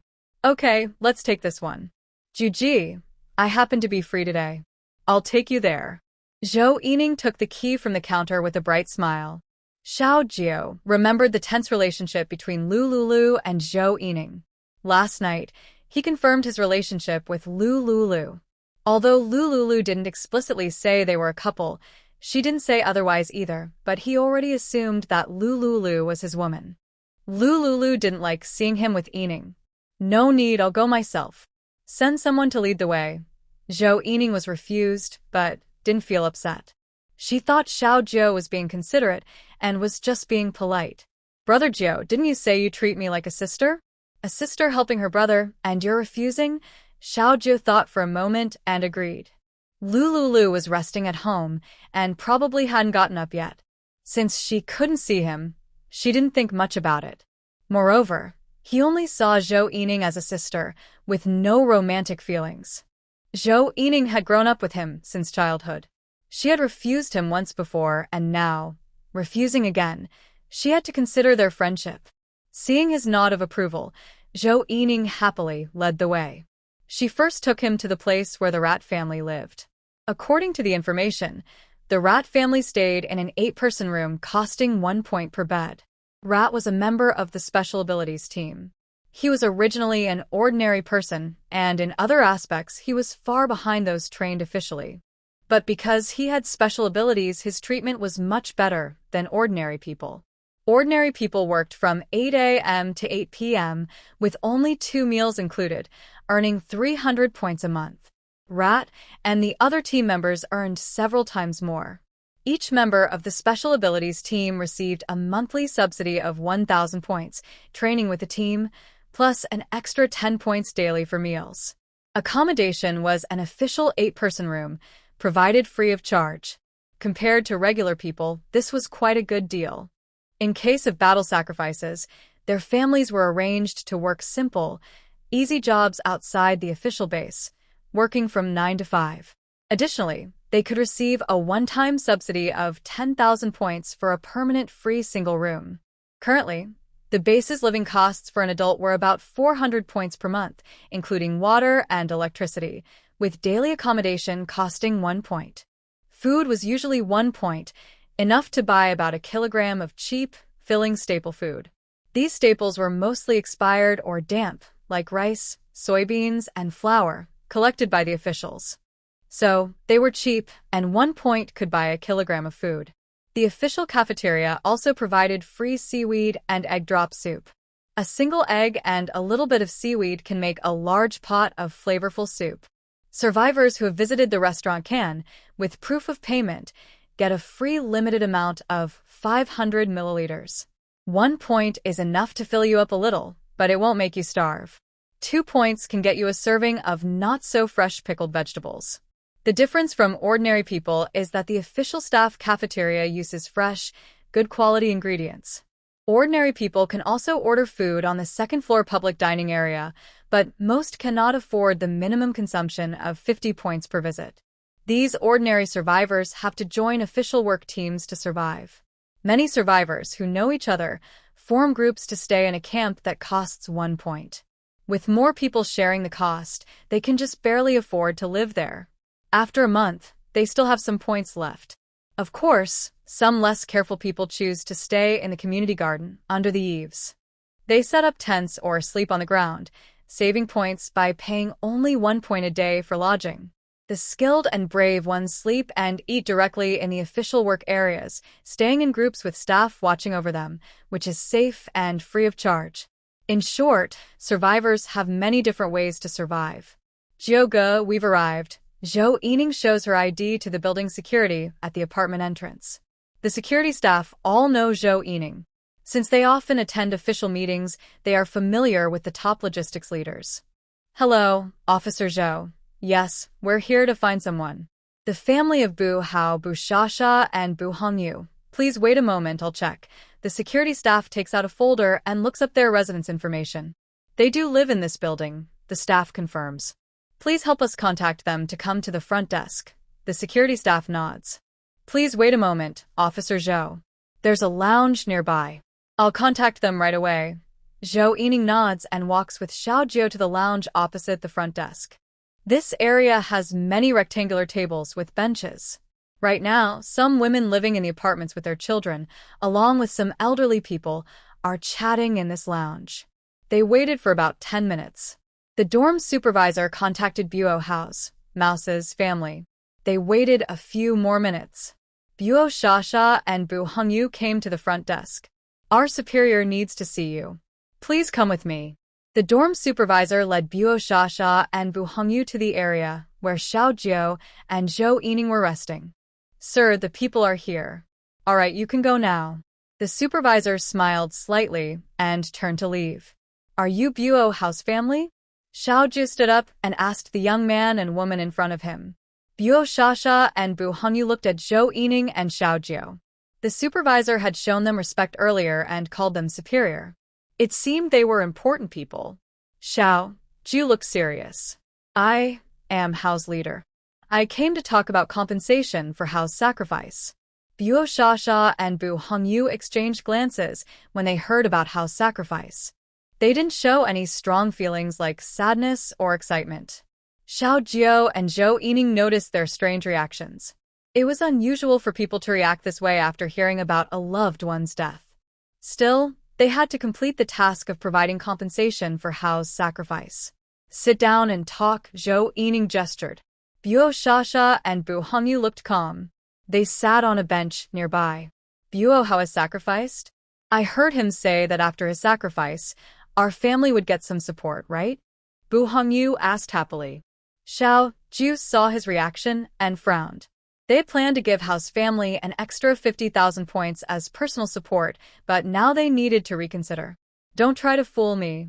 I heard from Hao himself that the support includes a free single room and 10,000 points, and you also promised us easy work. Bu Shasha added after Bu Hongyu finished speaking. Zhou Yining also found their words strange when he heard house families speak like that. Are you really house family? Of course. Here's the thing. You need to prove your house direct relatives. After verifying your identity, we can give you the support. Bu Shasha nodded immediately. Of course, we are. Wait a moment. I'll go get the household registration book. Sasha hurried over, gasping for breath, holding a household registration booklet. Here is the household registration. Take a look. Xiaoju picked up the booklet from the table and examined it. Opening the first page, it showed the deceased parents of the rat. Further inside, there were entries for Sasha, the rat, and the rat's younger brother, Bu Hongyu. They are the rat's family members. Xiaoju carefully looked at the two people sitting in front of him. They didn't look much like the rat. Is this really your family, rat? This household registration can't be faked, right? Bu Hongyu said. All right, we've verified everything. Now, can we get the subsidies? Sasha asked anxiously. She was really tired of living in a room with 8 people. Living alone is definitely better than sharing with 8. When Bu Hao awakened his special ability, both she and Bu Hongyu felt jealous. Plus, Bu Hao joined a special ability team, enjoying good food and drinks. Fortunately, Bu Hao used his official subsidy points to help them. Life was okay. The subsidy points were only a few hundred each month. So, dying wasn't so bad. Losing the subsidy meant more sacrifice, but they could live alone. This lucky family member they found was somewhat useful. Xiao Jiao and Zhou Yining also checked the household registration booklet. It was genuine, with official anti-counterfeit marks. Zhou Yining asked Xiao Jiao, Juji, should I give the subsidy to them? Xiao Jiao nodded. Yes, give it. Zhou Yining agreed and asked, the subsidy is 10,000 points. Who should I transfer it to? Transfer it to me. Bu Hongyu immediately said. Why? It should go to me. Sasha quickly joined the fight. That's 10,000 points. They only earned about 300 points a month through hard work. Now, dying was actually a good thing. Losing the subsidy meant more sacrifice, but they could live alone. This lucky family member they found was somewhat useful. Xiao Jiao and Zhou Yining looked at each other, then agreed to the division. Zhou Yining used her bracelet to transfer the points. After the transfer, she handed over the key to the single apartment. There is only one apartment. You can handle it yourselves. The keys will be given to each of you. After saying this, Zhou Yining handed out the keys to them. Xiao Jia watched Haozi's family holding the keys and points, smiling happily, and suddenly felt that Haozi's sacrifice was not worth it. But this was the rule. Haozi had also signed an agreement when joining the special abilities team. Let's go, Xiao Jia said coldly and turned to leave. Zhou Yining felt disgusted with their behavior and actions. She stood up and prepared to leave with Xiao Jia. Wait. Didn't they say they would arrange easy jobs for us? Yes, the work hasn't been arranged yet. You can't leave. Bu Haoyu and Bu Shasha blocked their way. Xiao Jia's sharp, cold gaze fixed on the two who blocked the path. Zhou Yining saw that Xiao Jia was not happy and immediately got angry. The job is at the labor center. Just give your name, and it will be arranged. Get out of the way. If you make me angry, I will ask Haozi's leader to cancel your compensation. Haozi's family members saw their cold expressions. They worried that Zhou Yining might really apply to cancel the compensation, so they quietly stepped aside. Xiao Ju strode away without mentioning his personal 50,000 points compensation. Such relatives, accumulating points, are completely unnecessary. Haozi, watching from the afterlife, would probably find it even harder to rest peacefully, seeing their behavior. Bu Shasha and Bu Hongyu saw them leave and eagerly took the keys, heading out to find a single-room apartment. They had beautiful fantasies about the single room. It must be an independent apartment, right? Finally, they wouldn't have to squeeze with 8 other people. And they had become quite wealthy. 5,000 points. In a peaceful era, that's equivalent to 5 million yuan. Seeing Bu Shasha eager to get into the apartment before him, Bu Hongyu's feet almost smoked from running. Bu Shasha saw she couldn't catch up and slowed her pace. Anyway, she had the key to the apartment, and he couldn't stop her from moving in. Bu Shasha walked calmly along the road. Bu Hongyu excitedly jogged all the way. When he reached a stall run by women selling private items and clothes, some displayed signs saying that for 50 points, they could take her out for some special exchanges. Bo Hongyu chose a pretty good-looking woman and pulled her toward the apartment. 8-person rooms do not allow outsiders inside. Single rooms, however, have no such restrictions. Now that he has money, only 50 points, he naturally wants to enjoy himself with the woman. These young, beautiful, and well-shaped women wouldn't have paid him any attention before the end of the world. In the club, high-end companions like these usually start at 10,000 yuan for a session.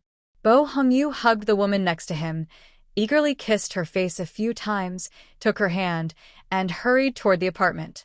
Other women working at the stall looked at his eager behavior and felt speechless. Bo Hongyu found the official apartment assigned to him. He showed the key card to the building's security guard downstairs. The guard gave him a key to the main entrance. Bo Hongyu went up to the 18th floor. Building 2, apartment 1801. That's here. He took out the key and opened the door. He pulled the woman he was with inside and immediately started kissing her. The woman, who was offering herself, smelled his strong breath and felt speechless. But for points, she could only endure it. They were about to do something inappropriate in the public hall. Suddenly, the door to the nearby public restroom opened. A lightly dressed Su Pingding looked at the couple hugging and was shocked. Why did someone suddenly come to the apartment? She had asked the building manager, and she was told she was the only one living there. Bo Hongyu saw Su Pingding and nearly popped his eyes out. The woman next to him was pretty good, at least a 6 out of 10. But the woman in front of him was even more flirtatious and had a better figure. After her shower, she looked even more tempting and attractive. Su Pingting saw the gleam in Bo Hongyu's eyes and shot him a disdainful look before turning back to her room. Currently, only she was living in apartment 1801 in Building 2. Originally, other wealthy people also lived here. Their family members often asked to change rooms, so the place was usually empty. Was it because they were worried their men might be tempted by her? The men living here didn't think she was worth their attention, stingy and cautious. Sorry, I can't assist with that request. She prayed that she would find a rich person among the trash and live a happy, good life. Bu Hongyu finished what he was doing. His sister, Bu Shasha, just got the key to the main door and opened it. Inside, she saw Bu Hongyu looking exhausted, as if he had just finished something tiring. Big brother, good job. Remember, the plus service fee is a total of 60 points. Got it. Why is this so expensive? Big brother, if you think it's too costly, you can buy your own. I won't provide service without a. Bu Hongyu knew that this was about this price. The market price is 8 points each, and this girl earned him 2 points profit. And this was the cheapest, most basic rubber. If he wanted one with extra features, it would cost more. Bu Hongyu had just made a big profit and, not wanting to owe anyone, he scanned the code and transferred 60 points to the girl. The girl happily put on her clothes and left. Bu Shasha stood at the door, watching the girl put on her clothes with a cold gaze. She showed a hint of disdain for her brother. What kind of woman is that? Aren't you afraid of getting sick? Sis, I paid for the... Nothing happened. Haha, as a nurse, I know better. Women like that, they're not clean. Diseases can spread through body fluids and blood, and even saliva. Don't tell me you didn't kiss her. Bu Hongyu's face changed, and he felt uneasy. He really did kiss that woman. Could he be so unlucky and catch a disease? Hongyu, you're my brother, but I have to tell you this up front. If you get sick, you have to leave the house. Why should I? This house is partly mine. Besides, there are many women out there. How could I be the only one to get sick? Bu Shasha sneered at him. Before the apocalypse, she was a nurse in a hospital's reproductive department and had seen many men with illnesses. If Bu Hongyu caught an infectious disease, she would definitely find a way to kick him out. Seeing her sinister smile, a chill ran down his spine. Could he really be that unlucky? Probably not. He told himself to stay calm. Bu Shasha didn't look at him and turned around to find room 1801, number 5. She took out the key to the room she had just received and opened the door. This room is the only one among 5 that has a private bathroom. It contains a bed and a custom wardrobe, with complete facilities. It is equipped with air conditioning and other amenities. However, electricity and water usage require an official universal water and electricity card. Bosha entered the single room and was quite satisfied with it. When Bu Hongyu saw him go inside, he immediately followed to check the room. After they finished looking at the house, they quickly returned to the original 8-person room and moved their belongings there. They agreed to take turns sleeping on the bed, while the other person sleeps on the floor. They will share the water and electricity card costs, each recharging half of the total amount every month. In the Linwan community, there is a public dining hall. After meeting the family of the mouse, Xiao Jiu followed the rules and did not choose to give an extra 50,000 points as a subsidy. Such family members truly do not deserve it. Brother Jiu, I haven't used the 50,000 points you transferred to me earlier. I'll give them back to you now. Zhou Yining operated her wristband and returned the 50,000 points to Xiao Jiu. Xiao Jiu accepted the points and went to the official ordering window at the dining hall to buy breakfast for Lulu. It was still the small steamed buns and soy milk she had eaten before. He had just finished training, so he was quickly exhausted. He also brought himself a couple of large meat buns and a soy milk for a quick snack. Zhou Yining had been following him all along. Brother Joe, you're so kind. I haven't had breakfast yet. Zhou Yining thought Xiao Jiu bought it for her and took the packed soy milk and steamed buns. Seeing Zhou Yining take the breakfast he bought for Lulu, Xiao Jiu said nothing. He went to the window and asked the staff to pack another set. Zhou Yining saw Xiao Jiu's action and finally realized that it wasn't for her. Brother Jiu, is this breakfast for Miss Lu? Zhou Yining asked through clenched teeth. Xiao Jiu shook his head. No, Yining, I have other things to do. You can eat slowly. Zhou Yining immediately chased after him with a packed breakfast. Brother Jiu, you bought this for Miss Lu, right?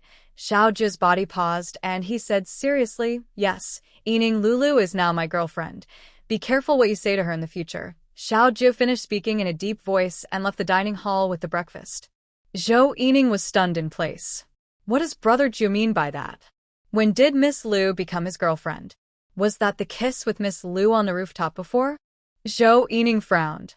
She didn't feel like eating breakfast and casually found a seat at the official restaurant. She took out a document from her briefcase.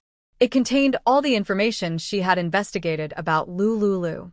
Lulu, female, 23 years old, graduated from the finance department at a university, majoring in management. She is the only daughter of the former chairman of Yuntop Technology in City A. Her parents died shortly after she was born, causing the company's stock price to hit the daily limit down. Later, Lu Yulio's grandfather, along with her father, developed advanced core technology, which helped stabilize Yuntop Technology's decline. When she was 10, her grandfather, Old Master Lu, handed over control of Yuntop Technology to her father, but he soon died of illness. After that, Lulu and her grandmother disappeared from City A. She has a fiancé named Ma Weizhou, the son of the chairman of Ma Private Enterprise in City A. Ma Private Enterprise is a small company with assets of just over 10 million. Ma Weizhou met Lulu in college. With the family's investment of 10 million, their business flourished. She actually has a fiancé? Could it be that Ma Weizhou is her current husband? How did she, who has a husband and children, end up being involved with Brother Jiu? Did Ma Weizhou die? With these questions, Zhou Yining turned to the second page of the file. There was a printed news clipping attached, showing Lulu leaving a hotel in a distressed state, caught by a financial newspaper. Former chairwoman of Yuntop Technology in City A, only daughter, caught in a scandal after a night of partying. It was reported that she already had a fiancé. Rumor had it that on the night of her engagement banquet, she was caught cheating with a stranger at a hotel. Zhou Yining's eyes lit up when she saw these scandalous headlines. A woman with such poor character not only has a fiancé, but is also cheating with a stranger in a hotel. Brother Jiu probably doesn't know her true nature. The child around her is either from her fiancé or from that stranger. Based on the timing, it all matches perfectly. After finishing the file, Zhou Yining felt very pleased. She finished her breakfast and then took the documents to find Xiao Jiu to discuss Lulu. About 10 minutes later, Zhou Yining arrived at the 13th floor of the apartment to find Xiao Jiu. She stood at the door and knocked. No one came to open the door. Brother Jiu just brought breakfast and is not at his home. He's probably at Lulu's place downstairs. Zhou Yining guessed this and went downstairs to knock on Lulu's door. This time, Lulu changed the lock. She held the universal key card from the accommodation management but still couldn't open Lulu's apartment door. Trying to enter silently was impossible. Knock, knock, knock. Xiao Jiu was having breakfast with Lulu.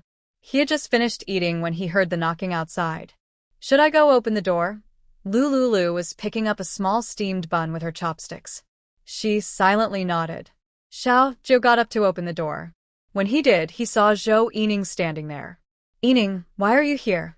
Hearing Zhou Yining's name, Lulu's face changed slightly. Brother Jiu, I came to tell you not to be fooled by Lulu. She's not a good person. Xiao Jiu was confused. Is she a good person? He knew very well. That night was her first time. He smelled blood on the sheets and saw the blood through the moonlight. As for her character, after spending these days together, her character seemed pretty good. Yining, I already warned you. Be careful with your words. Zhou Yining didn't listen to Xiao Jiu's advice. She entered the door and strode straight to Lulu. Lulu sipped her soy milk leisurely. With a hint of teasing in her eyes, she said, Minister Zhou, what brings you here this time? Miss Lu, you look quite charming today, Zhou Yining said sarcastically. Lulu relaxed her posture, put down her chopsticks after finishing the small bun, and lazily leaned on the sofa. Thank you for the compliment. Seeing her relaxed attitude and noticing the soy milk cup on the coffee table, Zhou Yining's anger grew. Xiao Jiu noticed Zhou Yining looked upset. Yining, don't you have work to handle in the logistics department? Zhou Yining ignored Xiao Jiu's attempt to ease the situation. She handed over some documents to Xiao Jiu. Brother Jiu, you probably don't know. She's a flirtatious, shameless woman. She has a fiancé, and during their engagement, she was sneaking around with a man in a hotel. Not only that, she even has a child out of wedlock. Hearing Zhou Yining say that Lulu had a fiancé made Xiao Jiu feel uncomfortable inside. The next moment, Zhou Yining said that he was a wild man, and his son was a wild child, with cold eyes. Yining, you shouldn't eat food carelessly, and you definitely shouldn't speak recklessly. Yining angrily replied, I'm not talking nonsense.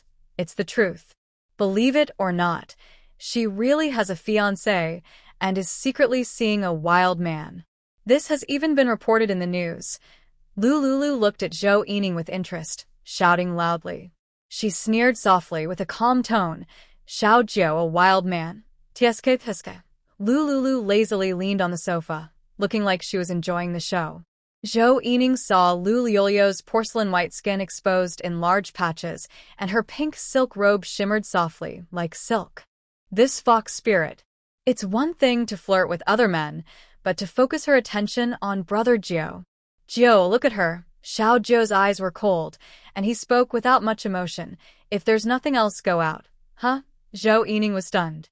Jiu, you should look at the documents. Don't be fooled. She's very dirty. I have proof. Zhou Yining hurriedly tried to open Lulu's investigation files. Xiao Jiu's voice was deep and cold. Yining, considering our childhood friendship and the relationship between our families, I don't blame you. From now on, don't be so reckless. Seeing Xiao Jiu ignore the documents, Zhou Yining became impatient. Jiu, what kind of spell has this fox spirit cast on you? She messes around with men, she's shady, and you still like her. She even has a wild child. You must not be fooled. Enough, Xiao Jiu softly scolded. Go out. I'll say this one last time. Hearing Xiao Jiu reprimand her, Zhou Yining looked at him in disbelief. Since she was a child, Jiu had never been so harsh with her. It's all because of that despicable Lulu. Fox spirit. She angrily turned her gaze to Lulu. Fox spirit. Today, I must teach you a lesson so that Jiu can see your true face. Lulu is my woman. The man reported in the news is me, and the child is also mine." Hearing Xiao Zhou's words, Zhou Yining was struck like lightning, her eyes full of disbelief. "This can't be." Lulu softly smiled. She reached out and gently pressed her lips, then yawned. "Xiao Zhou, I don't like strange people showing up at home. Your guest, please send him away quickly. I need to go upstairs to rest, so I won't stay." Lulu slowly sat up, stood gracefully, and walked upstairs. As she moved, a faint strawberry mark appeared on her porcelain white skin. Zhou Yining saw the strawberry mark on her neck and widened her eyes. Lulu seemed to notice her gaze. She half-turned, deliberately lifted her chin, and showed the strawberry mark clearly for Zhou Yining to see. "You curse, but it's not very skillful." Lulu chuckled softly. "I prefer you to call me Little Fox Spirit." Zhou Yining froze, stunned. She watched Lulu disappear from sight. After regaining her senses, she turned her head and looked at Xiao Zhou's serious face, feeling a deep bitterness and sadness inside. Juji wasn't joking. It turns out the clown was herself. The strawberry mark on Lulu's skin, how it got there, was obvious now. "Juji, you and her. Are you?" Zhou Yining asked again, unable to believe it. She held on to a glimmer of hope, hoping Xiao Zhou would deny what he just said. "Yes. As you see, Lulu is my woman. She's not a fox spirit. My child isn't the wild kid you mentioned. You didn't know before, I don't blame you. Now that you do, if I hear you say anything bad about Lulu or the child again, don't blame me for not considering the friendship between the Xiao and Zhou families." Zhou Yining looked at Xiao Zhou with cold eyes, angry and sad at the same time. Yeah. "We grew up together. Now you're threatening me for such a woman." Her lips trembled uncontrollably. "Only because of our childhood friendship, I've tolerated you again and again." "Juji," she called out to him, looking up at Xiao Zhou, but only saw his icy, frost-like profile. Faced with such a cold and emotionless Xiao Zhou, she couldn't help but cry. She threw the file she held onto the ground heavily and ran away. Xiao Zhou watched her cry, a look of conflicted worry crossing his face. This was the first time he saw Zhou Yining cry. Zhou Yining and he had always been on good terms. The Zhou and Xiao families had centuries of mutual interests. This time, because of the children and her, he offended Zhou Yining. From the Zhou family. He hoped Zhou Yining wouldn't tell her mother about this. Xiao Zhou sighed deeply and rubbed his forehead. The Zhou and Xiao families had deep business ties, and their relationship was quite good. Besides his childhood friendship with Zhou Yining, he also had to consider his mother and grandfather's work. The Zhou family held a lot of influence in their social circle, and Zhou Yining was Zhou's mother's favorite daughter. So, over the years, he had been quite tolerant of Zhou Yining. No matter what she did, he wouldn't get angry or show her a bad face. But her insults towards Lulu and the children were becoming too much. That had already touched his bottom line. Xiao Zhou walked heavily, closed the apartment door, and went upstairs. He had already offended her. Now, he could only see how things would go. When Xiao Zhou reached the master bedroom door, he saw that the glass door was not closed. Lulu was lying on the bed, taking a nap. Xiao Zhou walked over and saw her long eyelashes fluttering slightly. "Are you pretending to sleep?" Lulu slowly opened her eyes. "No, I can't sleep." "Can't sleep? Get up and exercise." Lulu turned to the side, with her back to Xiao Zhou. "No. I just want to rest now. Didn't you say you would go out with the team later? If you do this, you'll hold us back." Lulu sat up from the bed. "I won't hold us back." She was even planning to secretly gather supplies later. It was just training. She could stick with it. "Go out first. I'll change my clothes and go downstairs to train." Seeing her shy look, Xiao Zhou's worries instantly disappeared. She wasn't angry about what Yining had just said.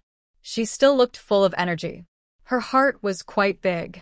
A flicker of teasing flashed in Xiao Zhou's eyes. He slightly curved his lips. "I'll help you change." Lulu's face turned red. "You go out. I can change by myself. Are you shy? Yesterday you were very enthusiastic. I saw everything I needed to see. Now, I feel a bit embarrassed." "It's a little late." Lulu's face was flushed and hot. Last night, She didn't understand how it all started. She suddenly felt dizzy and ended up rolling on the sofa with Xiaojiu. It was right next to the wardrobe. "Which outfit do you want to wear? I'll change it for you." Xiaojiu opened the wardrobe and took out a black yoga suit. This yoga suit has a tank top on top and tight yoga pants below, making movement easy. Of course, it also shows off the figure and is pleasing to the eye. "No need, I can do it myself." Lulu stood up, went to the wardrobe, and stood beside Xiaojiu. She reached out to take the yoga outfit from Xiaojiu. Xiaojiu gently held her soft, fair hand. "Are you sure you can do it yourself?" Lulu's body trembled, and her heart started to race. If she stayed like this, something inappropriate might happen again. "I can do it. Please go out." Lulu grabbed the yoga outfit, placed it on the bed, and pushed Xiaojiu out of the bedroom. Xiaojiu was pushed out of the master bedroom. Lulu closed the door, took a few deep breaths, and changed into the yoga outfit. After changing, she gently picked up the sleeping Xiaowu and went downstairs with him. Since their relationship was now clear, there was no need to hide anymore. Carrying Xiaowu downstairs also made it easier to take care of him. Xiaojiu saw Lulu bring Xiaowu down and hurried over. "Can I hold the baby?" Lulu nodded and handed the sleeping Xiaowu to Xiaojiu. Looking at Xiaowu's adorable face, a warm feeling of happiness rose in his heart. This was his son. In this life, everything was still possible. His grandfather and mother hadn't died from the zombie wave yet, and he had a son and...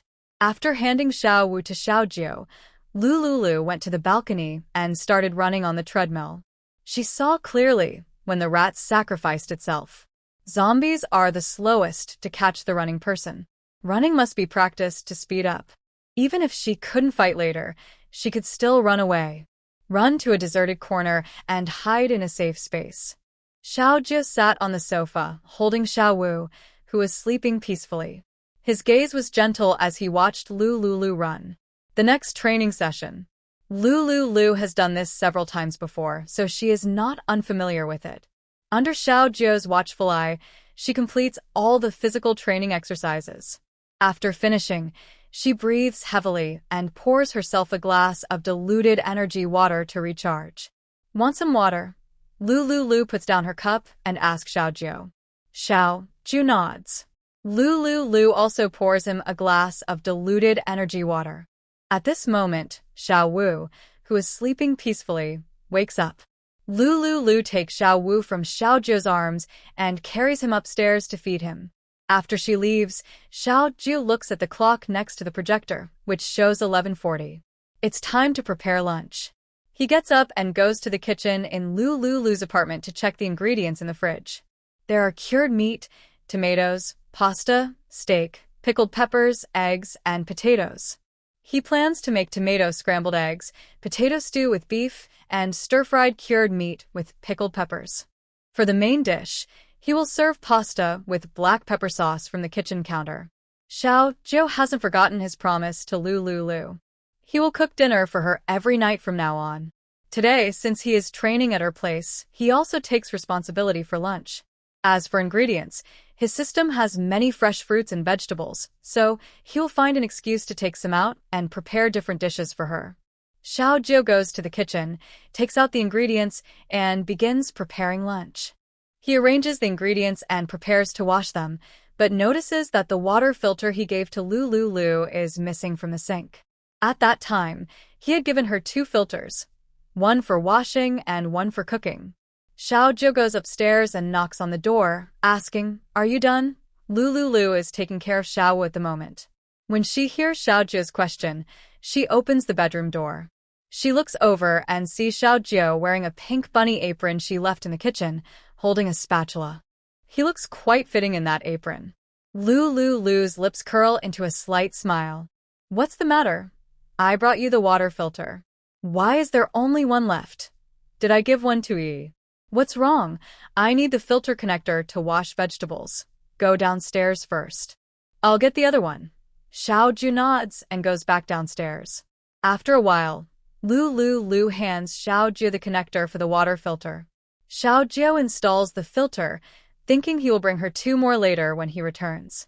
During this time, Zhang often helps take care of his children and even sends her one to make daily life easier. Lulu saw Xiaoju preparing lunch. She watched for a while, then looked away, picked up the remote control on the coffee table, and turned on the projector. She continued watching the farming planting video she hadn't finished last time.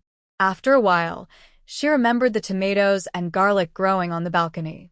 So, she went to the balcony and saw that the tomatoes had started to bear fruit, though the fruits were still small and green. Next to them, the garlic was growing well, with green shoots emerging. In a few days, with some vitality water to help ripen them, she could harvest fresh vegetables. After checking the crops on the balcony, Lulu sat back on the sofa and continued watching the planting video. While she was studying the crops, she suddenly sensed some fluctuations in the connected space. Lulu was startled. She turned her head and saw Xiaoju in the open kitchen behind her, concentrating on preparing lunch. She quickly turned around and walked briskly upstairs to the master bedroom, closing the door behind her. What exactly was happening with this strange activity in the space? First, she used her mind to check the space.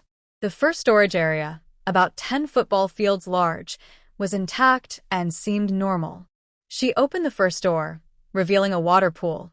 The second door, crops. The third, animals. And the fourth, a small bamboo house by a creek. Until she reached the fifth door, she sensed faint sounds coming from inside. Without hesitation, Lulu entered through the fifth door. She pushed open the bamboo house door and stepped inside. Inside, the little monkey, Kong Kong, was lying on the bamboo bed, exhausted and barely breathing. Lulu stepped forward, picked up Kong Kong, and asked, "Hey, are you okay?"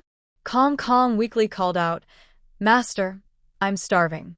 It was then she realized that her previous angry slap had upset Kong Kong, and she had left him in the bamboo house without caring.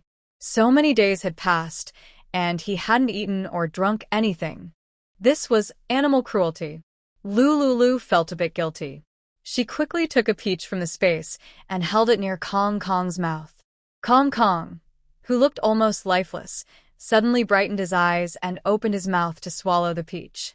He chewed quickly a few times and spat out the peach pit. "Hungry. Master, I am very hungry." Lulu looked at it and felt like it was pretending. But she hadn't fed it anything these past few days. It had been sealed here before, so maybe it had no food? At least it called her Master. Lulu took out a few pounds of peaches and placed them on the bamboo bed. Kong Kong saw the peaches, jumped out of Lulu's arms, and stood on the bed, holding a peach in one hand and nibbling on it. Worried it wouldn't have enough to eat, Lulu took out 2 more pounds of peaches and put them on the bed. "Kong Kong, I have other things to do. Take your time eating." Hearing this, Kong Kong stopped eating the peaches and immediately ran up, hugging Lulu's leg. "Woo-woo. Master, I don't want to be locked here. Take me out to play, okay? I'm very obedient and know many tricks." Lulu is someone who prefers to be gentle rather than forceful. Seeing how clever this little monkey was, she softly said, "I'll let you out tomorrow. You have to behave or I'll put you back. Okay, I will listen." Lulu comforted Kong Kong, then stepped out of the space. She kept her posture and location just as when she entered the space. Coming back to her senses, her mind moved to the second area, where the chili peppers and potatoes had ripened and were hanging on the plants. In this area, if the fruits are not picked, they stay fresh and ripe. She used her mental power to harvest all the fruits and moved them outside to a preservation area. Then she replanted some vegetable seeds inside. After planting, she withdrew her consciousness and attention, then went downstairs. Downstairs, she saw Xiaoju placing bowls and chopsticks on the dining table. "Is the child asleep?" Xiaoju asked. "Yes, asleep." Lulu sat down at the table. She saw 3 dishes on the table, all looking and smelling delicious.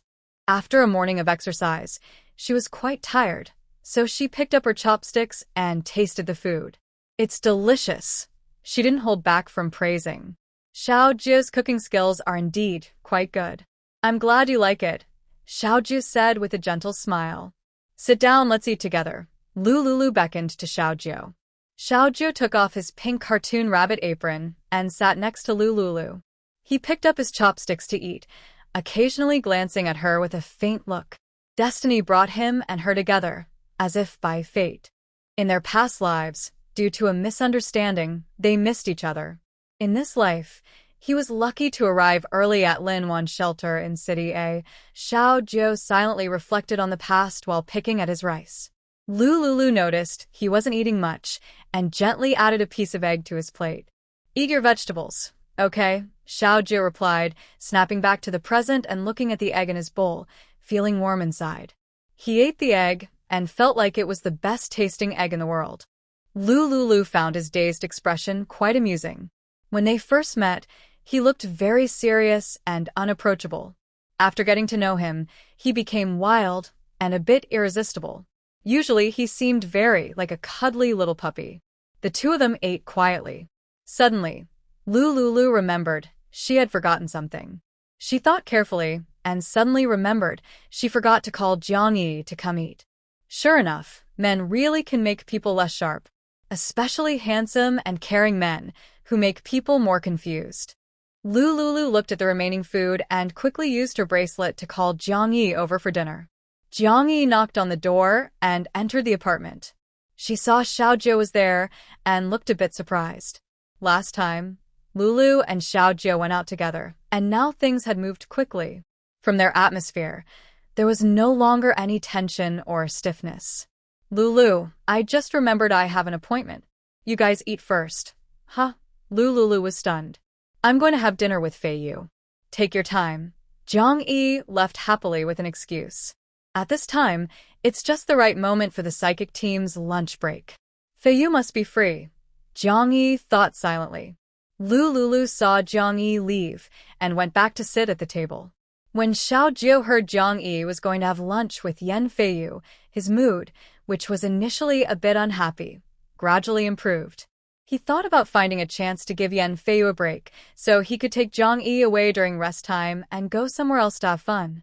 In the future, when going out to fight, Yan Feiyu would need to stay at the shelter. With Yan Feiyu there, he wouldn't have to worry about Xiao Wu and her safety when fighting zombies outside. Yan Feiyu is a soldier from the same class as him. He is honest and trustworthy, and he is a land-type psychic. Jiang Yi takes care of his and Lulu's children. Yan Feiyu protects the children. Of course, he won't let them be cared for without reward. Xiao Jiu quietly plans Yan Feiyu's future work arrangements. "Xiao Jiu, where's the laser gun you promised to give me last time?" Lulu picks up a napkin and wipes her mouth. "Wait a moment, I'll go upstairs to get it now." Xiao Jiu remembers promising Lulu a laser gun.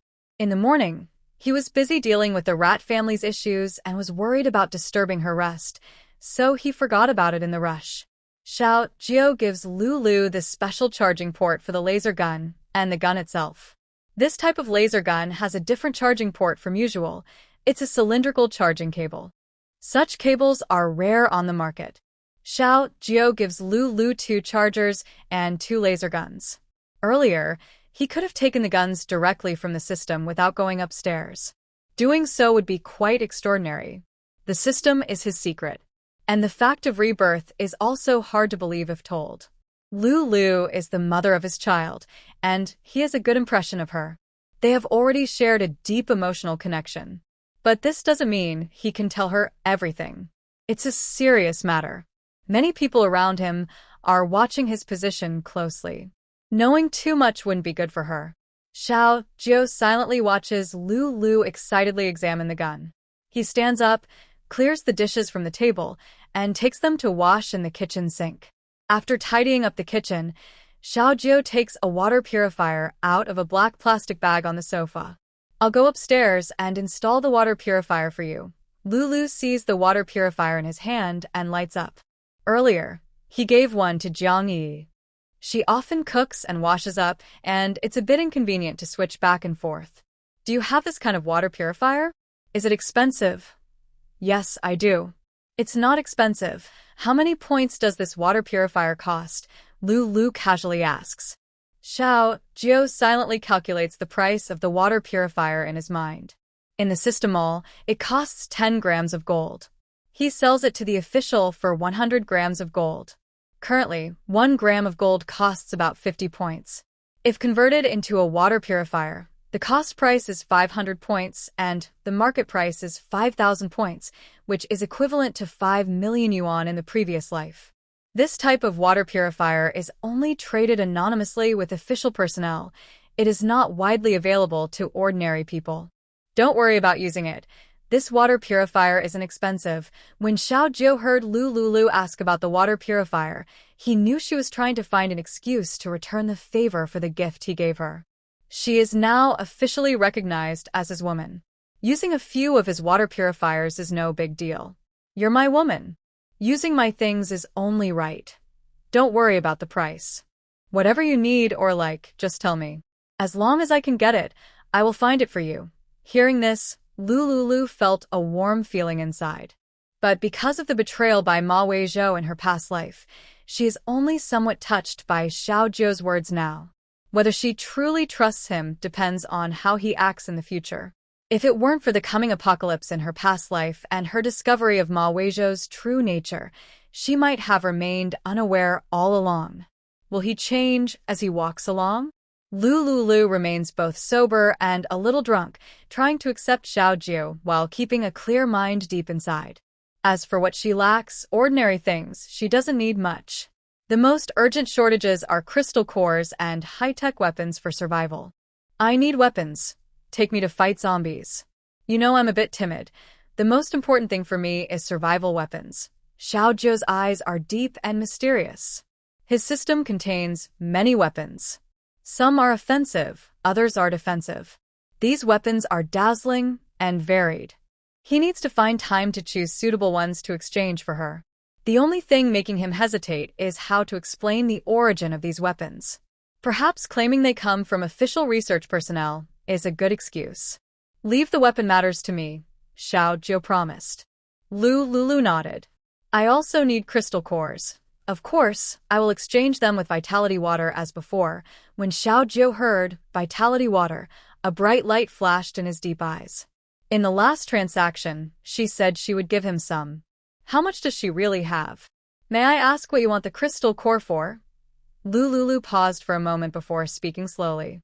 Actually, I told you last time that the vitality water, without a formula, is fake. The formula was left by my father, and I have it. The formula mentions an energy entity. After the apocalypse, I accidentally experimented with zombie brains and obtained the vitality water.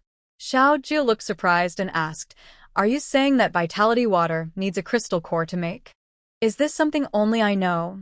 Or do others know about it too? Xiao Jiu asked seriously. No, only you know, Lu Lulu replied.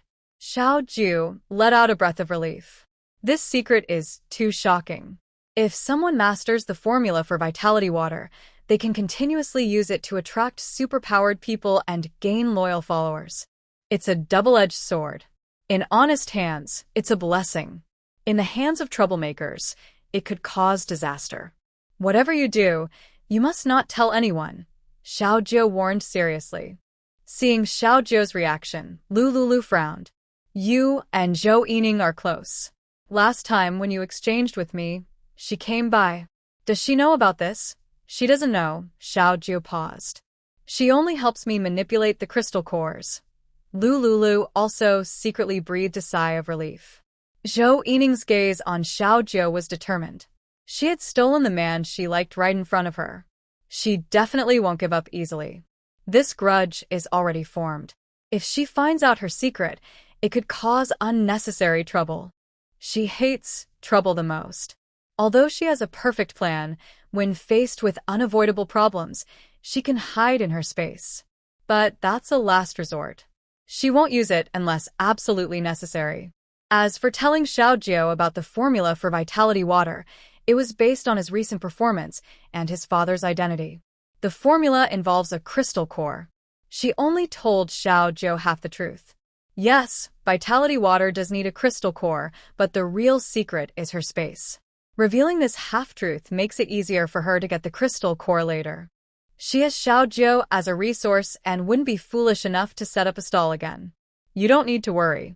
I have already warned her and made it clear that she won't bother you again. Did you tell her that Xiao Wu is your child? Lulu didn't feel reassured by Xiao Zhou's words. Instead, she felt worried. Zhou Yining is a powerful person who always gets what she wants. In her past life, there was no one in the base she couldn't deal with. She might hate because of love and seek revenge on Xiao Zhou. Of course, these are just her unfounded guesses. Hopefully, what she fears won't happen. Lulu, in the future, take good care of the child and stay in the shelter. It's currently relatively safe here. What does relatively safe mean? Does it imply it might not be safe in the future? Lulu sensed a doubt in Xiao Zhou's words. However, she had lived in the apocalypse for a year and a half, and it was always quite safe here. Maybe she was overthinking it. Ignoring this small doubt, Lulu firmly said, I must go out with you. I have a reason to go. Xiao Zhou looked at her stubborn face and felt a bit helpless. It's very dangerous outside. Have you forgotten the mutated zombies? Lulu remembered the violent mutated zombies she had seen. Her face turned pale, but she continued to insist, I haven't forgotten, but I believe I can overcome my fear of zombies. Besides, I still have you. Xiao Zhou looked deeply at Lulu, seeing her determination. In the future, we will face even greater dangers. Even I can't guarantee your safety completely. You might even die. Xiao Zhou deliberately tried to scare her. Except for the 10-level zombie a year later, anything below that level was like an ant to him. The 10-level zombies are still very tricky. Other high-level zombies can be dealt with by using some gold and weapons. But these weapons are too advanced and might attract enemies. Sometimes, powerful monsters are not the scariest. People are more dangerous because of their malicious hearts, which can be more deadly than monsters. Lulu dismissively replied, What's so scary about death? People walking normally on the street can get into accidents and be hit by cars, get struck by lightning in the rain, or choke on water and die. Xiao Zhou's usually serious face suddenly softened because of this statement. It's good that you think like that, Xiao Zhou said in a low voice. Don't worry, I won't let you die. But can you tell me why you need to go outside? Xiao Lulu asked curiously. She thought for a few seconds. It's not wrong to tell him about this. The only condition is to keep the secret of the space hidden. If they can find that golden type ability user early, it would be good for the authorities. I need to go outside to find gold. Find gold? Xiao Zhou was stunned. He really needs gold. He traded with the authorities anonymously and collected a lot of gold to exchange for weapons. He isn't short of gold for now, but he doesn't mind having more gold. Every time he goes out to gather supplies, he also stops by a jewelry store to pick up some gold for his space. Yes, find gold. Xiao Lulu slowly said, The laser weapon you gave me, was it issued by the authorities? Xiao Zhou nodded. Yes. Do you know where the authorities got these weapons from? Xiao Zhou hesitated, unsure how to answer. Whatever he said would sound like lying. Sure, I'll tell you. The authorities exchanged for these weapons with a golden type ability user. Huh. Xiao Zhou was very surprised. Where did this golden ability user come from? He didn't know. Not only did he not know, but the authorities probably didn't know either. These weapons were clearly obtained by him using a drone to exchange gold with the authorities.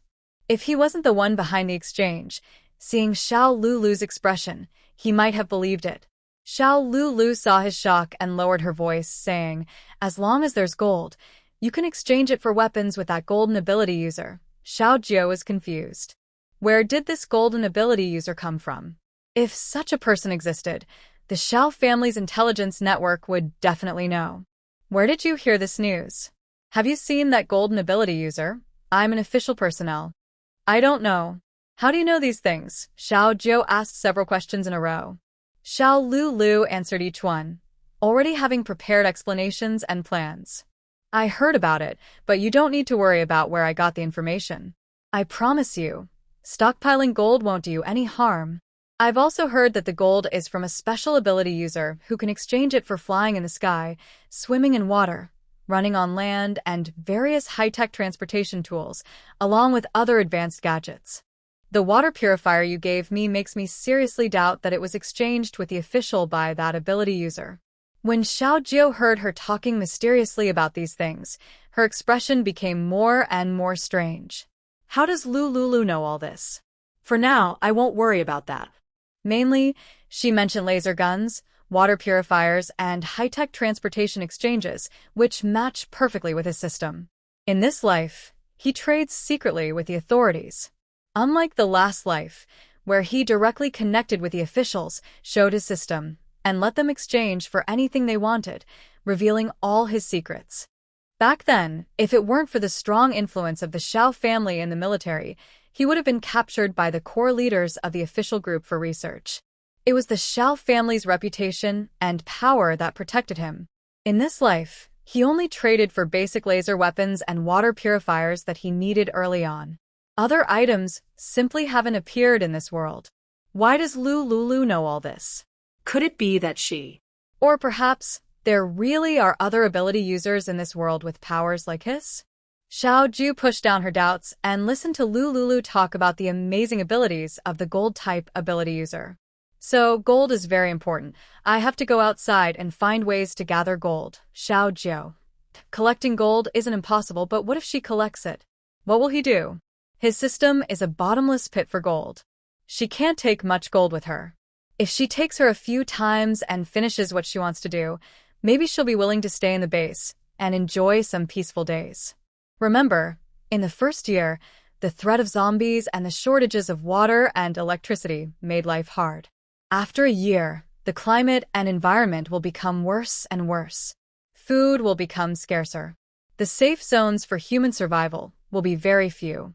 To prepare for a disaster 10 years from now, mutants must start training now. The people under his command are still too few. Fortunately, he saw hope for a breakthrough in Lulu. Lulu, you are already very skilled at basic physical training. Can you practice alone at home for the next few days? Lulu nodded. She knew that Xiaoju, with such a large group of mutants, couldn't be with her every day to train physically. He had already taught her a lot over the past 2 days. Train well at home this week.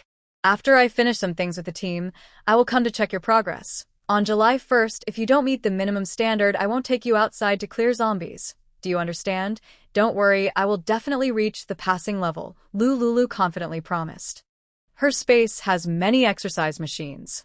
With the help of vitality water for recovery, she is sure that 5 days of hard training will make her qualify. Xiaoju and Lulu exchanged a few words. He hugged the baby for a while and left at 2 p.m. Training sessions for the team are from 6 a.m. to 12 p.m. and from 2:30 p.m. to 6 p.m. Because of the sacrifice of the mouse, they added 3 hours of evening practice. Evening training is from 7 p.m. to 10 p.m.